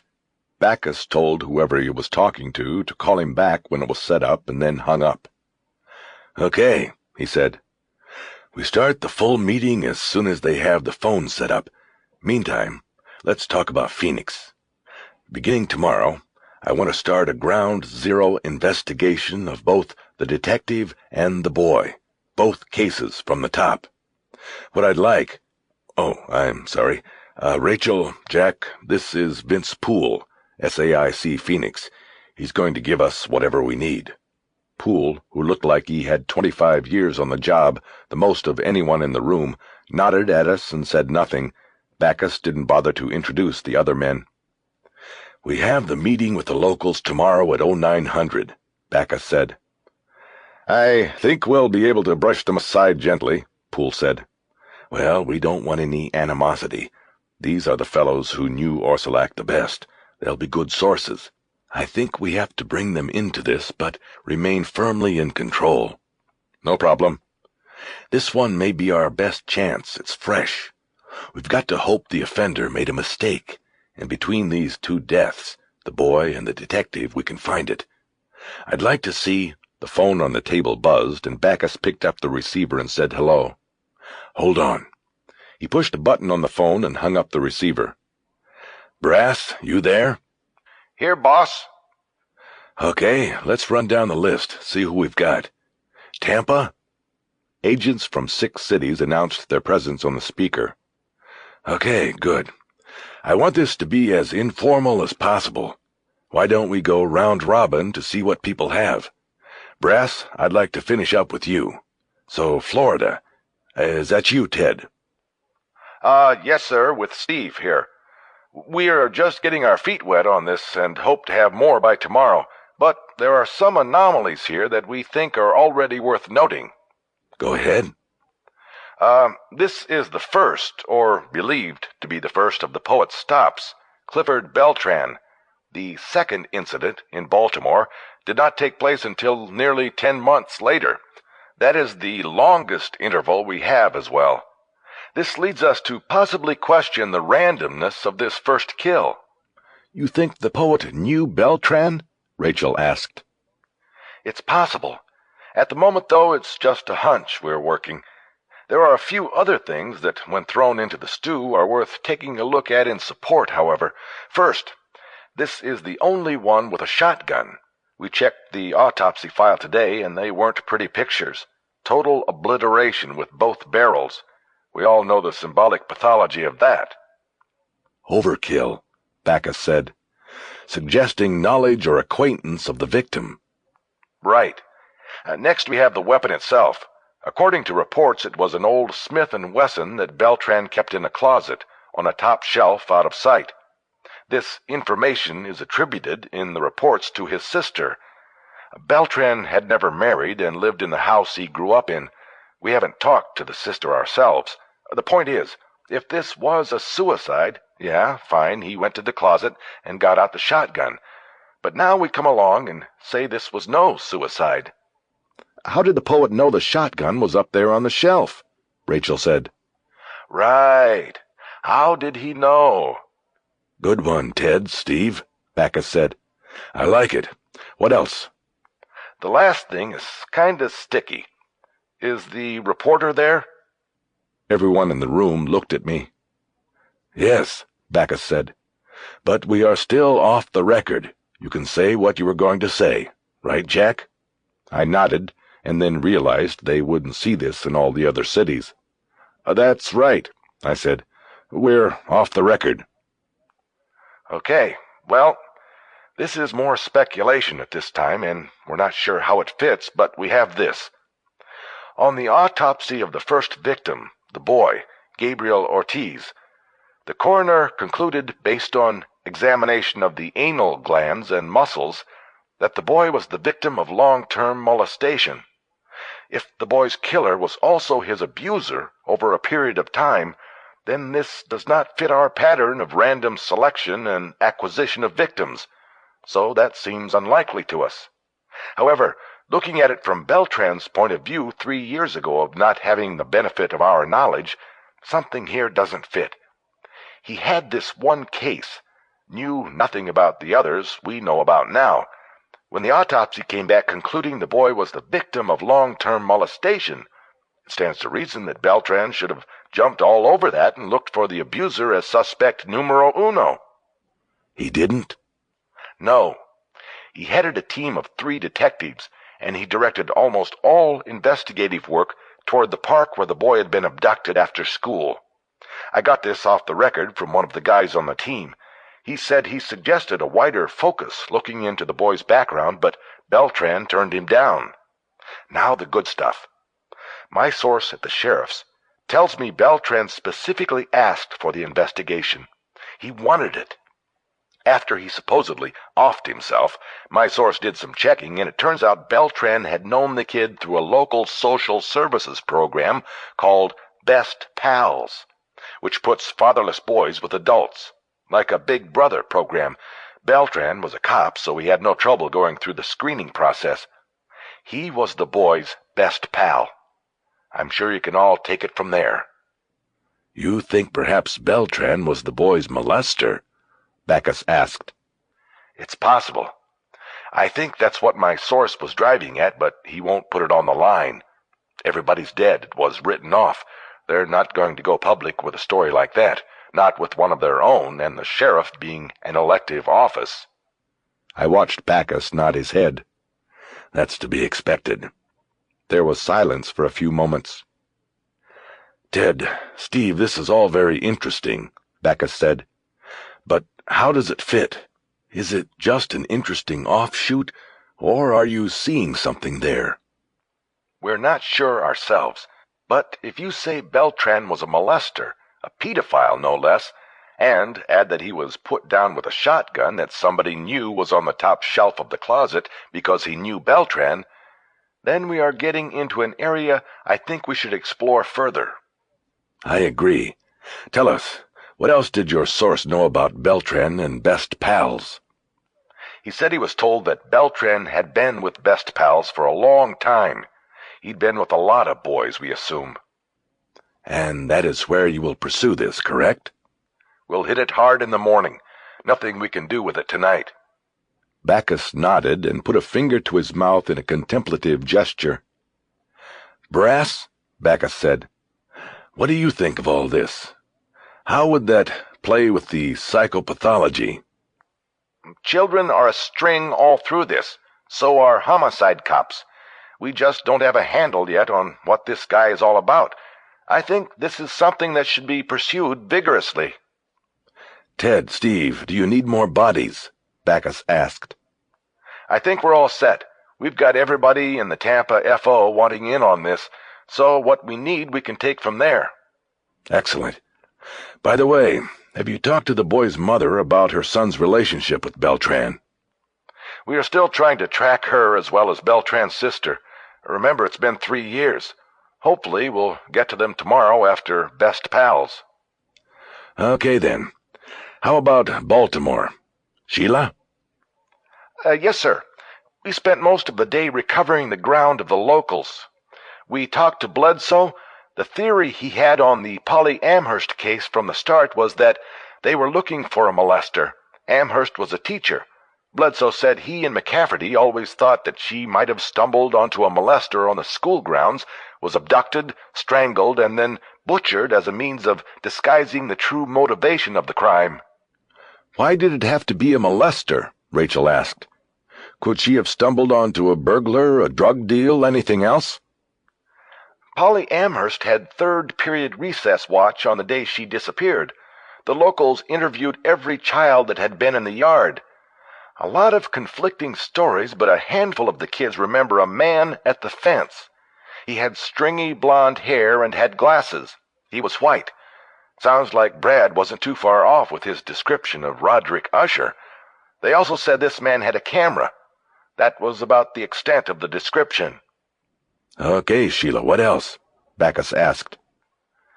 The one piece of physical evidence recovered with the body was a strand of hair, bleached blonde. Natural color is reddish-brown. That's about it for now. We are going to work with Bledsoe again tomorrow. Okay. Chicago's next. The rest of the reports contained nothing noteworthy in terms of identifying or adding to the growing database on the poet. The agents were mostly covering ground the locals had already trod, and they were finding nothing new. Even the report from Denver contained mostly old information.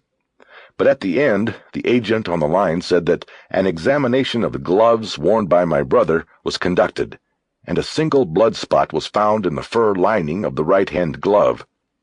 The agent asked whether I was still willing to call Riley and ask her to allow an exhumation.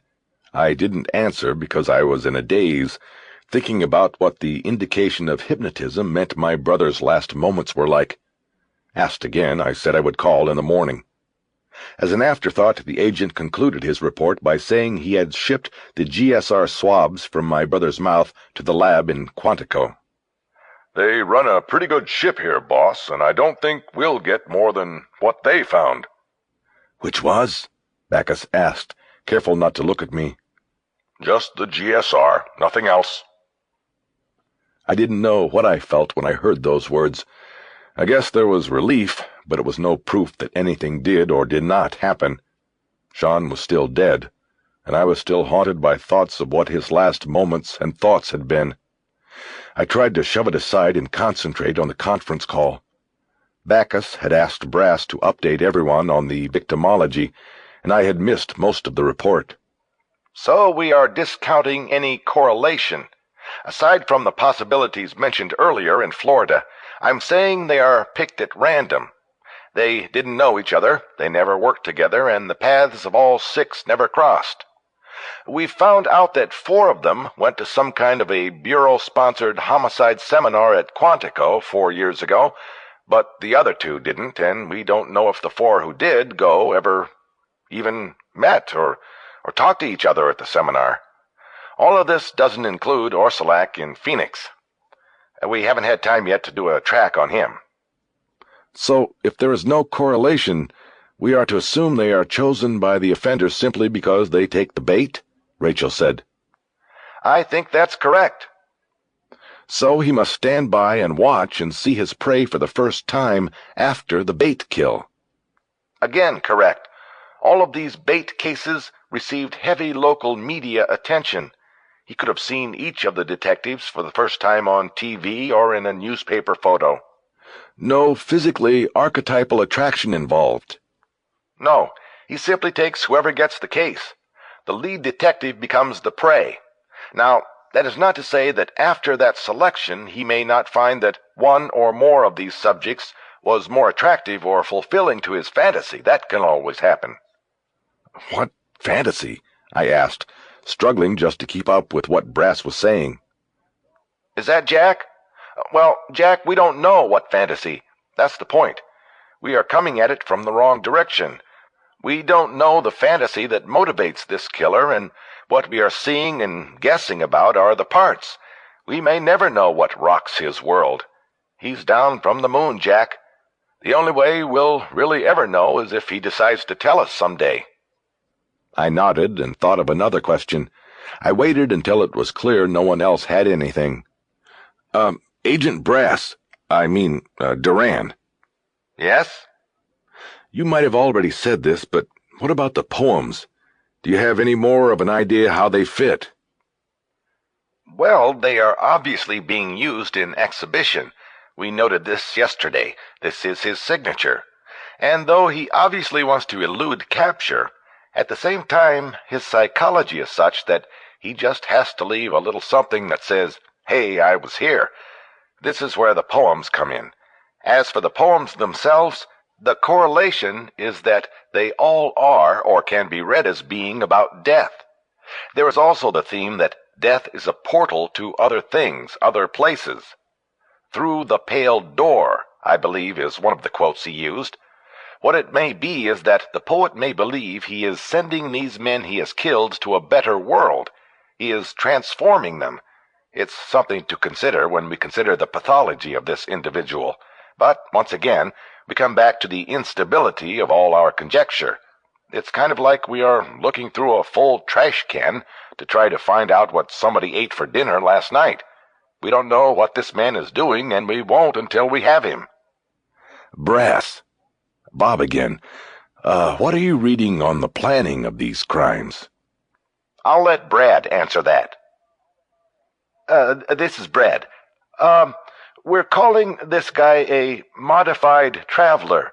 Yes, he is using the whole country as his canvas, but he is staying put for weeks and sometimes months at a time. This is unusual in our prior profiling. The poet is not a hit-and-run killer. He hits and then he stays around for a while. We are to expect that during this period the hunter watches the hunted. He must come to know his victim's routines and nuances. Possibly he even strikes up a passing acquaintance. That's something to look for, a new friend or acquaintance in each detective's life. Maybe a new neighbor or guy at the local bar. The situation in Denver also suggests that he may come at them as a source, someone with information. He may be using a combination of these approaches. Which leads to the next step, Bacchus said. After contact. Power, Hazelton said. After he gets close enough to these victims, how does he take control? Well, we assume he has some kind of a weapon that initially allows him to take theirs, but there is something more. How does he get 6, now 7, homicide detectives to write out lines of poetry? How does he avoid a struggle in every one of these cases? At the moment, we are exploring the possibility of hypnosis combined with chemical enhancers taken from the victims themselves. All but one of these incidents occurred in the victim's house. The McAvoy case is the anomaly. Setting it aside and looking at the others, there is probably no one among us who has an empty medicine cabinet, and there probably isn't a cabinet among the bunch that doesn't have some prescription or store-bought medication that wouldn't serve as an enhancer. Obviously, some things work better than others, but the point is, if this scenario is correct, the poet is using the things made available to him by the victims. We are looking at this hard. That's it for now. Okay, then, Bacchus said. Any other questions? The room and phone speaker remained silent. Okay, people, he said, leaning forward, his hands on the table and his mouth close to the phone speaker. Your best work. We really need it this time. Rachel and I followed Bacchus and Thompson to the Hyatt, where Matuzek had reserved rooms. I had to check in and pay for my room, while Bacchus checked in and got keys for the other 5, which the government would pay for. Still, I got the discount the hotel regularly gave the FBI. It must have been the shirt. Rachel and Thompson were waiting in the lobby lounge where we had decided on a drink before dinner. When Bacchus gave her one of the keys, I heard him say that she was in room 321, and I committed it to memory. I was 4 doors away in room 317, and I was already thinking about the night ahead, about closing that gap. After a half-hour of small talk, Bacchus stood up and said he was going to his room to review the day's reports before heading out to the airport to pick up Thorson and Carter. He turned down an offer to join us for dinner and headed toward the elevator. A few minutes later, Thompson split too, saying he wanted to read through the autopsy report on Ursulak in detail. "Just you and me, Jack," Rachel said when Thompson was out of earshot. "What do you feel like eating?" "I'm not sure. What about you?" "Haven't thought about it." I know what I want to do first, though. Let's take a hot bath." We agreed to meet in an hour for dinner. We rode the elevator up to our floor in a silence couched in the sexual tension.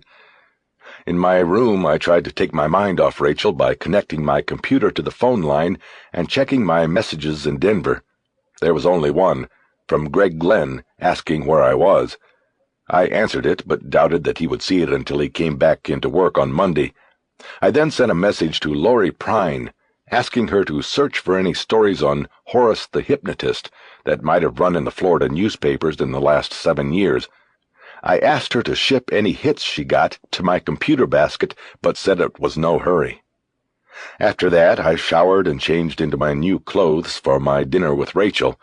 I was ready 20 minutes early, and I thought about going down and seeing if there was a drugstore nearby, but then I thought about the impression it would give Rachel if things worked out and I came to her bed, a condom already in my pocket.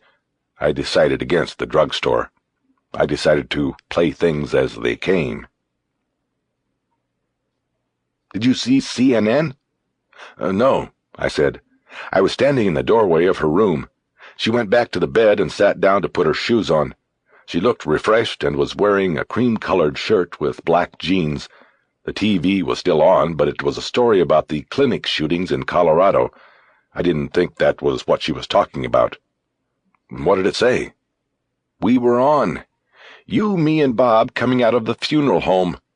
Somehow they got Bob's name and put it on the screen." "Did it say he was BSS?" "No, just FBI, but it doesn't matter. CNN must have taken the feed off the local channel. Wherever he is, if our guy saw it, we could have a problem." "How come? It's not that unusual for the FBI to take a look at cases like this. Bureau's always sticking its nose in." "The problem is it plays to the poet. We see it in almost all of the cases. One concept of the gratification these kinds of killers seek is seeing their work on TV and in the papers. In a way, it allows them to relive the fantasy of the incident. Part of that infatuation with the media extends to the pursuers. I get the feeling that this guy, the poet, knows more about us than we do about him. If I'm right, then he's probably read books on serial killers, the commercial dreck, and even some of the more serious work. He may know names. Bob's father is in many of them. Bob himself is in some. So am I. Our names, photos, our words. If he saw that on CNN and recognized us, then he'll assume we are right behind him. We may lose him now. He might go under." Ambivalence won the night. Unable to decide what or where we wanted to eat, we settled for the hotel's restaurant. The food was okay, but we shared a bottle of Buehler Cabernet that was perfect. I told her not to worry about the government per diem because the newspaper was paying. She ordered Cherry's Jubilee for dessert after I told her that. "I get the feeling that you'd be happy if there was no free media in the world," I told her when we were slowing down on the dessert. The implications of the CNN report had dominated the conversation during dinner. "Not at all. I respect the media as a necessity in a free society. I don't respect the irresponsibility that you see more often than you don't." "What was irresponsible about that report?" "That one was marginal, but it bothers me that they used our images without bothering to ask what the ramifications could be. I just wish that sometimes the media would concentrate on the larger picture or story, rather than go for the immediate gratification every time." "Not every time. I didn't blow you people off and say I'm writing my story. I went long-term. I went for the larger story." "Oh, very noble, coming from somebody who extorted his way into the investigation." She was smiling, and so was I. "Hey," I protested. "Can we talk about something else? I'm tired of all this. God, I'd love to just be able to lay back and forget about it for a while." There it was again. Her choice of words, the way she looked at me as she said them. Was I reading it correctly, or only reading what I wanted to read? "Okay, forget about the poet," I said. "Let's talk about you." "Me? What about me?" "This stuff going on with Thorson is like a TV sitcom. That's private. Not when you guys are staring daggers across the room all the time, and you're trying to get Bacchus to take him off the case. I don't want him off the case. I just want him off my back, and I don't want him out here. He always finds a way to sneak in and try to take over. You watch. How long were you married? 15 glorious months. When did it end? Long time ago, 3 years. That's a long time for hostilities to linger. I don't want to talk about this. But I sensed she did. I let a little time go by. The waiter came and refilled our coffee cups. What happened? I asked softly. You don't deserve to be unhappy like that. She reached up and tugged gently on my beard, the first time she had touched me since ramming my face into the bed back in Washington. You're sweet. She shook her head. It was just the wrong thing for both of us. Sometimes I don't even know what we saw in each other. It just didn't work. How come? Just because. It was a just because type of thing. Like I said, we both had a lot of baggage. His was heavier. He'd worn a mask, and I didn't see all the rage behind it until it was too late. I got out as soon as I could. What was he angry about? A lot of things. He carries a lot of anger. From other women, relationships. I was his second failed marriage. The job, his father. Sometimes it came out like a blowtorch. Did he ever hurt you? No. I didn't stay long enough for him to try. Of course, all men deny the women's intuition, but I think if I stayed it would have come to that. It was the natural course of things. I still try to stay away from him. And he still has something for you. You're crazy if you think that. There's something there. The only thing he has for me is a desire to see me unhappy. He wants to get back at me for being the cause of his bad marriage, his bad life, everything. How does a guy like that keep his job? Like I said, he's got a mask. He's good at hiding it. You saw him at the meeting. He was contained. You also have to understand something about the FBI. They don't go looking to bust their agents.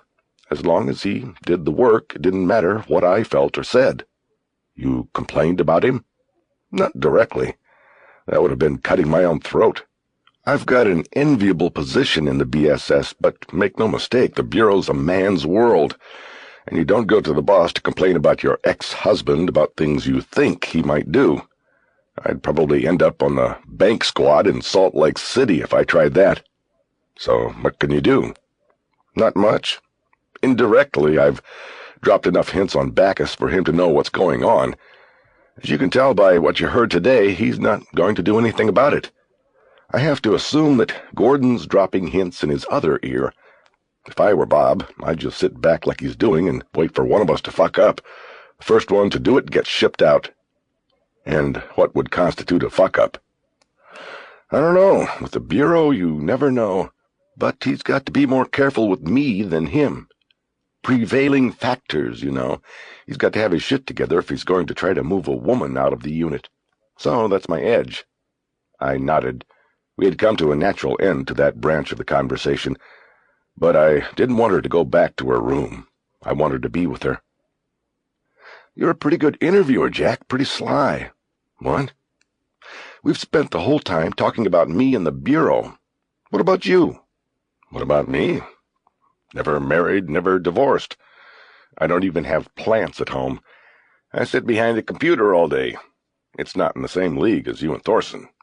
She smiled and then giggled a bit girlishly. Yes, we are a pair. Were. Do you feel any better after the meeting today about what they found in Denver? You mean what they didn't find? I don't know. I guess it's better that it looks like he didn't have to go through that. There still is nothing to feel better about, though. Did you call your sister-in-law? No, not yet. I'll do it in the morning.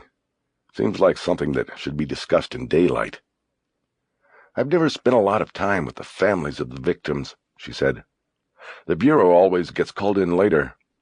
I have. I'm the master of interviewing the fresh widow, the now childless mother, father of the dead bride. You name it, I've interviewed it. We were quiet a long moment. The waiter came by with his coffee pot, but we both passed. I asked for the check. I knew it wasn't going to happen with her tonight. I had lost the nerve to pursue it because I didn't want to risk her rejection. My pattern had always been the same. When I didn't care whether a woman rejected me, I always took the chance. When I did care and knew rejection would cut me, I always held back. "What are you thinking about?" she asked. "Nothing," I lied. "My brother, I guess." "Why don't you tell that story?" "What story?" "The other day. You were about to tell me something good about him, the nicest thing he ever did for you." I looked across the table at her. I knew the story instantly, but thought about it before speaking. I could have easily lied and told her the nicest thing he did was just love me, but I trusted her. We trust the things we find beautiful, the things we want. And maybe I wanted to confess to somebody after so many years. "The nicest thing he ever did was not blame me." "For what?" "Our sister died when we were kids. It was my fault. He knew. He was the only one who really knew, and her. But he never blamed me, and he never told anyone. In fact, he took on half the guilt. That was the nicest thing." She leaned forward across the table with a pained look on her face. I think she would have made a good, sympathetic psychiatrist if she had wanted to be one. "What happened, Jack?" "She fell through the ice at the lake, the same place where Shawn's body was found. She was bigger than me, older. We'd gone out there with our parents. We had a camper, and my folks were making lunch or something. Me and Shawn were outside, and Sarah was watching us. I ran out on the frozen lake. Sarah ran out after me to stop me from going too far out to where the ice was thin. Only she was older and bigger and heavier, and she fell through. I started screaming. Shawn started screaming. My father and some other people there tried, but they couldn't get to her in time." I drank from my coffee cup, but it was empty. I looked at her and continued. "Anyway, everybody was asking what happened, and I couldn't talk. And he, Shawn, said we had both been out on the ice, and then when Sarah came out it cracked and she fell through. It was a lie, and I don't know if my parents ever believed it. I don't think they did. But he did it for me. It was like he was willing to share the guilt with me, make it easier by half." I stared into my empty cup. Rachel said nothing. "You might have made it big as a shrink. That's a story I've never told anyone." "Well, I think telling it might have just been something you felt you owed your brother. Maybe a way of thanking him." The waiter placed a check on our table and thanked us. I opened my wallet and put a credit card down on top of it. I can think of a better way to thank him, I thought. After we stepped off of the elevator, I nearly became paralyzed with fear. I couldn't bring myself to act on my desire. We moved to her door first. She pulled the card key from her pocket and looked up at me. I hesitated, said nothing. "Well," she said after a long moment, "I guess we start early tomorrow. Do you eat breakfast?" "Just coffee, usually." "Okay. Well, I'll call you, and maybe if there's time we can grab a cup." I nodded, too overrun with the embarrassment of my failure and cowardice to say anything. "Good night, Jack." "Night," I managed to say before walking off down the hall. I sat on the edge of the bed watching CNN for a half hour, hoping to see the report she had mentioned or anything to take my mind off the disastrous end of the night. Why is it, I wondered, that it is the ones who mean so much that are the hardest to reach out to? Some deep instinct told me that the moment in the hall had been the time, the right moment, and I had ignored it. I had run from it. And now I feared that my failure would haunt me forever, because that instinct might never come back. I don't think I heard the first knock, because the one that raised me from my dark reverie was very loud and surely not the first effort. It had the urgency of a third or fourth knock. Jarred by the intrusion, I quickly turned off the TV and went to the door, opening it without looking through the peephole. It was her. Rachel. "Hi." "Hi. I thought I'd give you a chance to redeem yourself. That is, if you wanted to." I looked at her, and a dozen responses went through my mind, all engineered to neatly put the ball back in her court and make her make the move. But the instinct came back, and I knew what she wanted and what I needed to do. I stepped toward her and put an arm behind her back and kissed her. Then I pulled her into the room and closed the door.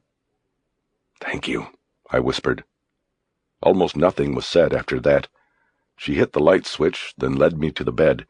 She put her arms around my neck and pulled me down into a long, deep kiss.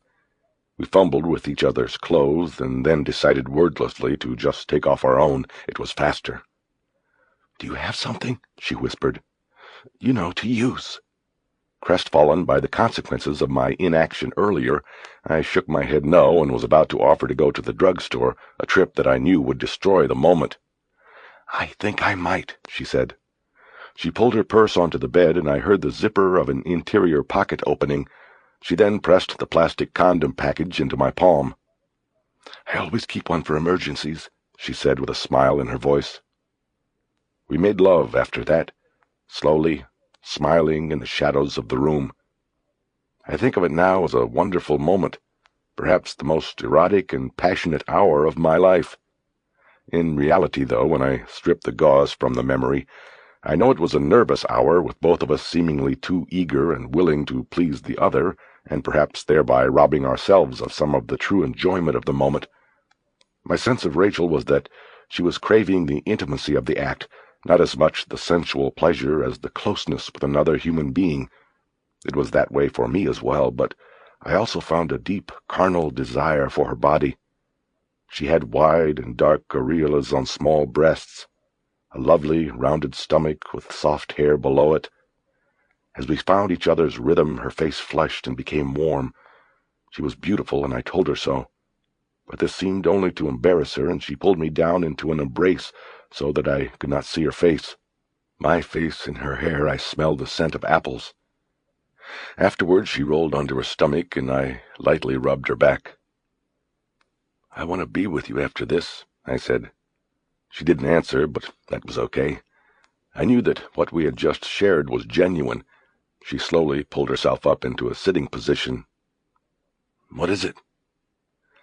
"I can't stay. I want to, but I can't. I should be in my own room in the morning in case Bob calls. He'll want to talk before the meeting with the locals, and he said he'd call." Disappointed, I wordlessly watched her dress. She moved about in the darkness skillfully, knowing her way. When she was finished, she bent down and lightly kissed me on the lips. "Go to sleep." "I will. You too." But after she was gone, I couldn't sleep. I felt too good. I felt reaffirmed, and an unexplainable joy. Every day you fight death with life, and what is more vital in life than the physical act of love? My brother and all that had happened seemed far away. I rolled to the side of the bed and picked up the phone. Full of myself, I wanted to tell her these thoughts, but after 8 rings she didn't pick up, and the operator answered. "Are you sure that was Rachel Walling's room?" "Yes, sir. 321. Would you like to leave a message?" "No, thanks." I sat up and turned on the light. I turned on the television with the remote and flipped back and forth between Leno and Letterman for a few minutes, not really watching. I tried her number again, and still no answer. Getting dressed, I told myself I wanted a Coke. I took change off the bureau and my key and went down the hall to the alcove where the vending machines were. On my way back, I stopped by 321 and listened at the door. I heard nothing. I lightly knocked and waited. Knocked again. She didn't answer. At my door, I fumbled to use the key and turn the knob while holding the can of Coke. Finally, I put the can down on the rug and was opening the door when I heard footsteps and turned to see a man coming down the hallway toward me. The hall lights were dimmed because of the hour, and the bright lights from the elevator alcove cast the approaching man in silhouette. He was a large man, and in his hand I saw he carried something, a bag, maybe. He was 10 feet away. "Hiya, sport." Thorson. His voice, though recognizable, spooked me, and I think he saw it in my face. I heard him chuckle as he passed by me. "Pleasant dreams." I said nothing. I picked up the can and moved into my room slowly, continuing to watch Thorson move down the hall. He passed by 321 without hesitation and stopped at a room further down the hallway. As he was opening it with a key, he looked back down the hall at me. Our eyes locked for a moment. Then I slipped wordlessly into my room.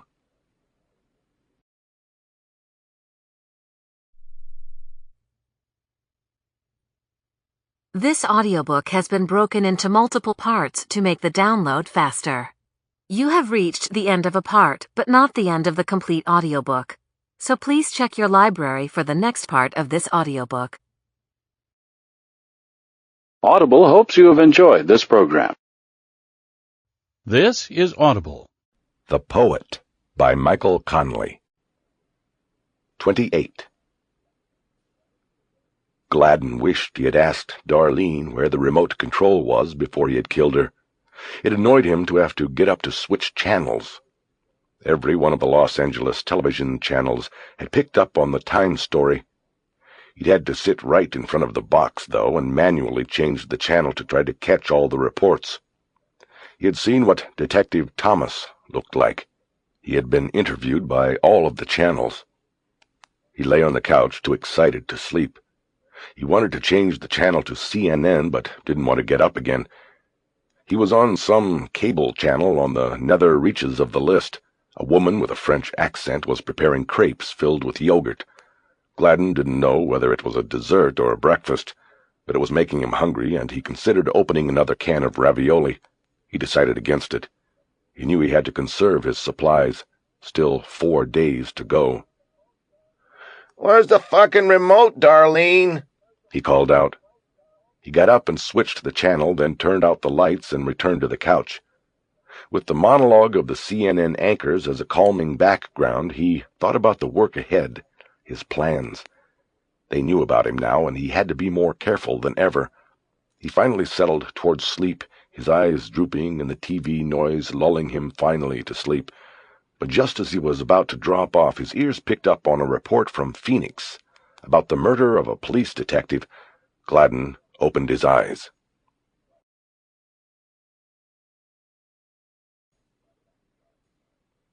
"29. In the morning, Rachel called me before I was out of bed. I squinted at the clock and saw it was 7:30. I didn't ask why she hadn't answered either the phone or her door the night before. I'd already spent a good part of the night brooding about it and decided she had probably been taking a shower during the times I phoned or knocked. You up? I am now. Good. Call your sister-in-law. Right, I will. You want to get coffee? How long till you're ready? I have to make the call and get a shower. An hour? You're on your own then, Jack. Okay, a half hour. You've already been up? No. Well, don't you have to take a shower? I don't take an hour to get ready, even on a day off. Okay, a half hour. As I got up, I found the torn condom package on the floor. I picked it up and committed the brand to memory, since it obviously was the one she preferred, then threw it in the bathroom trash can. I was almost hoping Riley wouldn't be home, because I didn't know exactly how to ask her to let people dig up her husband's body, or how she would react. But I knew that at 5 till 9 on a Sunday morning there wasn't much chance that she would be anywhere else. As far as I knew, her only appearances in church in recent years were at Shawn's funeral and her wedding before that. She answered on the second ring, with a voice that seemed more cheerful than I'd heard in the last month. At first, I wasn't even sure it was her. "Riles?" Jack, where are you? I was worried. "I'm in Phoenix. Why are you worried?" Well, I didn't know what was going on. "I'm sorry I didn't call. Everything's okay. I'm with the FBI. I can't say a lot, but they are looking into Shawn's death, his and some others." I looked out the window and saw the lines of a mountain on the horizon. The tourist pamphlet that came with the room said it was called Camelback Mountain, and the name fit. I didn't know if I was saying too much, but it wasn't like Riley was going to go sell the story to the National Enquirer. Something's come up on the case. They think there might have been some evidence missed on Shawn. They want to... Riley, they need to take him out of the ground to look at him again. There was no response. I waited a long time. Riley? Jack, why? It will help the case, the investigation. But what do they want? Are they going to cut him open again? She said the last part in a desperate whisper, and I realized how I had bungled the job of telling her. Oh, no, not at all. All they want to do is look at his hands, nothing else. You have to give them permission. Otherwise, they have to go through courts, and it's a long mess. His hands? Why, Jack? It's a long story. I'm not really supposed to tell you, but I'll tell you this. They think the guy, whoever did this, he tried to hypnotize Shawn. They want to look at his hands to see if there are pinpricks, you know. That's the test somebody might have given to see if Shawn was really hypnotized. There was more silence. There was something else, I said. Did Shawn have a cough or a cold, back on the day it happened? Yes, she said after a moment's hesitation. He was sick, and I told him not to go in that day. I was sick, too, and I told him to stay home with me. Jack, you know what? What? I must have felt sick because I was pregnant. I found out Wednesday. It caught me off guard. I hesitated. Oh, Riley, I finally said. That's wonderful. Did you tell the folks? Yes, they know. They're very happy. It's like a miracle child because I didn't know and we hadn't really been trying. It's great news. I didn't know how to get back to the other conversation we had been having. Finally, I just bull-rushed her to the point. I've got to go now, Riles. What can I tell them? Rachel was in the lobby when I stepped out of the elevator. She had both her computer bag and her overnighter with her. You checked out? I asked, not understanding. FBI rules of the road. Never leave anything in the room because you never know when you'll have to fly.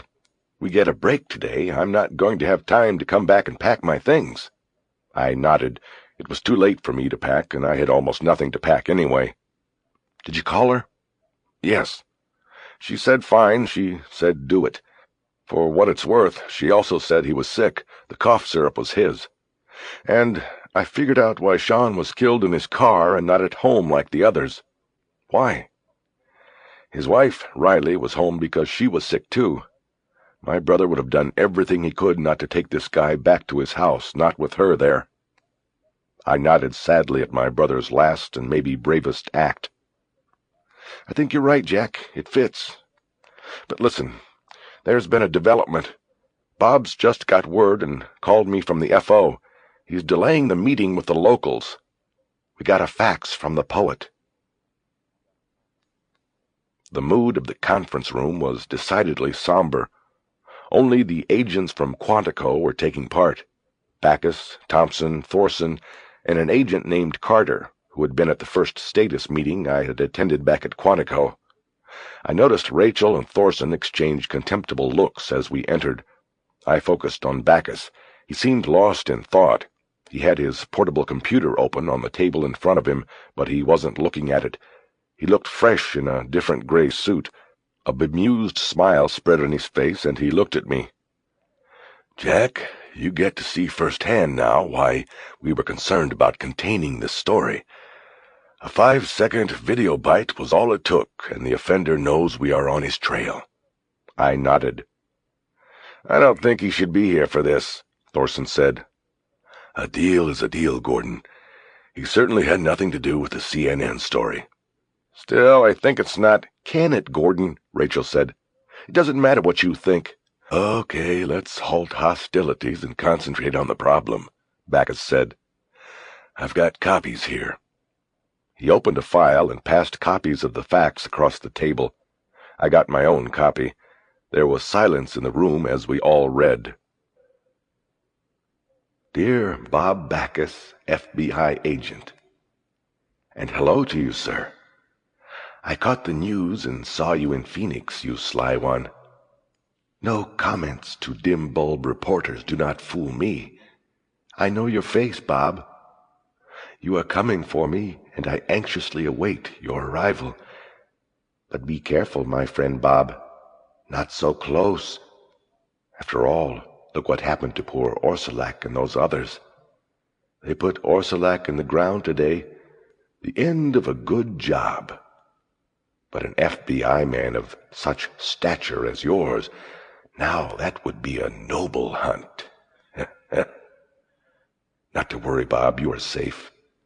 My next intended has been anointed. I've made my choice, and I have him in sight, even as you read these words. Are you huddled with your masses now, wondering what makes your opponent tick? It's a terrible mystery, isn't it? Bothers like a pinprick in the palm, I suspect. I offer you one clue. What are friends for? I am the rotten apple of my best pal's eye. Who am I? When you know the answer, Bob, say it over and over again. Then you'll get it. You'll know. You're a pro, and I'm sure you are up to the challenge. I'm counting on you, Bob. I dwell alone in the land of moan, Bob, and my work has just begun. And Bob, may the best man win. I cannot sign my correspondence for you. Haven't given me my name yet. What is it, Bob? I'll watch for you on television, and I'll wait to hear my name. Until then, I will close with this.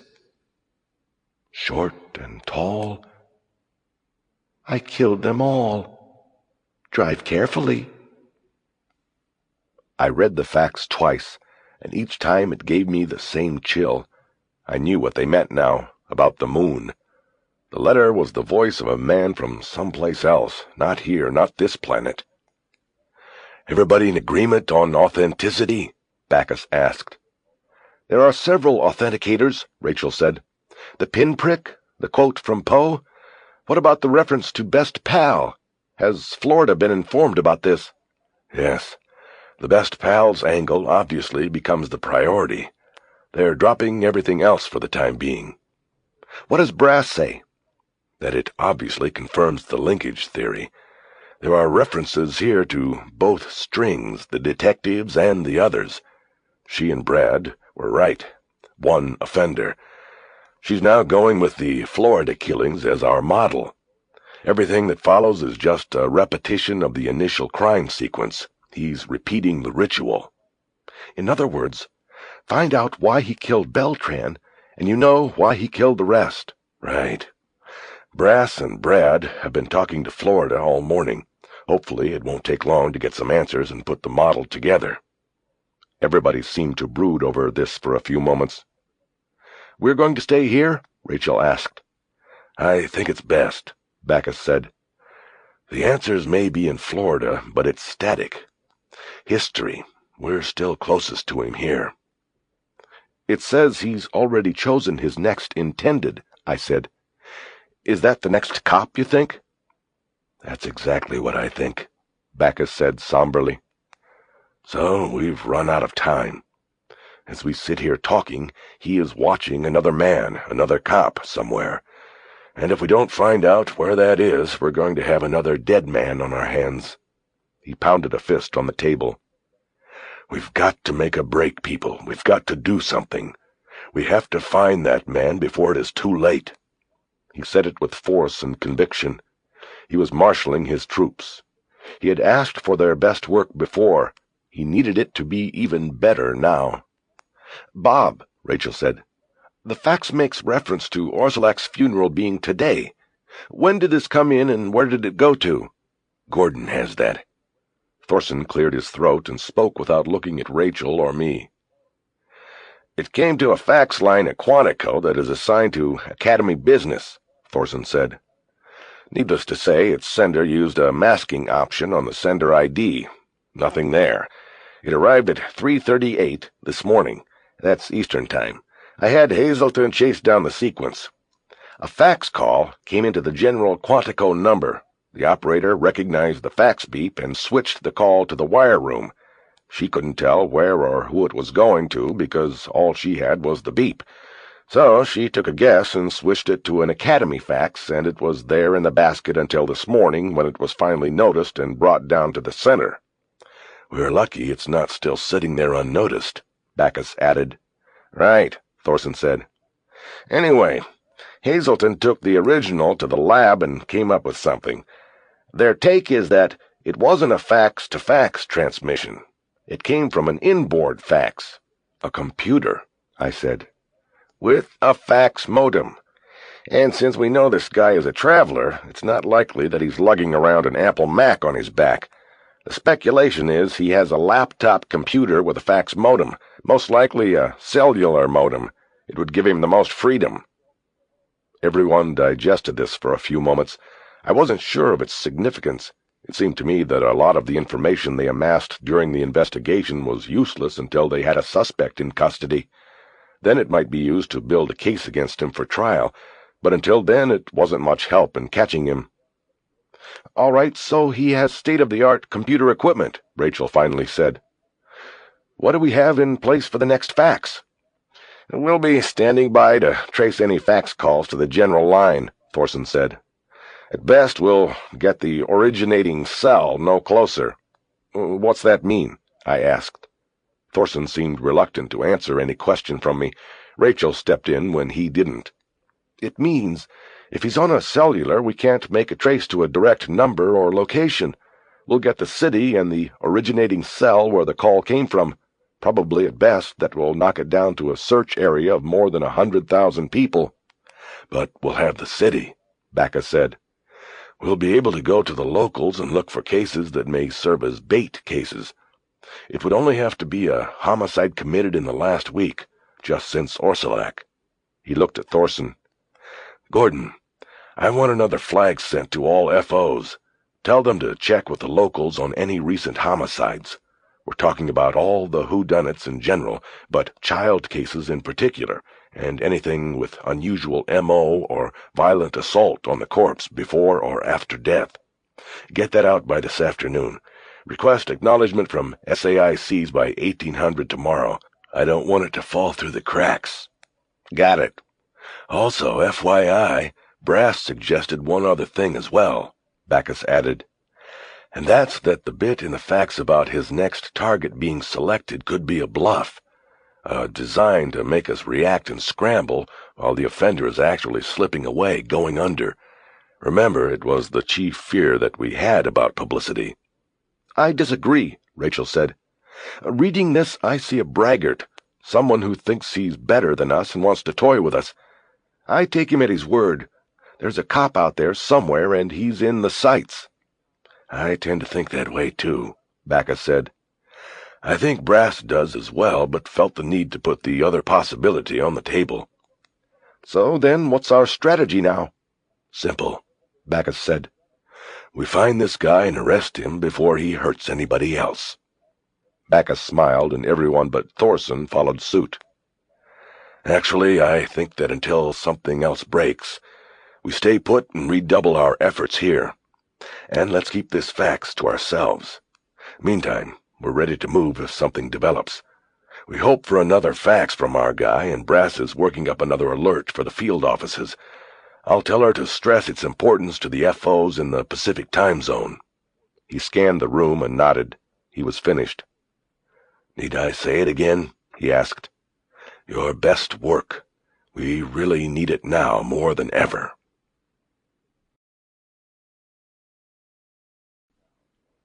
30.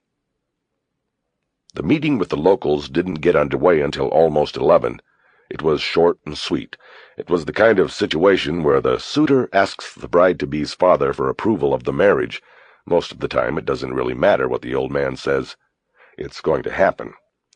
In carefully chosen, friendly words, Backus told the locals that the Big G was in town and was now running the show. There was a little bit of posturing and disagreement on some particulars, but they rolled over with the empty promises Backus made. During this meeting, I completely avoided eye contact with Thorson. While driving over from the Federal Building, Rachel had explained to me the reason for the morning's tensions between her and Thorson. The night before, she had run into her former husband in the hallway while leaving my hotel room. Her disheveled appearance probably told him all he needed to know. I groaned when I heard, thinking about how it complicated things. She seemed to be unconcerned and viewed the situation as amusing. At the end of the meeting with the locals, Bacchus divided assignments. Rachel and Thompson were given the Orsilac crime scene. I was to ride with them. Mize and Matuzak were to start backtracking on the interviews the locals had conducted of Orsilac's friends, and try to reconstruct the dead detective's movements on his last day.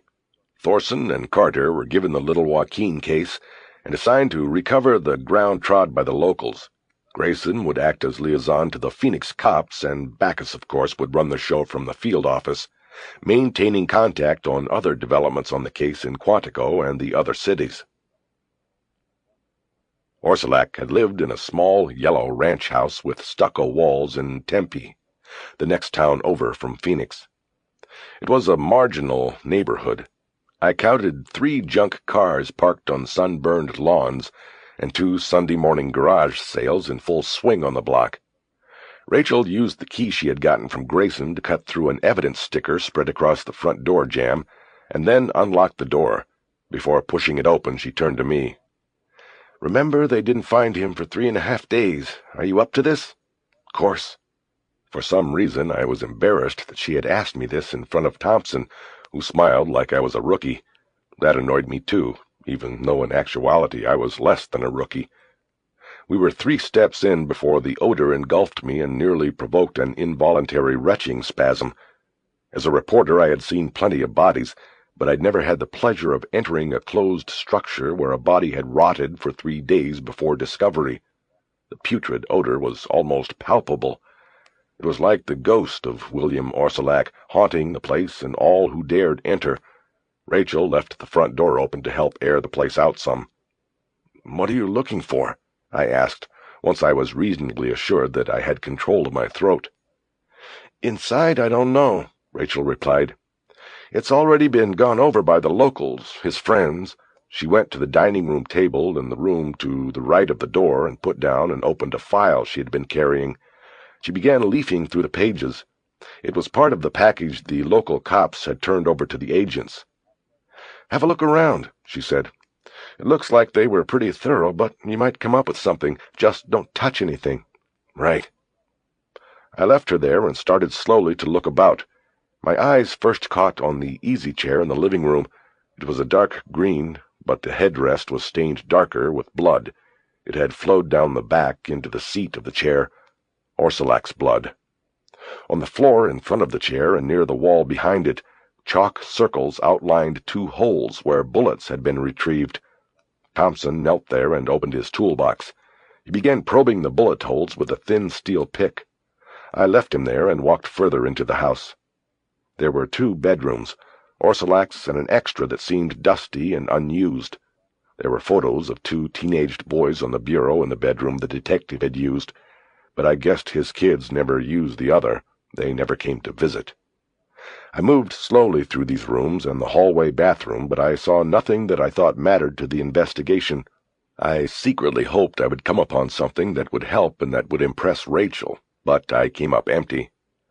When I stepped back into the living room, I saw neither Rachel nor Thompson. "Rachel?" No answer. I walked through the dining room to the kitchen, but it was empty. I went through the laundry room, opened a door, and glanced into the dark garage, but saw no one there either. Coming back into the kitchen, I saw the door ajar and glanced through the window over the sink. I saw movement in the tall brush at the rear of the backyard. Rachel was walking with her head down through the brush, Thompson behind her. The yard was cleared for maybe 20 yards going back. A 7-foot-high plank fence ran down both sides, but at the back there was no fence line, and the yard dropped down into a dry creek bed where there was a lot of brush. Rachel and Thompson were on a trail, moving through the brush away from the house. "Thanks for waiting," I said when I caught up. "What are you doing?" "What do you think, Jack?" Rachel said. "Did the poet just park in the driveway, knock on the door, and pop Orsilac after being invited in?" I don't know. I doubt it." "I do, too. No, He watched him, maybe for days, but the locals canvassed the neighborhood and no neighbor saw a car that didn't belong. Nobody saw anything out of the routine. So, you think he came in through here? It's a possibility. She studied the ground as we walked. She was looking for anything, a footprint in the mud, a broken twig. She stopped a few times to bend and look at pieces of debris along the trail, a cigarette box, an empty soft drink bottle. She didn't touch any of it. It could be collected later if necessary. The trail took us under a stanchion holding up high-tension power lines and into a stand of heavy brush at the back end of a trailer park. We reached a high point and looked down into the park. It was not well kept, and many of the units had crudely fashioned add-ons like porches and tool sheds. On some of the units, the porches had been enclosed with plastic sheeting and were being used as additional bedrooms and living spaces. An aura of crowded poverty emanated from the 30 or so dwellings jammed together on the lot like toothpicks in a box. "Well, shall we?" Rachel asked, as if we were going for high tea. "Ladies first," Thompson said. Several of the inhabitants of the park were sitting on door stoops and old couches set in front of their units. They were mostly Latinos and a few blacks, maybe some Indians. They watched us emerge from the brush with no real interest, which showed they recognized us as cops. We showed the same disinterest to them as we started walking along the narrow lane between rows of trailers. "What are we doing?" I asked.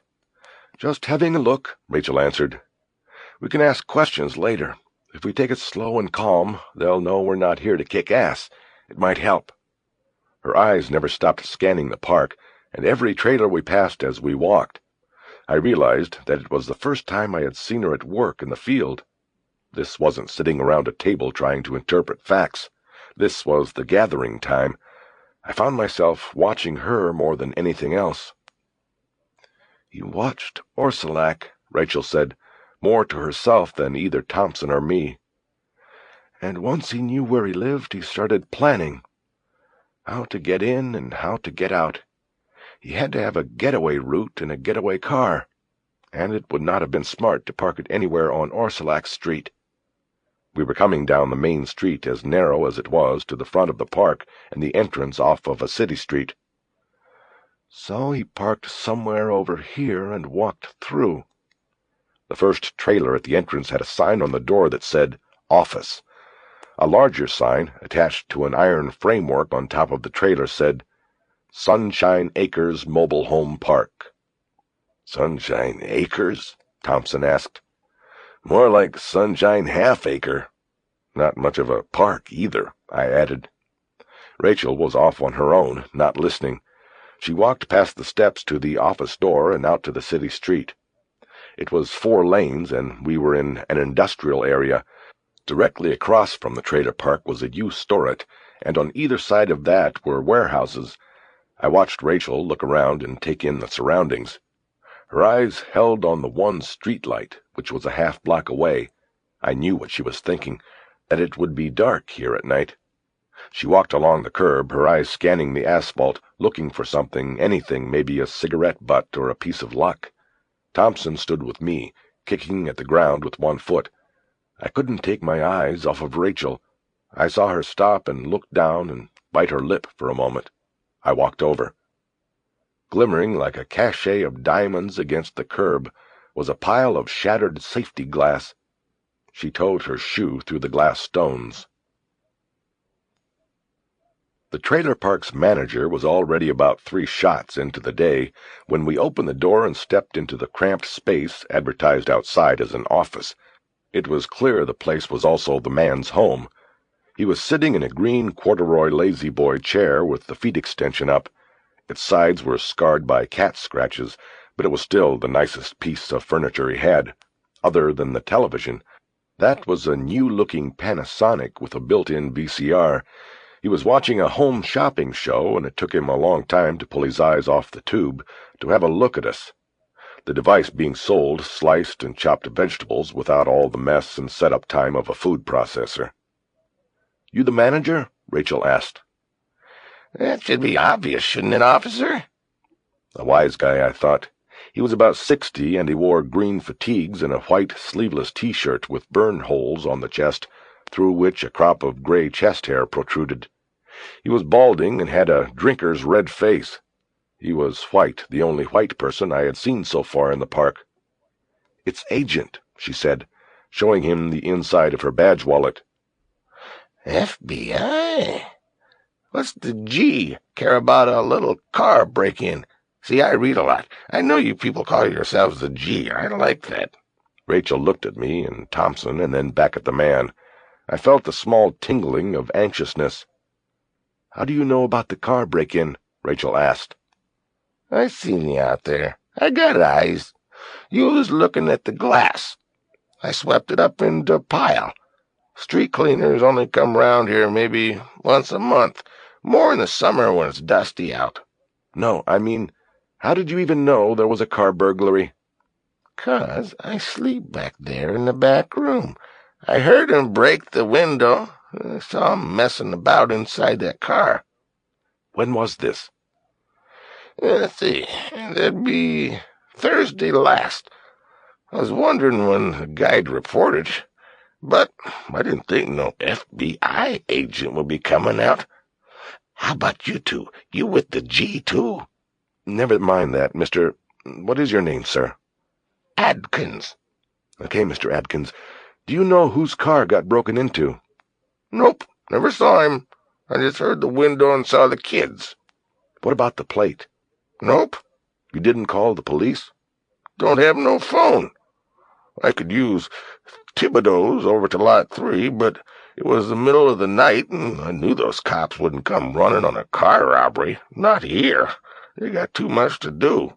"So you never at any point saw the owner of the car, and he never knocked on the door to see if maybe you heard the break-in or saw anybody?"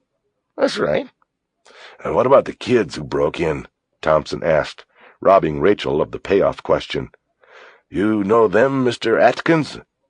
"Adkins with a D, no T, Mr. G." Adkins laughed at his command of the alphabet. "Mr. Adkins," Thompson said, correcting himself. "Well, do you?" "Do I what?" "Know who the kids were?" "No, I don't know who they were." His eyes strayed past us to the television. On the program, they were now selling a glove with small rubber bristles on the palm for grooming pets. "I know what else you could use that for," Adkins said. He made a masturbation motion with his hand and winked and smiled at Thompson. "That's what they're really selling that for, you know."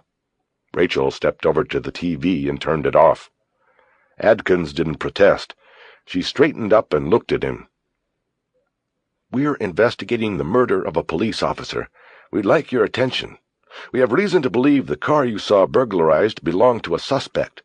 We are not interested in prosecuting the boys who broke into the car, but we need to speak to them. You were lying just then, Mr. Adkins.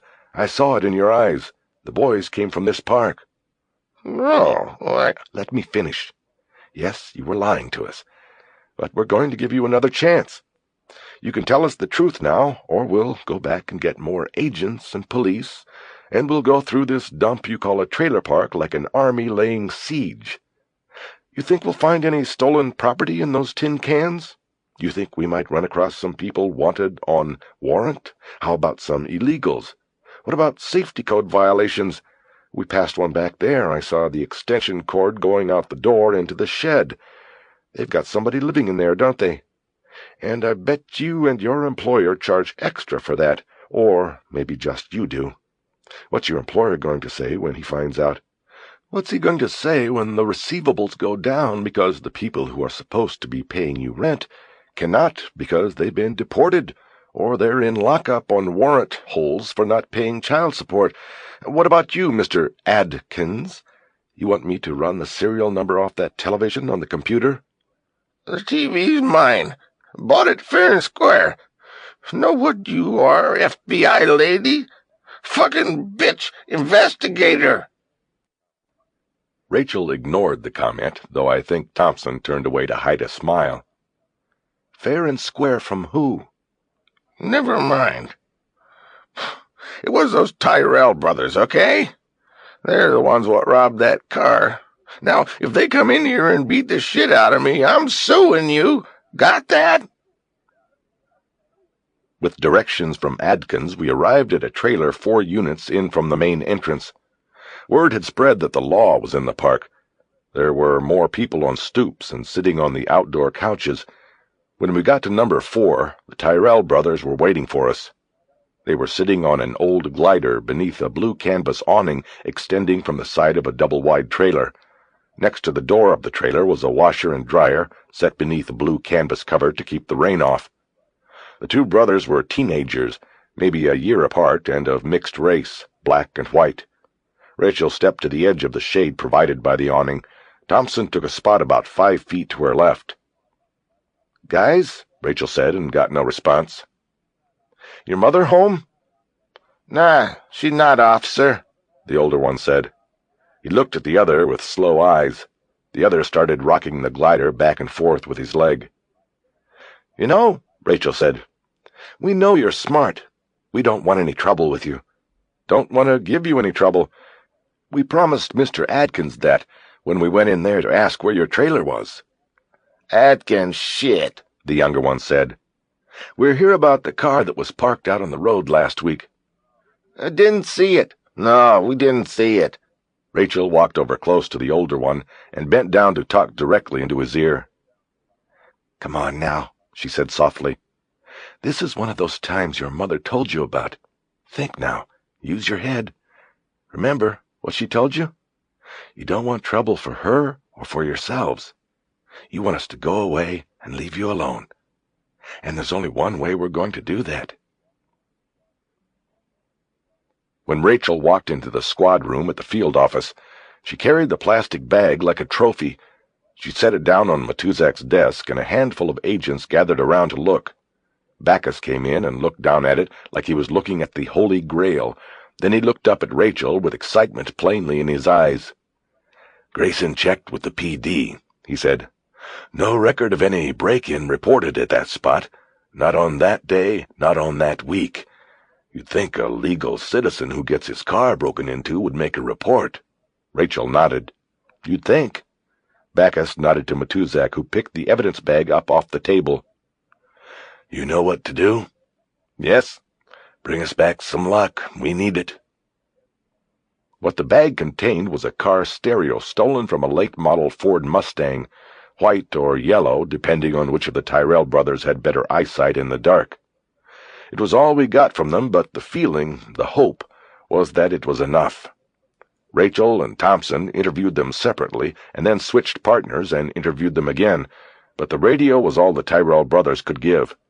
They said they never saw the driver who left the Mustang at the curb in front of the Sunshine Acres, and they took nothing but the stereo in a quick smash and grab. They never bothered to even open the trunk. They never looked at the plate to see if the car was even registered in Arizona. While Rachel spent the rest of the afternoon doing paperwork and preparing an addendum on the car to be transmitted to all field offices, Matuzak fed the serial number off of the stereo to the Automotive ID unit at Washington, D.C., headquarters, then gave the stereo itself to a lab tech for processing.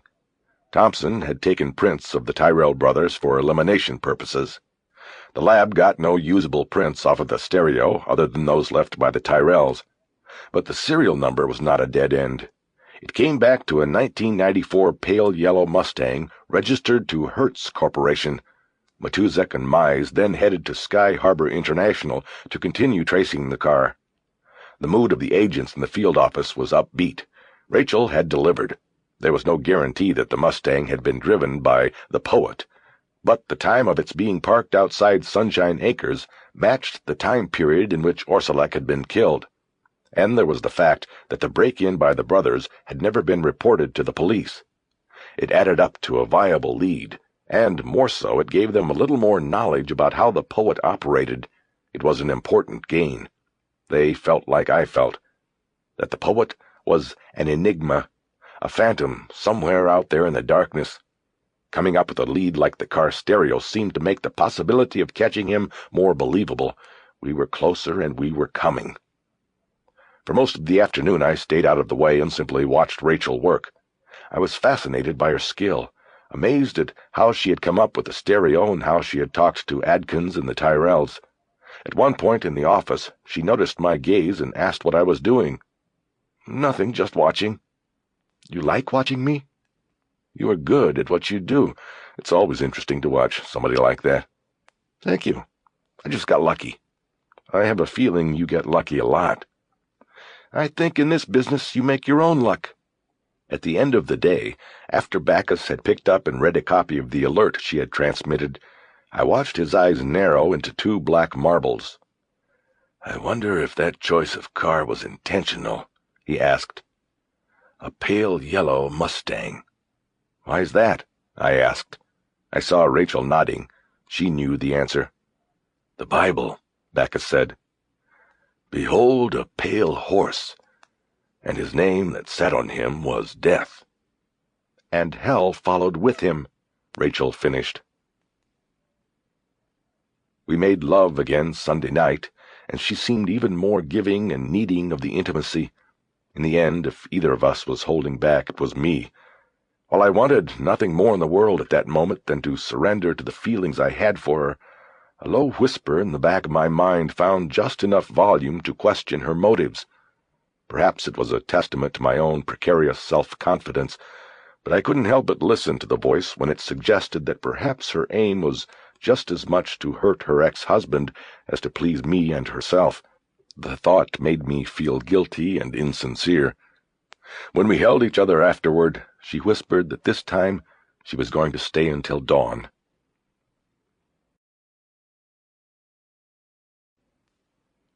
31. The phone pulled me out of a sound sleep. I looked around the strange confines of the room, getting my bearings, and my eyes fell on Rachel's. "You better get it," she said calmly. "It's your room." She didn't seem to have nearly the same difficulty I had coming awake. In fact, for a moment I had the feeling she had already been awake and was watching me when the phone rang. I lifted the receiver on what I guessed was the 9th or 10th ring. At the same time, I saw that the clock on the bed table said it was 7:15. Yes?" "Put Walling on the line." I froze. There was something reminiscent about the voice, but I didn't place it in my jumbled mind. Then a thought occurred to me that Rachel shouldn't be in my room. You got the wrong room. She's in—" "Don't fuck with me, reporter. Put her on." I covered the phone with my hand and turned to Rachel. "It's Thorson. He says he knows you're there. Here." "Give it to me," she said angrily, and jerked the phone out of my hand. "What do you want?" There was a period of silence. He must have said 2 or 3 sentences to her. "Where did it come from?" More silence. "Why are you calling me?" she asked, the anger back in her voice. "Go ahead and tell him if that's what you want. If you want him to know. It says as much about you as me. I'm sure he'd like to know that you're some kind of a peeping Tom." She handed me the phone, and I hung it up. She pulled a pillow over her face and moaned. I pulled it off her face. "What is it?" "I've got bad news for you, Jack." "What?" "In this morning's edition of the Los Angeles Times, there was a story about the poet. I'm sorry. I've got to bring you into the FO for a meeting with Bob." I was silent for a moment, confused. "How'd they—" "We don't know. That's what we're going to talk about." "How much did they have, did he say?" "No, but apparently it was enough." I knew I should have written this yesterday, damn it. Once it was clear that this guy knew about you people, there was no reason not to write it. You made a deal and stuck to it. You had to, Jack. Look, let's wait on this until we get to the office and talk about what they had. I've got to call my editor. You can do that later. Bob's apparently already in and waiting for us. I guess he doesn't sleep." The phone rang again. She jerked the phone out of the cradle. "What is it?" she said in a voice painted with annoyance. Then, in a softer tone, she said, "Hold on." She smiled sheepishly and handed me the phone. She then lightly kissed me on the cheek, whispered that she was going to her room to get ready, and started to get dressed. I put the phone to my ear. "Hello?" "It's Greg Glenn. Who was that?" That was an FBI agent. We've got a meeting. I guess you've heard about the LA Times." "You're damn right I have." The sinking sensation in my chest was growing. Glenn went on. They've got a story on the killer in the paper. Our killer, Jack. They're calling him the poet. You told me we had the exclusive on this and we were protected. We were. It was all I could manage to say. As Rachel finished throwing her clothes on, she watched me with sympathetic eyes. Not anymore. You've got to come back this morning and write hours for tomorrow, whatever you've got. And you better have more than they've got. We could have had this in the paper, Jack, but you convinced me. Now we're playing catch-up on our own story, goddammit. All right, I said sharply just to shut him up. And I hope I don't find out that you've extended your stay in Phoenix just because you found some babe to bang down there. Fuck you, Greg. Do you have the story there or not? Of course I do. It's a great story, a great read, but it's in the wrong paper. Just read it to me. No, wait a minute. I gotta go to this meeting. Have somebody in the library... Don't you listen, Jack. You aren't going to any meeting.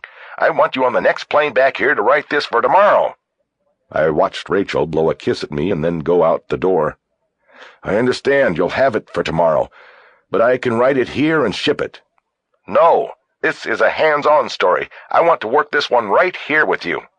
Let me go to this meeting and call you back. Why? There's a new development, I lied. I don't know what it is, and I have to go to find out. Let me go, and I'll call you. Meantime, have the library take the Times story off their wire and ship it to my basket. I'll call it up here. I gotta go. I hung up before he could protest. I quickly got dressed and headed out the door with my computer bag. I was in a daze. I didn't know how this could have happened, but a thought was pushing through. Thorson. We each grabbed 2 cups to go from a hospitality stand in the lobby, and then headed to the Federal Building. She had packed all her things again. I had forgotten. We didn't talk until we had finished our first cups. I imagined we had completely different thoughts and dilemmas going through our minds. "Are you going back to Denver?" she asked. "I don't know yet." "How bad was it?" "It was bad. Last time he'll ever listen to one of my promises." "I don't understand how it could have happened. They would have had to call Bob Backus for comment." "Maybe they did." "No, he would have told you. He would have kept his deal. He's second-generation bureau. I've never seen anyone toe the line like that man." "Well, I hope he keeps the deal now, because I'm writing today." "What did the story say?" "I don't know. I should have it as soon as I can hook up to a phone." We were at the courthouse. She pulled into the garage for federal employees. Only Backus and Thorson were in the conference room. The meeting began with Backus expressing his regret that the story had leaked before I could write it. It seemed legitimate to me, and I regretted impugning his integrity with my comment earlier to Rachel. "Do you have it? I can get it on my computer if I can use the phone line." "By all means. I've been waiting for someone from the L.A. field office to fax it. The only reason I know about it is because Brass tells me we're already getting calls from other media into Quantico." I plugged in and turned on my computer and dialed into the Rocky system. I didn't bother to read any of my messages. I went right to my personal basket and looked at the files. I noticed there were 2 new ones, Poet Copy and Hip Stories. I remembered then that I had asked Laurie Prine for stories on hypnosis and Horace the Hypnotist, but I'd have to look at those files later. I called up Poet Copy and got a shock that I should have seen coming before I had even read the first line of the story. "Damn it!" "What?" Rachel asked. "It was written by Warren. He resigns from the Law Enforcement Foundation and then turns around and uses my story to get back with the Times." "Reporters," Thorson said with unhidden joy. "Just can't trust them." I ignored him, but it was hard. I was angry about what had happened. At Warren and at myself, I should have seen it coming. "Read it, Jack," Backus said. I did. FBI, police seeks serial cop killer. The hunted turns on the hunters by Michael Warren, special to the Times. The FBI has begun a manhunt for a serial killer who has claimed as many as 7 homicide detectives as his victims in a nationwide rampage begun as long as 3 years ago. Dubbed the Poet because he has left notes containing lines of poetry from the work of Edgar Allan Poe at each murder scene, The suspect has attempted to disguise the deaths of his victims as suicides. And for as long as 3 years his victims were counted as such, until the similarities of the crimes, including the quotes from Poe, were discovered last week, according to a source close to the investigation. That discovery prompted the FBI to act quickly in its efforts to identify and capture the poet. Dozens of FBI agents and police in 7 cities are carrying out the investigation under the direction of the FBI's Behavioral Science Section. The investigation currently has its most intense focus on Phoenix, where the latest death attributed to the poet occurred, the source said.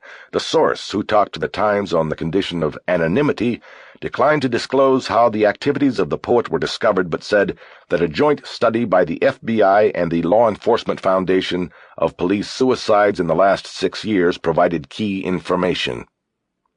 The story went on to list the names of the victims and some of the details of each case. It then included a few paragraphs on the BSS unit as filler and ended with a wrap-up quote from the unnamed source saying that the FBI had little to go on in terms of knowing who or where the poet was. By the time I was done reading it, my cheeks were hot with anger. There was nothing worse than living by the letter of an agreement when one of the people you made the deal with doesn't. The story was weak, in my opinion, a lot of words around a few facts, and all attributed to an anonymous source. Warren didn't even mention the facts, or more importantly, the Bate murders. I knew that what I would write that day would be the definitive piece on the poet, but that didn't move the anger back in my throat much. For whatever the shortcomings of the story were, it was still clear that Warren had talked to someone in the bureau, and I couldn't help but think that that person was sitting at the conference room table with me. "We had a deal," I said, looking up from the computer. "Somebody gave this to this guy. He knew what I had when I came to him on Thursday, but he went to somebody in the bureau for the rest. Probably someone on the task force.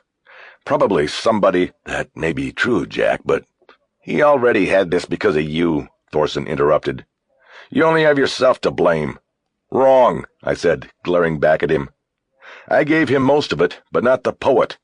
The offender wasn't even called that when I was with Warren. That came from the task force. And that blows our deal. Somebody's talking who shouldn't be talking. The story's out. I have to go write what I know today for tomorrow." A small measure of silence passed through the room.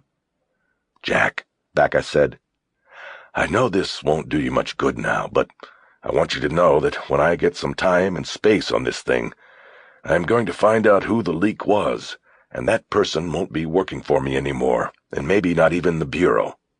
"You're right. It doesn't do me much good. I need to ask a favor nonetheless." I looked at Backus, wondering if he was actually foolish enough to again try to convince me to hold off on writing a story every TV station and paper in the country would be running anyway that night and the next day. "What is it?" "When you write this, I want you to please keep in mind that we still need to get this man. You have information that could irreparably harm our chances of doing that. I'm talking about specific things. Details of the profile, details about the possible hypnosis, the condoms. If you print those, Jack, and they are repeated on TV or in a newspaper he has access to, then he will change his routine. See what I'm saying? It will only make it harder for us." I nodded, but then looked at him with a hard stare. "You're not going to tell me what to write. I know that. I'm asking you to think about your brother, about us, and be careful of what you write. I trust you, Jack, implicitly." I thought about that for a long moment, and then nodded again. "Bob, I made a deal with you and came out on the short end. If you want me to protect you now, there's got to be a new deal.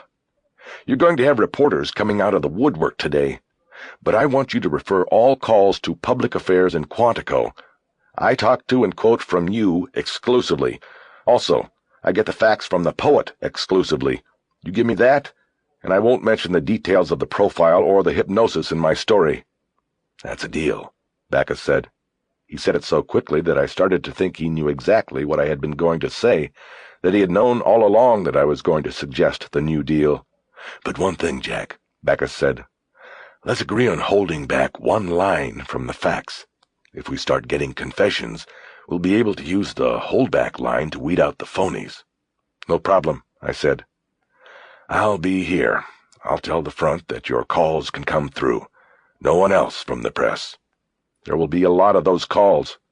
My intention was to let public affairs handle it anyway.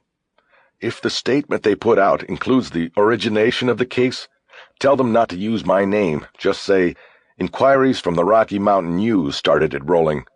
Backus nodded. One last thing, I said, and then paused a moment.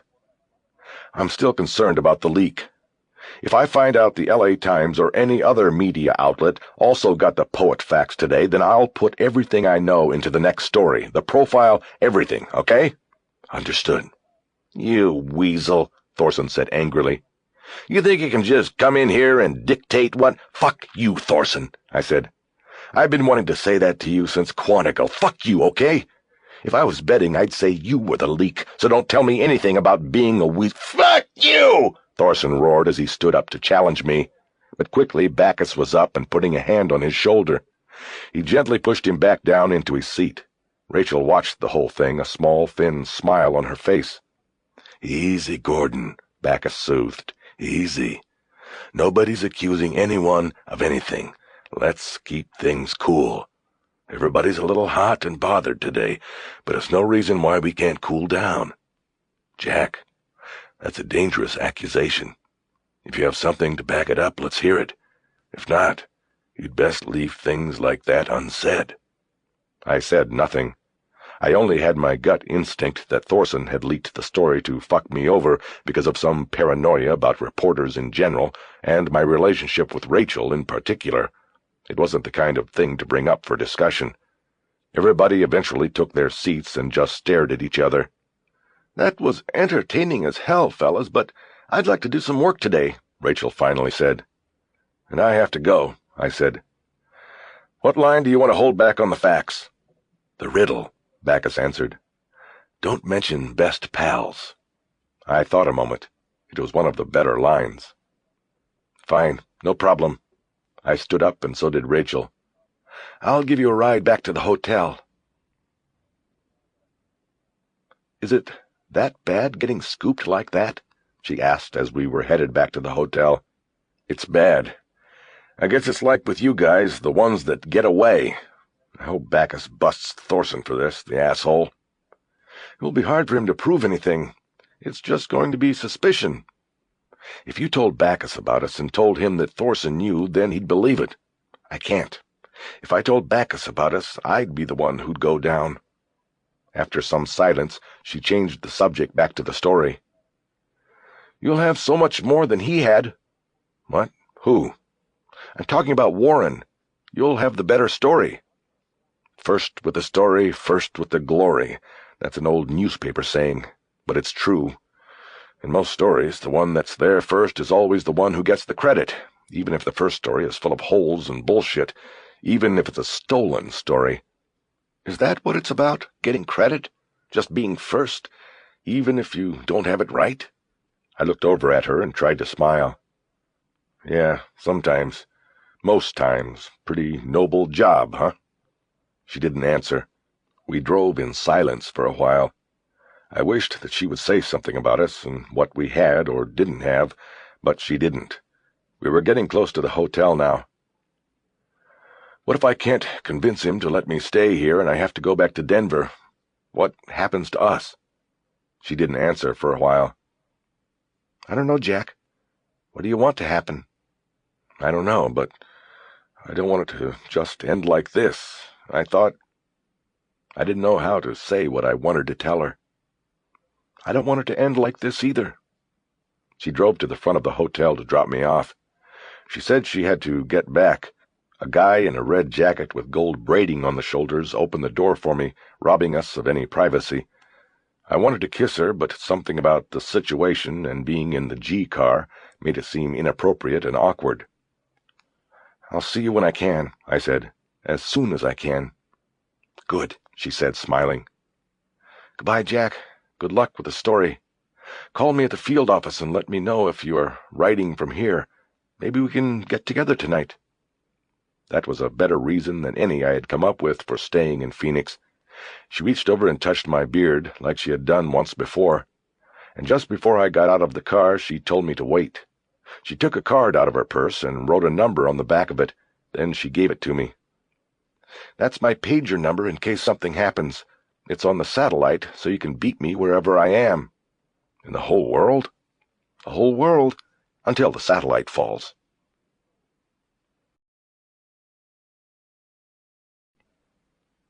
"32.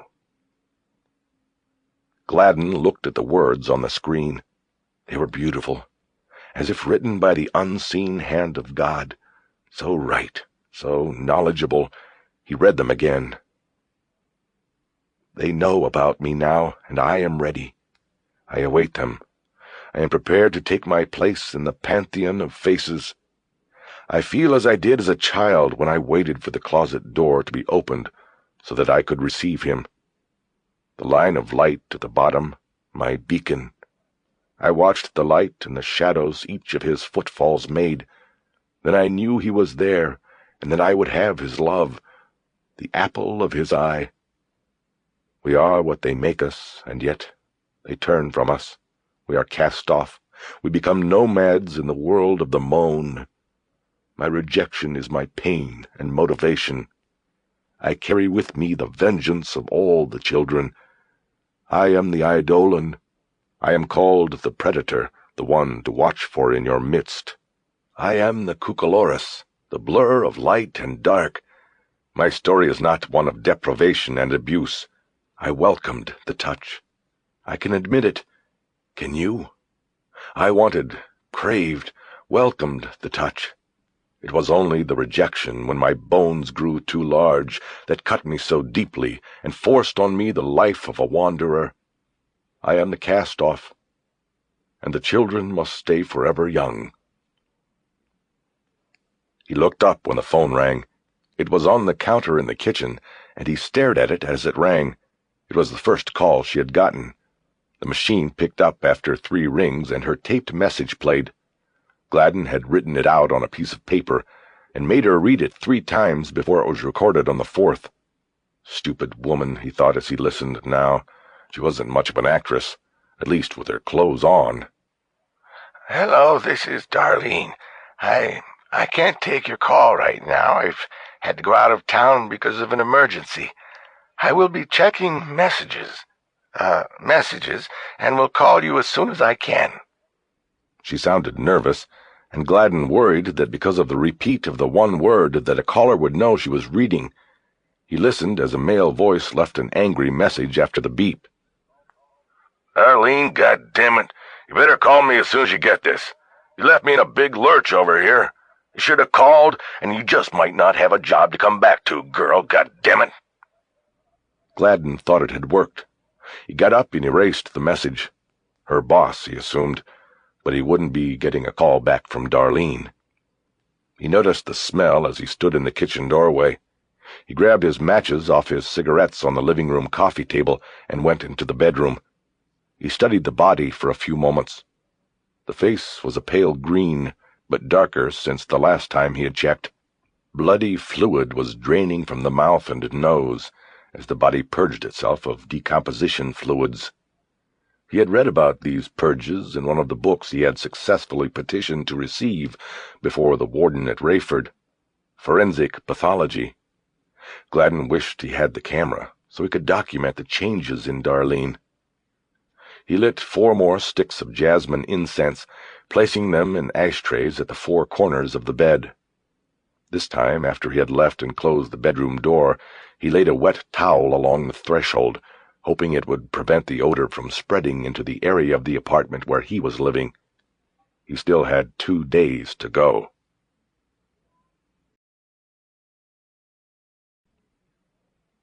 "33. I convinced Greg Glenn to let me write from Phoenix. For the rest of the morning I stayed in my room, making calls, gathering comments from players in the story ranging from Wexler in Denver to Bledsoe in Baltimore. I wrote for 5 straight hours after that, and the only disturbances I had all day were calls from Glenn himself, nervously asking how I was doing. An hour before the 5 o'clock deadline in Denver, I filed 2 stories to the Metro desk. My nerves were jangling by the time I shipped the stories, and I had a headache that was almost off the scale. I had been through a pot and a half of room service coffee and a full pack of Marlboros, the most I had smoked in one sitting in years. Pacing the room and waiting for Greg Glenn's callback, I made a quick call to room service again, explained that I couldn't leave my room because I was expecting an important call, and ordered a bottle of aspirin from the hotel's lobby shop. After it arrived, I downed 3 tablets with mineral water from the minibar and almost immediately started feeling better. Next, I called my mother and Riley and alerted them that my stories would be in the next day's paper. I also told them there was a chance that reporters from other media outlets might try to contact them now that the story was out and to be prepared. Both said they didn't want to talk to any reporters, and I said that was fine, not missing the irony that I was one myself. Lastly, I realized I had forgotten to call Rachel to tell her I was still in town. I called the Phoenix field office of the FBI, but was told by the agent who answered that she was gone. "What do you mean gone? Is she still in Phoenix?" "I'm not at liberty to say." "Can I speak with Agent Backus, then?" "He's gone too. Who may I ask is calling?" I hung up and dialed the hotel's front desk and asked for her room. I was told she had checked out. So had Backus. So had Thorson, Carter, and Thompson. "Son of a bitch," I said after hanging up. There had been a break. Had to be. For all of them to have checked out, there had to have been a major breakthrough in the investigation, and I realized I had been left behind, that my moment on the inside was surely over now. I got up and paced the room some more, wondering where they would have gone and what could have made them move so quickly. Then I remembered the card Rachel had given me. I dug it out of my pocket and punched the paging number into the phone. 10 minutes surely seemed enough time to bounce my message off the satellite and then down to her, wherever she was. But 10 minutes came and went, and the phone didn't ring. Another 10 minutes passed, and then a half hour. Not even Greg Glenn called. I even picked up the phone to make sure I hadn't broken it. Restless but tired of pacing and waiting, I fired up the laptop and logged into Rocky again. I called up my messages, but there were none of any importance. I switched to my personal basket, scrolled the files, and called up the one labeled Hip Stories. The file contained several stories on Horace Gomble, one after the other in chronological order. I began to read from the oldest story forward, my memory of the hypnotist coming back as I went. It was a colorful history. A researcher for the CIA in the early 60s, Gomble later was a practicing psychiatrist in Beverly Hills who specialized in hypnotherapy. He parlayed his skill and expertise in the hypnotic arts, as he called them, into a nightclub act as Horace the Hypnotist. First it was just appearances on open mic nights at the clubs in Los Angeles, but the act became immensely popular, and he started taking it to Las Vegas for week-long gigs on the Strip. Soon Gomble wasn't a practicing shrink anymore. He was a full-time entertainer, appearing on the stages of the nicest palaces on the Las Vegas Strip. By the mid-'70s, his name was on the billing with Sinatra's at Caesars, albeit in smaller letters. He made 4 appearances on Carson's show, the last time putting his host in a hypnotic trance, and eliciting from him his true thoughts on his other guests that evening. Because of Carson's caustic comments, the studio audience thought it was a gag, but it wasn't. After Carson saw the tape, he canceled the airing of the show and put Horace the Hypnotist on his blacklist. The cancellation made news in the entertainment trade papers and was a dagger in the heart of Gomble's career. He never made another network television appearance until his arrest. His shot at TV gone, Gomble's shtick got old, even in Vegas, and his stages moved further and further away from the Strip. Soon he was on the road, working comedy clubs and cabarets. Then finally it was the strip club and county fair circuit. His fall from fame was complete. His arrest in Orlando at the Orange County Fair was the exclamation mark at the end of that fall. According to trial stories, Gomble was charged with assaulting young girls that he had chosen as volunteer assistants for matinee performances at the county fair. Prosecutors said he followed a routine of seeking a girl 10 to 12 years old from the audience and then taking her backstage to prepare. Once in his private dressing room, he gave the intended victim a Coke laced with codeine and sodium pentothal. A quantity of both was seized during his arrest, and told her he must see if she could be hypnotized before the performance started. with the drugs acting as hypnotic enhancers, the girl was placed in a trance and then assaulted by Gamble. Prosecutors said the molestation primarily involved fellatio and masturbation, assaults difficult to prove through physical evidence. Afterward, Gamble repressed memory of the event in the victim's mind with hypnotic suggestion. It was unknown how many girls were victimized by Gamble. He was not discovered until a psychologist treating a 13-year-old girl with behavioral problems brought out her assault by Gamble during a hypnotherapy session. A police investigation was launched, and Gamble was eventually charged with attacks on 4 girls. At trial, the defense's contention was that the events as described by the victims and police simply did not happen. Gamble presented no fewer than 6 highly qualified experts in hypnotism, who testified that the human mind, while in a hypnotic trance, could not be persuaded or forced under any circumstances to do or even say anything that would endanger the person or be morally repugnant to them. And Gamble's attorney never missed a chance to remind the jury that there was no physical evidence of molestation. But the prosecution won the case with essentially one witness. He was Gamble's former CIA supervisor, who testified that Gamble's research in the early 60s included experimentation with hypnosis and the use of drug combinations to create a hypnotic override of the brain's moral and safety inhibitions. It was mind control, and the former CIA supervisor said codeine and sodium pentothal were both among the drugs Gamble had used to positive results in his studies. A jury took 2 days to convict Gamble of 4 counts of sexual assault of a child. He was sentenced to 85 years in prison to be served at the Union Correctional Institute in Rayford. One of the stories in the file said he appealed the conviction on the basis of incompetent counsel, but his plea was rejected all the way up to the Florida Supreme Court. As I reached the bottom of the computer file, I noticed the last story was only a few days old. I found this curious because Gamble had been convicted 7 years earlier. This story also had come from the L.A. Times instead of the Orlando Sentinel, which all the previous had come from. Curious, I started reading it, and at first believed Lori Prine had simply made a mistake. It happens often enough.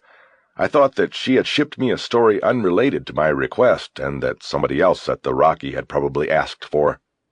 It was a report on a suspect in the murder of a Hollywood motel maid. I was about to stop reading, but then I came across Horace Gamble's name. The story said the suspect in the maid's killing had served time at Rayford with Gamble, and even helped him with some undescribed jailhouse legal work. I reread the lines, as an idea spun in my mind, and then finally couldn't be contained. Once more I called Rachel's pager after disconnecting the laptop. This time my fingers were shaking as I punched out the number, and I could hardly keep still afterward. I paced the room again, staring at the phone. Finally, as if the power of my stare had caused it, the phone rang, and I grabbed it up before it had even stopped its first sounding. "Rachel, I think I've got something." Just hope it isn't syphilis, Jack.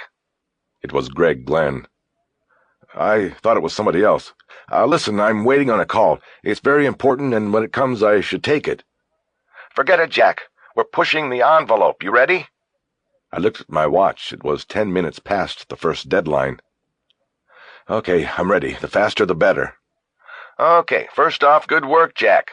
This, well, it doesn't make up entirely for not being first, but it's a much better read and much better information. Okay, so what needs to be fixed? I asked quickly. I didn't care about his compliment-criticism parley. I just wanted to be done by the time Rachel answered my page. Because there was only one phone line into the room, I couldn't use my laptop to connect with the Rocky and view the actual edited version of the story. Instead, I called up the original version on the laptop, and Glenn read off the changes he had made. I want to make the lead a little tighter and stronger, go right out with the facts a little harder. I fiddled around with it, and this is what I've got. A cryptic note from a serial killer who apparently preys on randomly selected children, women, and homicide detectives was being analyzed by FBI agents Monday as the latest twist in the investigation of the slayer they have dubbed the Poet. What do you think? Fine. He had changed the word studied to analyzed. It wasn't worth protesting. We spent the next 10 minutes fine-tuning the main story. going back and forth on nitpicks. He didn't make too many significant changes, and with deadline breathing on his neck, he didn't have the time to do a lot anyway. In the end, I thought some of the changes were good, and some were made simply for change's sake, a practice all newspaper editors I've ever worked with seem to share. On the second story, which was a short, first-person account of how my search for understanding of my brother's suicide uncovered the trail of the poet. It was an understated tooting of the Rockies' horn. Glenn didn't mess with it. When we were done, he had me hold on the line while he shipped the stories to the copy desk. I think maybe we should keep this line open in case they come up with something on the rim, Glenn said. Who's got it? Brown has the main and Bayer has the side. I'll do the back reading myself. I was in good hands. Brown and Bayer were two of the best of the rim rats. So what are you planning for tomorrow? Glenn asked while we were waiting. I know it's early, but we also have to talk about the weekend. I haven't thought about that stuff yet. You've got to have a follow, Jack. Something. We don't go out front this big with something and then come back flat-footed the next day. There's got to be a follow. And for this weekend, I'd like a scene setter. You know, inside the FBI hunt for a serial killer. Maybe get into the personalities of the people you've been dealing with. We'll need art, too. I know, I said. I just haven't thought about all of that yet. I didn't want to tell him about my latest discovery and the new theory I was brewing. Information like that in an editor's hands was dangerous. The next thing you know, it's on the daily news budget, practically the same as being written in granite, that I'll have a follow linking the poet to Horace the hypnotist. I decided I would wait and talk to Rachel before I told Glenn about that. What about the bureau? Are they going to let you back inside? Good question, I said. I doubt it. I kind of got the sayonara when I left today. In fact, I don't even know where they are. I think they blew town. Something's happening. Shit, Jack, I thought you... Don't worry, Greg. I'll find out where they went. And when I do, I've still got some leverage with them, and there are a few things I didn't have room for in the stories today. One way or the other, I'll have something tomorrow. I just don't know what yet. After that, I'll do the scene setter. But don't count on any art. These people don't like their pictures taken.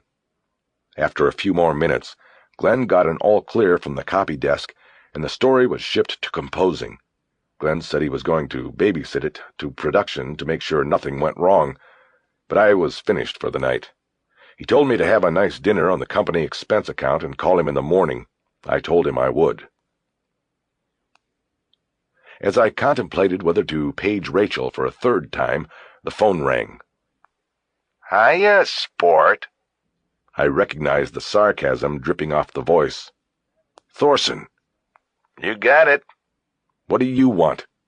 I'm just letting you know that Agent Walling is tied up and she won't be calling you back anytime soon. So do us and yourself a favor and stop calling the pager. It gets annoying. Where is she? That's really none of your business now, is it? You shot your wad, so to speak. You got your story, now you're on your own. You're in L.A. Message delivered, signing off. Wait, listen, Thorson, I think I've got something. Let me talk to Bacchus. No, sir, you aren't talking to anyone on this investigation anymore. You are out, McAvoy. Remember that. All media inquiries on this investigation are now being handled by public affairs at Washington headquarters. Anger was balling like a fist inside me. My jaw was clenched tight, but I managed to take a shot at him. Does that include Michael Warren's inquiries, Thorson? Or does he have a direct line to you? You're wrong about that, fuckhead. I'm no leak. You kind of people make me sick. I've got more respect for some of the scumbags I put in stir than I have for you. Fuck you too. See what I mean? You people have no respect whatso... Fuck that, Thorson. Let me talk to Rachel or Bacchus. I've got a lead they should have. You have something, you give it to me. They're busy. It galled me to tell him anything at all, but I swallowed back the anger and did what I thought was the right thing. I have a name. It could be the guy. William Gladen. He's a pedophile from Florida, but he's in L.A. At least he was. I know who he is and what he is. You do? Past experience. Then I remembered the prison interviews. The rape project? Rachel told me about that. He was one of the subjects? Yes, so forget him. He's not the guy. Thought you were going to be the hero and solve it, didn't you? How do you know he's not the guy? He fits, and there's the possibility he learned hypnotism from Horace Gomble. If you know about Gladen, then you know about Gomble. It all fits. They're looking for Gladen in L.A. He cut up a motel maid. Don't you see? The maid could be the bait murder. The detective, his name is Ed Thomas, could be the intended victim he was talking about in the facts. Let me— You're wrong, Thorson interrupted loudly. We already checked this guy out. You're not the first to come up with him, McAvoy. You're not that special. We checked Gladen out, and he's not our guy, okay? We're not stupid. Now drop it and go the fuck back to Denver. When we get the real guy, you'll know. How do you mean you checked Gladen out? I'm not going into it. We're busy, and you're no longer inside. You're out, and you're staying out. Just don't call the pager anymore. Like I said, it gets annoying. He hung up before I could say another word. I slammed the phone into its cradle, and it bounced down to the floor. I was tempted to immediately page Rachel again, but thought better of it. What could she be doing, I wondered, that would have made her ask Thorson to call me instead of her? A crushing feeling began to form in my chest, and many thoughts went through my mind. Had she merely been babysitting me while I was on the case with them? Watching me while I watched them? Had everything just been an act for her? I broke away from it. There was no way to know the answers until I spoke to her. I had to guard against letting my impressions of Thorson's comments speak for her. Instead, I began to analyze what Thorson had told me. He said Rachel could not call me. She was tied up. What could that mean? Did they have a suspect in custody, and she, as lead investigator, was conducting the interrogation? Was the suspect under surveillance? If so, she might be in a car and away from a telephone. Or by asking Thorson to call me, was she sending me a message, communicating something she didn't have the guts to tell me herself? The nuances of the situation were unreadable to me. I gave up on a deeper meaning and thought about the surface. I thought about Thorson's reaction to my mention of William Gladen. He'd showed no surprise at the name and seemed to easily dismiss it. But in replaying the conversation in my mind, I realized that, whether I was right or wrong about Gladen, Thorson would have played it the same way. If I was right, he would have wanted to deflect me. If I was wrong, he would not have missed the opportunity to let me know. The next thought I focused on was the possibility that I was right about Gladen and that the Bureau had somehow made a mistake in dismissing him as a suspect. If this was the case, the detective in Los Angeles could be in danger and not even know it. It took me 2 calls to the Los Angeles Police Department to get a number for Detective Thomas at the Hollywood Division, but when I called the number, it went unanswered and kicked over to the station's front desk. The officer who answered told me Thomas was unavailable. He would not tell me why or when the detective would be available. I decided not to leave a message. I paced the room for a few minutes after hanging up and wrestled with thoughts about what to do. I came to the same conclusion from every angle I tried. There was only one way of learning the answers to the questions I had about Gladen, and I knew that was to go to Los Angeles. To go to Detective Thomas. I had nothing to lose. My stories were filed, and I was off the case. I made some calls and booked the next Southwest flight from Phoenix to Burbank. The airline operator told me Burbank was just as close to Hollywood as L.A. International. The front desk clerk was the same man who had checked all of us in on Saturday. "You're leaving on the fly, too, I see." I nodded, realizing he was talking about the FBI agents. Yes, I said. "They got a head start, though." He smiled. "I saw you on TV the other night." At first perplexed, I then realized what he meant. The scene out at the funeral home, me in the FBI shirt. I knew then that the clerk thought I was an FBI agent. I didn't bother to correct him. "The boss man wasn't too happy about that," I said. "Well, you people must get that a lot when you swoop into town like that. Anyway, I hope you catch him." "Yeah, we do too." He went about processing my bill. He asked if I had any room charges, and I told him about the room service and the items I had taken from the bar. "Listen," I said, "I guess you also have to charge me for a pillowcase. I had to buy clothes here and didn't have any luggage, and—" I held up the pillowcase in which I had packed my few belongings, and he chuckled at my predicament. But figuring what to charge me caused confusion, and finally he just told me it was on the house. "I understand you people have to move quickly," he said. "The others didn't even have time to check out, just blew out of town like a Texas tornado, I guess." "Well," I said, smiling, "I hope they at least paid." "Oh, yes. Agent Backus called from the airport and said just to keep it on the credit card and send him the receipts. But that's no problem. We aim to please." I just looked at him, thinking, deciding. "I'm going to be catching up with them tonight," I finally said. "You want me to take the receipts?" He looked up at me from the paperwork in front of him. I could see his hesitation. I held my hand up in a not-to-worry fashion. "It's all right. It was just a thought. I'll see them tonight, and thought it might speed things along. Save the postage." I didn't know what I was saying, but I was already lacking confidence in my decision and wanted to back away. "Well," the clerk said, "I don't really see the harm in it. I've got their paperwork in an envelope ready to go. I guess I can trust you as much as the mailman." He smiled, and now I smiled back.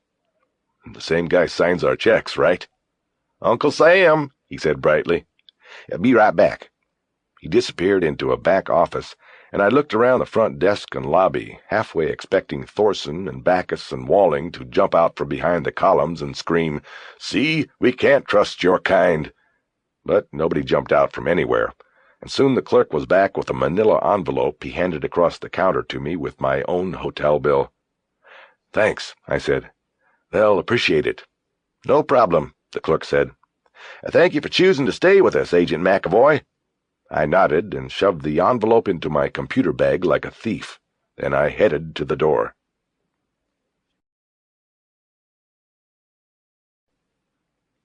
"34.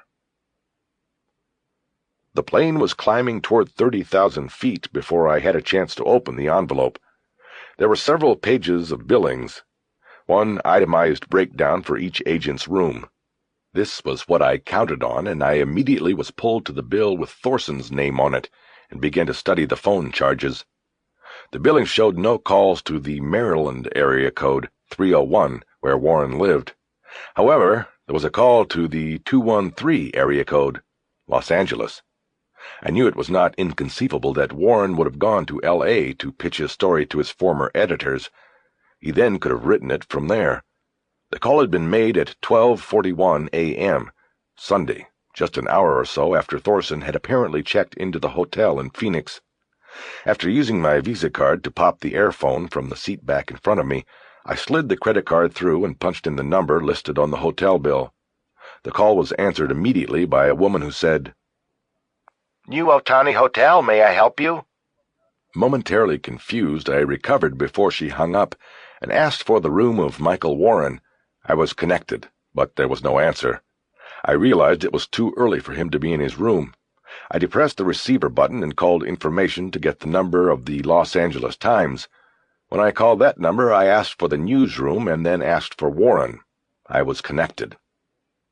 "Warren," I said. It was a statement, a fact, a verdict, for Thorson as well as Warren. "Yes, can I help you?" He didn't know who it was. "I just wanted to say, fuck you, Warren, and to let you know, someday I'm going to write about all this, and what you did is going in the book." I didn't know exactly what I was saying. I only knew that I felt the need to threaten him and had nothing to do it with, only words. "McAvoy? Is this McAvoy?" He paused to inject a sarcastic laugh. "What book? I've already got my agent on the street with a proposal. What have you got, huh? What have you got? Hey, Jack, do you even have an agent?" He waited for an answer, and I only had rage. I was silent. "Yeah, I thought so," Warren said. "Look, Jack, you're a nice guy and all, and I'm sorry how this worked out, I really am. But I was in a jam, and I just couldn't take that job anymore. This was my ticket out. I took it." "You fucking asshole! It was my story!" I said it too loud. Though I was by myself in a row of 3 seats, a man across the aisle looked at me angrily. He was seated with an elderly woman who I guessed was his mother, and who had never heard such language. I turned away toward the window. There was only blackness out there. I put my hand over my other ear so I could hear Warren's reply above the steady thrum of the plane. His voice was low and steady. "The story belongs to whoever writes it, Jack. Remember that? Whoever writes it, it's their story. You want to go up against me? That's fine. Then write the fucking story instead of calling me up and whining about it. Go ahead. Kick my ass. Try it. I'm right here, and I'll see you on the front page." Everything he had just said was dead right, and I knew it the moment he said it. I felt embarrassed that I had even called, and as angry with myself as I was with Warren and Thorson, but I couldn't let it go. "Well, don't count on getting anything from your source anymore," I said. "I'm going to put Thorson in the ground. I got him by the balls. I know he called you late Saturday at the hotel. I got him." "I don't know what you're talking about, and I don't talk about sources with anyone." "You don't need to. He's mine, cut and dried. You want to call him after this, you might want to try the bank squad in Salt Lake City. That's where he'll be transferred to." Using Rachel's reference to a Siberian assignment didn't dull the anger much. My jaw was still clenched as I waited for his reply. "Good night, Jack," he said finally. "All I can say is get over it and get a fucking life." Wait a minute, Warren. Answer one question for me." There was a pleading whine to my voice that I hated. When he didn't reply, I pushed on. "The page from my notebook that you left in the file room at the Foundation, did you leave it on purpose? Was it a setup from the start?" "That's 2 questions," he said, and I could hear the smile in his voice. "I gotta go." He hung up. 10 minutes later, as the plane began to level off, I finally began to smooth out inside too, largely with the help of a strongly mixed Bloody Mary. The fact that I could now back up my accusation against Thorson with some evidence also served to mollify me. The truth was, I couldn't blame Warren. He had used me, but that's what reporters do, who knew that better than me. However, I could blame Thorson, and I did. I didn't know how or when I was going to do it, but I was going to make sure Thorson's hotel bill and the significance of the phone calls came to the attention of Bob Backus. I was going to see Thorson go down. After I finished the drink, I went back to the hotel bills, which I had stuffed into the seat pocket. With nothing more than idle curiosity at that point, I began with Thorson's and studied the calls he had made before and after the call to Warren. He had made only 3 long-distance calls during his 2-day stay in Phoenix, all of them within a half-hour's time. There was the call to Warren at 12:41 a.m. Sunday, a call placed 4 minutes before to a number with a 703 area code, and a call to a 904 area number at 12:56 a.m. I assumed the 703 number was to the FBI center in Virginia, but because I had nothing else to do, I used the phone again. I keyed in the number, and it was answered immediately. "FBI, Quantico." I hung up. I had been right. Next, I called the 3rd number, not even knowing where the 904 area code was. After 3 rings, the call was answered with a high-pitched squeal, the language only computers know. I listened until the electronic wail ended. Its mating call unanswered, the computer disconnected me. Puzzled, I called information for the 904 area and asked the operator what the largest city in the zone was. Jacksonville, I was told. I then asked if the zone included the town of Rayford, and was told that it did. I thanked her and hung up. I knew from the library stories on Horace Gomble that the Union Correctional Institute was located in Rayford. UCI was where Horace Gomble was currently incarcerated, and where William Gladen had once been imprisoned. I wondered if Thorson's call to a computer in the 904 area code zone had any connection to the prison, or Gladen, or Gomble. One more time I called information for the 904 area. This time I asked for the general number for UCI in Rayford. The exchange prefix I got was 431. the same as the number Thorson had called from his hotel room. I leaned back and brooded about this. Why had he called the prison? Could he have made a direct connection with the prison computer in order to check on Gombel's status there, or to look at a file on Gladen? I recalled Backus saying he would have Gombel's status at the prison checked. Possibly he had given the assignment to Thorson after he picked him up at the airport Saturday night. I thought of one other possibility for the call. Thorson had told me less than an hour earlier that Gladen had been checked out and dropped as a suspect. Perhaps his call was in some way part of that check, but what part I couldn't guess. The only thing that seemed clear to me was that I had not been made privy to everything the agents had been doing. I'd been in their midst, but on some things I had simply been kept in the dark. The other hotel bills provided no surprises. The bills for Carter's and Thompson's rooms were clean, no calls. Backus, according to his bill, had called the same Quantico number at about midnight on both Saturday and Sunday. Curious, I called the number from the plane. It was answered immediately. Quantico, Operations Board. I hung up without saying anything. I was satisfied that Backus had called Quantico, as Thorson had done to return or check messages or take care of other bureau business. Lastly, I was down to Rachel's bill, and an odd feeling of trepidation suddenly came over me. It was a sense I didn't have as I had studied the other bills. This time I felt like a suspicious husband checking on his wife's affairs. There was a voyeuristic thrill to it as well as sense of guilt. She had made 4 calls from her room. All were to Quantico exchanges, and twice she had called the same number as Backus. The Operations Board. I called one of the new numbers she had called, and a machine answered the call with her voice. This is FBI Special Agent Rachel Walling. I am not available at the moment, but if you leave your name and a brief message, I will return your call as soon as possible. Thank you. She had checked her own office line for messages.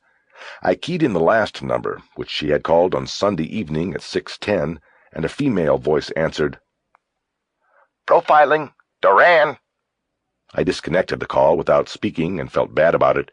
I liked Brass, but not enough to possibly tip her off to the fact that I was checking out the calls her fellow agents had made. Done with the hotel bills, I folded them and put them back in my computer bag. Then I snapped the airphone back into its cradle.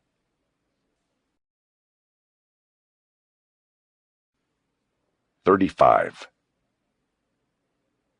By the time I pulled up in front of the LAPD's Hollywood division, it was nearly 8:30. I didn't know what to expect as I looked at the brick fortress on Wilcox Street. I didn't know whether Thomas would still be there this late, but I hoped that because he was the lead detective working a fresh case, the motel maid killing, that he was still on the clock, preferably behind the bricks working the phones, instead of out on the street looking for Gladen. Inside the front door was a lobby of gray linoleum, 2 green vinyl couches and the front counter, behind which 3 uniformed officers sat. There was an entry to a hallway on the left, and on the wall above it a sign that said Detective Bureau, above an arrow pointing down the hall. I glanced at the only desk officer not on a phone and nodded as if I was making my nightly visit. I got to about 3 feet from the hallway when he stopped me. "Hold on there, partner. Can I help you?" I turned back to him and pointed up to the sign. "I need to go to the Detective Bureau." "What for?" I walked over to the counter so our conversation was not heard by everyone in the station. "I want to see Detective Thomas." I took out my press identification. "Denver," the cop said, in case I had forgotten where I was from. "Let me see if he's back there. He expecting you?" "Not that I know of." "What's Denver got to do with—" "Yeah, Thomas back there? Got one here from Denver to see him." He listened for a few moments, creased his brow at whatever information he was being given, and then hung up. "Okay. Going down the hall, second door on the left." I thanked him and headed down the hallway. Along both walls were dozens of framed black and white publicity shots of entertainers, interspersed among photos of police softball teams and officers killed in the line of duty. The door I was told to go to was marked homicide. I knocked, waited a beat for a reply, and then opened the door and stepped in when I didn't get one. Rachel was sitting behind one of the 6 desks in the room. The others were empty. "Hello, Jack." I nodded. I wasn't that surprised to see her. "What are you doing here?" "That should be obvious, since you've obviously been waiting for me. Where's Thomas?" "He's safe." "Why all the lies?" "What lies?" "Thorson said Gladen was not a suspect. He said he was checked out and dropped. That's why I came out. I thought he was either wrong or lying." "Why didn't you call me, Rachel? This whole thing—" "Jack, I was busy with Thomas, and I knew if I called anyway, I'd have to lie to you, and I didn't want to." "So you just had Thorson do it. Great. Thanks, that makes it better." "Stop being a baby. I had more to worry about than your feelings." "I'm sorry. Look, I'm here, aren't I?" "Why do you think that is?" I hiked my shoulders. "I knew you'd come, no matter what Gordon told you," she said. "I know you, Jack. All I had to do was call the airlines. Once I knew your ETA, all I had to do was wait. I only hoped that Gladen wasn't out there watching the place. You were on TV with us. That means he probably thinks you are an agent. If he saw you come in here, he'll know we're running a setup. But if he was out there and close enough to see me, then you'd have him now, right? Because you've got a 24-hour watch for him on the outside of this place." She smiled thinly. I had guessed right. She picked a two-way radio up off the desk and called her command post. I recognized the voice that came back. It was Bacchus. She told him she was coming in with a visitor. She then ended the call and stood up. "Let's go." "Where?" "The command post, not too far." Her voice was curt, clipped. It was cold toward me, and I found it hard to believe that I had made love to this woman less than 24 hours earlier. It was as if I was a stranger to her now. I kept quiet as we walked through a back hallway of the station and to an employee parking lot in the rear where she had a car waiting. "I've got a car out front," I said. "Well, you'll have to leave it for now, unless you want to stay on your own and keep doing the cowboy shit." "Look, Rachel, if I hadn't been lied to, this might not have happened. I might not even have come." "Sure." She got in and started the car and then unlocked my door. It always annoyed me when people did that to me, but I didn't say anything when I got in. She headed out of the lot and up towards Sunset Boulevard with a heavy foot on the gas. She didn't speak until a red light forced her to stop the car. "How did you know that name, Jack?" she asked. "What name?" I replied, though I knew. "Gladen, Jack. William Gladen. I did my homework. How did you people come up with it?" "I can't tell you." "Rachel, look, this is me, okay? We made—" I couldn't say it out loud for fear it would sound like a lie. "I thought there was something between us, Rachel. Now you're acting like I'm some kind of leper or something. I don't— Look, is it information you want? I'll tell you all I know. I figured it out from the newspapers. Big story on this guy Gladen in the L.A. Times on Saturday, okay? The story said he knew Horace, the hypnotist, in Rayford. I just put two and two together. It wasn't hard." "Okay, Jack. Now you." Silence. "Rachel? Are we off the record?" "You know you don't have to ask me that." She hesitated a moment, and then seemed to relent. She began. "We arrived at Gladen through two separate leads that just happened to click at the same time. That gives us a high sense of reliability that he's our man. First, the car. Automotive ID traced the stereo serial number to a car which in turn was traced to Hertz. You remember this?" "Yes." "Well, Matuzek and Mize went down to the airport and traced the car. Some snowbirds from Chicago had already re-rented it. They had to go up to Sedona to get it back. It's been processed. Nothing usable from it. The stereo and window had been replaced, but not by Hertz. Hertz never knew about the break-in. Whoever had the car when the break-in occurred replaced the window and the stereo on their own. Anyway, the rental records put the car in the hands of a N.H. Breedlove for 5 days this month, including the day Orsolak was killed. This Breedlove turned it in the day after. Matuzek put the name on the computer and got a hit on the ID net. Nathan H. Breedlove was an AKA turned up during the investigation of William Gladen in Florida 7 years ago.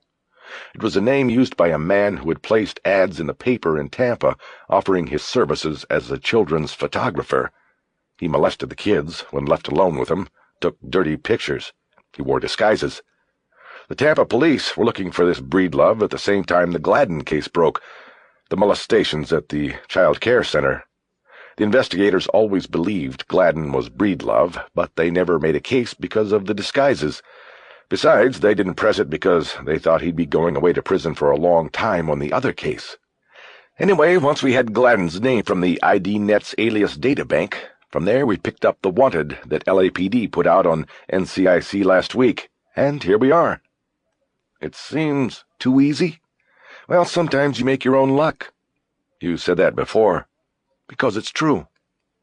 Why would he use an alias that he must have known was on file somewhere? A lot of these people find comfort in tradition. Plus, he's a cocky son of a bitch. We know that from the facts.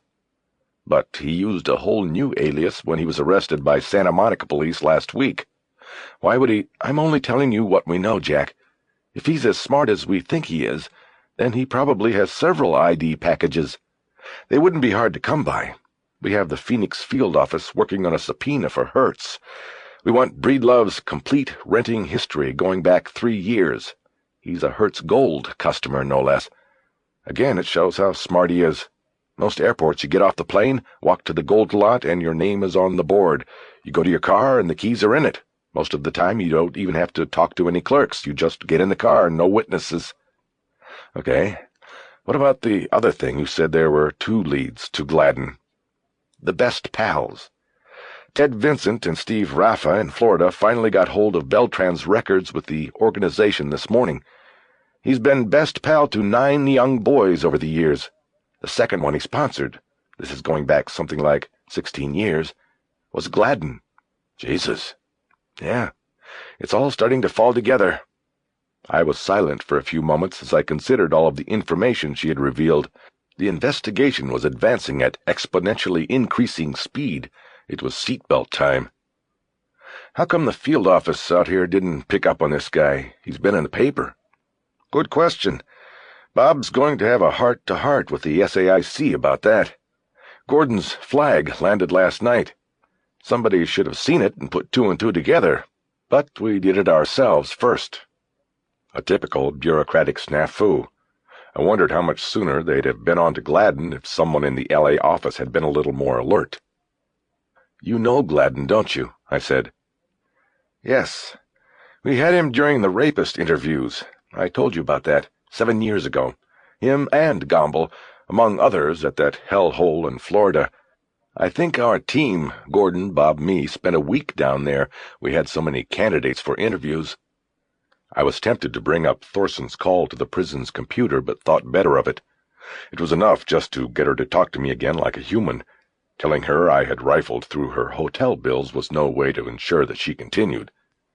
This dilemma also created a problem in regard to nailing Thorson. For the time being, I would have to sit on his hotel phone records as well.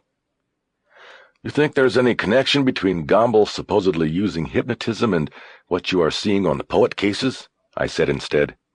I think maybe Gomble taught him his secret. Possibly? She had regressed to the one-word reply. Possibly, I repeated, a thin line of sarcasm in it. Eventually I'll go to Florida to talk to Gomble again, and I'm going to ask him that. Until I get an answer one way or the other, it's possibly, okay, Jack? We pulled into an alley that ran behind a row of old motels and shops. She finally slowed down to the point that I let go of the armrest. But you can't go to Florida now, can you? I asked. That's up to Bob. But we're close to Gladen here. For the time being, I think Bob wants to put everything we have into L.A. Gladen's here, or he's close. We all can feel it. We've got to get him. Once we have him, then I'll worry about the other things, the psychological motivation. We'll need to go to Florida then. Why then? To add data to the serial killer studies? No. I mean, yes, there's that, but primarily we'll go for the prosecution. Guy like this, he's got to go the insanity route. It's his only choice. So that means we'll have to build a case on his psychology, one that shows he knew what he was doing and he knew right from wrong. Same old thing. Prosecution of the poet in a courtroom had never entered my mind. I realized that I had assumed that he would not be taken alive, and this assumption, I knew, was based on my own desire that he not be allowed to live after this. What's the matter, Jack? You don't want a trial? You want us to kill him where we find him? I looked over at her. The lights from a passing window flicked across her face, and for a moment I saw her eyes. I hadn't thought about it. Sure you have. Would you like to kill him, Jack? If you had a moment with him, and there were no consequences, could you do it? Do you think that would make up for things? I didn't like discussing this subject with her. I sensed more than just a passing interest from her. I don't know, I finally answered. Could you kill him? Have you ever killed anyone, Rachel? Given the chance, I'd kill him in a heartbeat. Why? Because I've known the others. I've looked in their eyes and know what's back there in the darkness. If I could kill them all, I think I would. I waited for her to continue, but she didn't. She pulled the car to a stop next to two other matching caprices behind one of the old motels. You didn't answer the second question. No, I've never killed anyone.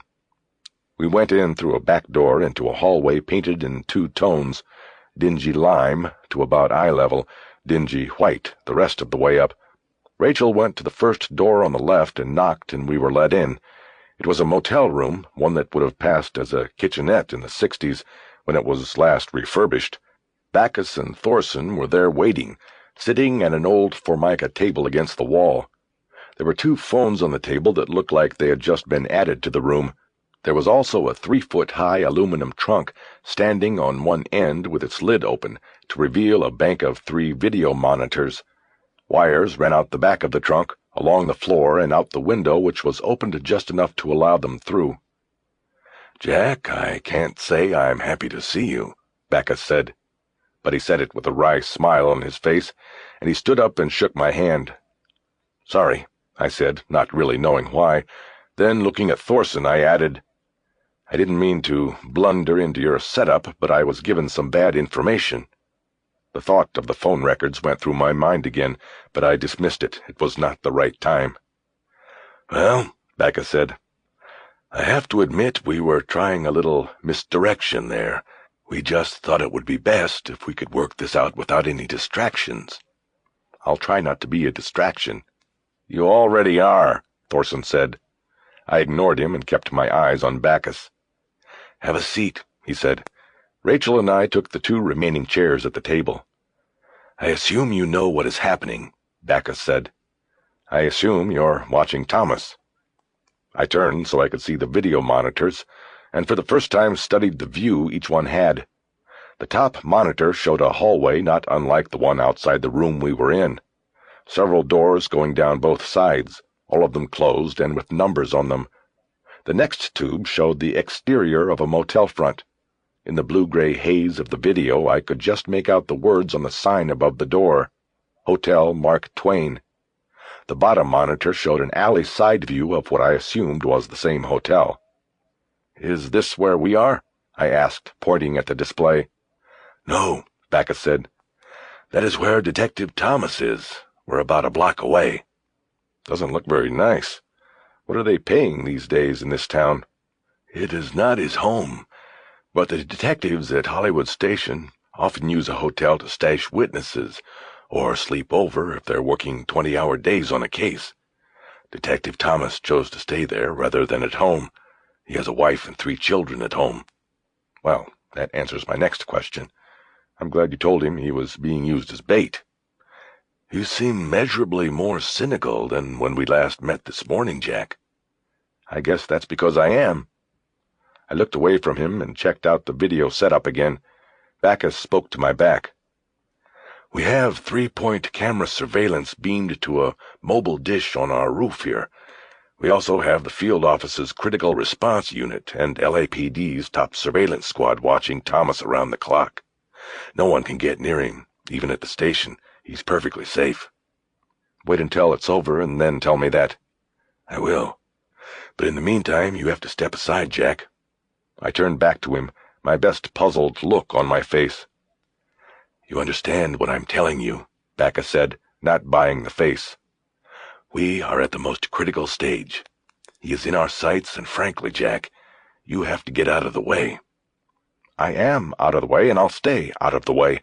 The same deal. Nothing I see goes into the paper until you okay it, but I'm not going back to Denver to wait. I'm too close. This means too much. You've got to let me back inside.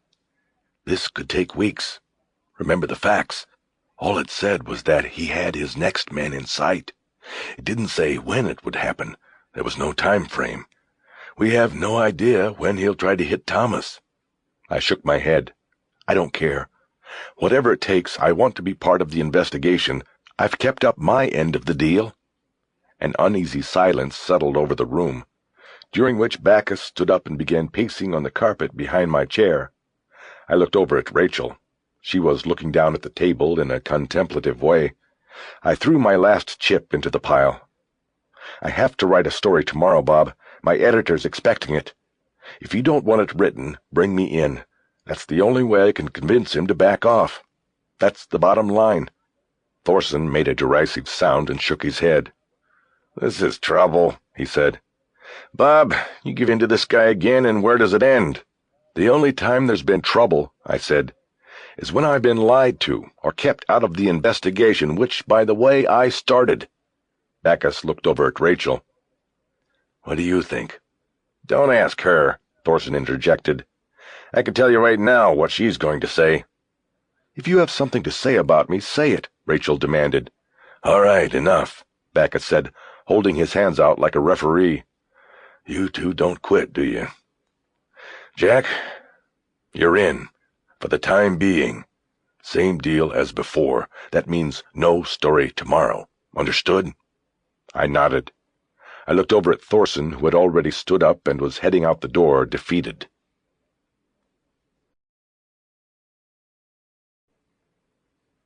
"36.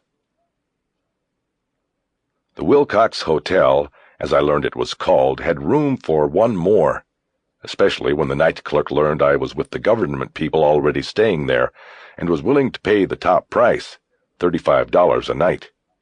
It was the only hotel I'd ever checked into where I felt a nervous sense of foreboding about giving the man behind the front counter my credit card number. The man behind the counter looked like he was halfway through a bottle on this shift alone. It also appeared as though he had decided on the last 4 successive mornings that he wasn't quite ready for a shave yet.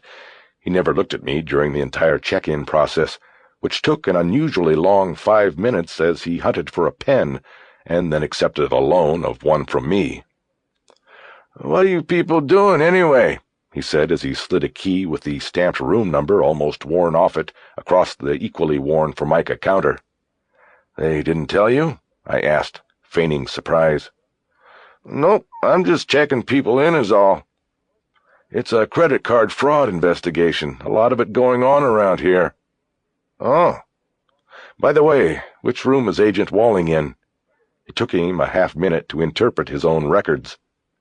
"That'd be 17.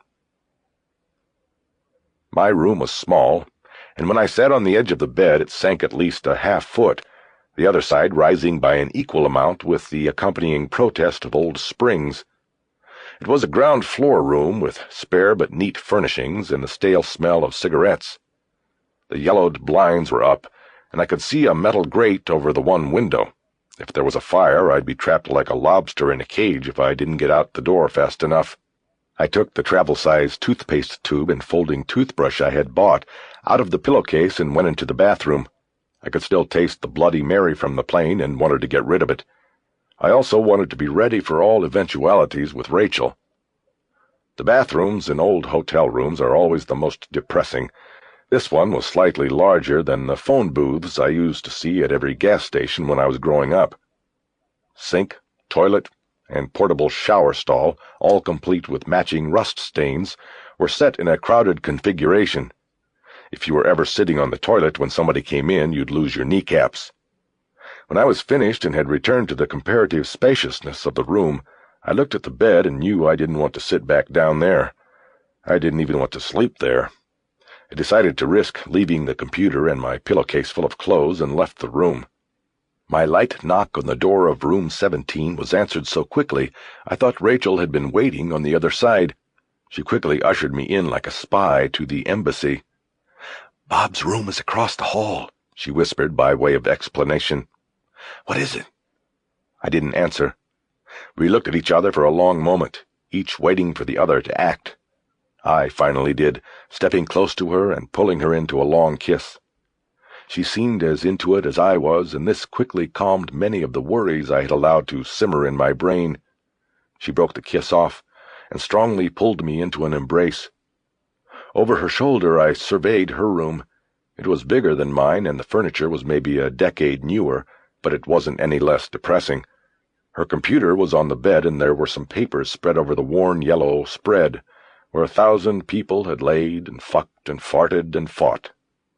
"Funny," she whispered. "I just left you this morning, and I found myself already missing you." "Same here." "Jack, I'm sorry, but I don't want to make love on that bed, in this room, or in this hotel." "That's okay," I said nobly, though I regretted the words as I spoke them. "I understand. Looks like you got a luxury suite compared to mine." "We'll have to wait, but then we'll make up for it." "Yeah. Why are we staying here anyway?" "Bob wants to be close, so we can move if they spot him." I nodded. "Well, can we leave for a little while? Want to get a drink? There's got to be someplace around." "Probably no better than this. Let's just stay and talk." She went to the bed and cleared the papers and the computer, and sat back against the headboard propped on a pillow. I sat in the room's one chair, its cushion scarred by an ancient knife slash repaired with tape. "What do you want to talk about, Rachel?" "I don't know. You're the reporter. I thought you'd ask the questions." She smiled. "About the case?" "About anything." I looked at her for a long moment. I decided to start with something simple and then see how far I could go from there. "What's this Thomas guy like?" "He's fine, for a local. Not overly cooperative, but not an asshole." "What do you mean, not overly cooperative? He's letting you use him as human bait. Isn't that enough?" "I guess. Maybe it's me. I never seem to get along with the locals." I moved from the chair onto the bed with her.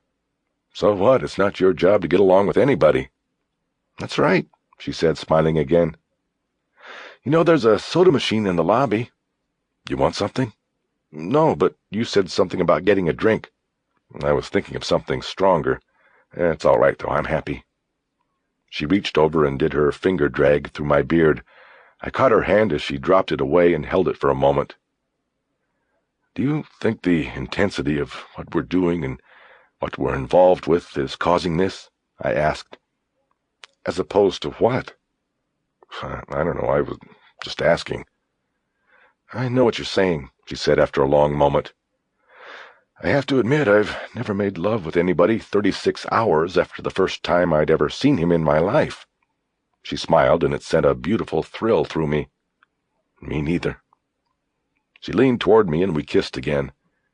I turned, and we rolled into a from here to eternity kiss, only our beach was the old bedspread in a ratty old hotel room 3 decades past its prime.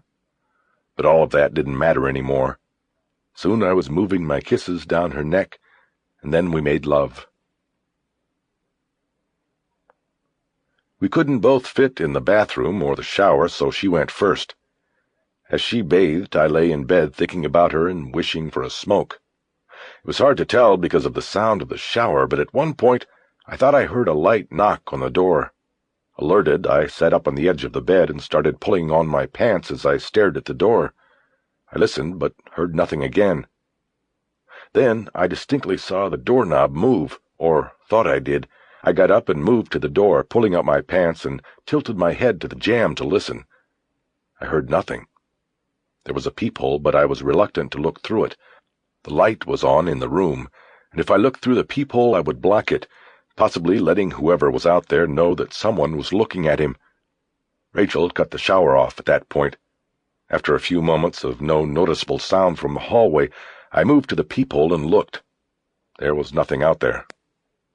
"What are you doing?" I turned. Rachel stood by the bed, attempting to show modesty with the tiny towel that came with the room. "I thought I heard someone knock." "Who was it?" "I don't know.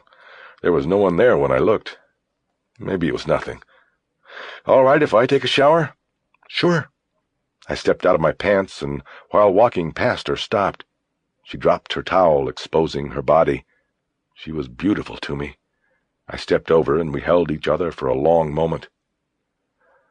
"Be right back," I finally said, and then headed into the shower. Rachel was dressed and waiting when I came out. I looked at my watch, which I had left on the bedside table, and saw it was 11. There was a battered old television in the room, but I decided not to suggest watching the news. "I'm not tired," she said. "Neither am I. Maybe we could find a place for a drink after all." After I dressed, we quietly left the room. She looked out first to make sure Bacchus or Thorson or anybody else wasn't lurking about. We encountered no one in the hallway or the lobby, and outside the street seemed deserted and dark. We walked south to Sunset. "You got your gun?" I asked, half kidding and half serious. "Always. Besides, we've got our people around. They probably saw us leave." "Really? I thought they were just keeping an eye on Thomas." "They are. But they should have a good idea who's on the street at any given time, if they're doing their job." I turned and walked backwards for a few steps, staring back up the street at the green neon sign for the Mark Twain. I surveyed the street, the cars parked along both sides. Again, I saw no shadows or silhouettes of the watchers. "How many are out there?" "Should be 5. 2 on foot, in fixed positions, 2 in cars, stationary, 1 car roving, all the time." I turned back around and pulled the collar of my jacket up. It was colder outside than I'd expected. Our breath came out in thin clouds, mingled together, and then disappeared. When we got to Sunset, I looked both ways and saw a neon sign over an archway a block to the west that said, "Cat and Fiddle Bar." I pointed that way, and Rachel started walking. We were silent until we got there. Going through the archway, we entered an outdoor garden with several tables below green canvas umbrellas, but they were all empty. Past these and through the windows on the other side, we could see what looked like a lively and warm bar. We went in, found an empty booth on the opposite side from the dartboards, and sat down. It was an English-style pub. When the barmaid came around, Rachel told me to go first, and I ordered a black and tan. Rachel then did the same. We looked around the place and small-talked until our drinks arrived. We clinked glasses and drank. I watched her. I didn't think she'd ever had a black and tan before. "The Harp is heavier. It always stays at the bottom, the Guinness on top." She smiled. "When you said black and tan, I thought that was like a brand that you knew. But it's good. I like it, but it's strong. One thing the Irish know is how to make beer. The English have to give them that." "2 of these, and you'll have to call for a backup to get me back." "I doubt it." We lapsed into a comfortable silence. There was a fully engulfed fireplace in the rear wall, and its warmth extended across the room. "Is your real name John?" I nodded. "I'm not Irish, but I always thought Shawn was Irish for John." "Yes, it's the Gaelic version. Since we were twins, my parents decided— actually, my mother." "I think it's nice." After a few more drinks from my glass, I started asking questions about the case. "So tell me about Gladen." "There isn't a whole lot to tell yet." "Well, you met him, interviewed him. You must have a feel for him." "He wasn't exactly cooperative. His appeal was still pending, and he didn't trust us not to use what he said to disrupt that. We all took turns trying to get him to open up. Finally, I think it was Bob's idea, he agreed to talk to us in the third person, as if the perpetrator of the crimes he was convicted of was somebody else. Bundy did that too, right?" I remembered that from a book I had read. "Yes, and others as well. It's just a device to assure them that we were not there to make cases against them. Most of these men have tremendous egos.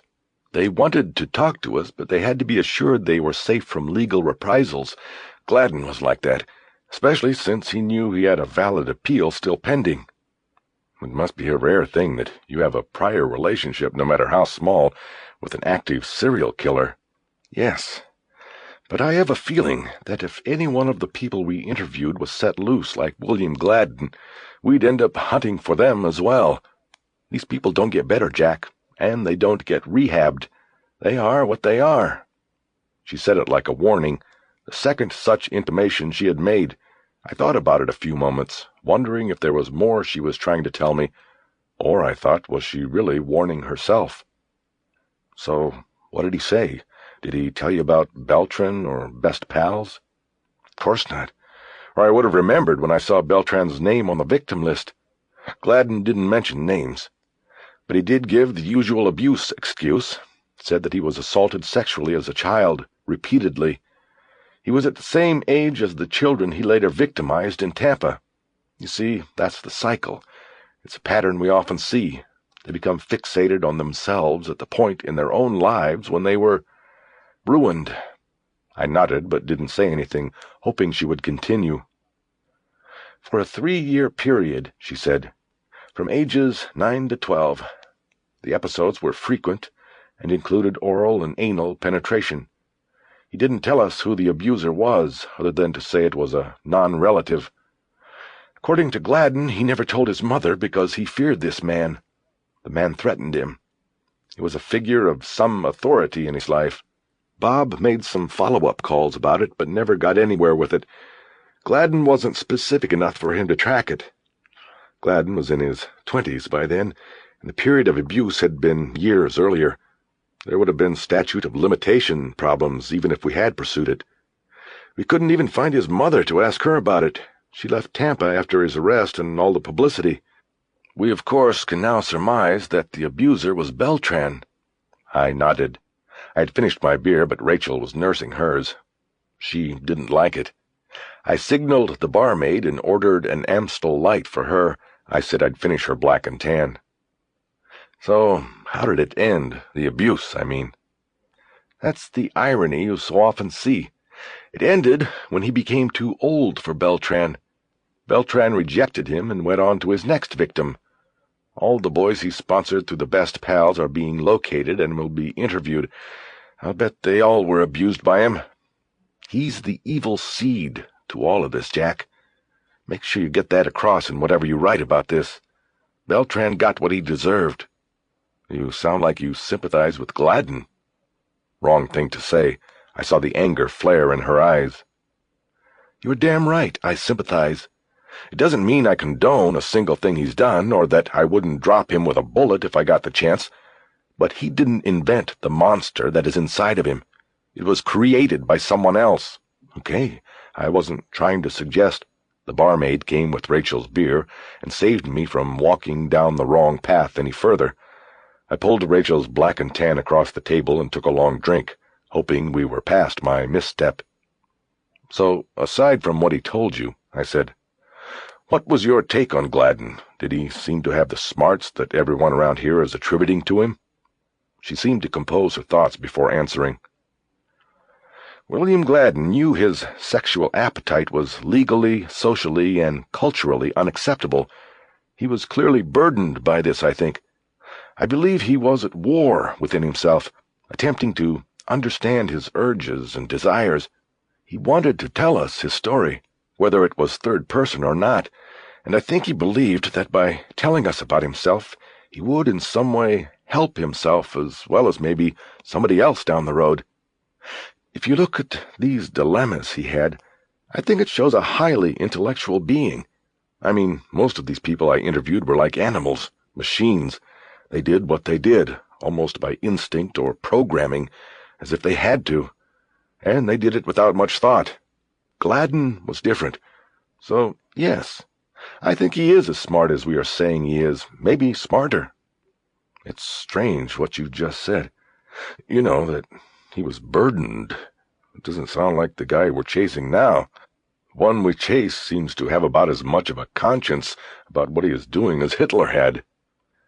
You're right, but we've seen ample evidence of these types of predators changing, evolving. Without treatment, whether it was drug therapy or not, it is not without precedent that someone with William Gladen's background could evolve into someone like the poet. Bottom line is, people change. After the interviews, he was in prison another long year before winning his appeal and copping the deal that got him out. Pedophiles are treated the harshest in prison society. Because of that, they tend to band together in knots, just like in free society as well. That's why you have Gladen being the acquaintance of Gomble as well as other pedophiles in Rayford. I guess what I am saying is that I'm not surprised that the man I interviewed so many years ago became the man we call the poet today. I can see it happening." A loud burst of laughter and applause broke out near one of the dartboards and distracted me. It looked like the night's champion had been crowned. "Enough about Gladen for now," Rachel said when I looked back at her. "It's depressing as hell." "Okay. What about you?" "I'm depressed, too." "No, I mean, what about you? You talked to your editor yet? Tell him you're back inside?" "No, not yet. I'll have to call in the morning and tell him there's no follow coming from me, but that I'm back inside." "How will he take that?" "Not well. He'll want to follow anyway. The story's moving like a locomotive now. The national media's on it, and you've got to keep throwing stories into the fire to make the big train move. But what the hell, he's got other reporters. He can put one of them on it and see what they get, which won't be much. Then Michael Warren will probably crack another exclusive in the LA Times, and I'll really be in the doghouse." "You are a cynical man." "I'm a realist." "Don't worry about Warren. Whoever leaked to him before isn't going to do it again. It would be risking too much with Bob." "Freudian slip there, right? Anyway, we'll see." "How did you get so cynical, Jack? I thought only those run-down middle-aged cops were like that." "I was born with it, I guess." "I bet." It seemed even colder on the walk back. I wanted to put my arm around her, but I knew she wouldn't allow it. There were eyes on the street, and I didn't try. As we got close to the hotel, I remembered a story and told her. "You know how, when you're in high school and there's always this grapevine that passes information on about who likes who and who's got a crush on who, remember?" "Yes, I remember." "Well, there was this girl I had a crush on her. And I can't remember how, but the word went out on the grapevine, you know. And when that happened, what you usually did was wait and see how the person responded. It was one of those things where I knew that she knew that I had this desire for her, and she knew I knew she knew. Understand?" "Yes." "But the thing was, I had no confidence, and I don't know. One day, I was in the gym, sitting in the bleachers. I think I was in there early for a basketball game or something, and it was filling up with people. Then she comes in, she's with a friend, and they're walking along the bleachers looking for a place to sit. It was one of those do-or-die moments, and she looks right at me and waves. And I froze. And then I turned and looked behind me to see if she was waving to somebody else." "Jack, you fool," Rachel said, smiling and not taking the story to heart as I had done for so long. "What did she do?" "When I turned back around, she had looked away, embarrassed. See, I had embarrassed her by setting the whole thing into motion, and then turning away, snubbing her. She started going out with somebody else after that, ended up marrying him. It took me a long time to get over her." We took the last steps to the hotel door silently. I opened the door for Rachel and looked at her with a pained, embarrassed smile. The story could still do that to me all these years later. "So, that's the story," I said. "It proves I've been a cynical fool all along." "Everybody has stories from growing up like that," she said in a voice that seemed to dismiss the whole story. We crossed the lobby, and the nightman looked up and nodded. It seemed like his whiskers had grown even longer in the few hours since I had first seen him. At the stairs, Rachel stopped, and in a whispered voice, designed to leave the nightman out of earshot, told me not to come up. "I think we should go to our own rooms." "I can still walk you up." "No, that's okay." She looked back at the front desk. The nightman had his head down and was reading a gossip tabloid. Rachel turned back to me, gave me a silent kiss on the cheek, and whispered good night. I watched her go up the stairs. I knew I wouldn't be able to sleep. Too many thoughts. I had made love to a beautiful woman and spent the evening falling in love with her. I wasn't sure what love was, but I knew acceptance was part of it. That's what I sensed from Rachel. It was a quality that had been a rarity in my life, and I found its nearness thrilling and disquieting in the same instant. As I stepped out to the front of the hotel to smoke a cigarette, the feeling of disquiet grew and then infected my mind with other thoughts. The ghost story intruded, and my embarrassment and thoughts of what might have been still grabbed me so many years after that day on the bleachers. I marveled at the hold of some memories and at how well and precisely they can be relived. I hadn't told Rachel everything about the high school girl.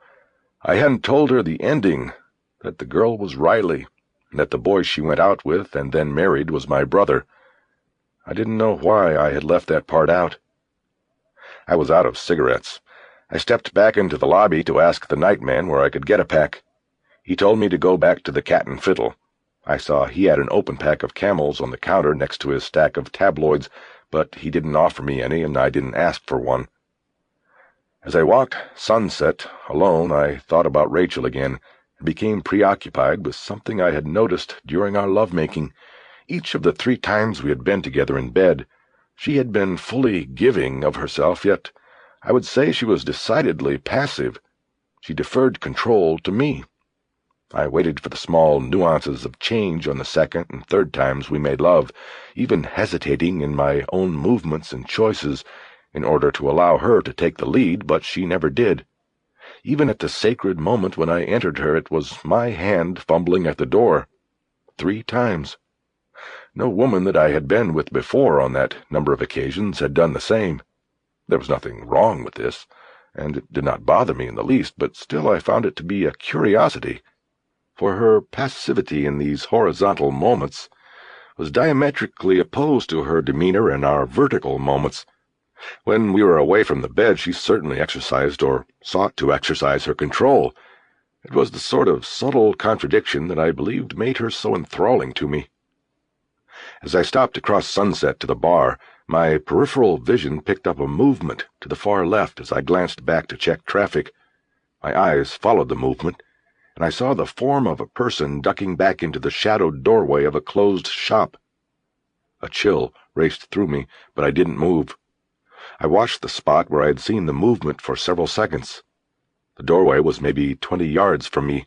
I felt sure it had been a man, and he was probably still there, possibly watching me from the darkness while I watched for him. I took 4 quick, determined steps toward the doorway, but then stopped dead. It had been a bluff, but when no one ran from the doorway, I had only bluffed myself. I felt my heartbeat rising. I knew it might only be a homeless man looking for a spot to sleep. I knew there might be 100 explanations, but just the same I was scared.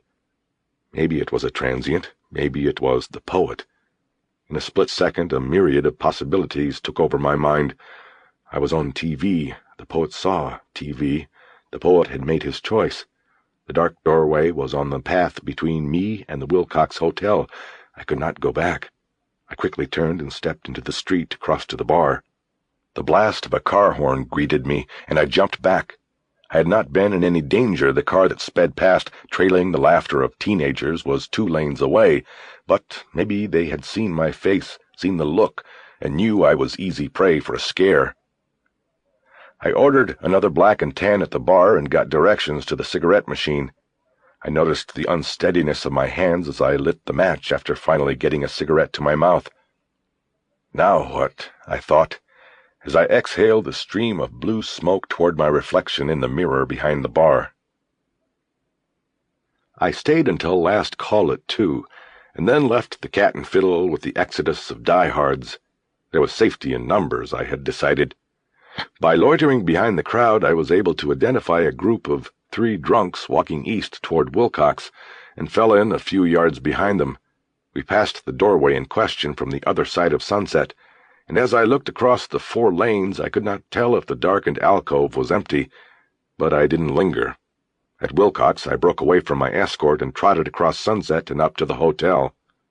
I didn't breathe normally until I entered the lobby and saw the familiar, safe face of the nightman.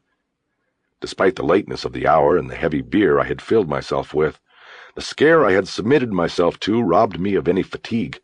I could not sleep, In my room, I undressed, got into bed, and turned off the light, but I knew as I was doing it that it was fruitless. After 10 minutes, I faced the facts of my situation and turned on the light. I needed a distraction, a trick that would allow my mind to rest easy and for me to sleep. I did what I had done on countless prior occasions of similar necessity. I pulled my computer up onto the bed, I booted it, plugged the room's phone line into the modem outlet, and dialed long distance into the Rockies net. I had no messages and wasn't really expecting any, but the motions of doing it began to calm me. I scrolled the wires a little bit and came across my own story in abbreviated form on the AP National wire. It would hit the ground tomorrow and burst like a shell. Editors from New York to here in L.A. would know my byline, I hoped. After signing off and shutting down the connection, I played a few hands of computer solitaire, but became bored with losing. Looking for something else to distract me, I reached into the computer bag for the hotel receipts from Phoenix, but couldn't find them. I checked every pocket of the bag, but the folded sheaf of papers weren't there. I quickly grabbed the pillowcase and frisked it like a suspect, but there were only clothes. "Shit," I said out loud. I closed my eyes and tried to envision what I had done with the pages on the plane. A sense of dread came over me as I remembered at one point stuffing them into the seat pocket. But then I recalled that, after talking to Warren, I had retrieved them to make the other calls. I conjured a vision of putting the pages back into the computer bag as the plane was on final approach. I was sure I had not left them on the plane.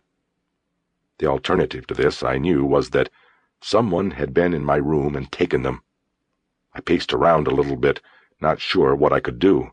I had what could be construed as stolen property stolen from me. Who could I complain to? Angrily, I opened the door and walked down the hallway to the front desk. The nightman was looking at a magazine called High Society, which had a cover photo of a nude woman skillfully using her arms and hands to strategically cover enough of her body to allow the magazine to be sold on the newsstand. "Hey, did you see anybody go down to my room?" He hiked his shoulders and shook his head. "Nobody? Only ones I seen around was that lady that was with you and you, that's it." I looked at him for a moment, waiting for more, but he had said his piece. "Okay." I went back to my room, studying the keyhole for signs of a pick before going inside. I couldn't tell.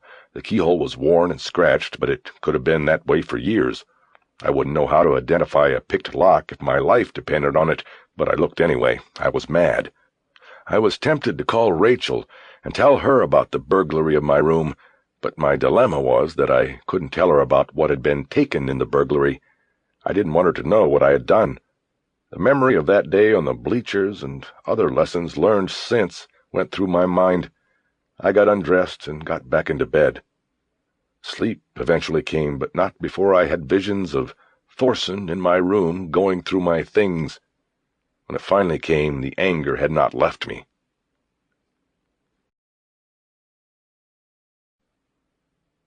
"37. I was awakened by a sharp banging on my door. I opened my eyes and saw light bleeding brightly around the curtains. The sun was already well up, and I realized I should have been also. I pulled on my pants and was still buttoning a shirt as I opened the door without looking through the peephole. It wasn't Rachel. "Morning, sport. Rise and shine. You're with me today, and we've got to get going." I stared blankly at him. Thorson reached over and knocked on the open door. "Hello? Anyone home?" "What do you mean I'm with you?" "Just like it sounds. Your girlfriend has some things she has to do alone. Agent Backus has assigned you to be with me today." My face must have shown my thoughts on the prospects of spending the day with Thorson. "I'm not exactly thrilled to pieces myself," he said to me, "but I do what I'm told. Now, if you just want to stay in bed all day, that'd be no skin off my back. I'd just tell—" "I'm getting dressed. Give me a few minutes." "You got 5 minutes. I'll meet you in the alley at the car. If you're not there, you're on your own." After he was gone, I looked at my watch on the bed table. It was 8:30, not as late as I had thought. I took 10 minutes instead of 5. I held my head under the shower and thought about being with Thorson for the day, dreading every moment of it. But most of all I thought about Rachel and wondered what assignment Bacchus had given her and why it didn't include me. After leaving my room, I went up to her door and knocked, but got no answer. I listened at the door for a few moments and heard nothing. She was gone.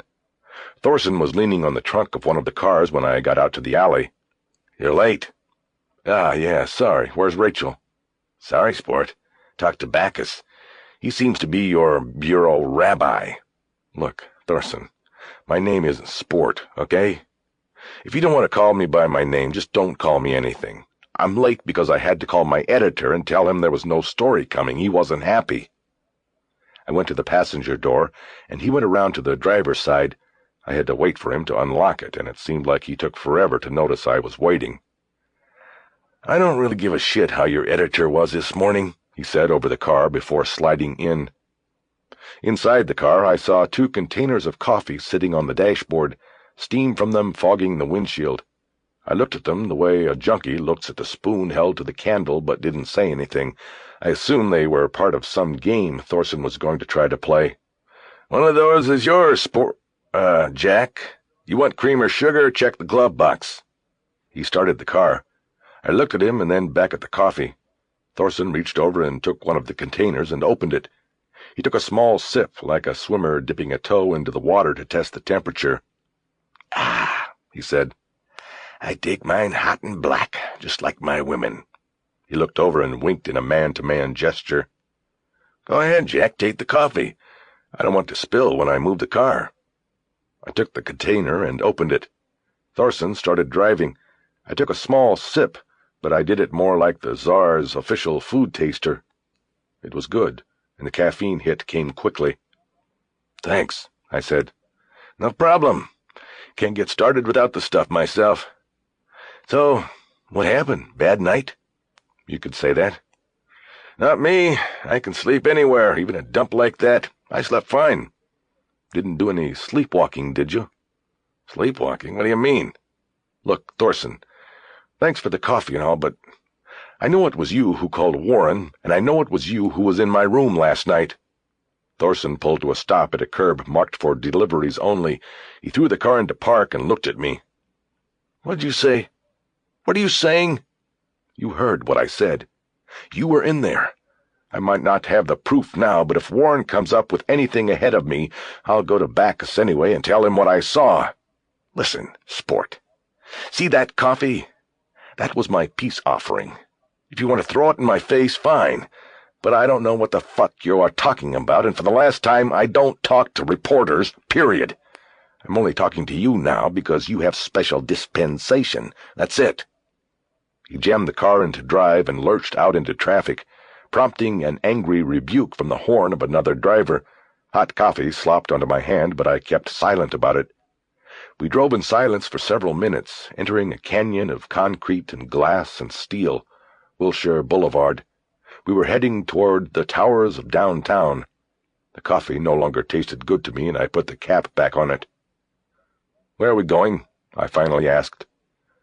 "To see Gladen's lawyer. After that, we're going out to Santa Monica, talk to the dynamic duo that had this dirtbag in their hands and let him go." I read the Times story. They didn't know who they had. You can't really blame them. Yeah, that's right. Nobody's ever to blame. I had completely succeeded in taking Thorson's offering of goodwill and flushing it down the toilet. He had turned sullen and bitter, his usual self as far as I could tell, yet it was still my fault.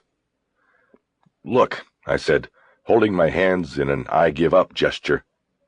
"I'm sorry, okay? If I'm wrong about you and Warren and everything else, I'm sorry. I was just looking at things the way they seemed to me. If I'm wrong, I'm wrong." He said nothing, and the silence became oppressive. I felt like the ball was still in my court, that there was more I needed to say. "I'll drop it, okay?" I lied. "And I'm sorry about... if you're upset about me and Rachel. Things just happened." "Tell you what, Jack, you can keep your apology. I don't care about you, and I don't care about Rachel. She thinks I do, and I'm sure she's told you that, but she's wrong. And if I were you, I'd watch my ass with her. There's always something else going on with her. Remember I told you that." "Sure." but I drop-kicked that stuff as soon as he said it. I wasn't going to let his bitterness infect my thoughts about Rachel. "You ever heard of the Painted Desert, Jack?" I looked at him, my eyes squinted in confusion. "Yeah, I've heard of it." "Been there?" "No." "Well, if you're with Rachel, then you're there now. She's the Painted Desert. Beautiful to look at, yeah, but man, once you're there, she's desolate. There's nothing there past the beauty, Jack, and it gets cold at night in the desert." I wanted to hit him with some kind of a comeback that would be the verbal equivalent of a roundhouse punch, but the depth of his acid and anger stunned me into silence. "She can play you," he continued, "or play with you, like a toy. One minute she wants to share it, the next she doesn't. She disappears on you." I still said nothing. I turned and looked out the window, so I wouldn't even have him in my peripheral vision. In a couple minutes, he said we were there, and he pulled into the parking garage of one of the downtown office buildings. After consulting a directory in the lobby of the Fuentes Law Center, we silently rode the elevator up to the 7th floor. To the right, we found a door with a mahogany plaque set to the side of it that announced the law offices of Krasner and Peacock. Inside, Thorson placed his open badge and ID wallet on the counter in front of the receptionist and asked to see Krasner. "I'm sorry," she said. "Mr. Krasner is in court this morning." "Are you sure?" "Of course I'm sure. He's in arraignments. He won't be back until after lunch." "Down here? Which courthouse?" "Down here, the CCB." We left the car where it was and walked to the Criminal Courts building. Arraignments were held on the 5th floor in a huge, marble-walled courtroom, heavily crowded with lawyers, the accused, and the families of the accused. Thorson approached a deputy marshal sitting behind a desk at the first row of the gallery and asked her which of the lawyers milling about was Arthur Krasner. She pointed to a short man with thinning red hair and a red face, who was standing near the court railing, talking with another man in a suit, undoubtedly another lawyer. Thorson headed toward him, mumbling something about him looking like a Jewish leprechaun. "Mr. Krasner?" Thorson said, not waiting for a lull in the conversation the two men were having. Yes." "Can I have a word with you out in the hallway?" "Who are you?" "I can explain in the hallway."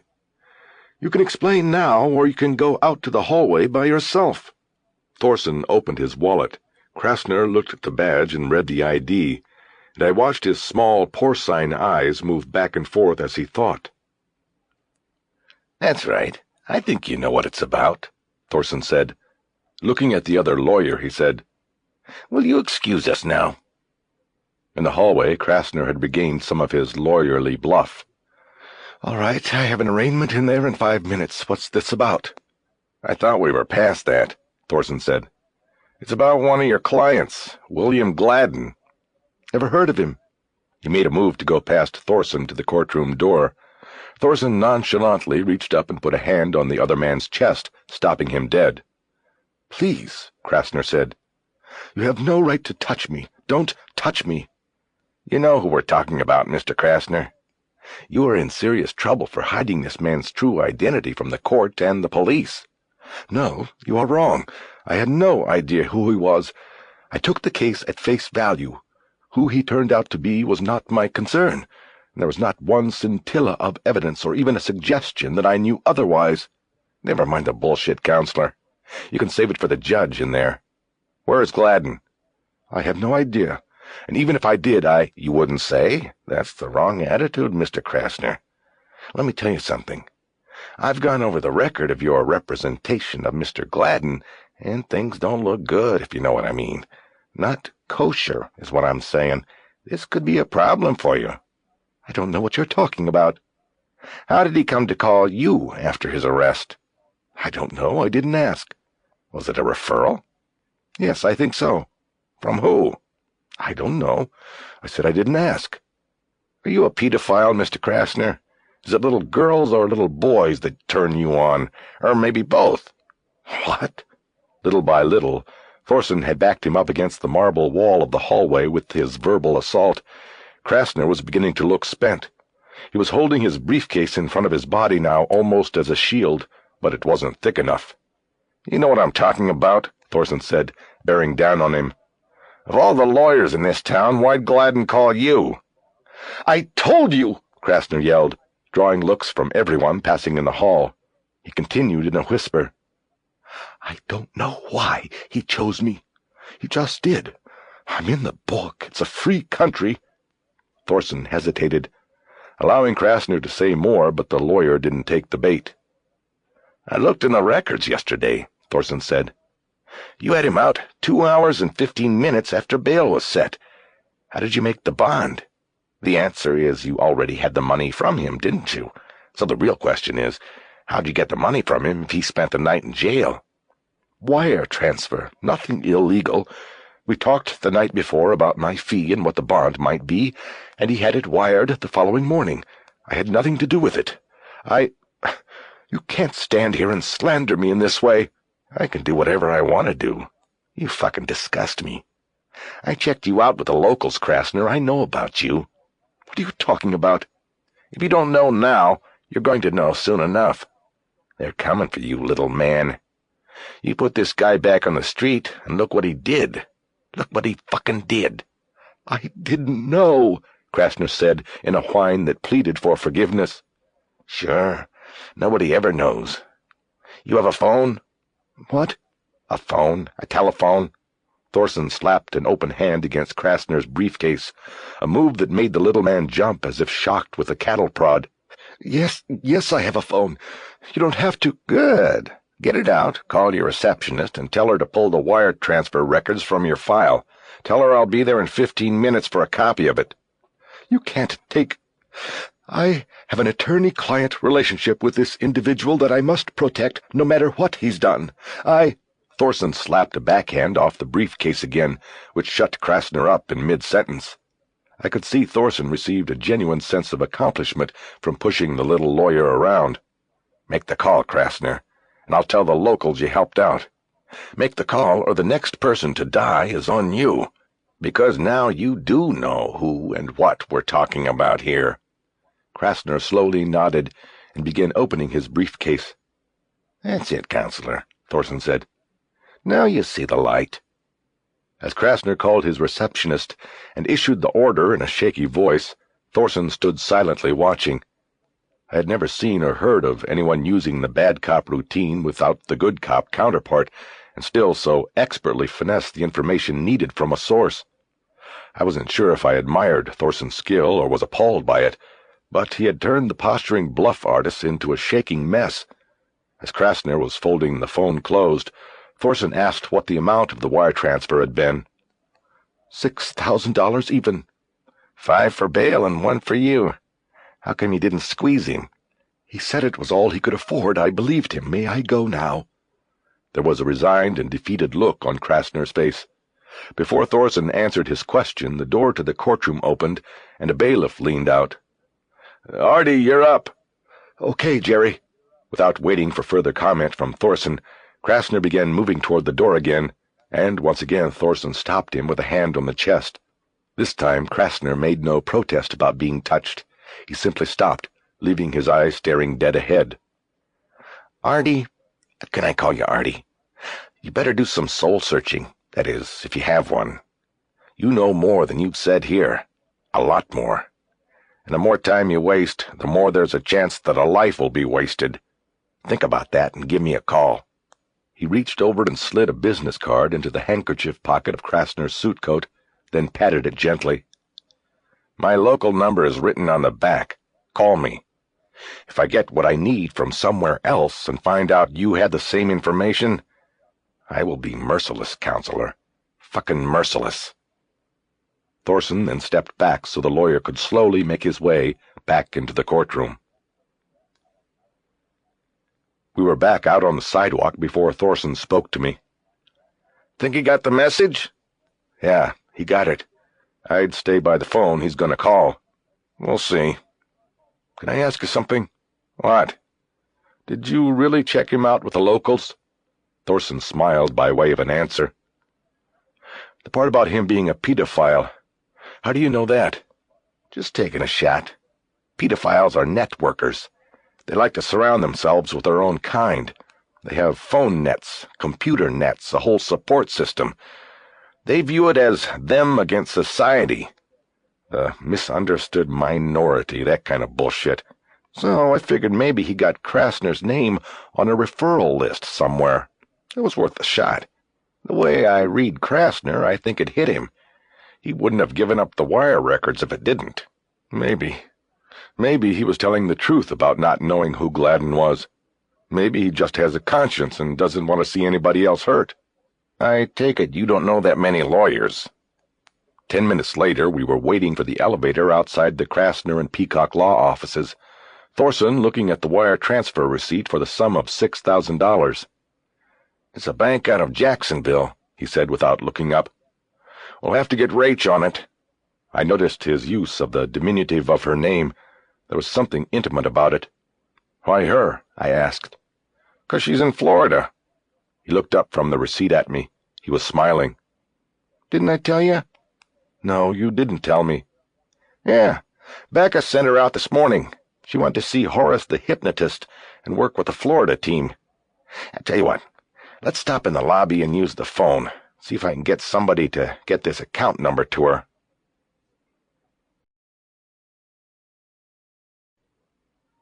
"38.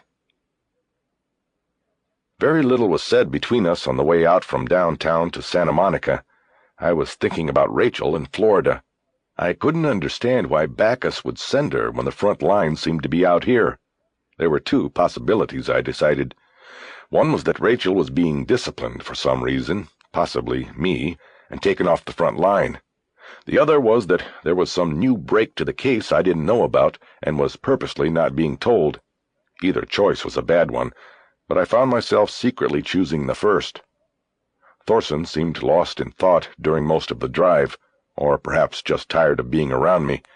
But when we parked out in front of the Santa Monica Police Department, he answered the question I had before I even asked it. "We just need to pick up the property they took from Gladen when he was arrested. We want to consolidate it all." "And they're going to let you do that?" I knew how small departments, in fact all departments, tended to react to being big-footed by the big G.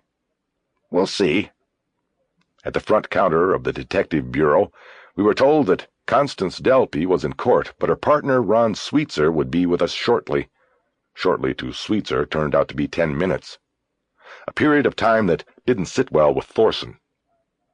I got the idea that the FBI, in the embodiment of Gordon Thorson at least, didn't appreciate having to wait for anybody, especially a small-town gold badge. When Sweetser finally appeared, he stood behind the counter and asked how he could help us. He gave me a second glance, probably computing how my beard and clothes did not jibe with his image of the FBI. He said nothing or made no movement that could have been translated as an invitation back to his office. Thorson responded in kind with short sentences and his own brand of rudeness. He took a folded white page from his inside pocket and spread it on the counter. "That's the property inventory from the arrest of William Gladen, a.k.a. Harold Brisbane. I'm here to accept custody of the property." "What are you talking about?" Sweetser said. "I'm talking about what I just said. The FBI has entered the case and is heading the nationwide investigation of William Gladen. We need to have some experts look over what you've got here." "Wait a minute, Mr. Agent. We've got our own experts, and we've got a case against this guy. We're not turning over the evidence to anybody, not without a court order or the DA's approval." Thorson took a deep breath, but he seemed to me to be going through an act he had performed countless times before. The bully who comes into town and picks on the little guy. "First of all," he said, "you know and I know your case is for shit. And secondly, we're not talking about evidence anyway. You've got a camera, a bag of candy. That's not evidence of anything. He's charged with fleeing an officer, vandalism, and polluting a waterway. Where's the camera come into it?" Sweetser started to say something, then stopped, apparently stymied for a reply. "Just wait here, please." Sweetser started away from the counter. "I don't have all day, Detective," Thorson said after him. "I'm trying to catch this guy. Too bad he's still on the loose." Sweetser angrily swung around. "What's that supposed to mean?" "What the fuck does that mean?" Thorson held his hands up in a no-harm gesture. means exactly what you think it means. Now, go ahead, hit your CO. I'll talk to him now." Sweetser left, and in 2 minutes returned with a man 10 years older, 30 pounds heavier, and twice as angry. "What's the problem here?" he said in a short, clipped voice. "There's no problem, Captain." "It's Lieutenant." "Oh, well, Lieutenant, your man here seems confused. I've explained that the FBI has stepped into the investigation of William Gladen and is working hand in hand with the Los Angeles police and other departments across the country. The Bureau also extends that hand to Santa Monica. But Detective Sweetser seems to think that by holding onto the property seized from Mr. Gladen, he is helping the investigation and eventual capture of Mr. Gladen. In reality, he is impeding our efforts. I'm surprised, frankly, to be treated this way. I've got a member of the national media with me, and I didn't expect that he'd see something like this." Thorson gestured toward me, and Sweetser and his lieutenant studied me. I felt myself getting angry. The lieutenant looked from me back to Thorson. "What we don't understand is why you need to take this property. I've looked at the inventory. It's a camera, a pair of sunglasses, a duffel bag, and a bit of candy. That's it. No film, no pictures. Why does the FBI have to take this from us?" "Have you submitted candy samples to a chemical analysis lab?" The lieutenant looked at Sweetser, who shook his head slightly as if it were some kind of a secret signal. "We will do that, Lieutenant," Thorson said, "to determine if the candy was in any way doctored. And the camera. You are not aware of this, but there have been some photos recovered in our investigation. I cannot go into the content of these photos, but suffice it to say they are of a highly illegal nature. But the point is, analysis of these photos shows an imperfection in the lens of the camera with which these photos were taken. It's like a fingerprint on every photo. We can match those photos to a camera, but we need the camera to do it.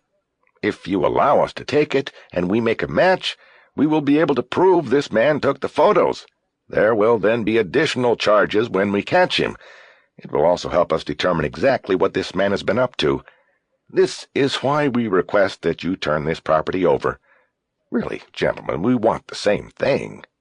The lieutenant didn't say anything for a long moment. Then he turned and started away from the counter. To Sweetser he said, "Make sure you get a chain of evidence receipt." Sweetser's face fell, and he followed the lieutenant away from the counter, not protesting but whispering something about not getting the explanation Thorson had just made before dragging the lieutenant into it. After both of them had turned a corner back into the bureau, I moved up next to Thorson at the counter so I could whisper. "Next time you're going to use me like that, give me some warning," I said. "I don't appreciate it at all." Thorson smirked. "The good investigator uses any and all tools available to him. You were available." "Is that true about photos being recovered and camera analysis?" Sounded good, didn't it? The only way Sweetser could salvage any kind of pride from the transaction was to leave us waiting at the counter for another 10 minutes. Finally, he came out with a cardboard box and slid it across the counter. He then told Thorson to sign a property receipt. Thorson started to open the box first. Sweetser put his hand on the lid to stop him. "It's all there," Sweetser said. "Just sign the receipt so I can get back to work. I'm busy." Thorson, having won the war, gave him the last battle and signed the receipt. "I trust you. It's all in here." "You know, I used to want to be an FBI agent." "Well, don't feel bad about it. A lot of people fail the test." Sweetser's face flushed pink. "It wasn't that," he said. "I just decided that I liked being a human too much." Thorson raised his hand and pointed a finger like a gun. "Good one," he said. "Have a nice day, Detective Sweetser." "Hey," Sweetser said. "If you fellows over there at the Bureau need anything else, and I mean anything at all, be sure to hesitate to call." On the way back to the car, I couldn't resist. "I guess you never heard that you supposedly can catch more flies with sugar than with lemon." "Why waste the sugar on flies?" he replied. He didn't open the property box until we were in the car. After removing the lid, I saw there were the items already discussed wrapped in plastic bags, and a sealed envelope marked "Confidential, FBI Eyes Only." Thorson ripped open the envelope and from it took out a photograph. It was a Polaroid. probably taken with a jail-booking camera. It was a close-up shot of a man's buttocks, hands grasping and spreading them to afford a clear, deep view of the anus. Thorson studied it a moment, and then tossed it over the seat into the back. "That's strange," he said. "I wonder why Sweetser included a picture of his mother." I gave a short laugh and said, "There's the most telling example of interagency cooperation I've ever seen." But Thorson ignored the comment, or didn't hear it. His face turned somber, and from the box he pulled a plastic bag containing the camera. I watched him stare at it intently. He turned it in his hand, studying it. I saw his face grow dark. "Those fucking assholes," he said slowly. "They've been sitting on this all this time." I looked at the camera. There was something odd about its bulky shape. It looked like a Polaroid, but had a standard-looking 35mm lens on it. "What is it? What's wrong?" "Know what this is?" "No, what?" Thorson didn't answer. He pressed a button to turn the camera on. Then he studied the computerized display on the back. "No pictures," he said. "What is it?" He didn't answer. He put the camera back in the box, closed it, and started the car. Thorson drove the car down the street from the police station like it was a fire engine heading to a 4-alarm. He pulled into the gas station on Pico Boulevard and jumped out while the car was still jerking in response to his skidding stop. He ran to the phone and punched in a long-distance number without putting in any coins. While he waited for a response, he took out a pen and a small notebook. I saw him write something down after saying a few words into the phone. When he keyed in another long-distance number without putting in coins, I guessed he had gotten directory assistance for a toll-free 800 number. I was tempted to get out of the car and go up to him so that I could hear his conversation, but decided to wait. In a minute or so I saw him writing information into his notebook. While he did that, I looked at the evidence box Sweetser had given him. I wanted to open it and look at the camera again, but thought this might anger Thorson. "You mind telling me what's going on?" I asked as soon as he was behind the wheel again. "Sure I mind, but you're going to find out anyway." He opened the box and lifted out the camera again. "Know what this is?" "You asked that, a camera." "Right. But what kind of camera is what's important." As he turned it in his hands, I saw the manufacturer's symbol imprinted on the front. A large lowercase d in pale blue. I knew it was the symbol of the computer manufacturer called Digitime.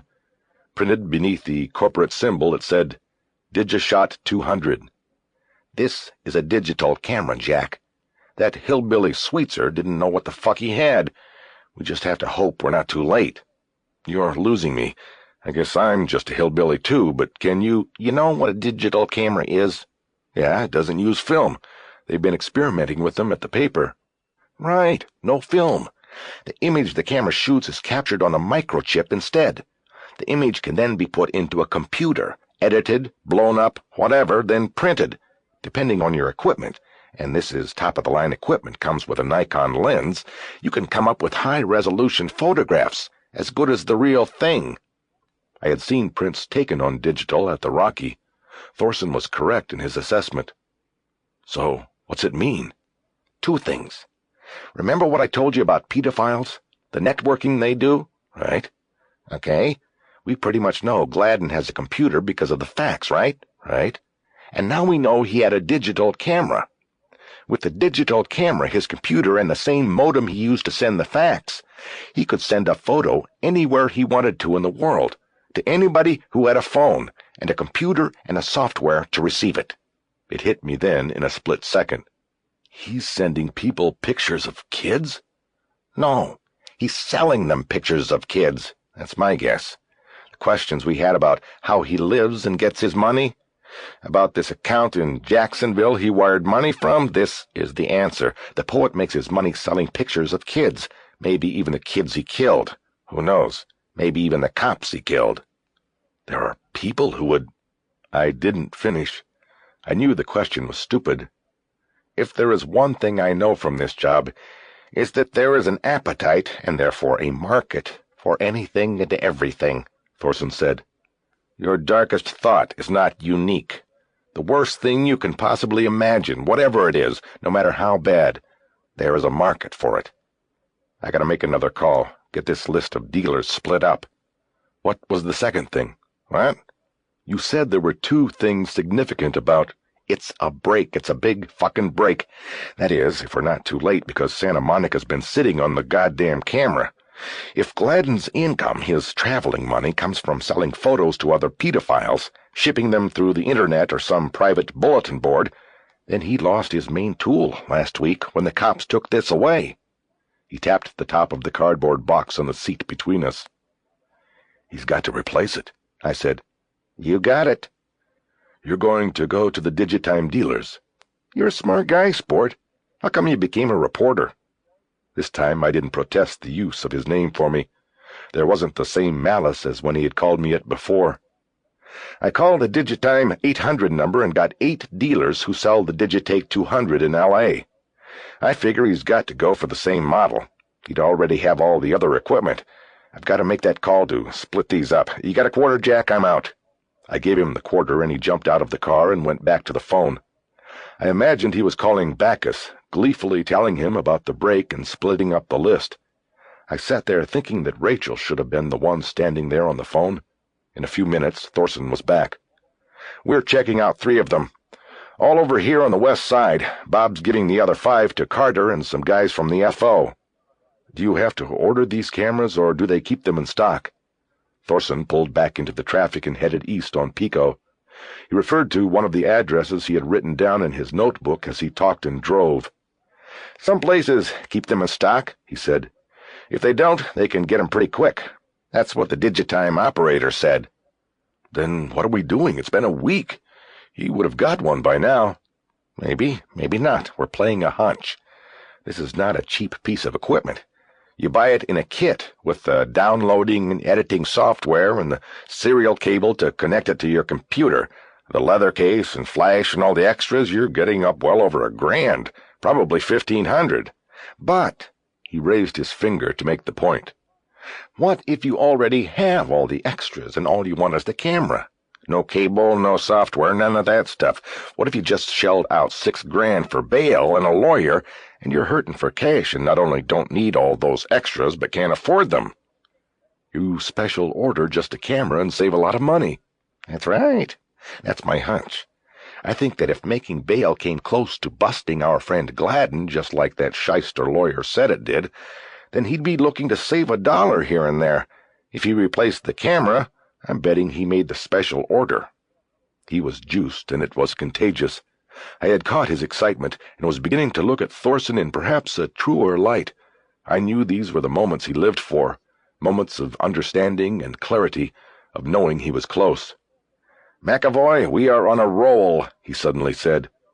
"I think you might be good luck after all. Just make it good enough that we're not too late." I nodded my agreement. We drove for a few minutes in silence before I questioned him again. "How do you know so much about digital cameras?" "It's come up before, and it's becoming more prevalent. At Quantico, we have a unit now that does nothing but computer crime, internet crime. A lot of what they do bleeds over into pornography, child crimes. They put out bureau-wide briefings to keep people current. I try to keep current." I nodded. "There was this old lady, a school teacher, no less, up near Cornell in New York, checks the download file in her home computer one day and sees a new entry she doesn't recognize. She prints it out, and what she gets is a murky black and white but clearly identifiable picture of a boy of about 10 copying some old guy's joint. She calls the locals, and they figure out it got to her computer by mistake. Her internet address is just a number, and they figure the sender transposed a couple digits or something. Anyway, the routing history of the file is right there, and they trace it back to some gimp, a pedophile with a nice long record. Out here, in fact. He was from L.A. Anyway, they do the search and bust him and take him down pretty neat. The first digital bust.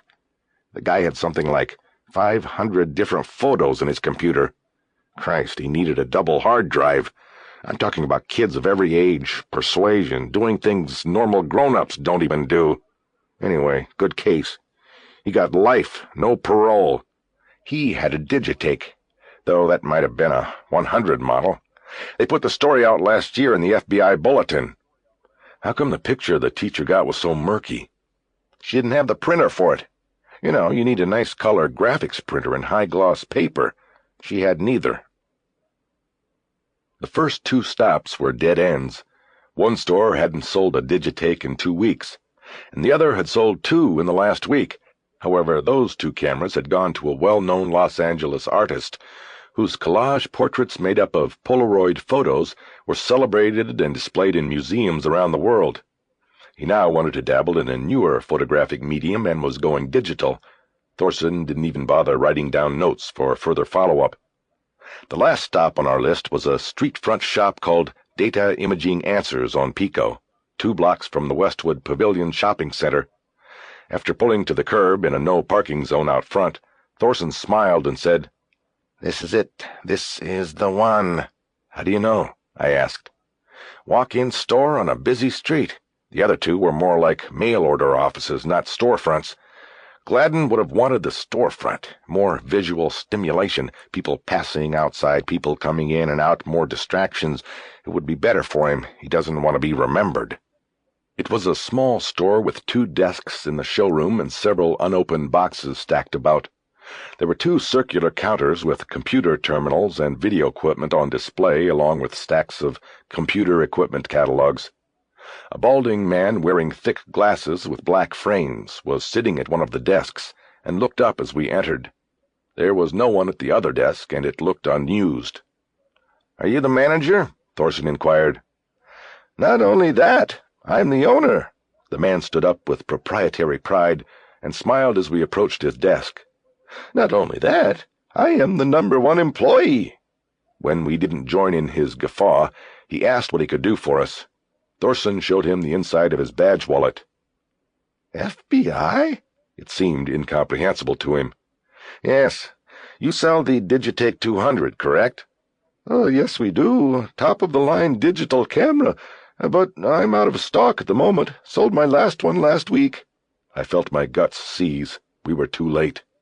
"I can have one in 3 or 4 days. In fact, seeing that it's the FBI, I might get them to ship 2-day. No extra charge, of course." He smiled and nodded, but his eyes had a quizzical look behind the thick glasses. He was nervous dealing with the FBI, especially not knowing what it was all about. "And your name is?" Olin Coombs, I'm the owner." Yes, you said that. Okay, Mr. Coombs, I'm not interested in buying anything. Do you have the name of the person who bought your last Digitake? He creased his brow, probably wondering if he should ask if it was legal for the FBI to ask for such information. Of course, I keep records. I can get that for you." Coombs sat down and opened a drawer in his desk. He looked through a hanging file until he found what he was looking for, pulled out a sheet of paper and laid it flat on the desk. He then turned it around so Thorson didn't have to read it upside down. Thorson leaned over, studied the document, and I saw his head make a slight turn to the right and then back. Looking at the receipt, it looked to me like numerous pieces of equipment had been purchased along with the Digishot camera. "This isn't what I'm looking for," Thorson said.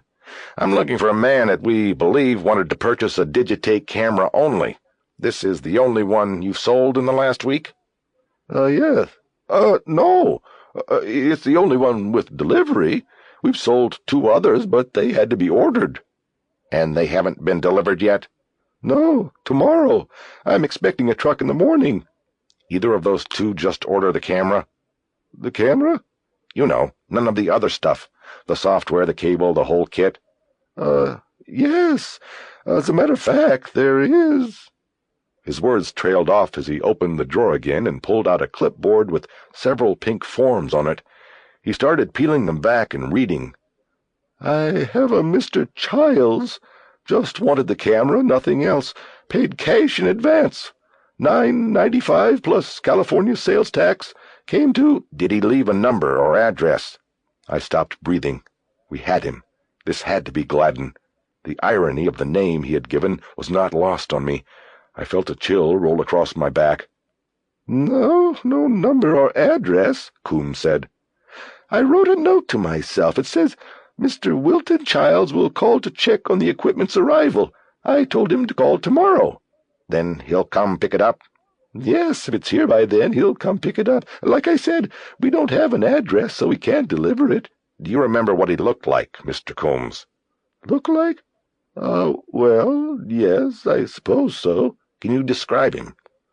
He was a white fellow, I remember that. Blonde hair?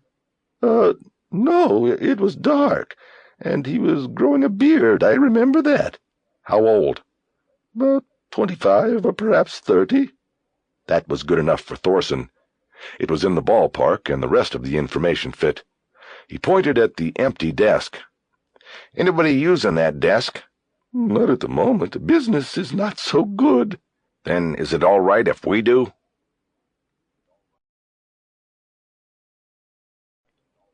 "39. There was a discernible electric buzz in the air as everyone gathered around a table in the conference room with the $1,000,000 view. After being brought up to speed by a phone call from Thorson, Backus had decided to move his operation command post from the Wilcox Hotel to the FBI offices in Westwood. We gathered on the 17th floor of the Federal Building in a conference room with a panoramic view of the city. I could see Catalina Island floating out in a golden ocean reflecting the spectacular burnt orange and red start of another sunset. It was 4:30 Pacific time, and the meeting had been scheduled late to give Rachel as much time as possible to obtain and execute a search warrant for records of Gladen's bank account in Jacksonville. In the conference room, Backus was joined by Thorson, Carter, Thompson, 6 agents I hadn't been introduced to but who I assumed were locals, and me. Quantico and all the field offices involved in the investigation were also on the conference line, and even these unseen people seemed excited. Brass Duran kept saying over the speaker, "Are we ready to start yet?" Finally, Backus, sitting at the center of the table, closest to the speakerphone, called everyone to order. Behind him on an easel was a crude top-view diagram of the Data Imaging Answers store and the block of Pico Boulevard where it was located. "Okay, people, things are happening," he said. "This is what we worked for. So let's talk about it, and then let's do it, and let's do it right." He stood up. Maybe the moment was getting to him as well. "We have a Priority 1 lead we're working, and we want to hear from Rachel and Brass. First, though, I'm going to have Gordon give the rundown on what we've got set up for tomorrow." As Thorson told the captive audience about our day's work and discoveries, my mind wandered. I thought of Rachel somewhere in Jacksonville, 2,500 miles from her investigation, and listening to a man she didn't like and probably even despised talk about the major break he had made. I wanted to talk to her and try in some way to console her, but not with 25 people listening. I wanted to ask Backus where she was so I could call her later, but knew I couldn't do that either. Then I remembered the pager. I would do that later. "We are shifting our critical incident team off of Thomas," Thorson said. "The LAPD surveillance team is doubling up and will stay with Thomas. We are redirecting our people to be used in a twofold plan to facilitate the arrest of this offender. First off, we now have caller ID on the phones at Data Imaging.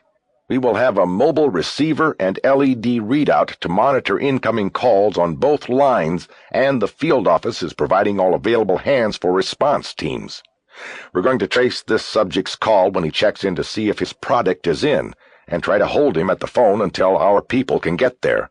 If they do, standard felony arrest procedures will follow. Any questions so far?" "Air support?" an agent asked. "We're working on it. I'm told we can count on 1 bird, but we are going for 2. All right, then. Step 2 is if we are unable to effect capture of the subject through caller ID. At Digital Imaging Answers, let's call it DIA for short, I'll be inside with Coombs, the owner. If we get the call from this guy, he will be told that the camera he ordered is ready for pickup.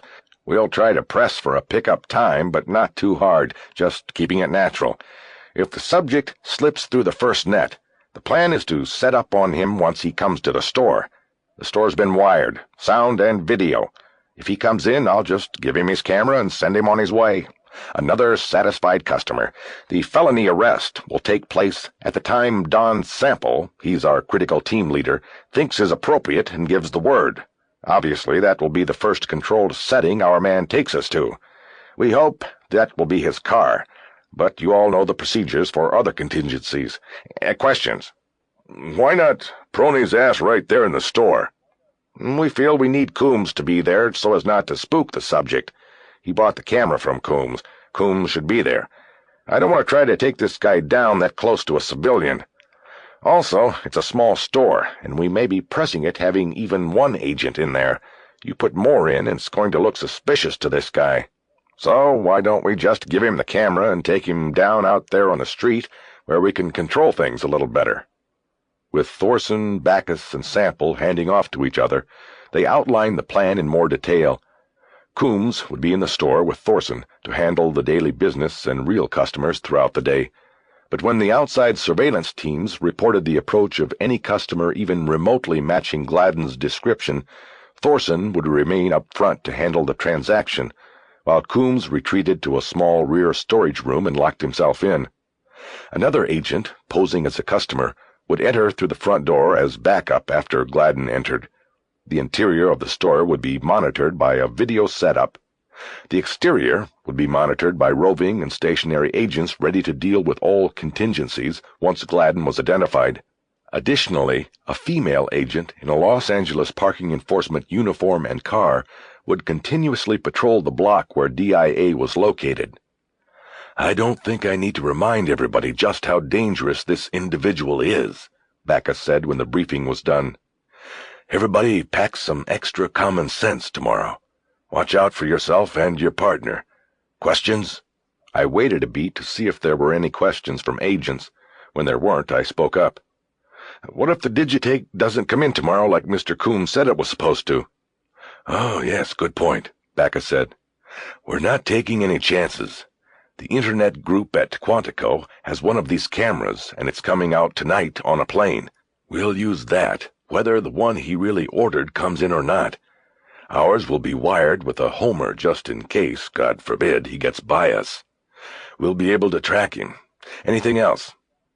Has any thought been given to not taking him down? It was Rachel's voice on the speakerphone. How do you mean?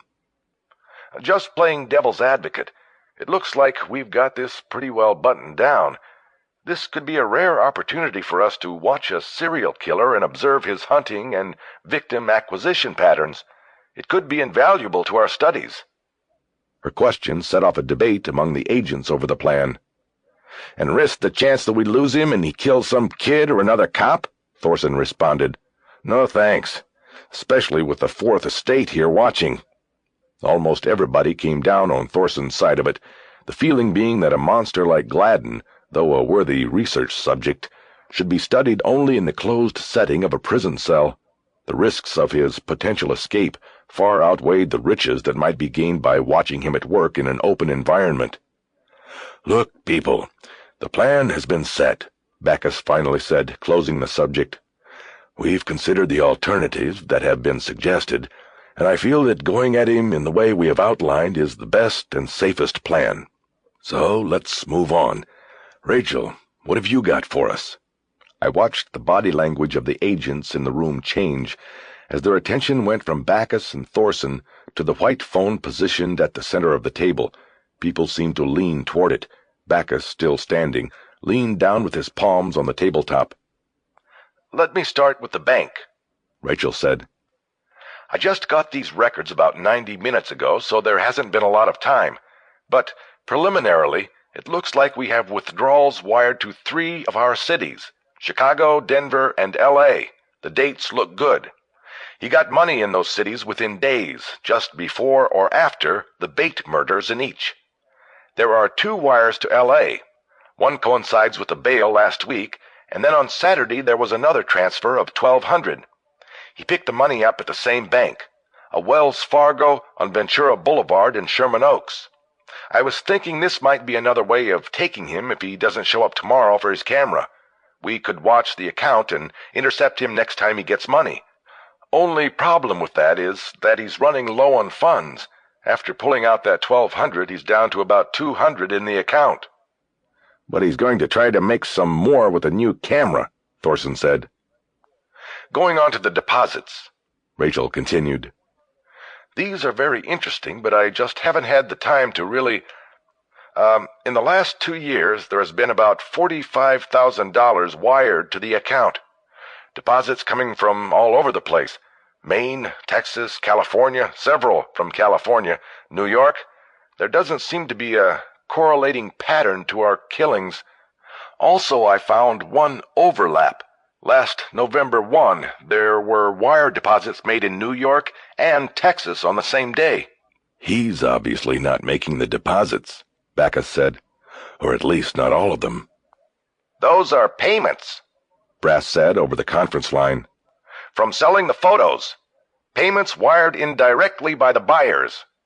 Exactly, Rachel said. Can we trace back these wires and get to these purchasers? Thompson asked. Rachel replied when no one else did. We can try. We can trace them back, but I wouldn't count on much. If you have cash, you can walk into almost any bank in the country and make a wire transfer as long as you have the destination account number and you pay the service charge.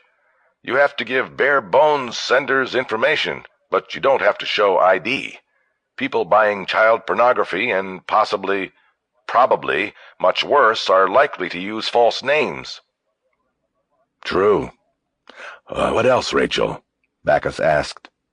Anything else from the subpoena? There is a P.O. box for the account mail. It's local and it's probably a mail drop. I'll be checking it out in the morning. Okay. Do you want to report on Horace Gomble or save that until you've put your thoughts together? No, I'll tell you the high points, which aren't many.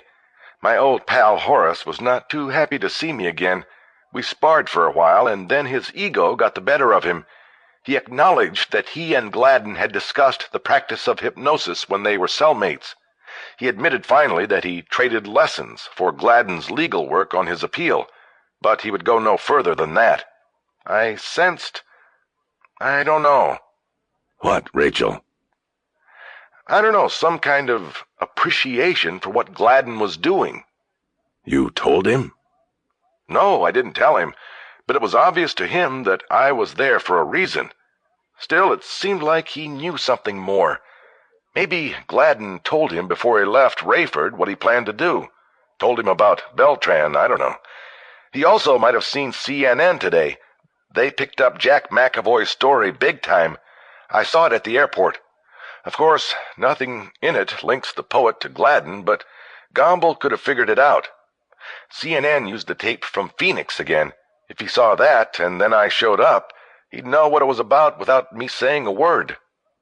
It had been the first I'd heard about any response to my story. In fact, I had totally forgotten about it because of the events of the day. Any chance Gladen and Gomble have been communicating? Backus asked. I don't think so, Rachel said. I checked with the hacks. Gomble's mail is still filtered, coming in and out. He's managed to work his way up to trustee status, works in the prison's receiving shop. I guess there is always the possibility that incoming shipments might contain some kind of message, but it seems doubtful. I also doubt Gomble would want to risk his position. He's got it pretty nice after 7 years in. Nice job with a little office. He's supposedly in charge of supplying the prison canteen. In that society, that would make him a power. He's got a single cell now and his own TV. I don't see the reason to communicate with a wanted man like Gladen and risk all of that. Okay, Rachel, Backus said. Anything else? That's it, Bob. Everyone was silent for a few moments, digesting what had been said so far. That brings us finally to the model, Backus said. Brass? Again, all eyes went to the phone on the table. Yes, Bob. The profile is coming together, and Brad is adding some of the new details even as we speak. This is what we think we have. We might have this could be a situation where the offender went back to the man who set him on the path, who abused him and thereby nurtured the aberrant fantasies he later felt compelled to act upon as an adult. It's a play on the patricide model we have all seen before. We are almost solely focusing on the Florida cases. What we see here is the offender, in effect, seeking out his replacement, that is, the boy, Gabriel Ortiz, who currently held the attentions of Clifford Beltran, the father figure who abused him and then discarded him. It is the feeling of rejection the offender encountered that may motivate everything. Gladen killed the object of his abuser's current affection, and then came back around and killed the abuser himself. It looks to me like an exorcism, if you will, the cathartic rush of eliminating the cause of all that was wrong in his life. There was a long period of quiet while I think Bacchus and the others waited to see if Brass would continue. Bacchus finally spoke up. And then what you're saying is he repeats the crime over and over. Correct, Brass said. He is killing Beltran, his abuser, over and over. It is how he gains his peace. But, of course, the peace doesn't last long. He has to go back out and kill again. These other victims, the detectives, are innocents. They did nothing other than their jobs to be chosen by him. What about the bait cases in the other cities? Thorson asked. They don't all fit the archetype of the first boy. I don't think the bait cases would be as important anymore, Brass said. What is important is that he draws out a detective, a good detective, a formidable foe. This way the stakes are high, and the purging he needs is there.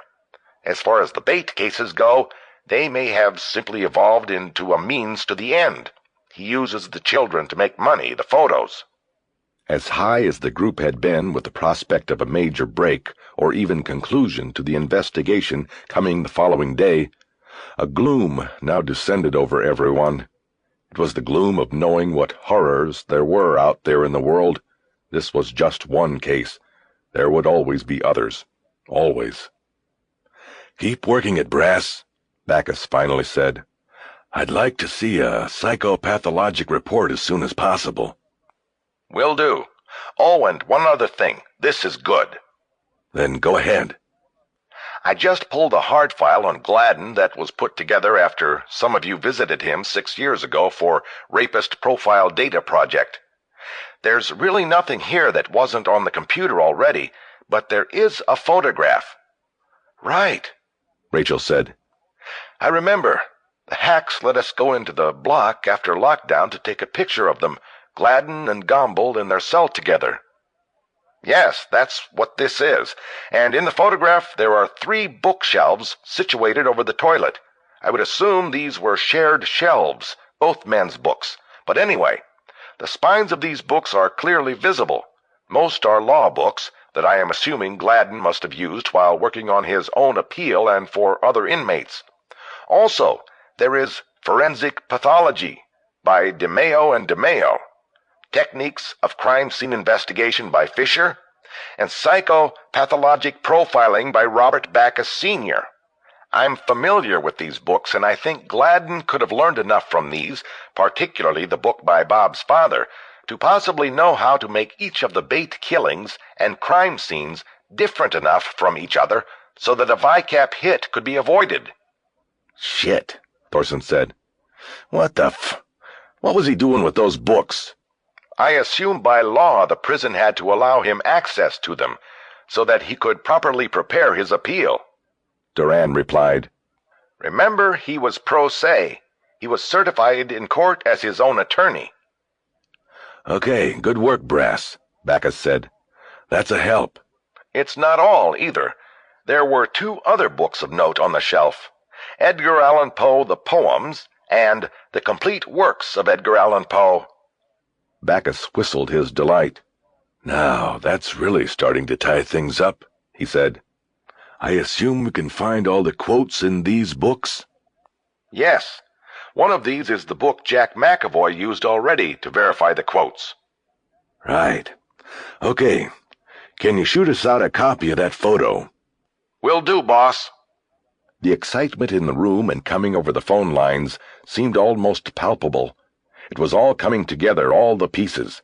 And tomorrow the agents were going to go out and get this son of a bitch. I love the smell of napalm in the morning, Thorson said. Smells like victory, shouted those in the room and on every phone. Okay, folks, Bacchus said, clapping his hands twice. I think we've covered enough for now. Let's keep sharp. Let's keep this spirit. Tomorrow could be the day. Let's say it is the day. And you people listening in the cities, don't stop for 1 minute. Keep working your end. If we get this guy, we'll still need physical evidence connecting him to the other crimes. We need to place him in every city for trial. If there is a trial, Thorson said. I looked at him. The humor he had shown a moment before had now evaporated. His jaw was set. He got up and headed out of the conference room. I spent the evening alone in my room, filling my computer with notes from the conference meeting and waiting for Rachel to call. I had paged her twice. Finally, at 9, midnight in Florida, she called. I can't sleep, and I just wanted to make sure you didn't have another woman with you in there. I smiled. Not very likely. I've been waiting for you to call. Didn't you get my pages, or are you just busy with another man?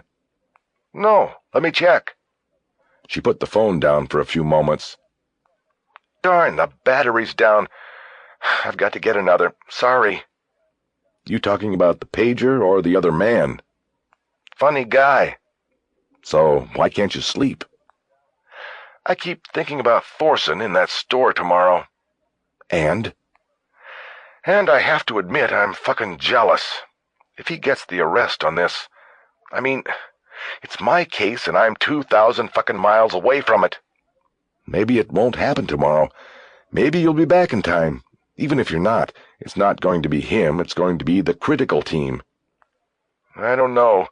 Gordon's got a way of getting in there, and I have a bad feeling. It's tomorrow.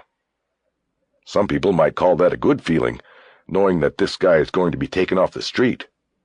I know. Still, why him?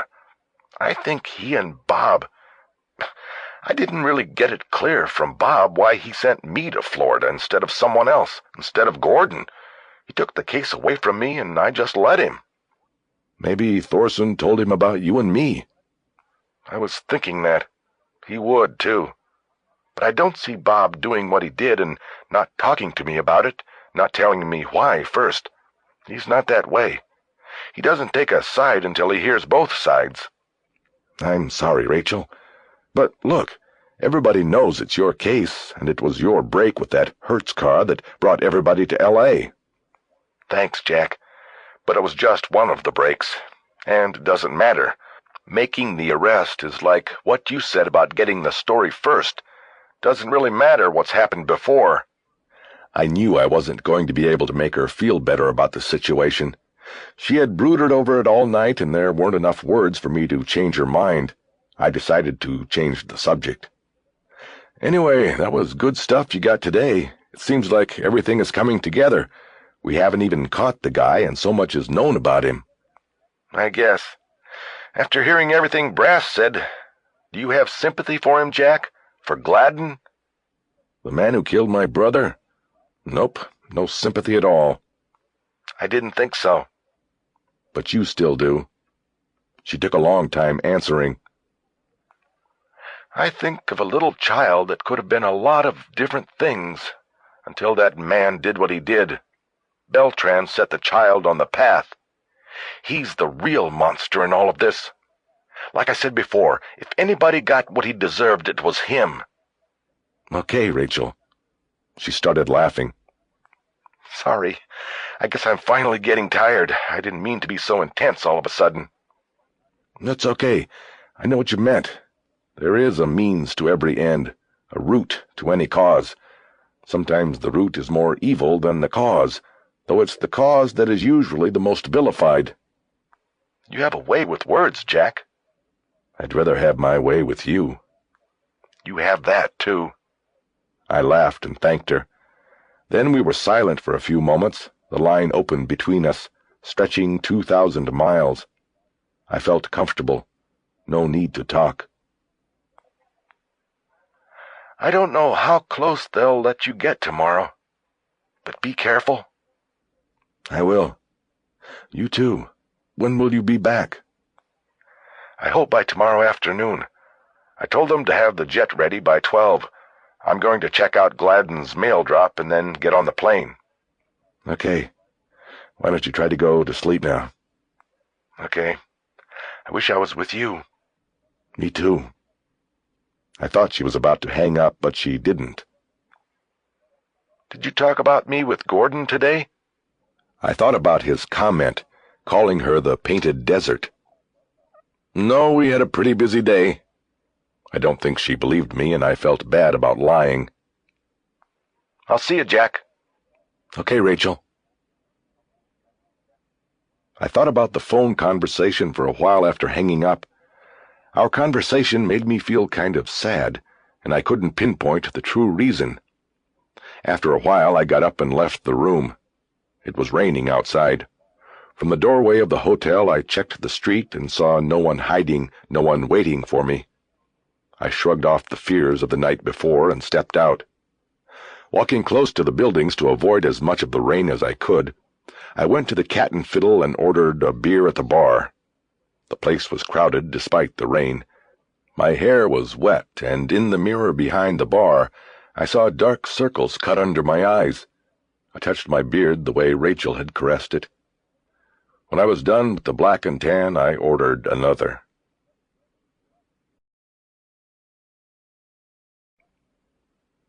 "40. The incense had long burned away by Wednesday morning. Gladen moved about the apartment with a T-shirt tied around his head, covering his mouth and nose, making him look like a bank robber from the Old West. He had sprinkled perfume he had found in the bathroom on the shirt and around the apartment, like a priest with holy water, but, just like holy water, it didn't help him much. The smell was still everywhere, haunting him, but he didn't care anymore. He had made it through. It was time to leave. Time to change. In the bathroom, he used a pink plastic razor he had found on the bathtub ledge to shave.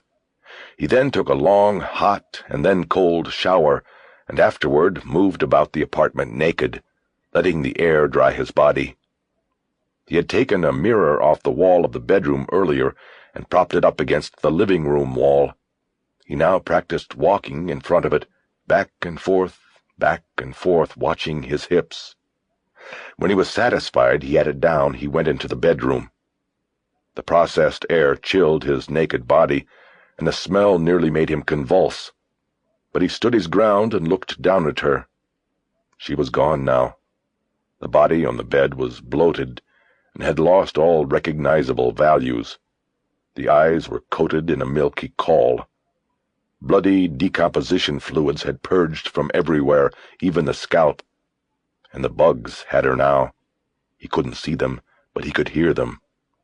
They were there, he knew. It was in the books. As he closed the door, he thought he heard a whisper, and he looked back in. It was nothing. Just the bugs. He closed the door and put the towel back in place. 41. The man we believed to be William Gladen called Data Imaging Answers at 11:05 on Wednesday morning, identifying himself as Wilton Childs, and inquiring about the Digitake camera he had ordered. Thorson took the call and, according to plan, asked if Childs could call back in 5 or 10 minutes. Thorson explained that a shipment of merchandise had just been delivered, and he hadn't had a chance to look through it all. Childs said he would call back. Meantime, Bacchus monitored the caller ID display and quickly gave the number Childs, Gladen, had called from to an AT&T operator standing by on the law enforcement request desk.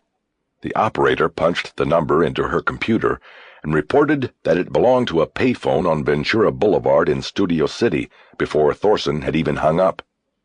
One of the roving two-car teams of FBI agents was on the 101 freeway in Sherman Oaks, about 5 minutes away from the payphone with good traffic. They gassed it down to the Vineland Boulevard exit without use of sirens, exited to Ventura Boulevard, and took positions within sight of the payphone, which was on a wall outside the office of a $25 a night motel, porno movies included. No one was at the phone by the time they got there, but they waited. Meantime, another roving team was en route from Hollywood as backup, and a helicopter was circling on standby over Van Nuys, ready to move over the scene when the ground agents moved in. The agents in place waited, and so did I, in a car with Backus and Carter a block from data imaging. Carter turned the car on, ready to roll if the word came over the radio that the others had Gladen in sight. 5 minutes passed, and then 10. It was all very intense, even sitting blind with Backus and Carter. The backup cars had enough time to take positions a few blocks behind the first team's cars on Ventura. There were now 8 agents within a block of the payphone. But at 11:33, when the phone on Thorson's desk at data imaging rang, the agents in place were still watching an unused payphone. Backus picked up the two-way. "We've got a ring here. Anything?" "Nada. No one's using this phone." "Be ready to move." He put the two-way down and picked up the mobile phone, hitting the preset key for calling the AT&T law enforcement desk. I was leaning over from the back seat, watching him and the video monitor on the transmission hump beneath the dashboard. It was a black and white fisheye view of the whole digital imaging showroom. I saw Thorson pick the phone up on the 7th ring. Though both phone lines into the store were tapped, we could only hear Thorson's side of the conversation in the car. Thorson gave the high sign on the video, raising his hand over his head and making a circling motion with his finger. It was the sign that Childs Gladen was calling again. Backus began the same rundown with caller ID as he had done before. Not wanting to possibly spook Childs Gladen, Thorson engaged no delay tactics on the second call. He also had no way of knowing that the call was coming from a different phone this time. For all he knew, agents were moving in on Gladen as he spoke to him. But they weren't. As Thorson was telling the caller that his Digitake 200 had arrived and was ready for pickup, Backus was learning from the AT&T operator that the new call was being placed from another payphone at Hollywood Boulevard and Las Palmas Street. "Shit," Backus said after hanging up. "He's in Hollywood. I just pulled everyone out of there." Was it by design or luck that Gladen escaped? No one knew, of course, but it was eerie, sitting there in the car with Backus and Carter. The poet had kept moving, and so far had avoided the net. Backus went through the motions of sending the roving teams to the intersection in Hollywood, but I could tell by his voice that he knew there wasn't much of a percentage in it. The caller would be gone. The only chance now would be to take him after he came for the camera, if he came. On the phone in the store, Thorson was delicately attempting to pin the caller down on what time he would be by to pick up his camera, but trying to act disinterested about it. Thorson was a good actor, it seemed to me. After a few moments, he hung up. He immediately looked toward the fisheye lens of the camera and calmly said, "Talk to me, people. What's going on?" Backus used the mobile phone to call the store and fill Thorson in on the near miss. I watched on the video as Thorson balled his hand into a fist and lightly bounced it once on the desk. I couldn't tell if it was a sign of disappointment that the arrest had not gone down, or maybe a sign of thanks that he would now get the chance to come face to face with the poet. Most of the next 4 hours were spent in the car with Backus and Carter. At least I had the back seat so I could stretch. The only break came when they sent me around the corner to a deli on Pico to pick up sandwiches and coffee. I went quickly and missed nothing. It was a long day, even with the hourly drive-bys Carter made of the store and the arrival of several customers at different times, which always proved to be tense moments until they were identified as real customers, not Gladen. By 4, Backus was already talking over plans for the next day with Carter, not giving in to the thought that maybe Gladen wasn't coming, that maybe he knew something was amiss and had outsmarted the Bureau. He told Carter that he had decided he wanted to use a two-way mic so that he didn't have to use one of the phone lines to communicate with Thorson in the store. "I want that fixed by tomorrow," he said. "You got it," Carter answered. "After we close this down, I'll go in with technical and get it all fixed up." The car dropped into silence again. I could tell Backus and Carter, the veterans of too many stakeouts to recall, were used to long stretches of silent company. To me, though, it made the time pass all the more slowly. Occasionally I attempted conversation, but they never carried it further than a few words. Shortly after 4, a car pulled to the curb behind us. I turned around to look and saw it was Rachel. She got out and got in our car next to me. Well, well, Backus said. I had a feeling you wouldn't stay away for long, Rachel. Are you sure you covered everything you needed to cover in Florida? He was being even, but I sensed that he was annoyed that she had rushed back. I think he wanted her in Florida.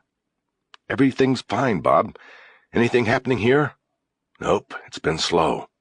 When Backus turned back around, she reached over and squeezed my hand on the seat and made a curious face at me. It took me a few moments to realize why. Did you check the mail drop, Rachel? She broke her look away from me and looked at the back of Backus's head. He had not turned around, and she was sitting directly behind him. "Yes, Bob, I did," she said in a voice slightly tinged with exasperation. "It was a dead end. There was nothing in the box. The owner said that he believed a woman, an older woman, came in every month or so and cleaned it out. He said the only mail that ever came looked like bank statements. I think it was Gladen's mother. She's probably living somewhere around there, but I couldn't find a listing, and there was nothing from Florida DMV. Maybe you should have stayed a little longer and looked a little harder." She was silent a moment. I knew she was still confused by the way Backus was treating her. "Maybe," she said. "But I think that's something the agents in Florida can handle. I'm the lead agent on this case, remember, Bob?" "Yes, I remember." The car was silent for a few minutes after that. I spent most of that time staring out my window. When I sensed the tension had dissipated a bit, I looked over at Rachel and raised my eyebrows. She raised her hand to reach to my face, but then thought better of it and put it down. "You shaved?" "Yeah." Backus turned around and looked at me, then returned to his normal position. "I thought something was different," he said. "How come?" Rachel asked. I hiked my shoulders. "I don't know." A voice crackled over the radio. "Customer." Carter picked up the mic and said, "What have we got?" "White male, 20s, blonde hair, carrying a box. No vehicle observed. He's either going in data or next door for a haircut. He could use one." There was a hair salon directly west of Data Imaging Answers. On the east side was an out-of-business hardware store. The observation agents had been calling out the potential customers all day. Most of them ended up going into the salon rather than DIA. "He's going in." I leaned over the seat to look at the monitor and saw the man enter the store with the box. The video frame was a black-and-white image that encompassed the whole showroom. The figure was too grainy and small to be identified as Gladen or not. I held my breath, as I had each time a customer had entered. The man walked directly to the desk where Thorson sat. I saw Thorson move his right hand to his midsection, ready to go inside his coat for his weapon if needed. "Can I help you?" he asked. "Yes, I have these great monthly planners here." He started reaching into the box. Thorson started standing. "I'm selling them to a lot of your neighbors here." Thorson grabbed the man's arm to stop him from reaching, then tilted the box down so he could see inside it.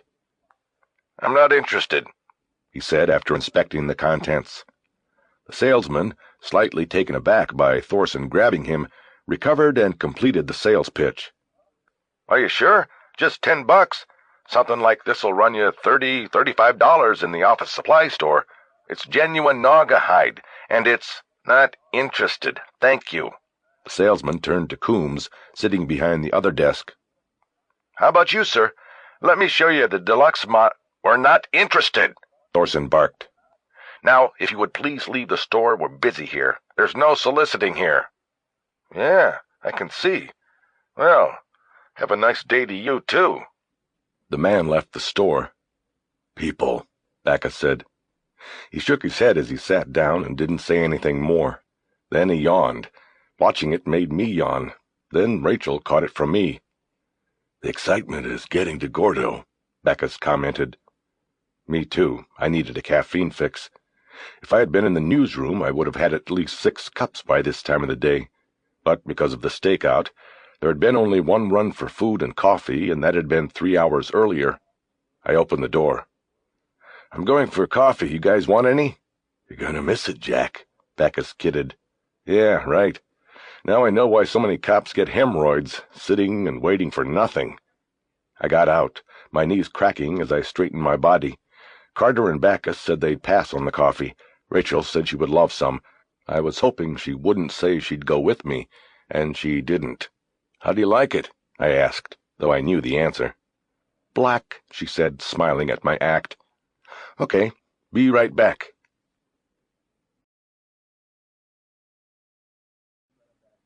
"42. Carrying 4 containers of black coffee in a small cardboard box, I stepped through the door of the data imaging answers store to see Thorson's shocked face. Before he could say anything, the phone on his desk started ringing. He picked it up and said, "I know." He held the phone out for me. "For you, sport." It was Backus. Jack, get the hell out of there right now. "I will. I just wanted to drop off some coffee to these guys. You saw Gordo. He's falling asleep. It's so boring in here." Very funny, Jack, but get out. Our agreement was that you would do things my way and I would protect the story. Now please, do as... You've got a customer. Tell Thorson. It's a woman." I held the phone against my chest and looked at Thorson. "Customer on the way, but it's a woman." I held the receiver back up. "Okay, I'm out of here," I said to Backus. I hung the phone up and took one of the coffee containers out of the box and put it on Thorson's desk. I heard the door open behind me, the sound of traffic going by on Pico getting momentarily louder, and then buffered again by the closed glass. Without turning around to look at the customer, I went over to the desk where Coombs was sitting. "Coffee?" "Thank you very much."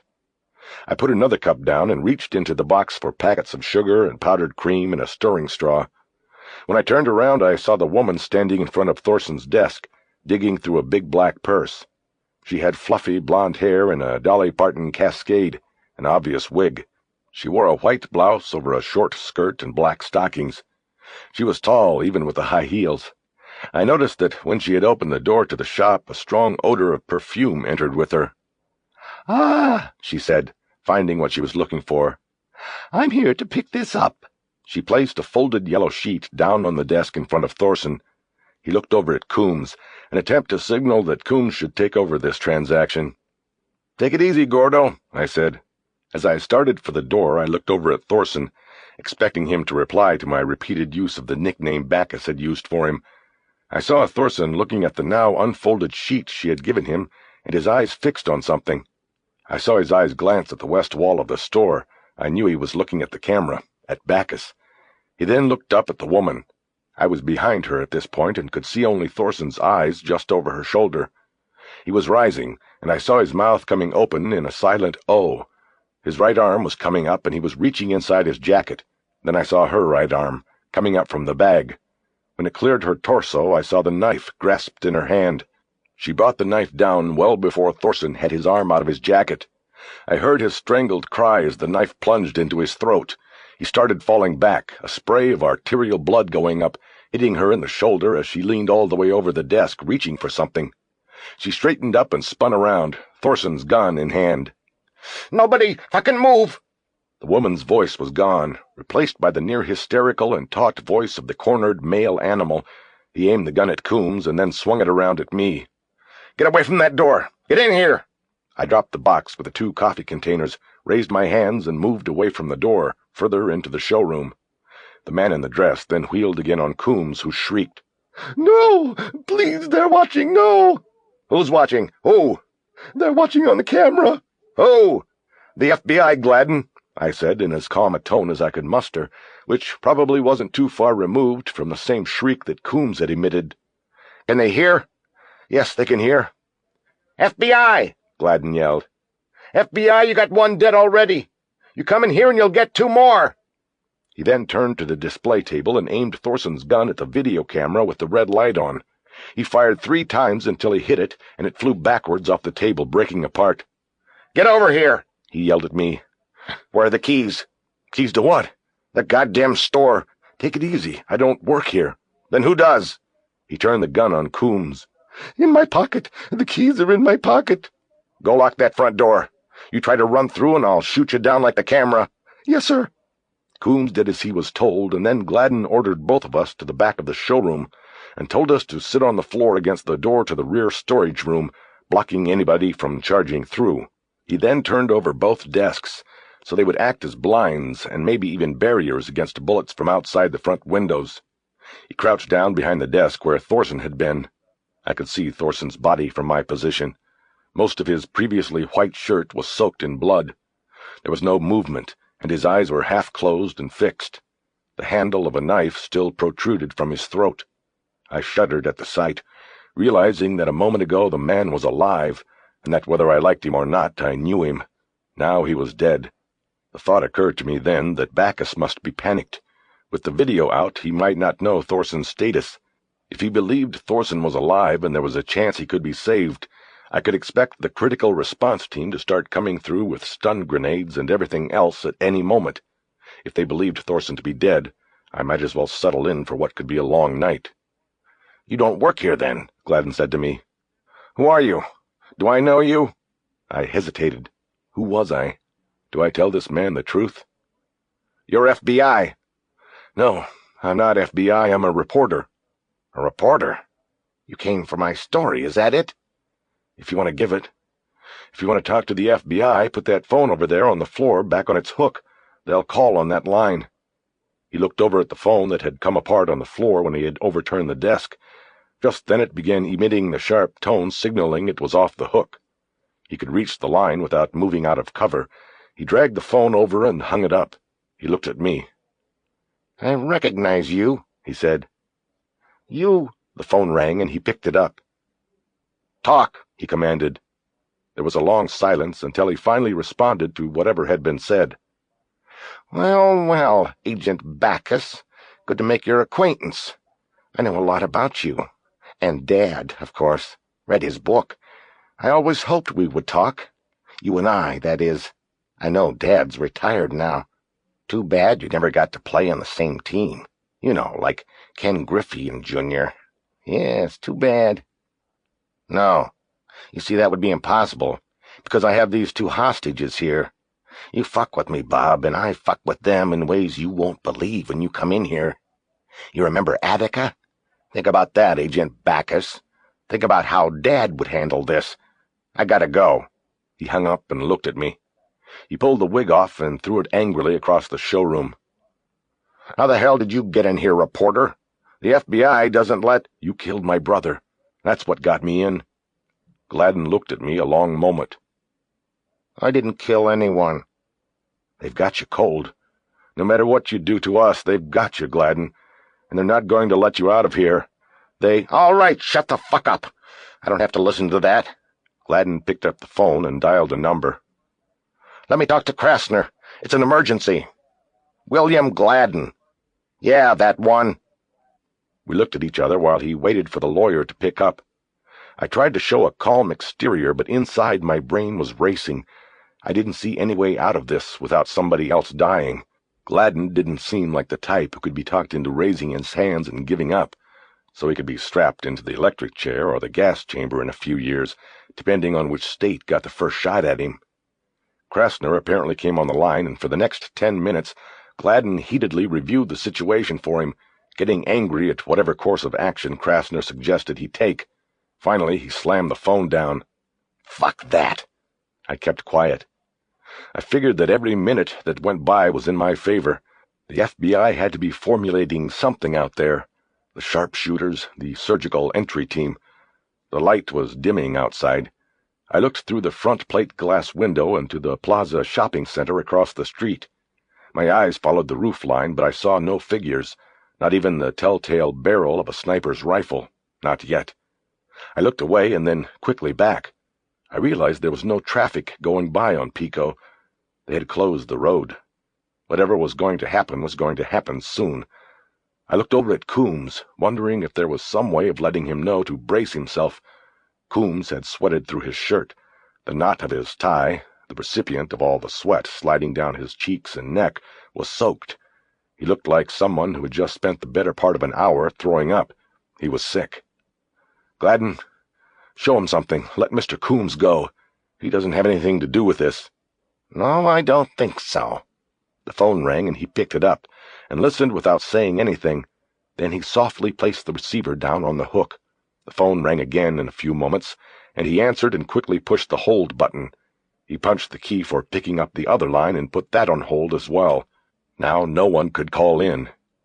"You're fucking up," I said. "Let them talk to you. They'll figure something out." "Listen, when I want your advice, I'll beat it out of you. Now shut the fuck up." "Okay." I said shut up. I raised my hands in an I give up gesture. You fucking media assholes never know what you're talking about anyway. What's your name anyway? "Jack McAvoy." You got ID? "In my pocket." Throw it over here." I slowly pulled my wallet out and slid it across the rug to him. He opened it and looked through the press passes. "I thought you... Denver? What the fuck you doing in L.A.? "I told you, my brother." "Yeah, and I told you I didn't kill anybody." "What about him?" I nodded toward Thorson's still inert body. Gladen looked at the body and then back at me.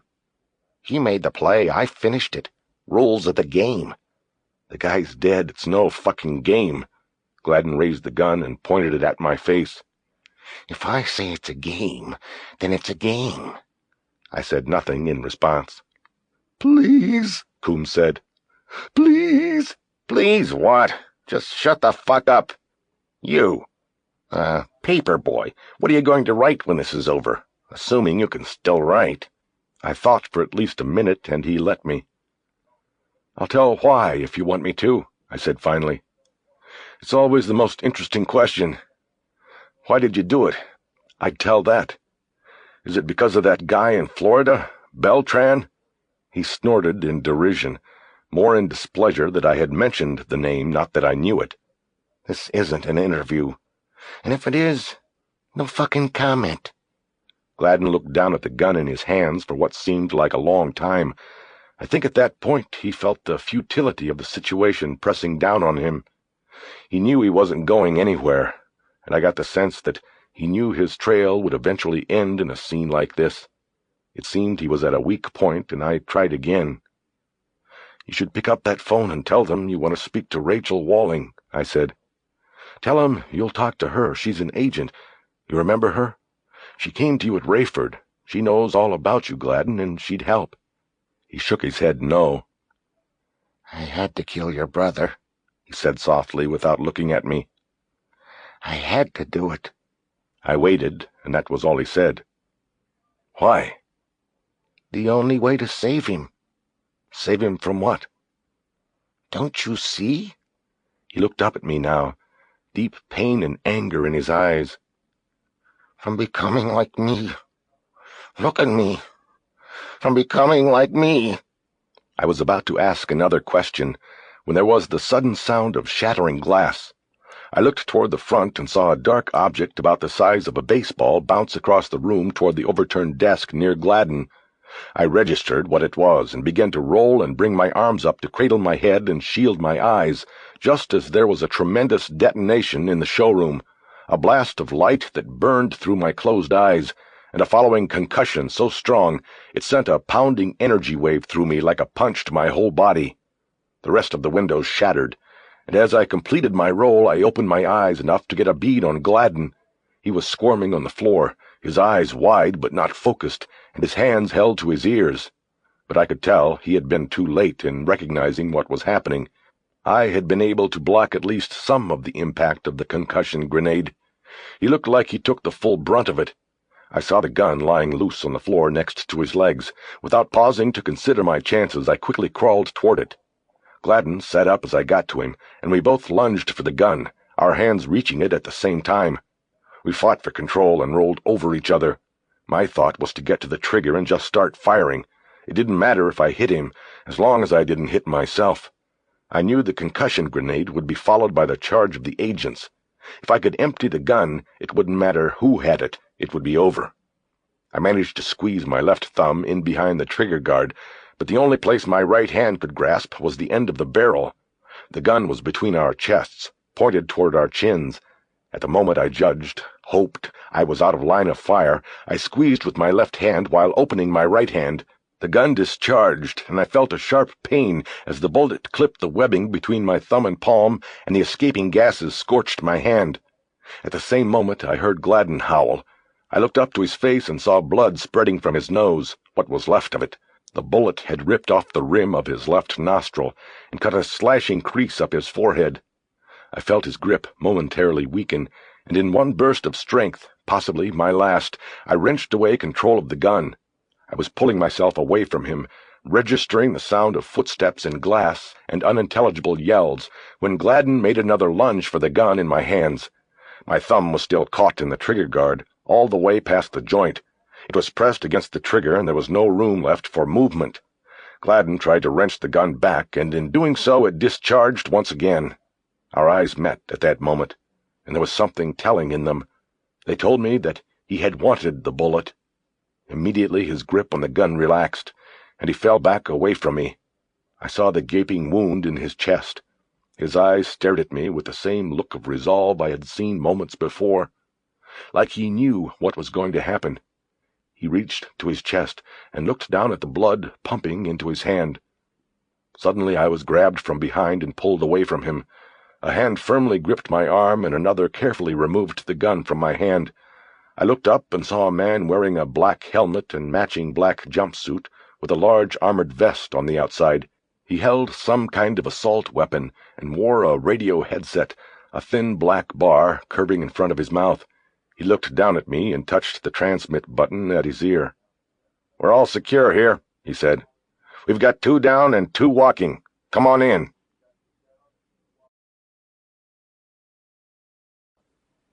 43. There was no pain, and that surprised him. The blood, gushing through his fingers and over his hands, was warm and comforting. He had a giddy feeling of having just passed some test. He had made it, whatever that was. The sound and movement around him was all dulled and in slow motion. He looked about and saw the one who had shot him. Denver. For a moment their eyes locked, but then someone got in the way. The man in black bent down over him and did something. Gladen looked down and saw the handcuffs on his wrists. He smiled at the stupidity of it. No handcuffs could hold him where he was going now. Then he saw her, a woman crouching over the one from Denver. She squeezed his hand. Gladen recognized her. She was one of those who had come to him so many years before in prison. He remembered now. He was getting cold. His shoulders and neck. His legs, they were numb. He wanted a blanket, but no one was looking at him. No one cared. The room was getting brighter, like TV cameras. He was slipping away and knew it. "This is what it is like," he whispered, but no one heard, except the woman. She turned at the sound of his soft words. Their eyes connected, and after a moment Gladen thought he saw the slight nod, the knowledge of recognition. Recognition of what, he wondered? That I'm dying? That there was purpose to my being here? He turned his head toward her and waited for the life to finish flowing from him. He could rest now, finally. He looked at her once more, but she was looking down at the man again. Gladen studied him, the man who had killed him, and an odd thought pushed its way through the blood. He seemed too old to have had a brother that young. There must be a mistake somewhere. Gladen died with his eyes open, staring at the man who had killed him.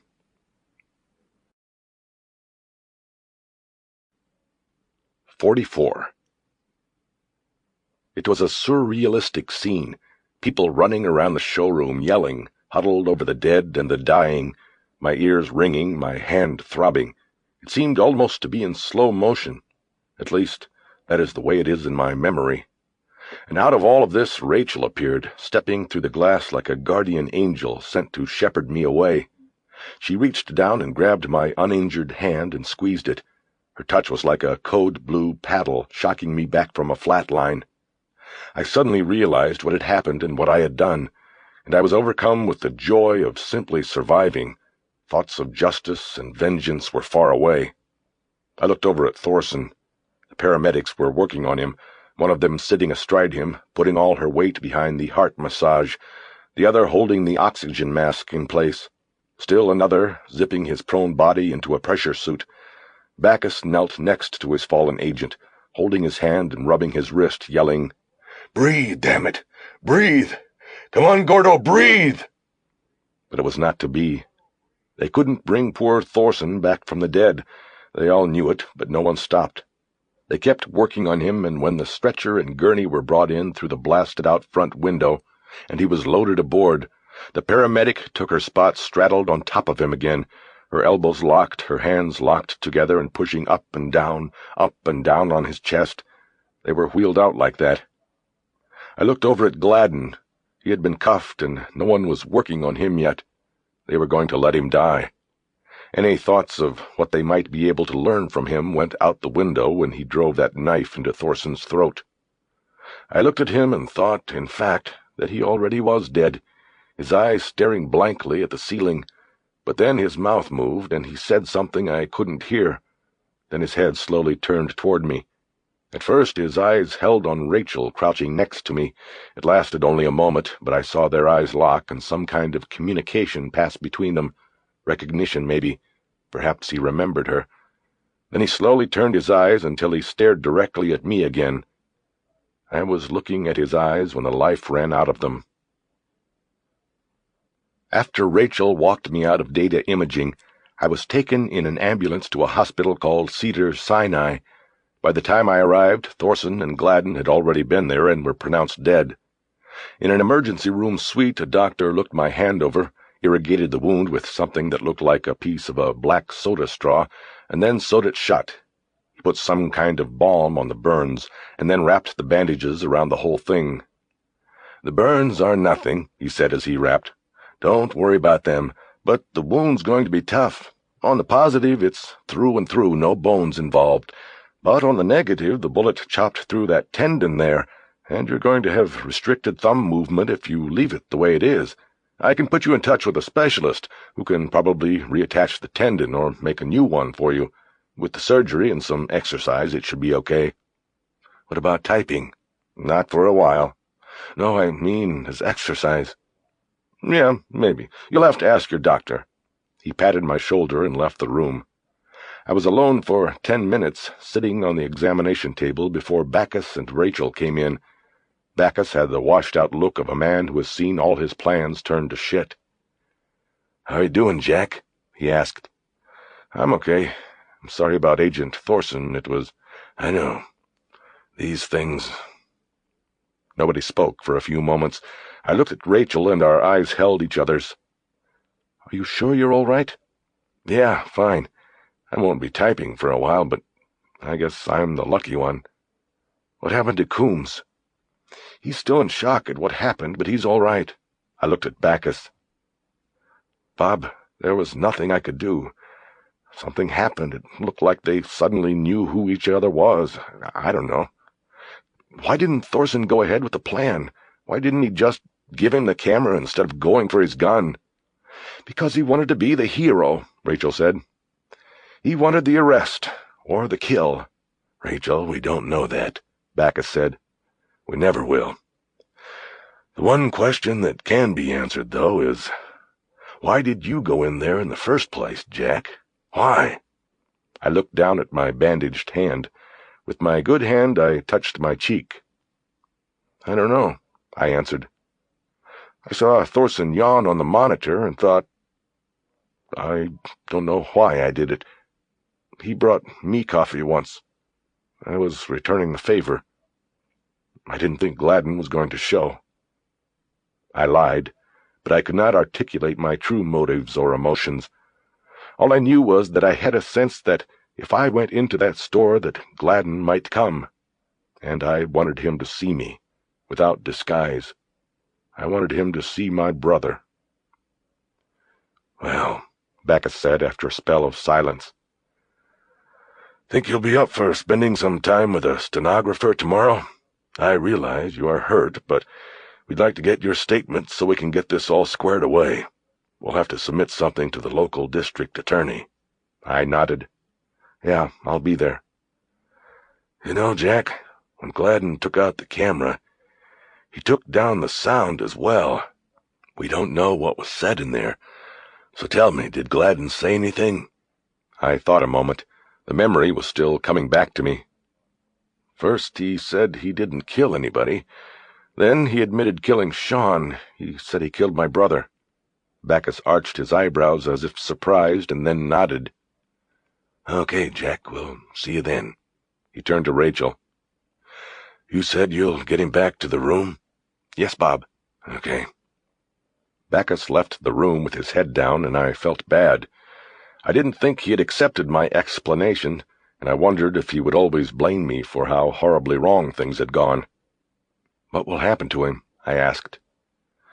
"Well, the first thing is there's a lobby full of media out there, and he's got to tell them how this got all fucked up. After that, I'm sure the director will want professional standards to come out to investigate the planning of this. It's not going to get any better for him.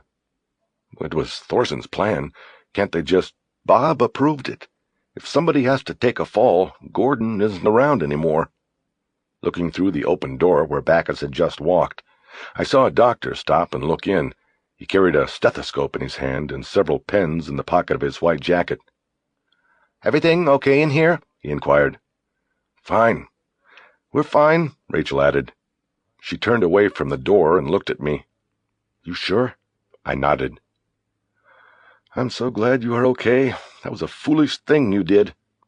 I just thought he could use the coffee. I didn't I mean going for the gun, getting it from Gladen." I shook my shoulders. Maybe it was foolish, I thought, but maybe it saved my life. "How did you know, Rachel?" "Know what?" "You asked me what would happen if I ever faced him. It was like you knew." "I didn't know, Jack. It was just a question." She reached up and traced my jawline like she did when I'd had the beard. Then with her finger she tilted my chin up until I was looking at her. She moved in between my legs and pulled me into a deep kiss. It was healing and sensual at the same time. I closed my eyes. My good hand went up under her jacket, and I rested it lightly on her breast. When she pulled away, I opened my eyes, and over her shoulder I saw the doctor who had poked his head in earlier turning away. "Peeping Tom," I said. "What?" "That doctor. I think he was watching us." "Never mind him. Are you ready to go?" "Yeah, I'm ready." "Did you get a prescription for pain?" "I'm supposed to get some pills before I sign out." "You can't sign out. The media's up there, and they'll be all over you." "Damn, I forgot. I've got to call in." I looked at my watch. It was almost 8 in Denver. Greg Glenn was probably there, waiting to hear from me, refusing to release the front page to the printers until he'd heard from me. I figured the latest he could go would be 9. I looked around. There was a phone on the wall above a supplies and equipment counter at the back of the room. "Could you go tell them I can't sign out up there?" I asked. "In the meantime, I'll just call in at the Rocky and tell them I'm still alive." Glenn was almost delirious when I got through to him. "Jack, where the hell you been?" "I've sort of been tied up. Are you okay? The wires say you were shot." I'm okay. I'll be typing one-handed for a while." "The wires say the poet's dead. AP quotes one source who says you, killed him." "AP's got a good source." "Jesus, Jack." I didn't reply. "CNN's been going live from the scene every 10 minutes, but they don't have shit. There's supposed to be a press conference at the hospital." "Right. And if you can get me hooked up with somebody to take some rewrite, I can give you enough of the story for the front page. It'll be better than anyone else gets tonight." He said nothing in response. "Greg?" "Wait a minute, Jack. I have to think. You—" He didn't finish, but I waited him out. "Jack, I'm going to put you on the line with Jackson. Tell what you can to him. He'll also take notes off the press conference if CNN carries it." "Wait a minute. I don't want to give anything to Jackson. Just give me a copy messenger or a clerk, and I'll dictate the story. It's going to be better than what they put out at the press conference." No, Jack, you can't. It's different now. What are you talking about? You're not covering the story anymore. You are part of it. You killed the guy who killed your brother. You killed a poet. The story's about you now. You can't write it. I'm putting you on with Jackson, but do me a favor. Stay away from the other reporters out there. Give us a one-day exclusive on our own guy at least. Look, I've always been part of this story. Yeah, but you didn't shoot anybody. Jack, that's not what reporters do. That's what cops do, and you crossed that line. You're off the story, I'm sorry. It was him or me, Greg. I'm sure it was, and thank God it was him. But that doesn't change things, Jack. I said nothing. In my mind, I knew he was right about me not writing it. I just couldn't believe it. It was my story, and now it was gone. I was inside, but still I was out. Just as Rachel came back in the room with a clipboard and several forms for me to sign, Jackson came on the line. He told me what a great story it was going to be and started asking questions. I answered them all and told him some things unasked. I signed the forms where Rachel pointed as I talked. The interview was quick. Jackson said he wanted to watch the press conference on CNN, so he would have official comment and confirmation to go with my version of events. He asked if I would call back in an hour in case of follow-up questions, and I agreed. We then hung up, and I was thankful to get off the line. "Well, now that you just signed away your life and your firstborn son, you're free to go," Rachel said. "You sure you don't want to read any of this stuff?" "Nah, let's go. You get the painkillers? My hand's beginning to hurt again." "Yes, right here." She pulled a vial out of her coat pocket and handed it to me along with a stack of pink phone message slips, apparently taken at the hospital's front desk. There were phone calls from news producers at 3 networks, Nightline with Ted Koppel, and 2 of the morning shows, and from reporters at the New York Times and the Washington Post. "You're a celebrity, Jack," Rachel said. "You went face to face with the devil and survived. People want to ask how that felt. People always want to know about the devil." I shoved the messages into my back pocket. "You going to call them?" "Nope. Let's go." On the way back to Hollywood, I told Rachel I didn't want to spend the night at the Wilcox Hotel. I said I wanted to order room service and then lie in a comfortable bed and watch TV with a remote in my hand, amenities that the Wilcox obviously didn't offer. She saw my point. After we stopped at the Wilcox so I could get my things and check out, Rachel drove down Sunset Boulevard toward the Strip. At the Chateau Marmont, she stayed in the car while I went to the desk. I said I wanted a room with a view and didn't care what it cost. They gave me a room with a balcony that cost more than I'd ever spent for a hotel in my life. The balcony was overlooking the Marlboro Man and the rest of the billboards on the Strip. I liked looking at the Marlboro Man. Rachel didn't bother getting her own room. We didn't talk much while we ate our room service dinner. Instead, we maintained the kind of comfortable silence that couples of many years achieve. Afterward, I took a long bath and listened over the bathroom speaker to the CNN report on the shootout at Digital Imaging. There was nothing new, more questions than answers. A good portion of the news conference was focused on Thorson and the ultimate sacrifice he had made. For the first time, I thought about Rachel and how she was dealing with this. She had lost her ex-husband, a man she had grown to despise, but someone she had shared an intimate relationship with just the same. When I came out of the bathroom, I wore the terry-cloth bathrobe the hotel provided. She was lying on the bed, propped against the pillows, and still watching the television.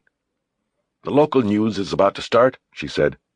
I crawled across the bed and kissed her. "You okay?" "Yeah, why?" "I don't know. Whatever the relationship was that you had with Thorson, I'm sorry, okay? So am I. I was thinking. You want to make love?" "Yes." I turned off the television and the lights. At one point in the dark, I tasted tears on her cheeks, and she held me tighter than she had ever done before. There was a bittersweet feel to our love-making. It was as if 2 sad and lonely people had crossed paths and had agreed to help heal each other. Afterward, she huddled against my back, and I tried to sleep, but I couldn't. The demons of the day were still wide awake inside. "Jack," she whispered. Why did you cry?" I was silent for a few moments, trying to find the words that would explain an answer. "I don't know," I finally said. "It's hard. All along, I think I was hoping in a daydreaming sort of way that I would get the chance to just be glad you've never done what I did today. Just be glad." Still later, sleep would not come, even after I had taken one of the pills from the hospital. She asked me what my thoughts were. "I'm thinking about what he said to me at the end. I don't understand what he meant." "What did he tell you?" "He said he killed Shawn to save him." "From what?" "From becoming like him. That's what I don't understand." "We probably never will. You should just let it go now. It's over." "He said something else at the end, when everyone was there. Did you hear it?" "I think so." "What was it?" "He said something like, 'This is what it's like.' That's all." "What does it mean?" "I think he was solving the mystery." "Death." "He saw it coming. He saw the answers. He said, 'This is what it's like.' Then he died."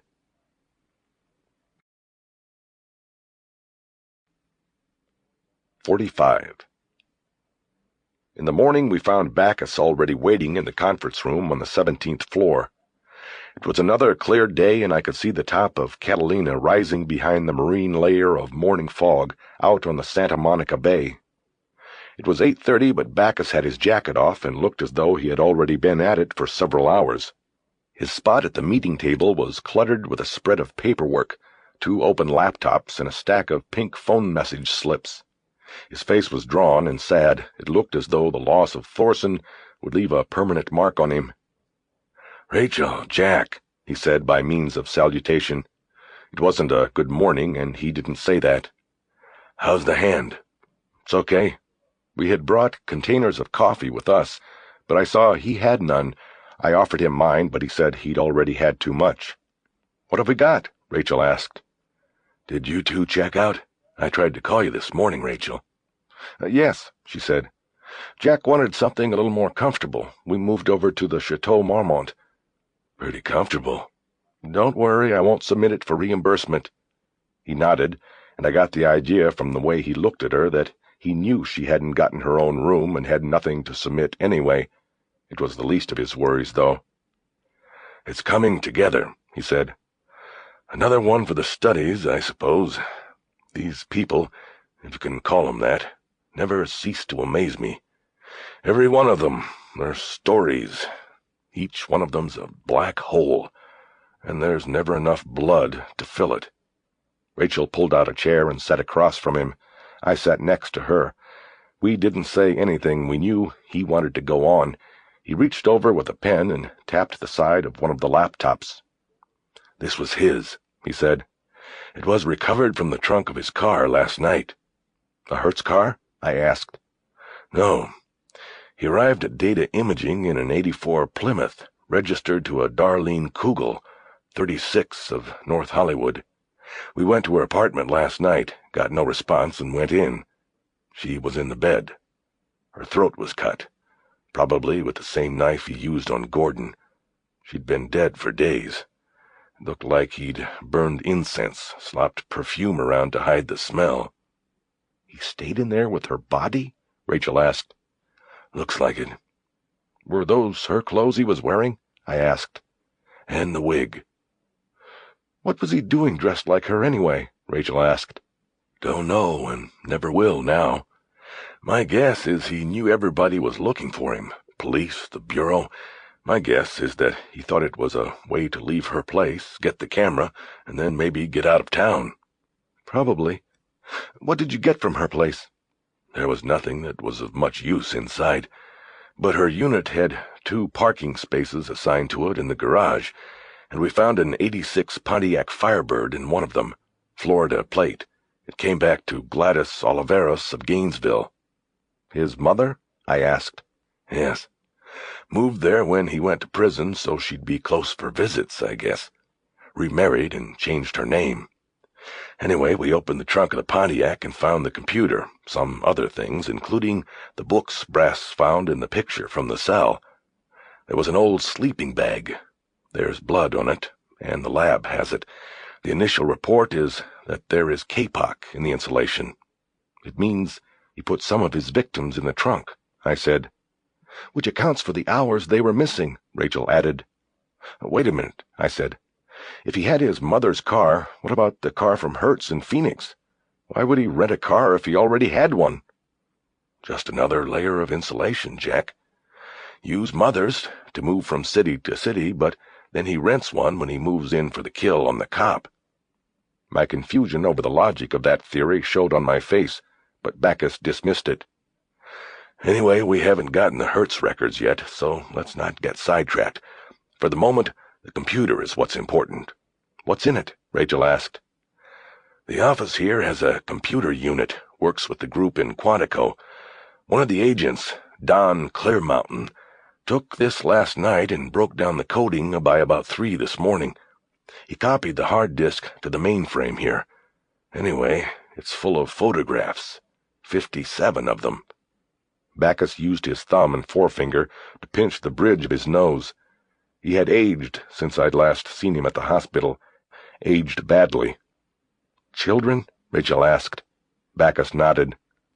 Jesus, the victims? Yes, before and after. It's horrible stuff, truly horrible. And he was transmitting these somewhere, like we thought? Yes. The computer has a cellular modem, as he guessed. It, too, is registered out of Gainesville to Oliveros. We just got the records a little while ago. He indicated some of the paperwork in front of him. There are a lot of calls, he said, all over the place. He was into some kind of net, a network where the users were interested in these kinds of photographs. He looked up from the papers at us, his eyes sick but defiant. We are tracing them all now. We're going to make a lot of arrests. A lot of people will pay for this. What happened to Gordon will not be for nothing. He nodded more to himself than us. We can compare the transmissions and the users to the bank deposits I found in Jacksonville, Rachel said. I bet we'll be able to know just how much they paid for the photos and when. Clearmountain and his people are already working on it. They're down the hall in the Group 3 offices if you want to stop in. Bob, I said, did they look at all 57 photos? He looked at me a moment before answering. I did, Jack. I did. They were only the kids? I felt my chest tightening. Whatever I had told myself about being emotionally deadened to my brother and what had happened was a lie. No, Jack, Bacchus said.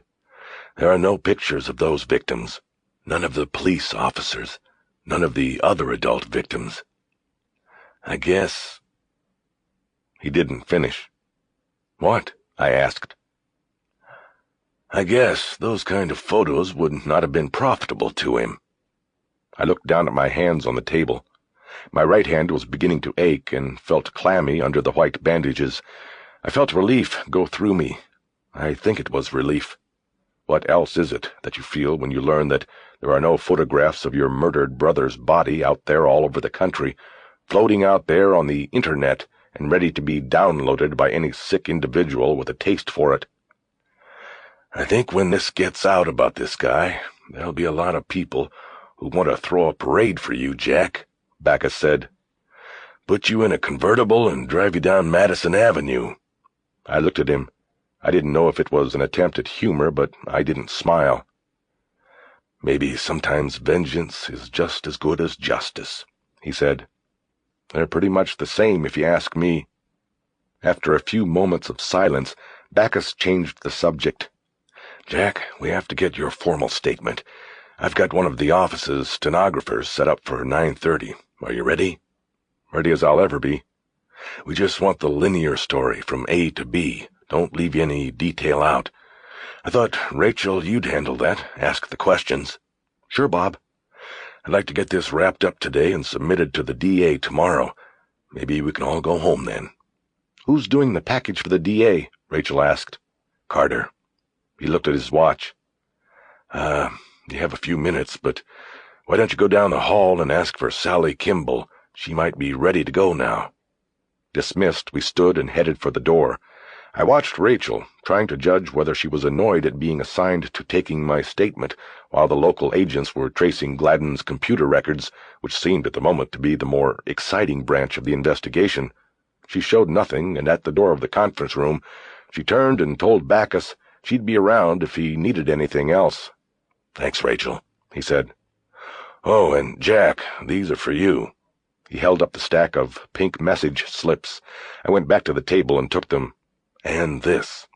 He raised my computer satchel from the floor next to his seat and handed it across the table to me. "You left that in the car yesterday." "Thanks." I studied the stack of pink slips. There must have been a dozen of them. "You're a popular man," Bacchus said. "Don't let it go to your head." "Only if they give me that parade." He didn't smile. While Rachel went to look for the stenographer, I stood in the hallway and looked through the messages. They were mostly repeats from the networks, but a few print reporters had called, even one from my hometown competition, the Denver Post. The tabloids, of both the print and television variety, had left messages. There was also a call from Michael Warren. I noted from the 213 callback number that he was still in town. The three messages that intrigued me the most weren't from the news media. Dan Bledsoe had called just an hour earlier from Baltimore, and there were two messages from book publishers, one from a senior editor at a New York-based house, and one from an assistant to the publisher at another house. I recognized both imprints and felt a mixture of trepidation and thrill coursed through my chest. Rachel came up to me then. "She's going to be a couple minutes. There's an office down here we're going to use. Let's wait there." I followed her. The room was a smaller version of the one we had met Bacchus in, with a round table with 4 chairs around it, a side counter with a phone on it, and a picture window with a view east toward downtown. I asked Rachel if it would be all right if I used the phone while we waited, and she said go ahead. I keyed in the number Bledsoe had left, and he picked up after one ring. "Bledsoe Investigations." "It's Jack McAvoy." "Jack Mac, how you doing?" "I'm fine. How are you?" "A lot better since I heard the news this morning." "Well, I'm glad then." "You did good, Jack. Putting that guy in a hole. You did real good." "Then how come I don't feel so good?" I thought, but didn't say. "Jack?" "What?" "I owe you one, buddy. And Johnny Mac owes you one." "No, you don't. We're even, Dan. You helped me." "Well, just the same. You get back out here one day and we're going to go for crabs at the tavern. It'll go on my tab." "Thanks, Dan. I'll be out." "Hey, what about this G girl who's been in the papers and TV? Agent Walling, she's a looker." I looked over at Rachel. "Yeah, she is." "I seen the clip on CNN of her walking you out of that store last night. You be careful, young man." He managed to get a smile out of me. I hung up and looked at the 2 messages from the publishers. I was tempted to return the calls, but thought better of it.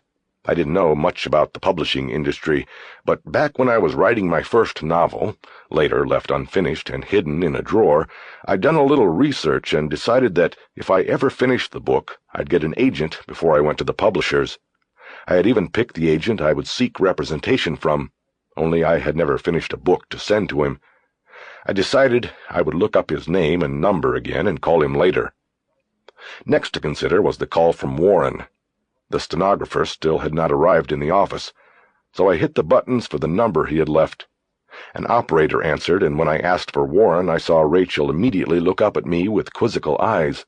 I winked at her as the voice on the line told me Warren was out of the office. I told her my name, but left no message or callback number. Warren would have to think about missing the call when he got that. "Why were you calling him?" Rachel asked after I hung up. "I thought you two were enemies." "I guess we are. I was probably going to tell him to go fuck himself." It took me an hour and 15 minutes to tell my story in full detail to Rachel, with the stenographer taking it down. Rachel primarily asked leading questions, designed to move me along through the story in chronological order. When I got to the shooting, her questions were more specific. and for the first time she asked what my thoughts were at the time of specific actions. I told her I went for the gun to simply get it away from Gladen, nothing more. I told her of my idea to empty the weapon once the struggle ensued, and how the second shot was not deliberate. It was more him pulling the gun than me pulling the trigger, you know? He just tried for it one more time, and my thumb was still in the guard. When he pulled, it went off. He kinda killed himself. It was like he knew what was going to happen. We went a few more minutes after that, with Rachel asking some follow-up questions. She then told the stenographer she would need the transcript the next morning for inclusion in the charging package that would be submitted to the district attorney. "What do you mean, charging package?" I asked, after the stenographer had left the room. "It's just a term. We call it that whether we are seeking a charge or an indictment or not. Relax. We obviously aren't seeking anything here but a finding of self-defense, justifiable homicide. Don't worry, Jack." It was early, but we decided to get lunch. Rachel said she'd drop me by the hotel afterward. She had work to do back at the field office, but I'd be done for the day. We were walking down the hallway when she noticed the door marked Group 3 was open, and she looked in. There were 2 men in the room, both sitting at computers, paperwork on the keyboards and on top of the terminals. I noticed a copy of the same book I had on Edgar Allan Poe on top of one of the agent's monitors. He was the first to notice us. "Hi, I'm Rachel Walling. How's it going?" The other looked up then, and they said their hellos along with their names. Rachel then introduced me. The agent who had first looked up and had identified himself as Don Clearmountain spoke. "We're doing good. End of the day we'll have a list of names and addresses. We'll ship them to the nearest FOs, and they should have enough for search warrants." I visualized teams of agents hitting doors and pulling the pedophiles who had bought digital photos of murdered children out of their beds. It would be a nationwide reckoning. I began to visualize the headlines. The Dead Poets Society. That's what they'd call these men. "But I've got something else working here that is really pretty special," Clearmountain said. The computer agent had a hacker's smile on his face as he looked at us. It was an invitation, and Rachel moved into the room, me right behind her. "What is it?" she said. "Well, what we have here are a bunch of numbers that Gladen shipped digital photos to. Then we also have the wire deposit records of the bank in Jacksonville. We collated it, and it all fits together pretty well." He took a stack of pages off the keyboard of the other agent, looked through it, and selected a sheet. "For example, on December 5th of last year, there was a deposit of $500 made to the account. It was wired from the Minnesota National Bank in St. Paul.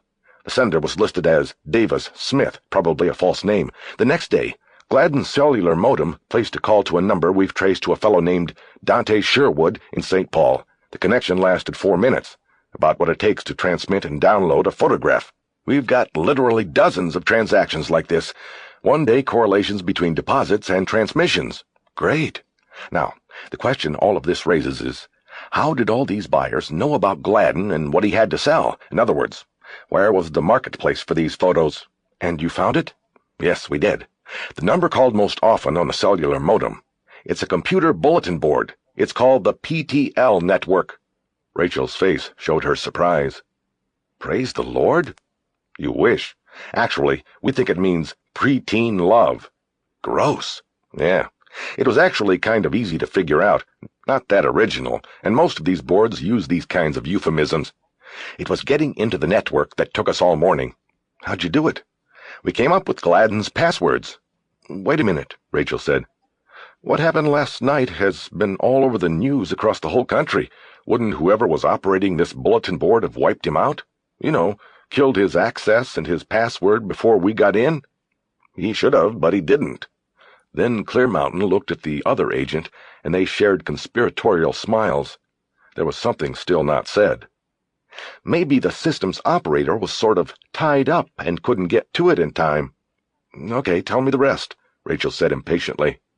"Well, we tried everything to get in. Variations on Gladen's name, DOB, Social Security, all the usual tricks. Nothing. We were thinking the same thing you were, that he was deleted from the system. But then we went to Poe." Clearmountain took the heavy book off his monitor and held it up. It's a 2-password entry system. We got the first one easy. It was Edgar. But then the second, that's where we had trouble. We tried Raven, Eidolon, Usher, everything we could pull out of this book. Then we doubled back and went through Gladen's names and numbers again. Still nothing. Then bingo, we nailed it. Joe did while he was having coffee cake. Clearmountain pointed to the other agent, Joe Perez, who smiled and took a bow in his seat. For computer cops, I guessed that what he had done was like making a felony arrest for a street cop. He looked as proud as a boy who scores in a hotel room on prom night. "I was just reading about Poe while taking a break," Perez explained. "My eyes get tired looking at a monitor too long." "Lucky for us, he decided to rest them looking at a book," Clearmountain said, regaining the narrative. "Joe, in the biographical section, he comes across a reference to Poe having once used an alias to enlist in the army or something. Edgar Perry. We stuck it in, and like I said, bingo, we were in." Clearmountain turned and exchanged a high five with Perez. They looked like a couple of nerds in heat. Today's FBI, I thought. "What did you find?" "There are 12 message boards. Most are for discussion about specific tastes. In other words, girls under 12, boys under 10, that sort of thing. There was a lawyer referral board. We found Gladen's lawyer, Krasner, listed on it. Then there's also a kind of bio board with a lot of strange shit on it, essays and such. There's a few that have to be by our man. Look at this." He looked through the stack of papers again and pulled out a printout. He started reading from it. "This is from one of them. I think they know about me. My time in the light of public fascination and fear is near. I am ready." Then, further down he goes, "My suffering is my passion, my religion. It never leaves me. It guides me. It is me." It's full of that kind of stuff, and the author at one point calls himself Eidolon, so we think it's gotta be him. You BSS people are going to get a lot of stuff for the research banks out of this. "Good," Rachel said. What else?" "Well, one of the boards is a barter board, you know, where people post things to sell or buy." "Like photos and IDs?" "Yup. There's somebody on there selling Alabama DLs. I assume we're going to have to shut that sucker down in a hurry. And there was a file for selling what Gladen had in his computer. Minimum price was $500 per picture. 3 for $1,000. You wanted something, you left a message with a computer number, you wired the money to a bank account, and your picture showed up in your computer. On the barter board, this advertiser said he could provide photos to meet specific tastes and desires." "Like he was taking orders, and then he'd go out and—" "Right. You tell Bob Backus about this yet?" "Yeah, he was just in here." Rachel looked at me. "That parade is sounding better and better all the time." "You're forgetting the neatest part," Clearmountain said. "And what parade?" "It's nothing. What's the neatest part?" "The bulletin board. We traced the number to a location." "And?" "Union Correctional Institution, Rayford, Florida." "Oh, my God. Gomble." Clearmountain smiled and nodded. "That's what Bob Backus thinks. He's going to have somebody check it out. I already called the prison and asked the captain of the day where that line went to. He said it was to the supplies office. And see, I had noticed that all of Gladen's calls to that number were placed after 5 p.m. Eastern Time. The captain told me that the supply office was closed and locked up every day at 5, opens up at 8 every morning. I also asked him if there was a computer in that office for keeping track of orders and supplies and such, and he said there sure was. I said, what about a phone? And he said there was one, but it wasn't connected to the computer. But believe me, this is not a guy who knows a modem from a hole in the ground. This is a guy who volunteers to go to prison every day. Think about that. I told him to check again on the phone line, like some night after that office is closed up, and— Wait a minute. He isn't. Don't worry. He's not going to do anything. I told him not to mess with things until he hears from us. For now, the network should remain online after 5 in the east, that is. I asked him who works in there, and he told me Horace Gomble. He's a trustee. I see you are already familiar with him. I guess each night he sticks the phone line into the computer before he locks up and goes back to his cell. Rachel canceled lunch with me because of the new developments. She said I'd have to grab a cab back to the hotel, and that she'd call me when she could. She said she might be going back to Florida, but would let me know.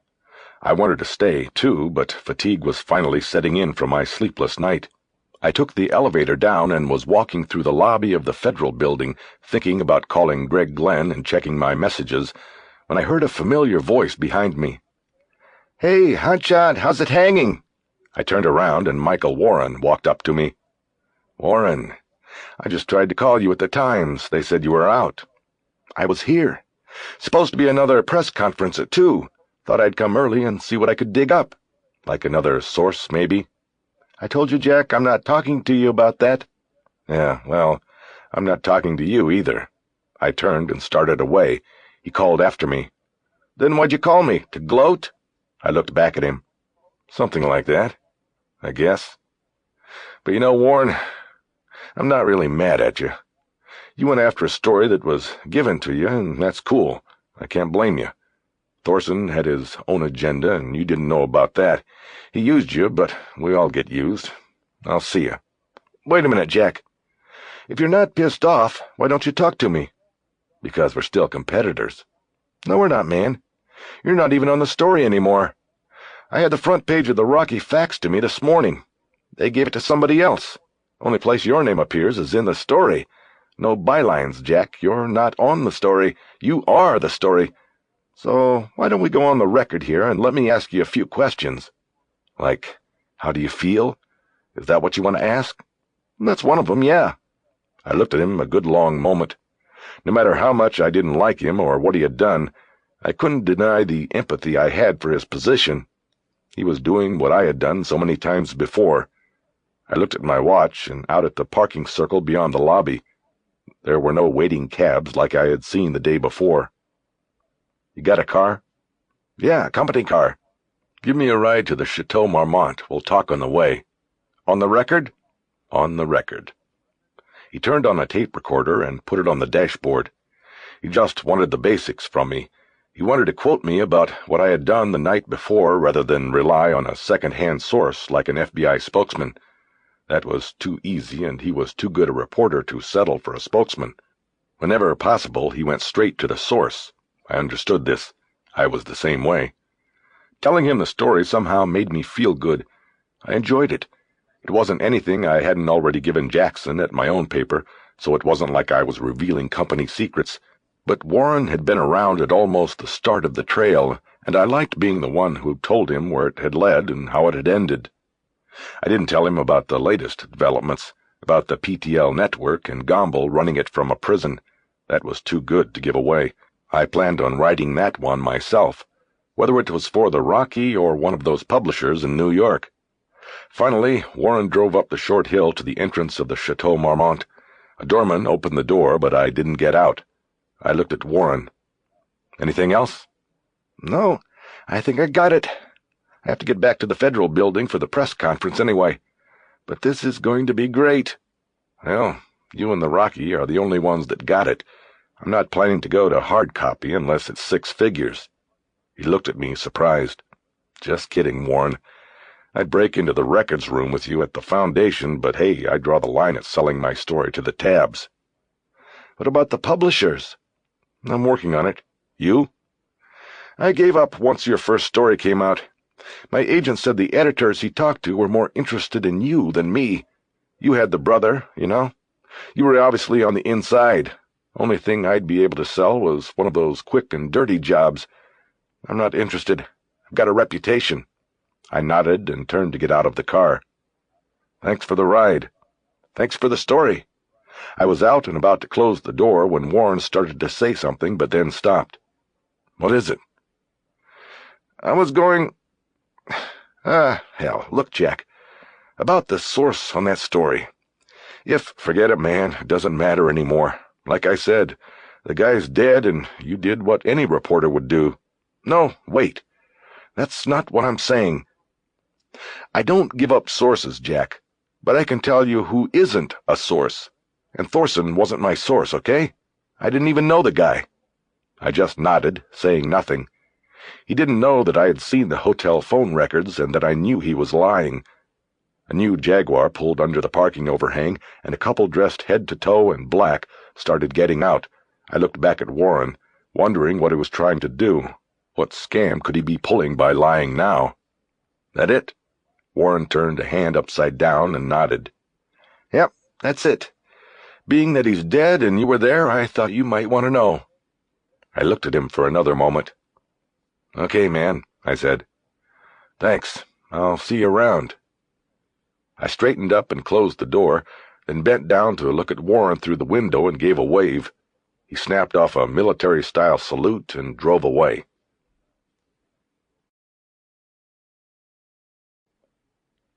"46. In my room, I connected my computer to the phone line and dialed into the Rockies' computer. I had 36 email messages waiting for me. I hadn't checked in 2 days. Most of the in-house messages were congratulatory, although they weren't explicitly worded as such, because the senders probably hesitated to do so, wondering if it was proper to congratulate me for killing the poet. There were 2 from Van Jackson asking me where I was and to call, and 3 from Greg Glenn asking the same.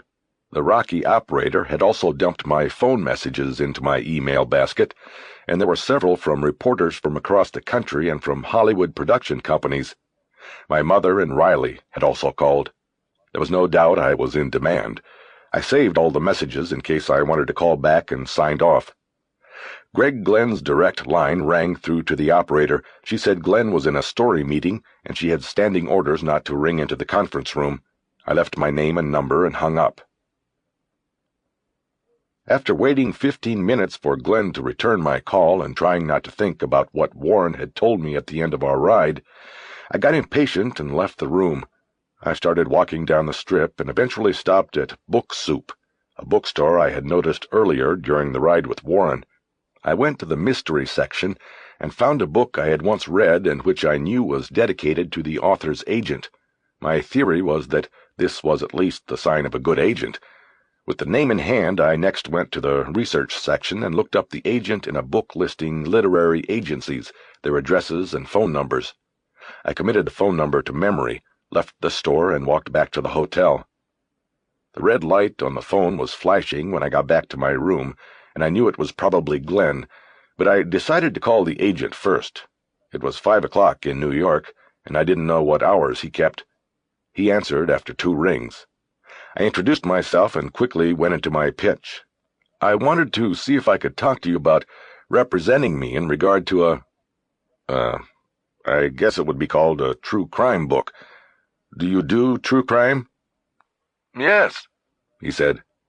But rather than discuss this on the phone, I would really prefer that you send me a query letter telling me about yourself and the project. Then I can respond. I would, but I don't think there's time. I've got publishers and movie people calling me, and I have to make some decisions quickly. That set the hook. I knew it would. Why are they calling you? What's it about? Have you read or seen anything on TV about this killer out in L.A., the poet? Yes, of course. I'm the one who, shot him. I'm a writer, a reporter. My brother— You're the one. I'm the one. Though he was interrupted often by other calls, we talked for 20 minutes about the possible book project and the interest I'd already gotten from the movie production people. He said he worked with an agent in Los Angeles who could handle the interest from that industry. In the meantime, he wanted to know how quickly I could send him a 2-page proposal. I told him I'd get it to him within the hour, and he gave me the number of his computer's fax modem. He said that if the story was as good as he had seen on TV, then he thought that he could have the book sold by the end of the week. I told him the story was better.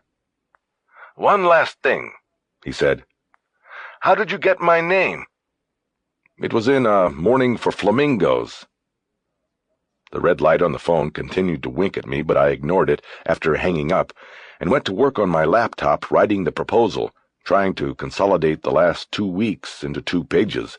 It was a difficult process, not helped by having only one usable hand, and I went long, finishing with 4 pages. By the time I was done, my hand was beginning to throb, even though I had tried not to use it. I took another one of the pills the hospital had given me, and had gone back to the computer, proofreading my proposal, when the phone rang. It was Glenn, and he was livid.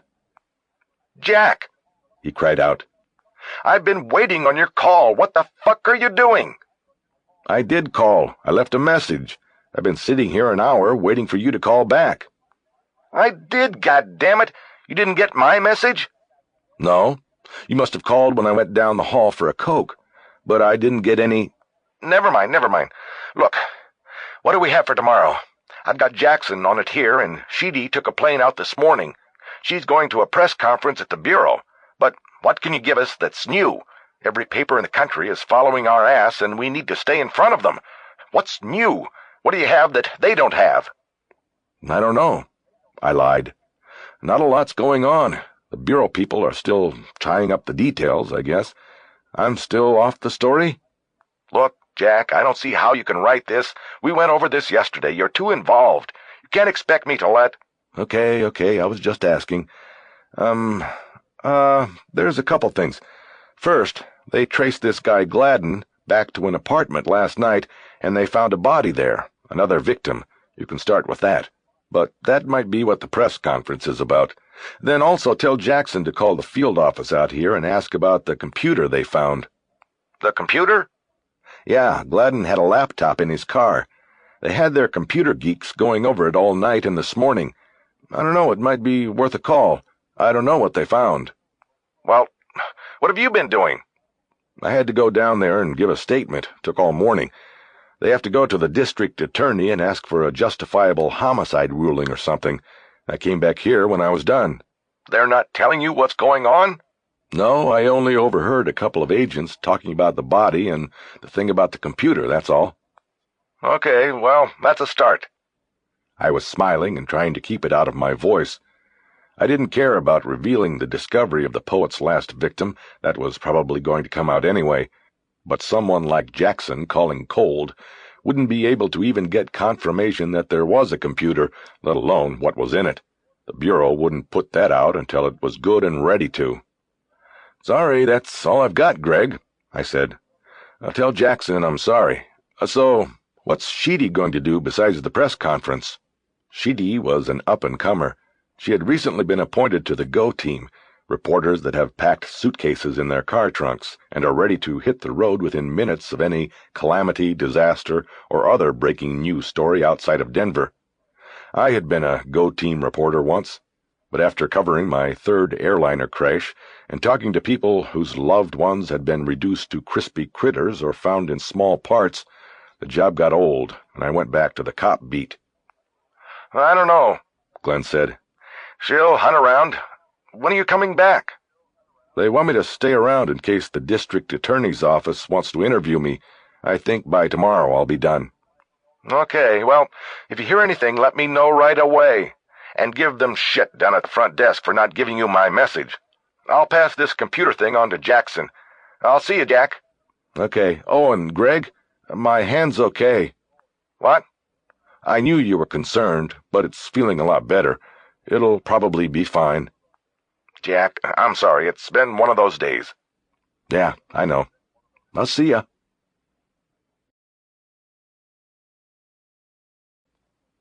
"47. The pain pill I had taken was beginning to kick in. The discomfort in my hand was subsiding, and a calm current of relaxation was overtaking me.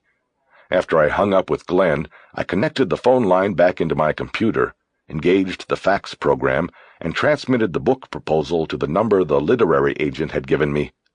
As I listened to the braying sound of the computer's coupling, a thought hit me like a bolt. The calls I had made on the flight out to L.A. I had been so concerned about proving and exposing Thorson as the leak to Warren, I had paid only passing attention to the other calls on his hotel bill, the calls I had repeated myself on the plane to L.A. One of them had been answered by the high-pitched tone of a computer in Florida, possibly at UCI in Rayford. I grabbed my computer satchel off the bed, pulled out my notebooks and flipped through both of them, but found no notes on the calls I had made on the plane. I remembered then that I had not written notes or the phone numbers down because I had not expected someone to steal the hotel bills from my room. Clearing my mind of everything else, I tried to review the exact course of events on the plane. The main concern I'd had at the time was the record of the call to Warren that was on Thorson's bill. That had confirmed for me that Thorson was Warren's source. The other calls made from his room, though made within minutes of each other, had held little interest to me at the time. I had not seen the number that Clear Mountain had said was called the most often from Gladen's computer.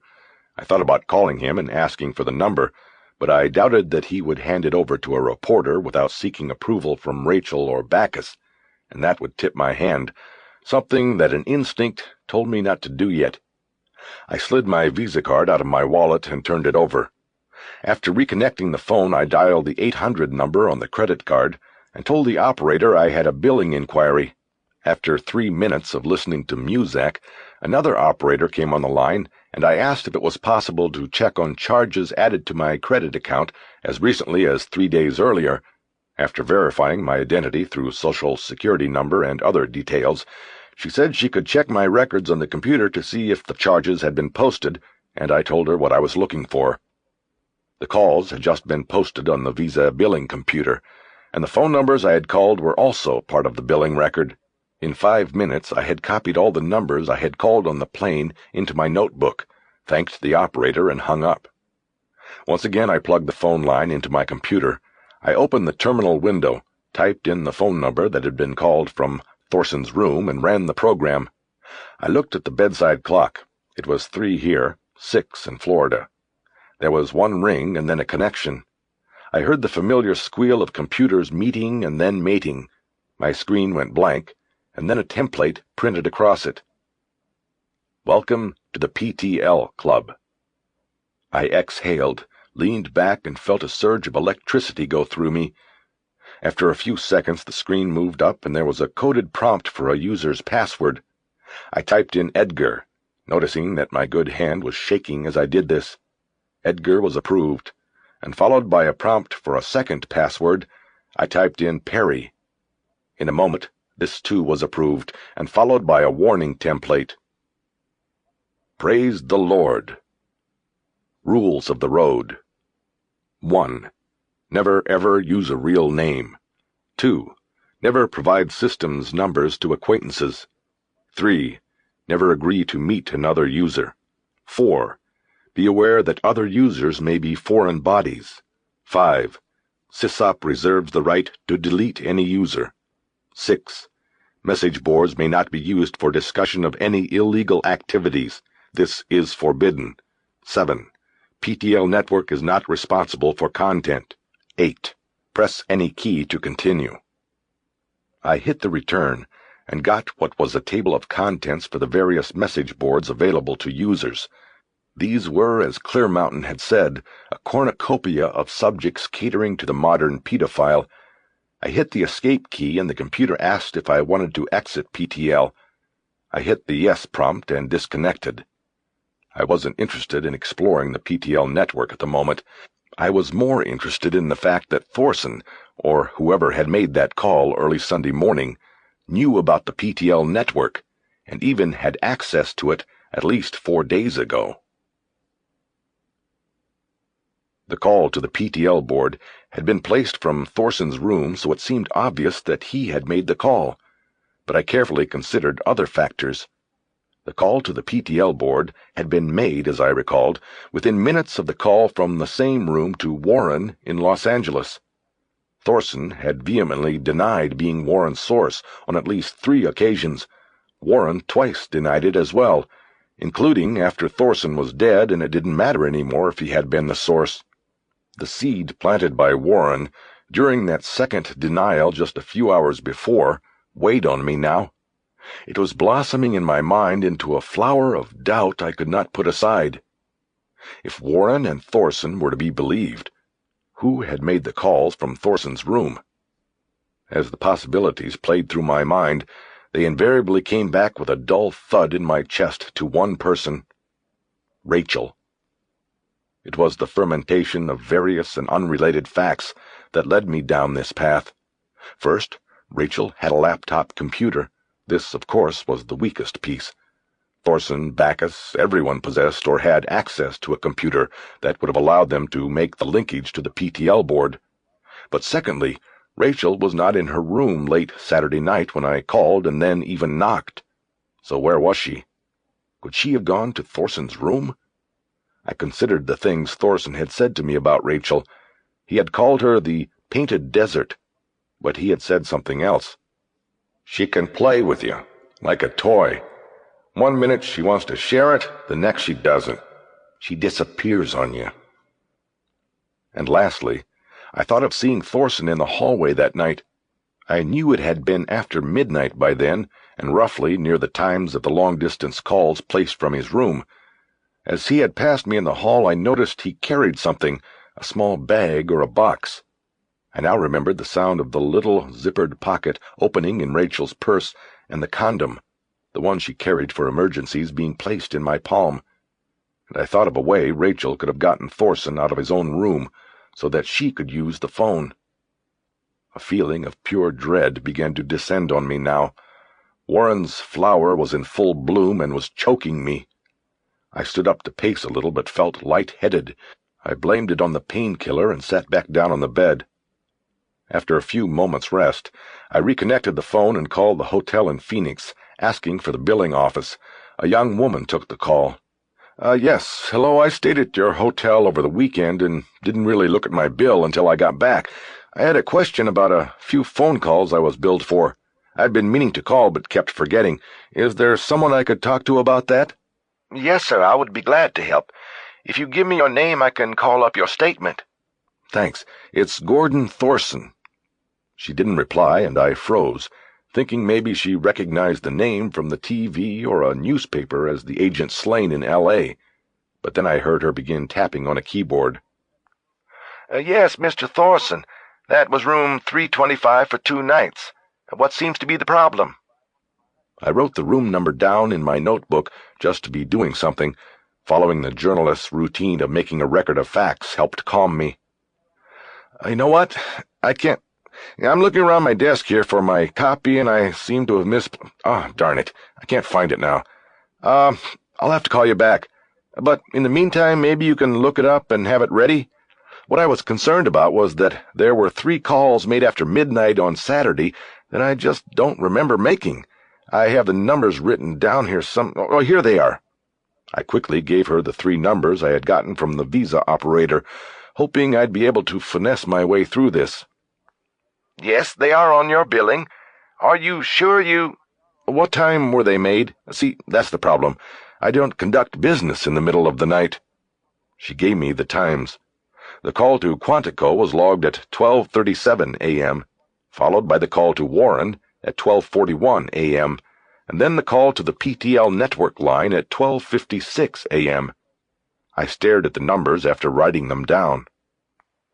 You don't believe you made these? What? I said, you don't believe you made these? That's right. Was there anyone else in the room with you? That was the point, wasn't it? I thought, but didn't say.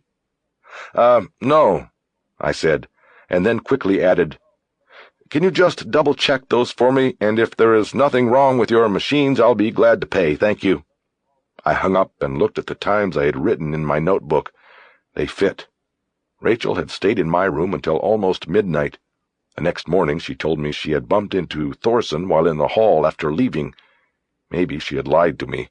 Maybe she had done more than bump into him. Maybe she had gone to his room.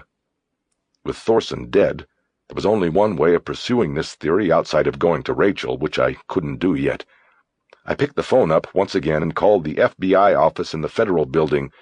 The operator, under strict orders to screen calls to Bacchus, especially from the media, was not going to put me through until I told her I was the one who had killed the poet, and that I had an urgent need to speak to the special agent. Finally, I was put through, and Bacchus picked up. Jack, what's the problem? Bob, listen to me. I'm very serious.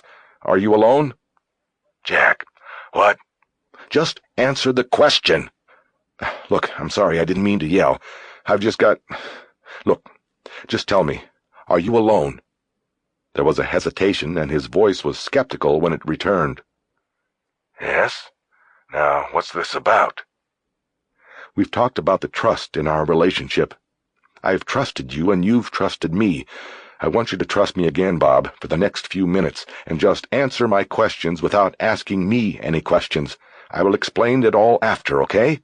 Jack, I'm very busy here. I don't 5 minutes, Bob, that's all. It's important. What's your question?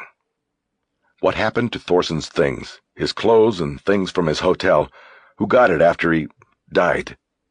I gathered it all together last night. I don't see what this has to do with anything. His property is nobody's business. Indulge me, Bob. This isn't for a story, it's for me. And for you. I have 2 questions. First, did you find the hotel receipts, the bills from Phoenix with his stuff? From Phoenix? No, they weren't there, and they weren't supposed to be. We checked out on the fly, never went back. I'm sure the bill is being sent to my office in Quantico. What is on your mind, Jack? The first piece clicked into place. If Thorson didn't have the bills, he likely wasn't the one who had taken them from my room. I thought about Rachel again. I couldn't help it. The first night in Hollywood, after we had made love, she got up and took the first shower. Then it was my turn. I envisioned her taking the room key from the pocket of my pants, going downstairs and slipping into my room to conduct a quick search of my things. Maybe she was just looking around. Maybe she knew somehow that I had the hotel bills. Maybe she had called the hotel in Phoenix and had been told. "Next question," I said to Bacchus, ignoring his own question. "Did you find any condoms with Thorson's things?" Look, I don't know what kind of morbid fascination you have with this, but I'm not going to go on with this. I'm hanging up now, Jack, and I don't want you— Wait a minute. What morbid fascination? I'm trying to figure out something you people have missed. Did you talk to Clear Mountain today about the computer, about the PTL network? Yes, I've been fully briefed. What's it got to do with a box of condoms? I noticed he had inadvertently answered my question about condoms. I had not said anything about a box. Did you know that a call was placed to the PTL network from Thorson's room in Phoenix on Sunday morning? That's preposterous. And how the hell would you know something like that? Because when I checked out of that hotel, the clerk thought I was an FBI agent, remember? Just like that reporter at the funeral home. He gave me the hotel bills to take to you people out here. He thought it would save the time of mailing them. There was a long silence after this confession. Are you saying you stole the hotel bills? I'm saying what I just said. They were given to me. And on Thorson's bill there were calls to both Michael Warren and the PTL. And that's funny since you people supposedly didn't know about the PTL until today. I'm sending someone over to pick up those bills. Don't bother. I don't have them. They were stolen from my room in Hollywood. You've got a fox in the henhouse, Bob. What are you talking about? Tell me about the box of condoms you found in Thorson's things, and I'll tell you what I'm talking about. I heard him exhale in a tired, I give up fashion. There was a box of condoms, okay? It wasn't even opened. Now, what's it mean? Where is it now? It's in a sealed cardboard box with the rest of his things. It goes back to Virginia with his body tomorrow morning. Where's this sealed box? Right here with me. I need you to open it, Bob. Look at the condoms. See if there is a price tag or anything that shows where he got them. As I listened to the sounds of him tearing cardboard and tape, my mind served up my memory of the sight of Thorson coming down the hall with something in his hand. I can tell you right now, Bacchus said as he was opening the property box. They were in a bag from a drugstore. I felt my heart leap, and next I heard the crinkling sound of a bag opening. Okay, I've got it, Bacchus said in a voice showing his strained patience. Scottsdale Drugs, open 24 hours, box of 12 condoms, $9.95. You want to know the brand too, Jack? I ignored his sarcasm, but his question gave me an idea for later. There's a receipt? I just read it to you. What about the date and time of purchase? That on there? Most of these computer registers put it on there. Silence. So long I wanted to scream. Sunday morning, 12:54. I closed my eyes. While Thorson was buying a box of condoms, of which he wouldn't even use one, someone was in his room making phone calls. Okay, Jack, what's it mean? Bacchus asked. It means everything is a lie. I opened my eyes and pulled the phone from my ear. I looked at it like it was some alien thing attached to my hand, and slowly dropped it back into its cradle. Bledsoe was still in his office and answered on the first ring. Dan, it's Jack again. Jack Mack, what's up? You know that beer you said you owed me? I thought of something else you can do for me instead. You got it. I told him what I needed him to do, and he didn't hesitate, even when I told him I needed it done now. He said he couldn't promise results, but that he'd get back to me one way or the other as soon as possible. I thought about the first call made while Thorson was out of his room. It had been to the general public line at the Quantico Center. It hadn't struck me as odd when I had called the number on the plane, but now it did. Why would someone call the general number in the middle of the night? I knew now that the answer could only be that the caller did not want to call a direct number at the center, thereby revealing knowledge of that number.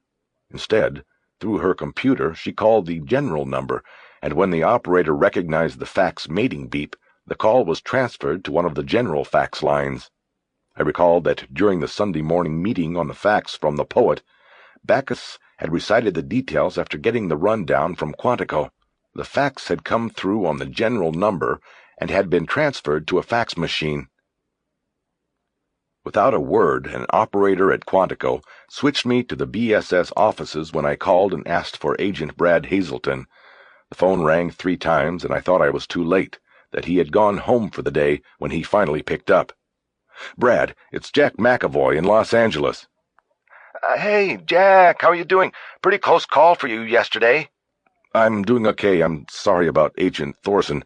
I know everybody works very closely together there." Well, he was pretty much an asshole, but nobody deserves what happened to him. It's pretty awful. Not a lot of smiling faces around here today. "I can imagine." So, what's going on? "Well, it's just a couple of minor points. I'm putting together a chronology of events so that I have this story down straight, if I ever get to write the whole thing." I hated lying to this man who had only been friendly to me, but I couldn't afford to tell him the truth because then he certainly wouldn't help me. "And anyway, I seem to have misplaced my notes on the fax. The fax the poet sent to Quantico on Sunday. I remember Bob said he got the details from either you or Brass. What I wanted to know is the exact time it came in, if you have it." Hold on, Jack. He was gone before I could say I would hold. I closed my eyes and spent the next few minutes wondering whether he was actually looking up the information or first checking to see if he could give it to me. Finally, he came back on the line. Sorry, Jack, I had to look through all the papers here. The fax came to machine number 2 in the Academy offices wire room at 3:38 Sunday morning. I looked at my notes.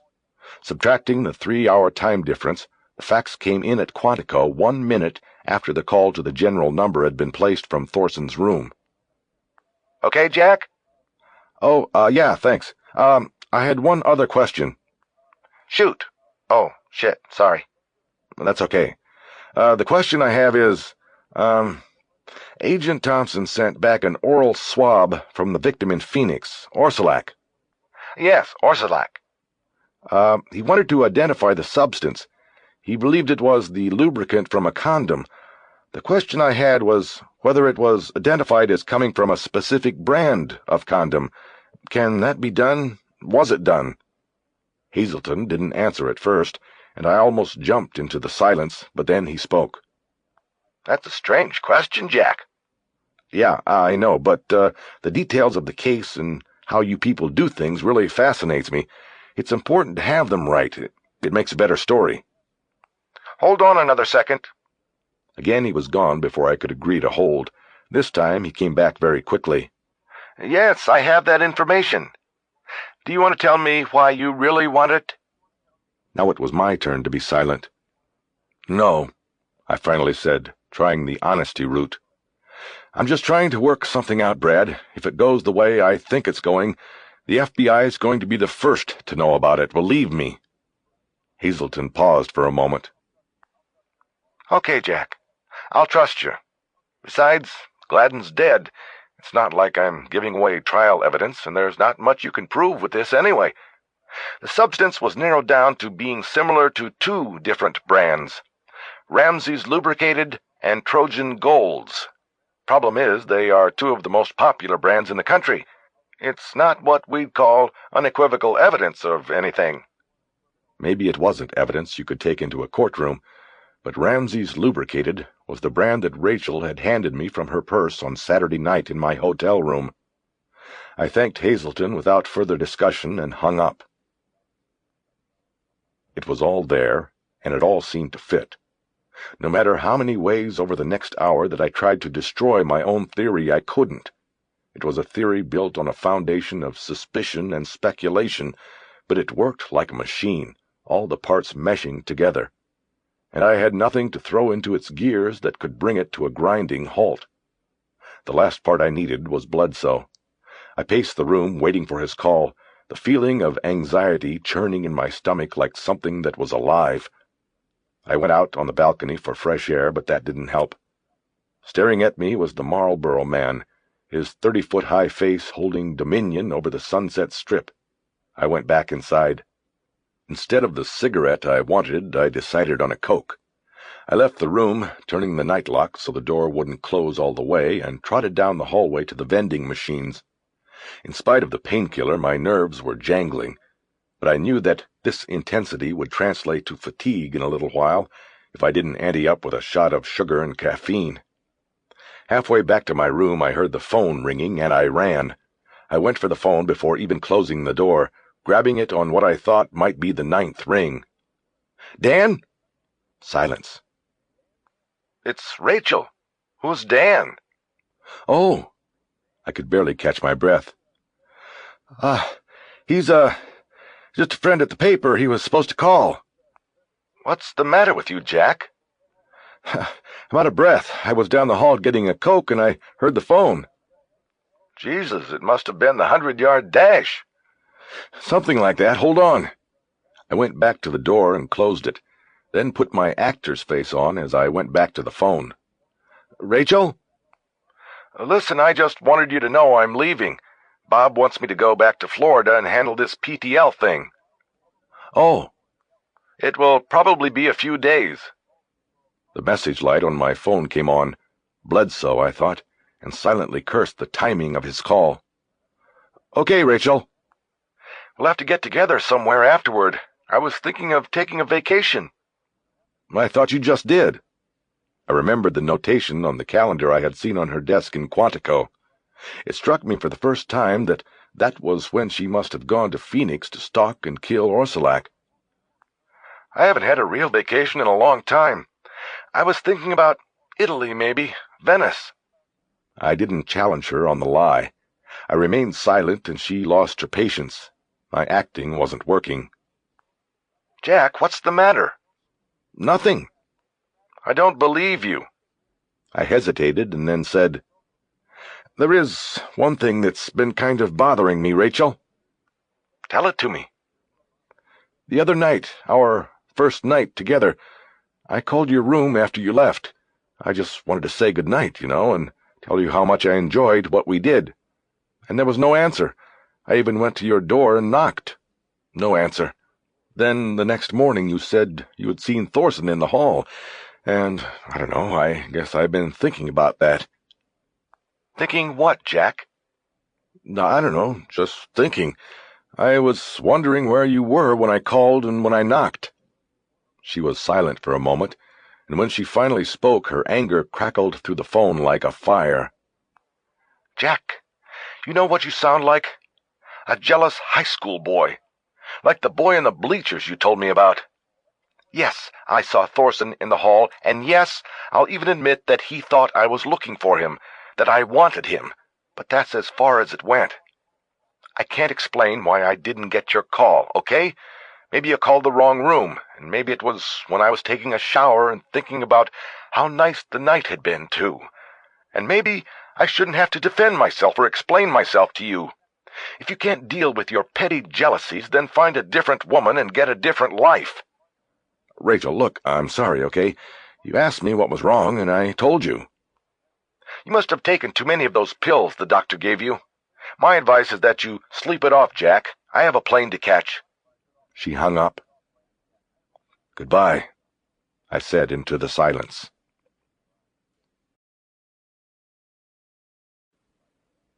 48.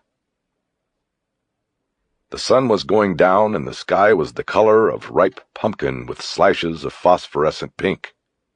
It was beautiful, and even the clutter of billboards up and down the strip looked beautiful to me. I was back out on the balcony, trying to think, trying to figure things out, waiting for Bledsoe to call back. He was the one who had left the message while I talked to Rachel. His message said he was out of the office but would call back. I looked at the Marlboro man, his crinkled eyes and stoic chin unchanged by time. He'd always been one of my heroes, an icon, no matter that he was always as shallow as a magazine page or a billboard sign.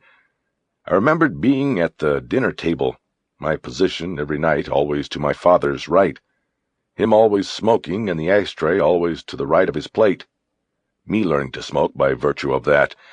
He looked like the Marlboro man to me, my father, back then at least.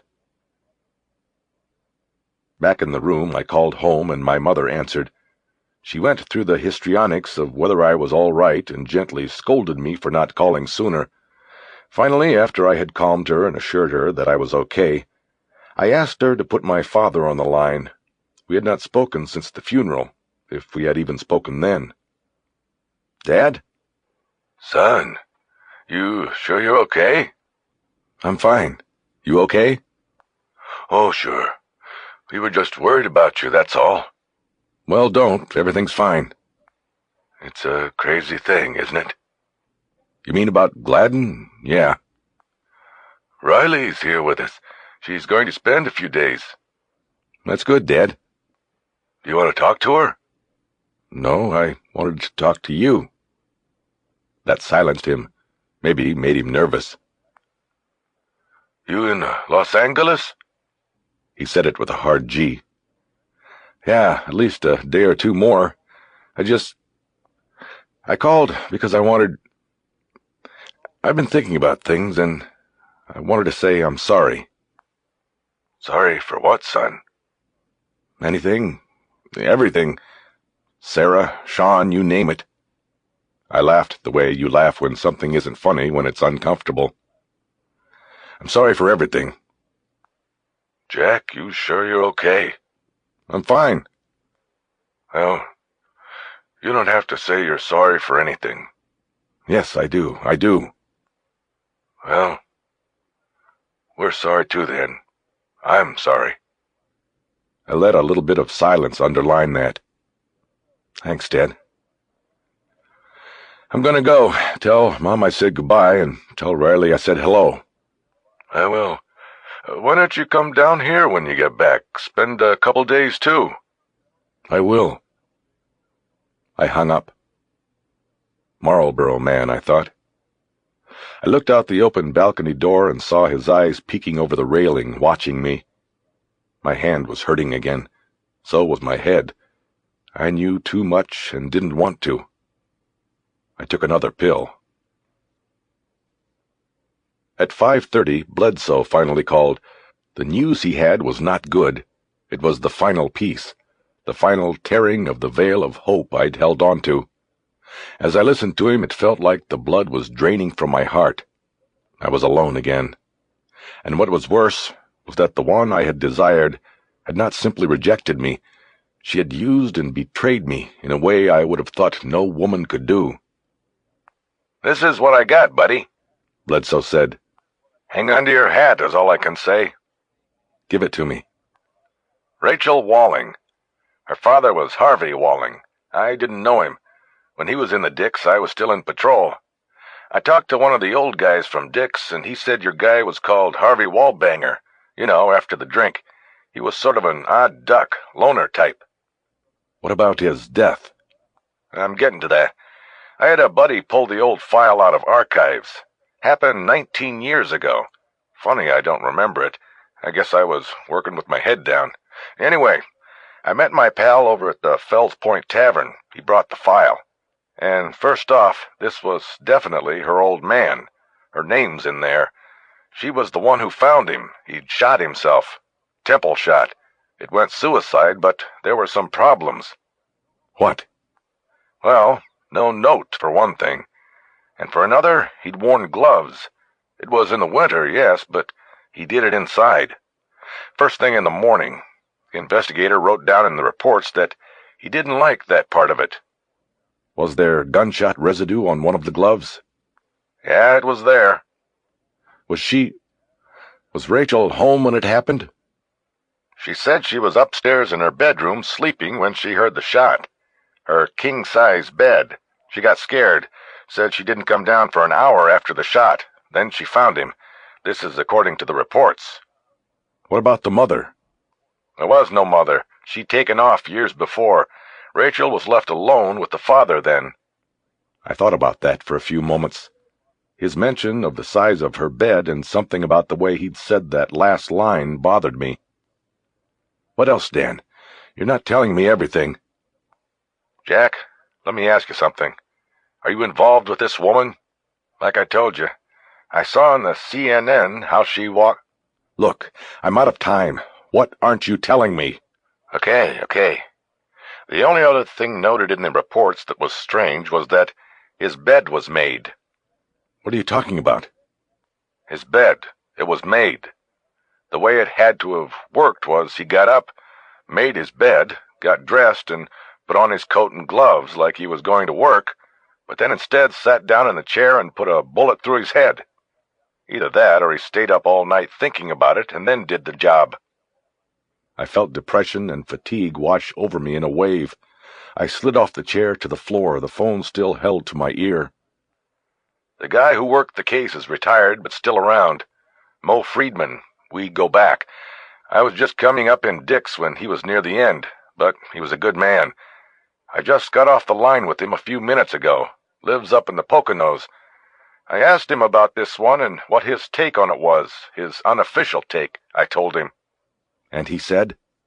He said he let it go because either way he figured Harvey Wallbanger got what he had coming. But what did he say his take was? He said that he thought that bed was made because it never was slept in, never used.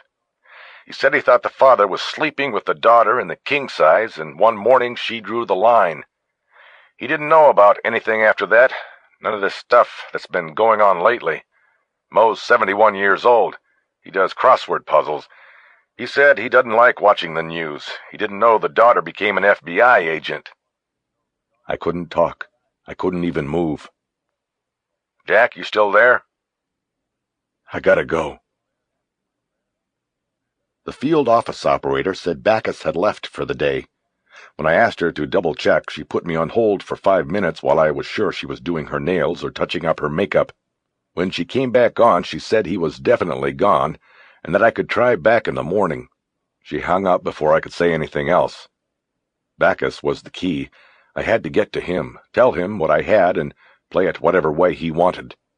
I decided that if he wasn't at the FO, he might be back at the motel on Wilcox. I had to go there anyway to pick up my car. I threw the strap of my computer bag over my shoulder and headed for the door. I opened it and stopped dead. Backus stood there, fist raised, ready to knock. Gladen wasn't the poet. He was a killer, yes, but not the poet. I can prove it. Backus looked at me like I had just reported that I had seen the Marlboro man wink at me. Jack, look, you spent the day making some strange calls. First to me, then to Quantico. I came by because I'm wondering if there's something maybe the doctors overlooked last night.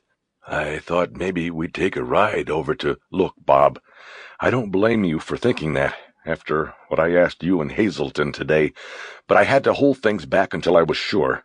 Now, I'm sure. Pretty sure. I can explain it now.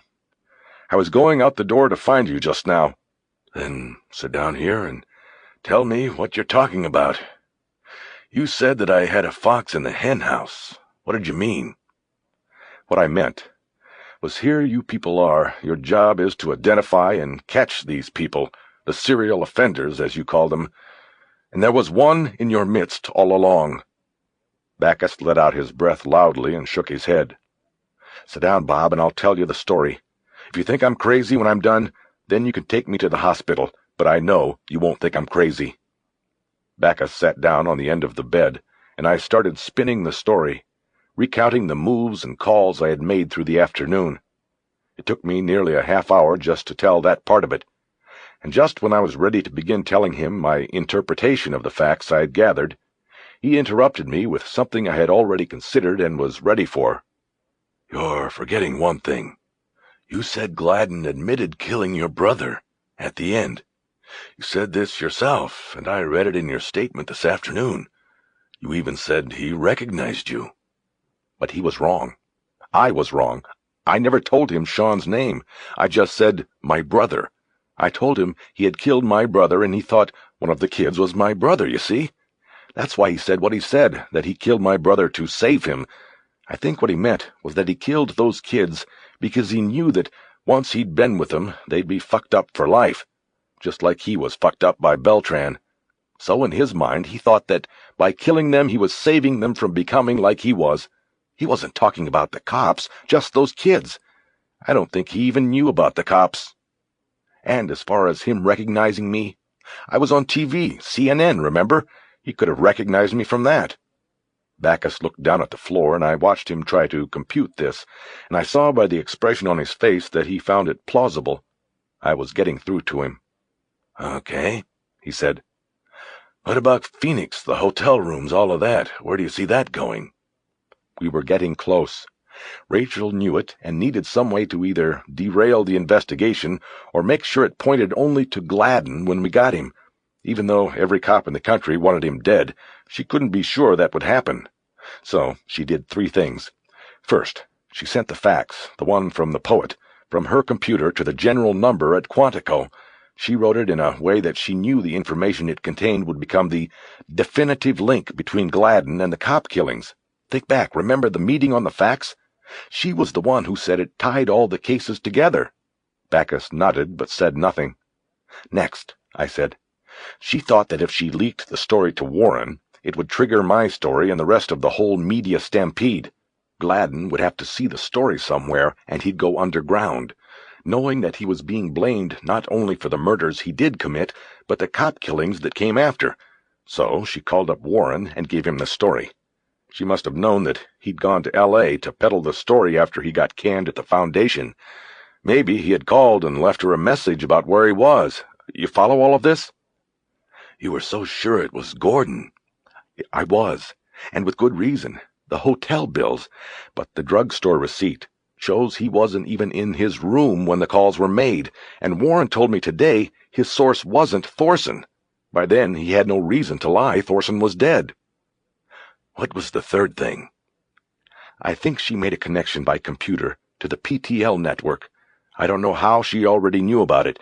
Maybe it was a tip to the Bureau or something, I'm not sure, but she dialed in. I don't know, maybe that was when she shipped one of those Eidolon files that Clear Mountain found.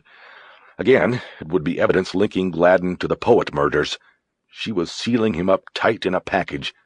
Even if I didn't kill him and he lived to deny everything, the evidence would be there and nobody would believe him, especially in light of the killings he did commit. I took a breather so Bacchus could digest everything said so far. All 3 of the calls she made were from Thorson's room, I said after half a minute. It was just one more buffer. If things went wrong, there would be no record of her making the calls. They'd be on Thorson's room. But the box of condoms destroys that. See, you know firsthand about the relationship she had with Thorson. They battled, but there was still something there. He still had something for her, and she knew it. She used it. So I think if she told him to go get a box of condoms and she'd be waiting for him in his bed, he'd have run out the door to the drugstore like a man with his pants on fire. And I think that's exactly what she did do. Only she didn't wait in his bed. She made those calls. Then when Thorson got back, she was gone. Thorson didn't exactly tell me all of that, but in so many words he did when we worked together that day. Bacchus nodded.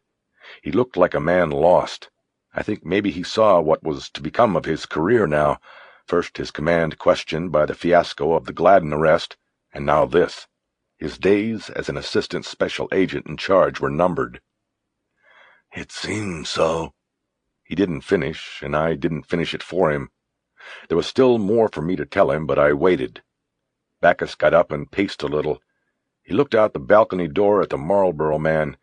He didn't seem to have the same fascination with him that I had. Tell me about the moon, Jack.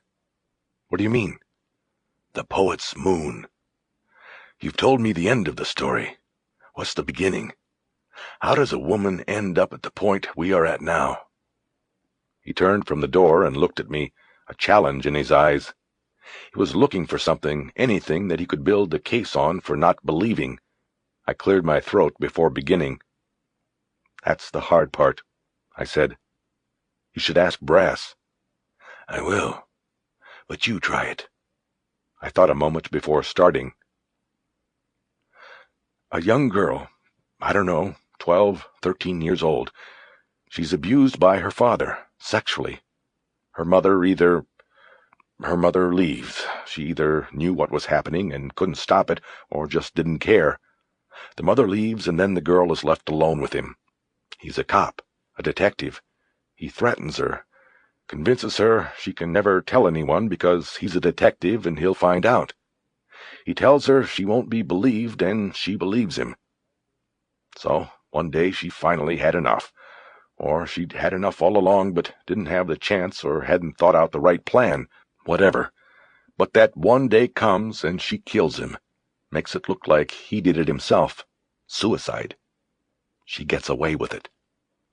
There's a detective on the case who knows something isn't right, but what's he going to do?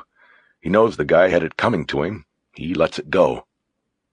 Bacchus was standing in the middle of the room, staring at the floor. I knew about her father. The official version, I mean. I had a friend find out the details of the unofficial version. What next?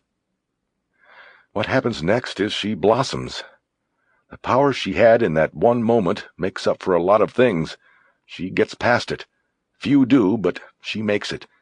She's a smart girl, and she goes on to the university to study psychology to learn about herself.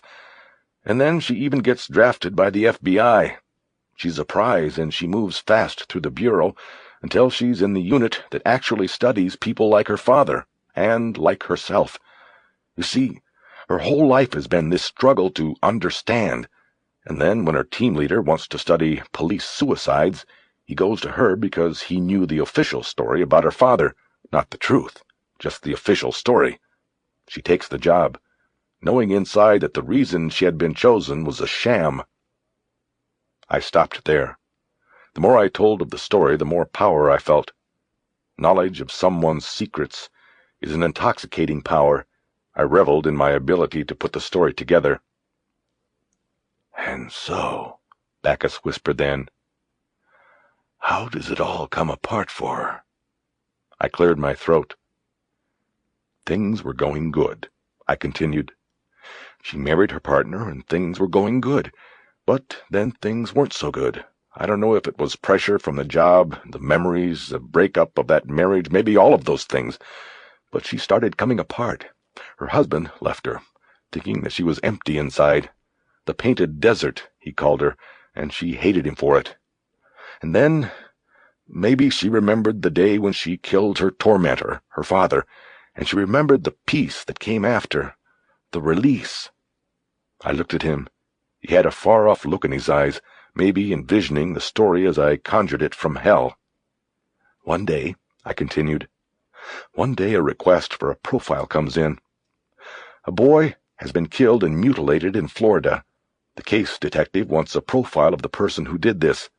Only she recognizes the detective knows his name, Beltran, a name from the past, a name maybe brought up in an old interview, and she knows that he too was a tormentor, an abuser like her father, and that the victim he is calling about was also probably his victim. Right, Bacchus said, taking up the strand. So she goes down to Florida to this man, Beltran, and does it again, just like with her father. Makes it look like a suicide. She even knew where Beltran kept his shotgun hidden. Gladen had told her that. It was probably an easy thing to get to him. She flies down, goes to him with her bureau credentials, and gets inside the house to do it. It brings her peace again, fills that void.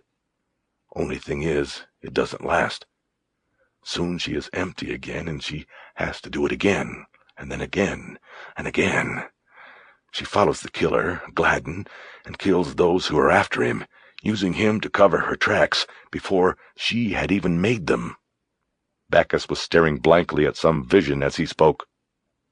"She knew all the touches, all the moves," he said, "wiping the lubricated condom off inside Orsolak's mouth. The perfect deflection. It was true genius." I nodded and took it from there. "She had seen his cell and knew there was a photograph in the files that could be found one day," I said. "She knew the books about Poe were in the photo. It was all a setup. She followed Gladen around the country. She had a sense. She knew from the cases coming in for profiling which were the ones he did. She had an empathy. She'd follow him. She'd go out and kill the cop that was after him. She had made each one look like a suicide, but she had Gladen to put it on if someday someone came along and it unraveled." Bacchus broke his eyes away from whatever the hellish vision was that he was staring at and looked at me. "Someone like you," he said. "Yeah, like me."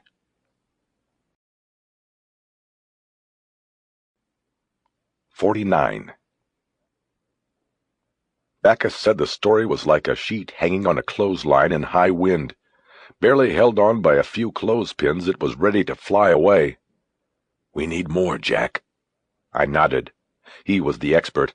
Besides, the real trial had already been held in my heart, and the verdict was in. "What are you going to do?" I asked. "I'm thinking. You were beginning a relationship with her, weren't you?" It was that obvious? "Yes." Then he didn't say anything for a full minute. He paced the room, not really looking at anything, all interior dialogue and thought. Finally he stopped moving and looked at me. "Would you wear a wire?" "What do you mean?" "You know what I mean. I'll bring her back here, put her alone with you, and you draw it out. You might be the only one who could." I looked down at the floor. I remembered our last phone conversation and how she had seen through my act. "I don't know. I don't think I could pull it off." "She might be suspicious and check," Bacchus said, discarding the idea and searching the floor with his eyes for another. "Still, you're the one, Jack. You're not an agent, and she knows if need be she can take you." "Take me where?" "Take you out." He snapped his fingers. "I've got it. You won't have to wear a wire. We'll put you inside the wire." "What are you talking about?" He raised a finger as if to tell me to hold on. He picked up the phone, wedged the receiver into the crook of his neck, and carried it with him while he tapped in a number and waited for an answer. The cord was like a leash, containing his pacing to only a few steps in any direction. "Pack your things," he said to me while waiting for the call to be picked up. I got up and slowly began to follow his order, putting my few things in the computer bag in the pillowcase while listening as he asked for Agent Carter and then began issuing directions. He told Carter to call Quantico Communications and to relay a message to the Bureau jet with Rachel on it. "Call the plane back," Bacchus ordered.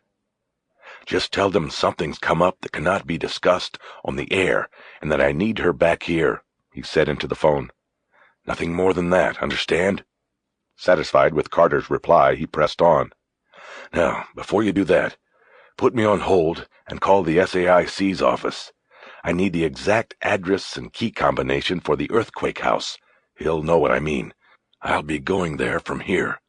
I want you to grab a sound and video tech and 2 good agents. I'll fill you in there. Call the SAIC now." I looked at Bacchus with a curious expression. "I'm on hold." "Earthquake house?" "It's an old sting house they used after the earthquake out here. Clearmountain told me about it. It's in the hills over the valley. Top to bottom it's wired, sound and video. It was damaged in the quake last year. The real owners just left it, didn't have insurance. The Bureau leased it from the bank and used it for a sting operation on local building and safety inspectors, contractors, and repairmen. A lot of fraud after that quake. There were indictments. The sting's been closed down, but the Bureau's lease isn't up. So it's—" He held up his hand. Carter had come back on the line. Bacchus listened for a few moments and nodded his head. "Right on Mulholland and then first left. Easy enough. What's your ETA?" He hung up after telling Carter we'd get there ahead of him and added that he needed the agent's best work on this. As Bacchus drove away from the hotel, I made a secret salute to the Marlboro man. We went east on Sunset to Laurel Canyon Boulevard and then up the winding cut through the mountains. "How's this going to work?" I asked him. "How are you going to get Rachel up to this place we're going?" "You'll leave a message for Rachel on her voicemail at Quantico. You'll tell her you're at a friend's house, somebody you used to know from the paper who moved out here, and leave the number. Then when I talk to Rachel, I'll tell her I called her back from Florida because you've been making calls and strange accusations about her, but nobody knows where you are. I'll tell her I think you've popped too many pain pills, but that we need to bring you in." I was feeling increasingly uncomfortable about the prospect of being used as bait and having to face Rachel. I did not know how I'd be able to bring it off. "Eventually," Bacchus continued, "Rachel will get the message, but she won't call you. Instead, she'll trace the number to the house, and she'll go to you, Jack, alone, for one of two things." "What?" I asked, though I already had a pretty good idea. "To either try to set you straight, or to kill you. She'll think you're the only one who knows. She'll need to convince you that you were wrong about these wild-ass ideas, or she'll need to put you in the ground. My guess is that it'll be the ground." I nodded. It was my guess, too. "But we'll be there, inside with you, close." It wasn't comforting. "I don't know. Not to worry, Jack," Bacchus said, reaching over and giving me a playful punch on the shoulder. "You'll be all right, and this time we're going to do it right. What you do have to worry about is getting her to talk. Get her on the tape, Jack. Get her admitting to just one part of the poet's story, and we've got her for the rest. Get her on tape." "I'll try. You'll be fine." At Mulholland Drive, Bacchus turned right as Carter had instructed, and we followed the road as it snaked along the mountain crest, offering a view through the haze of the valley below. We had serpentined for nearly a mile until we saw Wrightwood Drive and turned left, and descended into a neighborhood of small homes built on steel pylons, their weight hanging out over the mountain's edge, precarious testaments to engineering and the desires of developers to leave their mark on every crest in the city. "Do you believe people live in these things?" Bacchus asked. "Hate to be in one during an earthquake." Bacchus drove slowly, checking the address numbers painted on the curb. I let him do that while I watched between the houses for glimpses of the valley below. It was approaching dusk, and many of the lights were coming on down there. Bacchus finally stopped the car in front of a house on a bend in the road. "This is it." It was a small wood-frame structure. From the front, the pylons that supported it could not be seen, and it seemed to be floating above the deep drop-off to the valley. We both looked at it for a long moment without making a move to get out. "What if she knows about the house?" "Rachel? She won't, Jack. I only know because of Clear Mountain. It came up during a bit of gossip. Some of the guys from the F.O. use the place on occasion, if you know what I mean, when they're with someone they can't bring home." I looked over at him, and he winked at me. "Let's check it out," he said.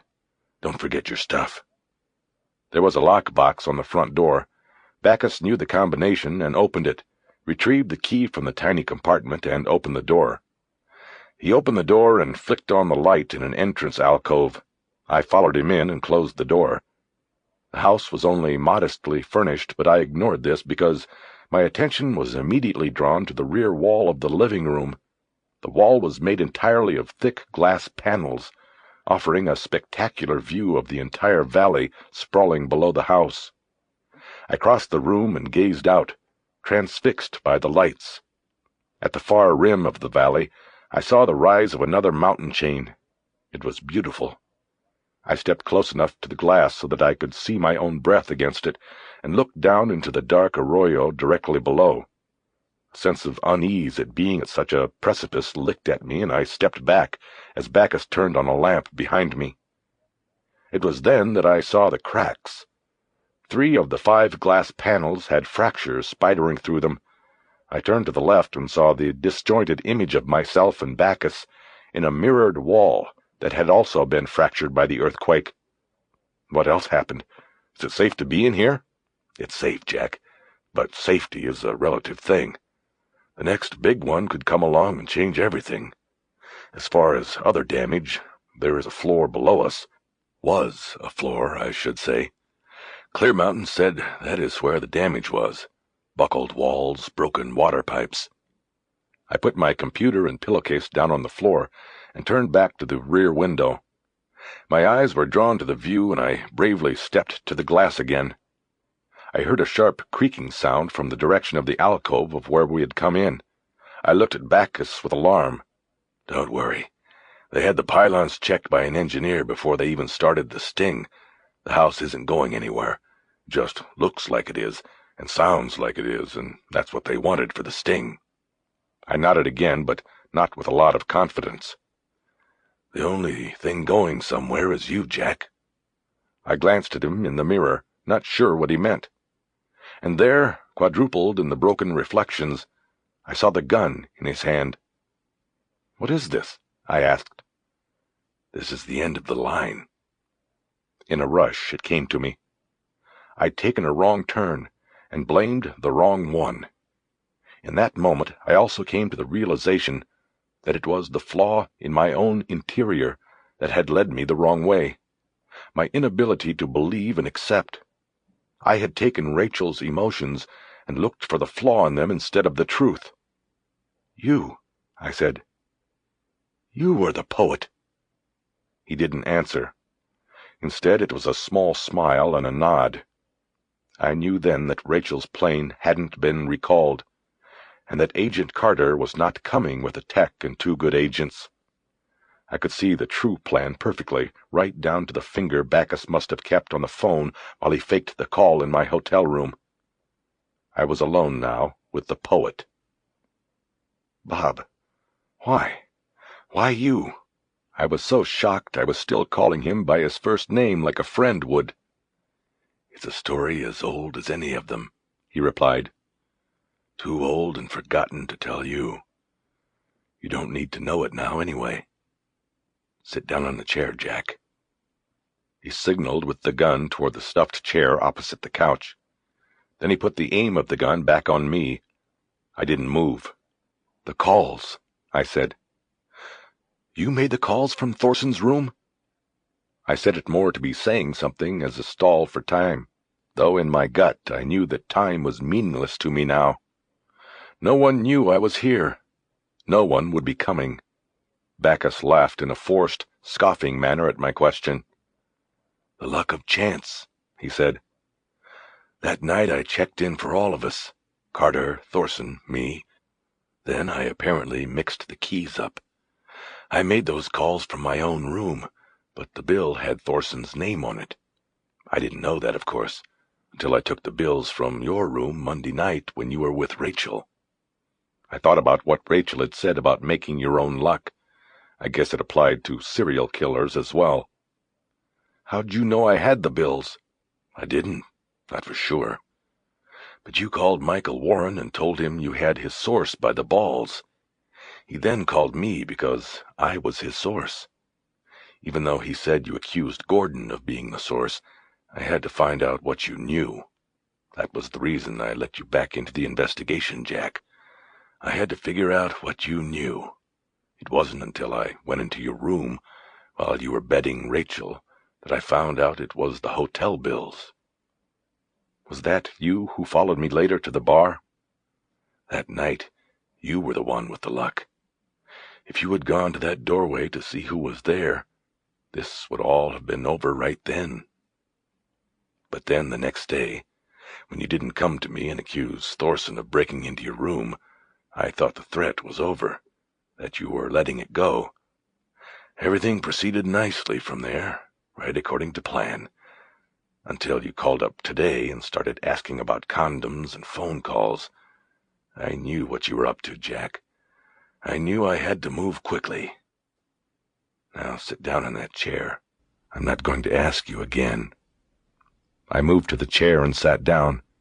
I rubbed my hands down my thighs and felt my hands shaking. My back was now to the rear wall of glass. I had nothing to look at but Bacchus. "How'd you know about Gladen?" I asked.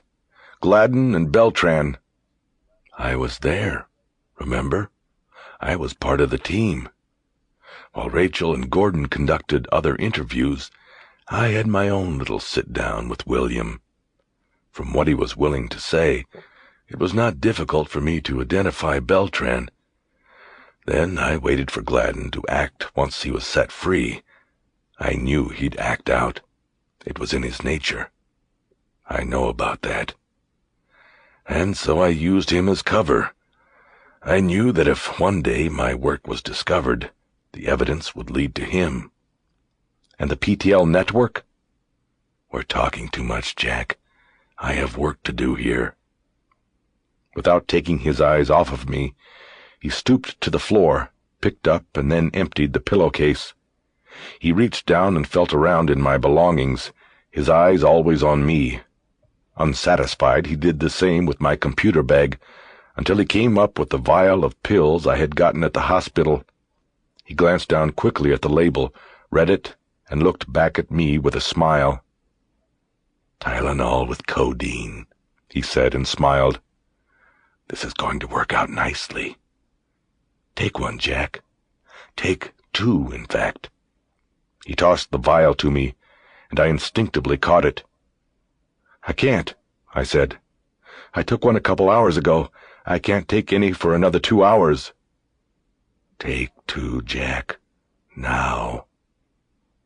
His voice had stayed in a steady monotone, but the look in his eyes chilled me. I fumbled with the cap and finally managed to open the vial. "I need water." "No water, Jack. Take the pills." I put 2 of the pills into my mouth and tried to act as if I had swallowed them as I moved them under my tongue. "Okay." "Open wide, Jack." I did, and he leaned forward to look, but he never came close enough for me to take a swing at the gun. He stayed out of reach.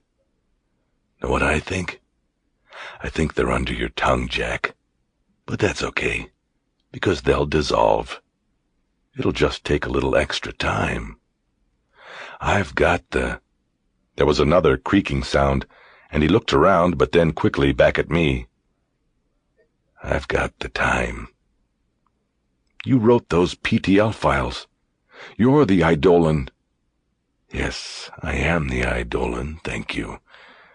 And to answer your earlier question, I learned of the PTL board from Beltran. He was kind enough to be online the night I paid my visit to him. So I took his place on the net, so to speak. I used his passwords and later had the system's operator change them to Edgar and Perry. I'm afraid Mr. Gomble never knew that he had a fox in the hen house, to use your turn of phrase." I looked at the mirror to my right, and in it I could see the reflection of the valley lights behind me. All those lights, all those people, I thought, and no one to see or help me. I felt the shudder of fear move through me stronger. "You have to relax, Jack," Bacchus said in a calming monotone. "That's the key. Are you feeling the codeine yet?" The pills had broken up under my tongue and filled my mouth with an acrid taste. "What are you going to do to me?" "I'm going to do for you what I did for all of them. You wanted to know about the poet? You are going to know all there is to know. Everything. First-hand knowledge, Jack. You see, you are the choice. Remember what the facts said? The choice has been made. He's in my sights. That was you, Jack, all along." "Bacchus, you sick fuck! You—" My outburst jarred some of the debris loose in my mouth, and I swallowed it before I could stop. Bacchus, seemingly knowing what had happened, burst out laughing, but then abruptly cut it off. He glared at me, and I could see a dim light in his unblinking eyes. I realized then how mad he was, and it dawned on me that because Rachel was not the one, the thing that I had believed was part of her misdirection might in actuality be part of the real poet's killing pattern. The condoms, the sexual aspects. It could all be part of his killing program. What did you do to my brother? That was between him and me. Personal. Tell me. He exhaled. Nothing, Jack. Nothing. He was the one who wouldn't go along with the program. He was my one failure. But now I have the closest thing to a second chance. I won't fail this time. I looked down at the ground. I could feel the effects of the painkillers beginning to move through me. I squeezed my eyes shut and balled my fists, but it was too late. The poison was in my blood. There's nothing you can do, Bacchus said. Just relax, Jack. Let it take you. Soon it will all be over. You're not going to get away. There's no way Rachel's not going to see this for what it is. You know, Jack, I think you are 100% correct. She'll know. She may already. That's why I'm leaving after this. You are the last chore on my list. Then I take my leave. I didn't get it. Leaving? I'm sure Rachel already has her suspicions. That's why I've had to keep sending her to Florida. But it's only a temporary deflection. Soon enough she'll know. That's why it's time to shed the skin and move on. I've got to be me, Jack. His face lit up with the last line. I thought he was about to sing it, but he didn't. How's it feeling now, Jack? A little lightheaded? I didn't reply, but he knew the answer was yes. I felt like I was beginning to slip into a void of darkness, a boat going over the falls. All the while Bacchus just watched, talking in his calm monotone, using my name often. Let it work itself through you, Jack. Just enjoy these moments. Think about your brother. Think about what you are going to say to him. I think you should tell him what a great investigator you turned out to be. 2 in the family, that's something. Think of Shawn's face, smiling at you, Jack. Now let your eyes close until you can see him. Go ahead. Nothing's going to happen. You're safe, Jack. I couldn't help it. My eyelids were drooping. I tried to look away from him. I stared at the lights in the mirror, but the fatigue still grabbed me and took me under. I closed my eyes. That's good, Jack. Excellent. Do you see Shawn now? I nodded. Then I felt his hand on my left wrist. He moved it onto the arm of the chair. Then he did the same with my right arm. Perfect, Jack. You're a wonderful subject. So cooperative. Now, I don't want you to feel any pain. No pain, Jack. No matter what happens here, you will not feel any pain. Do you understand that? Yes, I said. I don't want you to move, Jack. In fact, Jack, you cannot move. Your arms are like dead weights. You cannot move them. Isn't that right? Yes, I said. My eyes were still closed and my chin was resting on my chest, but I was totally aware of my surroundings. It was as if my mind and body had separated. It was as if I was looking down from above at myself in the chair. Open your eyes now, Jack. I did as I was told, and saw Bacchus standing before me. His gun was holstered under his open jacket, and in one hand he now held a long steel needle. This was my chance. The gun was in the holster, but I could not move from the chair or reach out to him. My mind no longer could send messages to the body. I sat motionless and could only watch as he matter-of-factly pressed the point of the needle into my unbandaged palm. He repeated the procedure with 2 of my fingers. I made no move to stop it. "That's good, Jack. I think you are ready for me now. Remember, arms like dead weights. You just can't move them, no matter how much you want to. You can't speak, no matter how much you want to. But keep your eyes open, Jack. You don't want to miss this." He stepped back and looked at me with an appraising look. "Who's best now, Jack?" he asked. "Who's the better man? Who has won and who has lost?" My mind filled with revulsion. I couldn't move my arms or speak, but still felt the energy wave of absolute fear go screaming through me. I felt tears form in my eyes, but they didn't fall. I watched as his hands went to his belt buckle, and he said, "I don't even have to use rubbers anymore, Jack." Just as he said that, the light in the alcove behind him went out. Then I saw movement in the shadows left behind and heard her voice. "Rachel." "Don't move an inch, Bob, not even an inch." She said it calmly and confidently. Bacchus froze, his eyes on mine, as if he could see her reflection in them. They were dead eyes. His right hand, shielded from Rachel's view, started moving inside his jacket. I wanted to call out a warning, but I could not. At once, I strained every muscle of my body to move just an inch, and my left leg kicked out from the chair impotently. But it was enough. The hold Bacchus had was losing its grip. "Rachel!" I yelled, just as Bacchus pulled his gun from his holster and spun around on her. There was an exchange of shots, and Bacchus was launched backward onto the floor. I heard the shattering of one of the glass panels and the cool evening air rush into the room as Bacchus scrambled to cover behind the chair I sat in. Rachel dipped around the corner, grabbed the lamp and jerked it away from the socket. The house plunged into a darkness only interrupted by the stray light from the valley below. Bacchus fired twice more at her, the report of his weapon so close to my head it was deafening. I felt him jerk the chair backwards to give him better cover. I was like a man coming out of a deep dream, struggling just to move.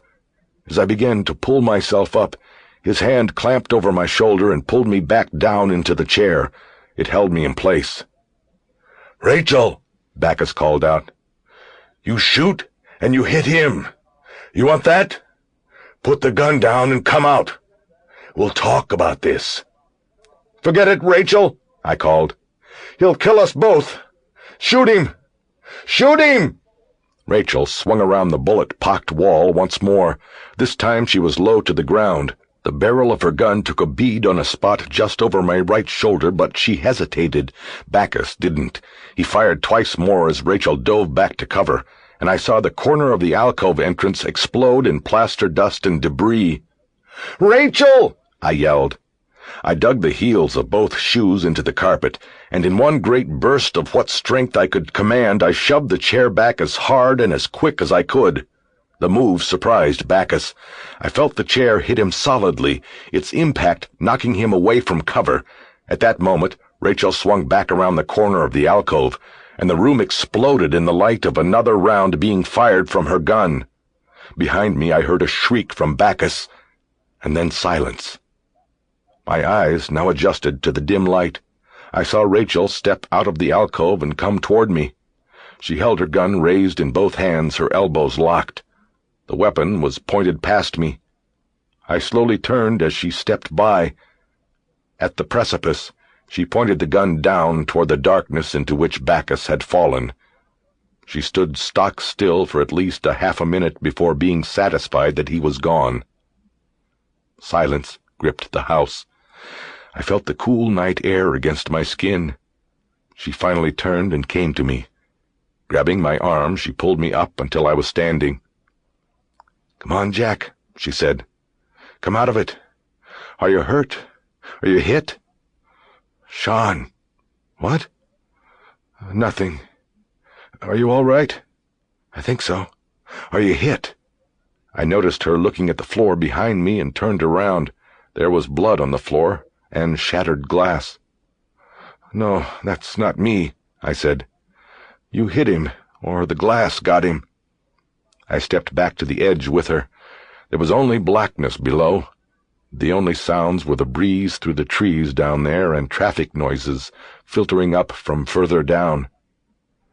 "Rachel, I'm sorry," I said. I thought it was you. I'm sorry." "Don't say it, Jack. We'll talk about it later."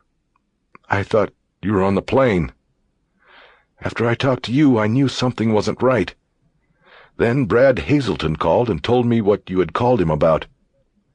I decided to talk to you before I left. I went to the hotel and saw you leaving with Bacchus. I don't know why, but I followed. I guess it was because Bob had sent me to Florida before when he should have sent Gordon. I didn't trust him anymore." "How much did you hear up here?" "Enough. I just couldn't make a move until he holstered his weapon. I'm sorry you had to go through all of that, Jack." She stepped back from the edge, but I stayed there, staring into the darkness. "I didn't ask him about the others. I didn't ask him why." "What others?" "Shawn. The others. Beltran got what he deserved, but why Shawn? Why the others? There's no explanation, Jack. And if there was, we'll never know it now."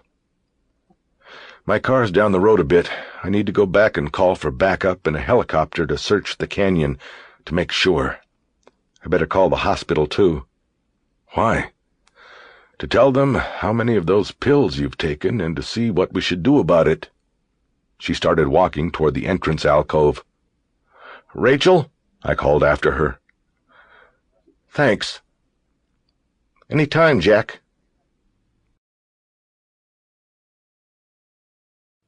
"50.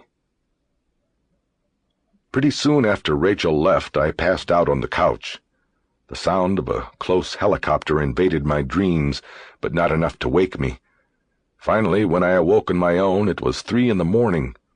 I was taken to the 13th floor of the Federal Building and placed in a small interview room. 2 dour-faced agents I had never met before asked me questions for the next 5 hours, going over my story again and again until I was sick of regurgitating it. For this interview, they did not have a stenographer sit in the corner of the room with her machine, because this time we were talking about one of their own, and I had the feeling that they wanted to sculpt my story into the form that could best serve them before putting it down on the record. Sometime after 8, they finally said I could go down to the cafeteria for breakfast before they brought the stenographer in and made a formal record. By then, we had been over the story so many times I knew exactly how they wanted me to answer nearly every question. I wasn't hungry, but I wanted out of that room and away from them so badly I would have said yes to anything. At least, they didn't escort me down to the cafeteria like a prisoner. I found Rachel sitting there alone at a table. I bought a coffee and a sugar donut that looked like it was 3 days old and went over. "Can I sit here? It's a free country. Sometimes I wonder. Those guys, Cooper and Kelly, they've held me in that room up there for 5 hours. You've got to understand something. You're the messenger, Jack. They know you are going to go out from here and tell the story in newspapers, on TV, probably a book. The whole world will know about the FBI's one bad apple. It doesn't matter how much good we do or how many bad guys we stop. The fact that there was a bad guy among us is going to be a big, big story. You are going to be rich, and we are going to have to live with what comes after. That, in a nutshell, is why Cooper and Kelly aren't treating you like a prima donna." I studied her for a few moments. It looked like she had eaten a full breakfast. I could see egg yolks smeared on her empty plate. "Good morning, Rachel," I said. Maybe we can start over." That just got her mad. "Look, Jack, I'm not going to treat you gently either. Just how do you expect me to react to you now?" "I don't know. The whole time with those guys I've been answering their questions but doing nothing but thinking about you, about us." I studied her face for reaction, but got none. She was looking down at her plate. Look, I could try to explain to you all the reasons I thought it was you, but it wouldn't matter. It all comes down to me, Rachel. Something in me is missing, and I couldn't accept what you offered without some suspicion, some kind of cynicism. It was from that small doubt that everything grew and got blown out of proportion. Rachel, you have my apology and my promise that if I was given a new chance with you, I would work to overcome it, to fill that void, and I promise you that I would succeed. Still nothing, not even eye contact. I became resigned. It was over. Rachel, can I ask you something? What is it? Your father. And you. Did he hurt you? Do you mean did he fuck me? I just looked at her silently. That's part of me and my life I don't have to talk to anyone about. I turned my coffee cup on the table, staring at it like it was the most interesting thing I'd ever seen. Now I was the one who couldn't look up. Well, I've got to get back up there, I finally said. They only gave me 15 minutes. I made a move to stand up. Have you told them about me? She asked. I stopped.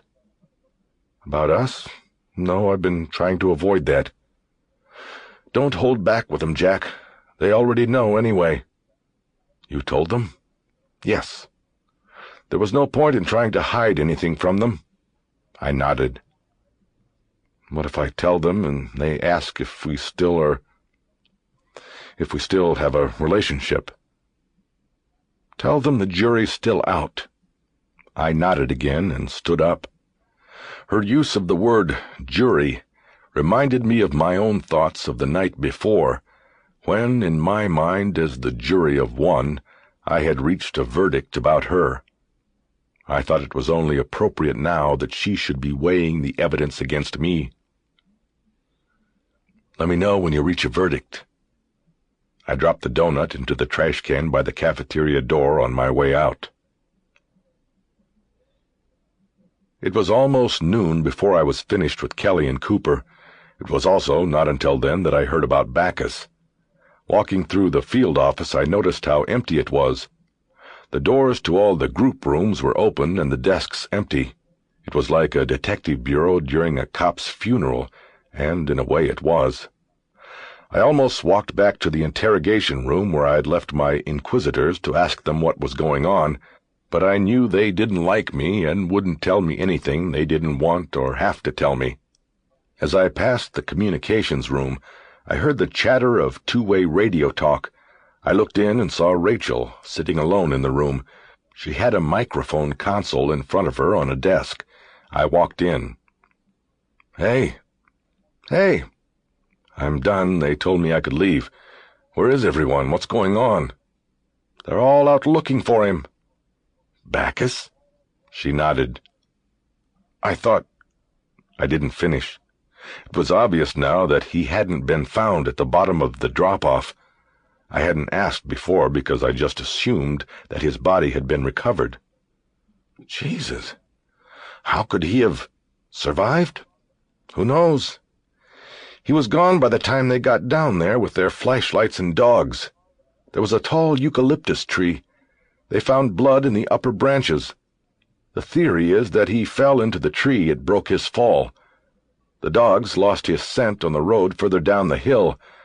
The helicopter was pretty much useless, except for keeping everybody on the hillside up half the night. Everybody but you. They're still out there. We've put everybody out on the street, the hospitals. So far, nothing. Jesus. Bacchus was still out there. Somewhere. I couldn't believe it. I wouldn't worry, she said. The possibility that he would go after you, or me for that matter, is considered very remote. His goal now is escape, survival.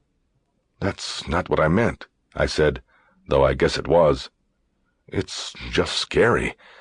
Someone like that out there. Have they come up with anything about why? They're working on it. Brass and Brad are on it, but he's going to be a tough one to crack. There was just no sign at all. The wall between his two lives was as thick as a bank vault's door. On some of them we just never get through, the unexplainable ones. All you know is that it was there inside them, the seed. And then one day it metastasized, and he began doing what he was probably only fantasizing about before. I didn't say anything. I just wanted her to continue to talk to me. "They'll start with the father," she said. "I heard Brass was going up to New York to see him today. That's one visit I wouldn't want to have to make. Your son follows you into the bureau and turns out to be your worst nightmare. What's that line that Nietzsche said? Whoever fights monsters should see to it that in the process he does not become a monster." Yeah. We both were quiet for a few moments, thinking about that. "Why aren't you out there?" I finally asked. "Because I've been assigned to desk duty until I'm cleared on the shooting and my other actions." "Isn't that academic, especially since he isn't even dead?" "It should be, but there are other factors." "Us? Are we one of those factors?" She nodded.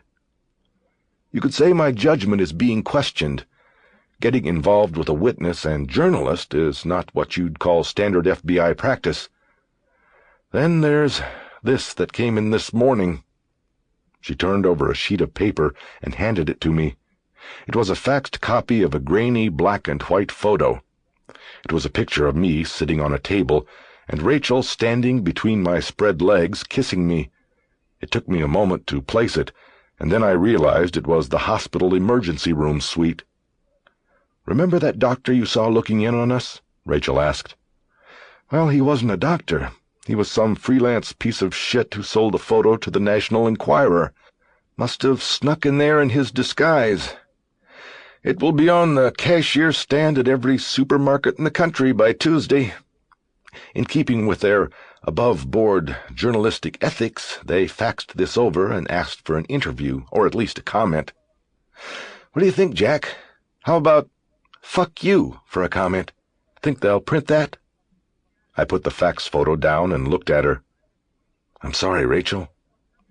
"You know, that's all you can say now. Sorry, Rachel. Sorry, Rachel. Doesn't look very good on you, Jack." I almost said it again, but instead just nodded. I looked at her, brooding for a moment about how I could have ever made the mistake I made. I knew then it had cost me my chance with her. Feeling sorry for myself, my mind ran through all the parts that had made the whole and had convinced me of something my heart should have known was wrong. I was looking for excuses, but knew there weren't any. "Remember that day we met and you took me down to Quantico?" "Yes, I remember." "That was Backus's office you put me in, wasn't it, to make my calls?" "Why'd you do that? I thought it was your office." "I don't have an office. I have a desk and workspace. I put you in there so you'd have some privacy. Why?" "Nothing. It was just one of the parts that seemed to fit so well before. The calendar on the desk. It showed he was on vacation when Orsilac. So I thought you lied to me about not having a vacation in so long." "We're not going to talk about this now." "Then when? If we don't talk about it now, we never will. I made a mistake, Rachel. I've got no acceptable excuse, but I want you to know what I knew. I want you to understand what I don't care. Maybe you never cared. Don't try to put it on me. You're the one who fucked up. I wasn't the one who— What did you do that night? The first night after you left my room? I called and you weren't there. I knocked on your door and you weren't there. I went out in the hall and I saw Thorson. He was coming from the drugstore. You sent him, didn't you?" She looked down at the desk for the longest time. "At least answer that, Rachel." "I saw him in the hallway, too," she said softly. "Earlier. After I left you. It made me so angry that he was there, that Bacchus brought him out. It all boiled up. I wanted to hurt him, humiliate him. I needed something. So, with the promise that she'd be waiting, she sent him out to the drugstore for a condom, but she was gone when he got back. I was in my room when you called and knocked. I didn't answer because I thought it was him. He must have done the same. Twice people knocked. Twice they called. I never answered. I nodded. I'm not proud of what I did to him, she said. Especially now. Everybody has things they're not proud of, Rachel. It doesn't stop them from going on. It shouldn't. She didn't say anything. I'm going now, Rachel. I hope things work out for you. And I hope you'll call me sometime. I'll be waiting. Goodbye, Jack. As I moved away from her, I brought my hand up.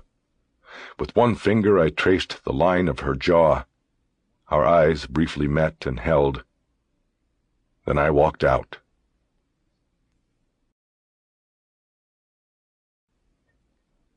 "51. He huddled in the dark of the storm drainage tunnel, resting and concentrating his mind on mastering the pain. Already he knew there was infection. The wound was minor in terms of damage, a through-and-through shot that tore through an upper abdominal muscle, but little else before leaving. But it was dirty, and he could feel the poisons beginning to move through his body, making him want to lie down and sleep. He looked down the length of the dark tunnel. Only stray light leaking from somewhere up above made it this far down. Lost light.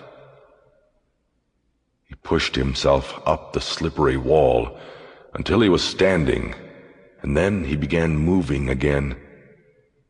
One day, he thought as he moved. Make it through the first day, and you'll make it through the rest. It was the mantra he repeated in his mind. In a sense, there was relief. Despite the pain and now the hunger, there was the relief. No more separation. The facade was gone. Bacchus was gone. Now there was only Eidolon. And Eidolon would triumph. They were nothing before him, and could do nothing now to stop him. Nothing! His voice echoed down the tunnel into the blackness and disappeared. With one hand clamped over his wound, he headed that way.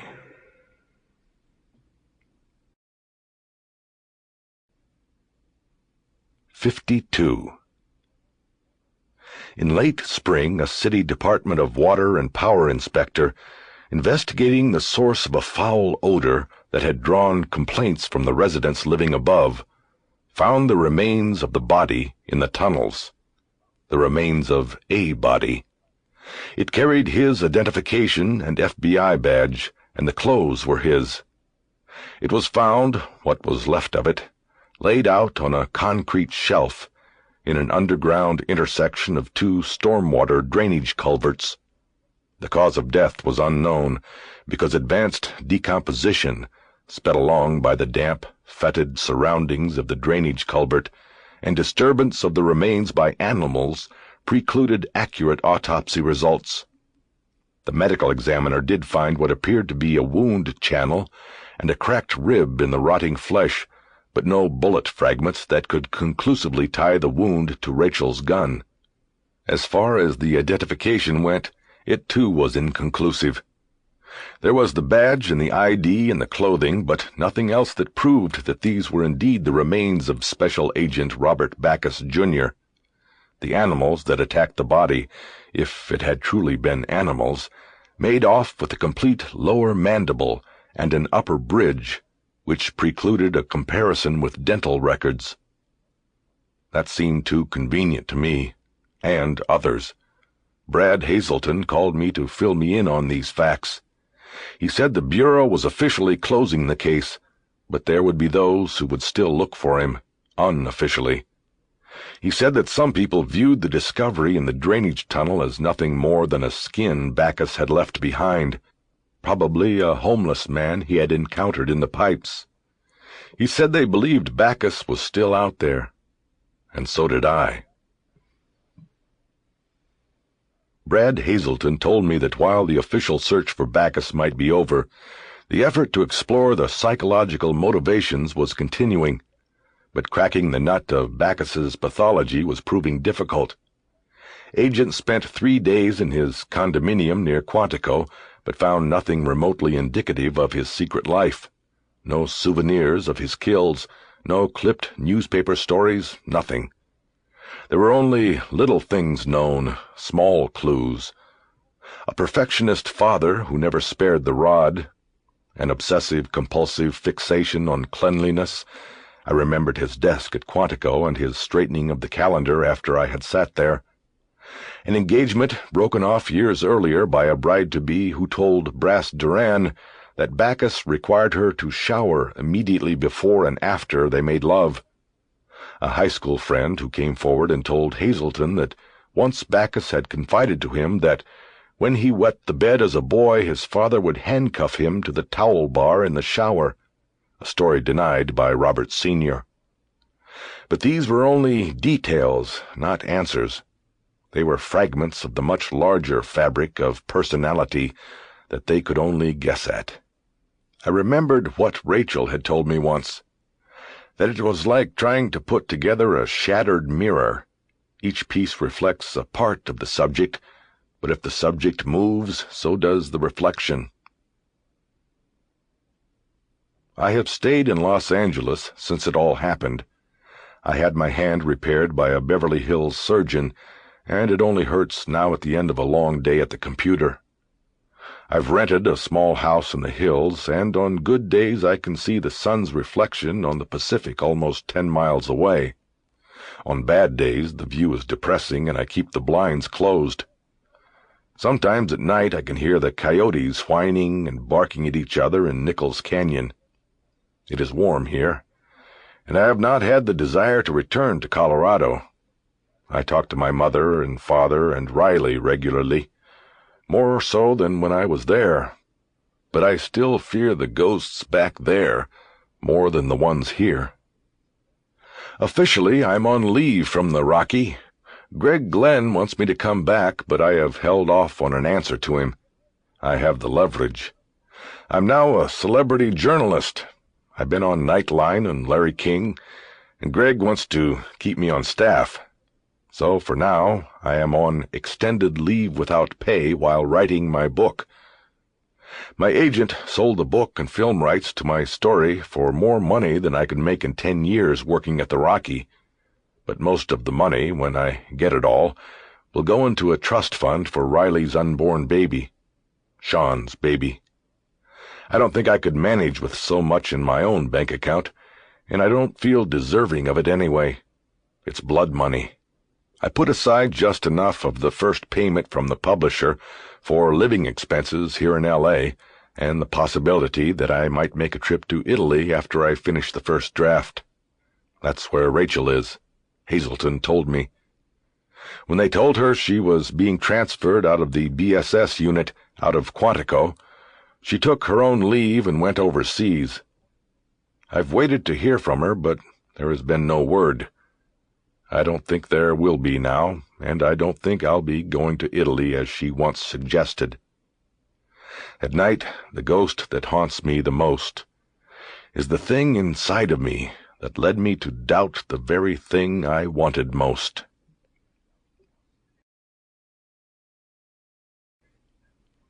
"53.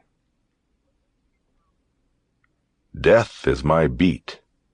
I have made my living from it and forged a professional reputation on it. I have profited by it. It has always been around me, but never as close as those moments with Gladen and Bacchus, when it breathed right into my face, put its eye to mine, and made a grab for me.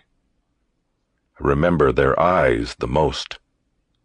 I can't sleep without first thinking of their eyes, not for what was in them, but for what was missing, what was not there. Behind them was only darkness, an empty despair so intriguing that I find myself fighting sleep to think about it sometimes. And when I think of them, I can't help but think of Shawn as well, my twin. I wonder if he looked into the eyes of his killer at the end. I wonder if he saw what I saw, an evil as pure and as scarring as a flame. I still mourn for Shawn, I always will. And I wonder as I watch and wait for the eidolon, when I'll see that flame again. Acknowledgements. I would like to thank the following people for their fine work and support. Many thanks to my editor, Michael Peach, for long and hard work, as always, on this manuscript, and to his colleagues at Little Brown, particularly my friend Tom Roosh, for all of their efforts on my behalf. Also to my agents, Philip Spitzer and Joel Gottler, who were there when it was only an idea. My wife, Linda, and members of my family provided invaluable help to me by reading the early drafts and showing me where I went wrong, repeatedly. In matters of research, I want to thank Bill Ryan and Rick and Kim Garza for their help and patience with my questions. And I would also like to thank the many booksellers I have come to know in the last few years and who have put my stories into the hands of the readers. Lastly, I must gratefully acknowledge Edgar Allan Poe for his poetry.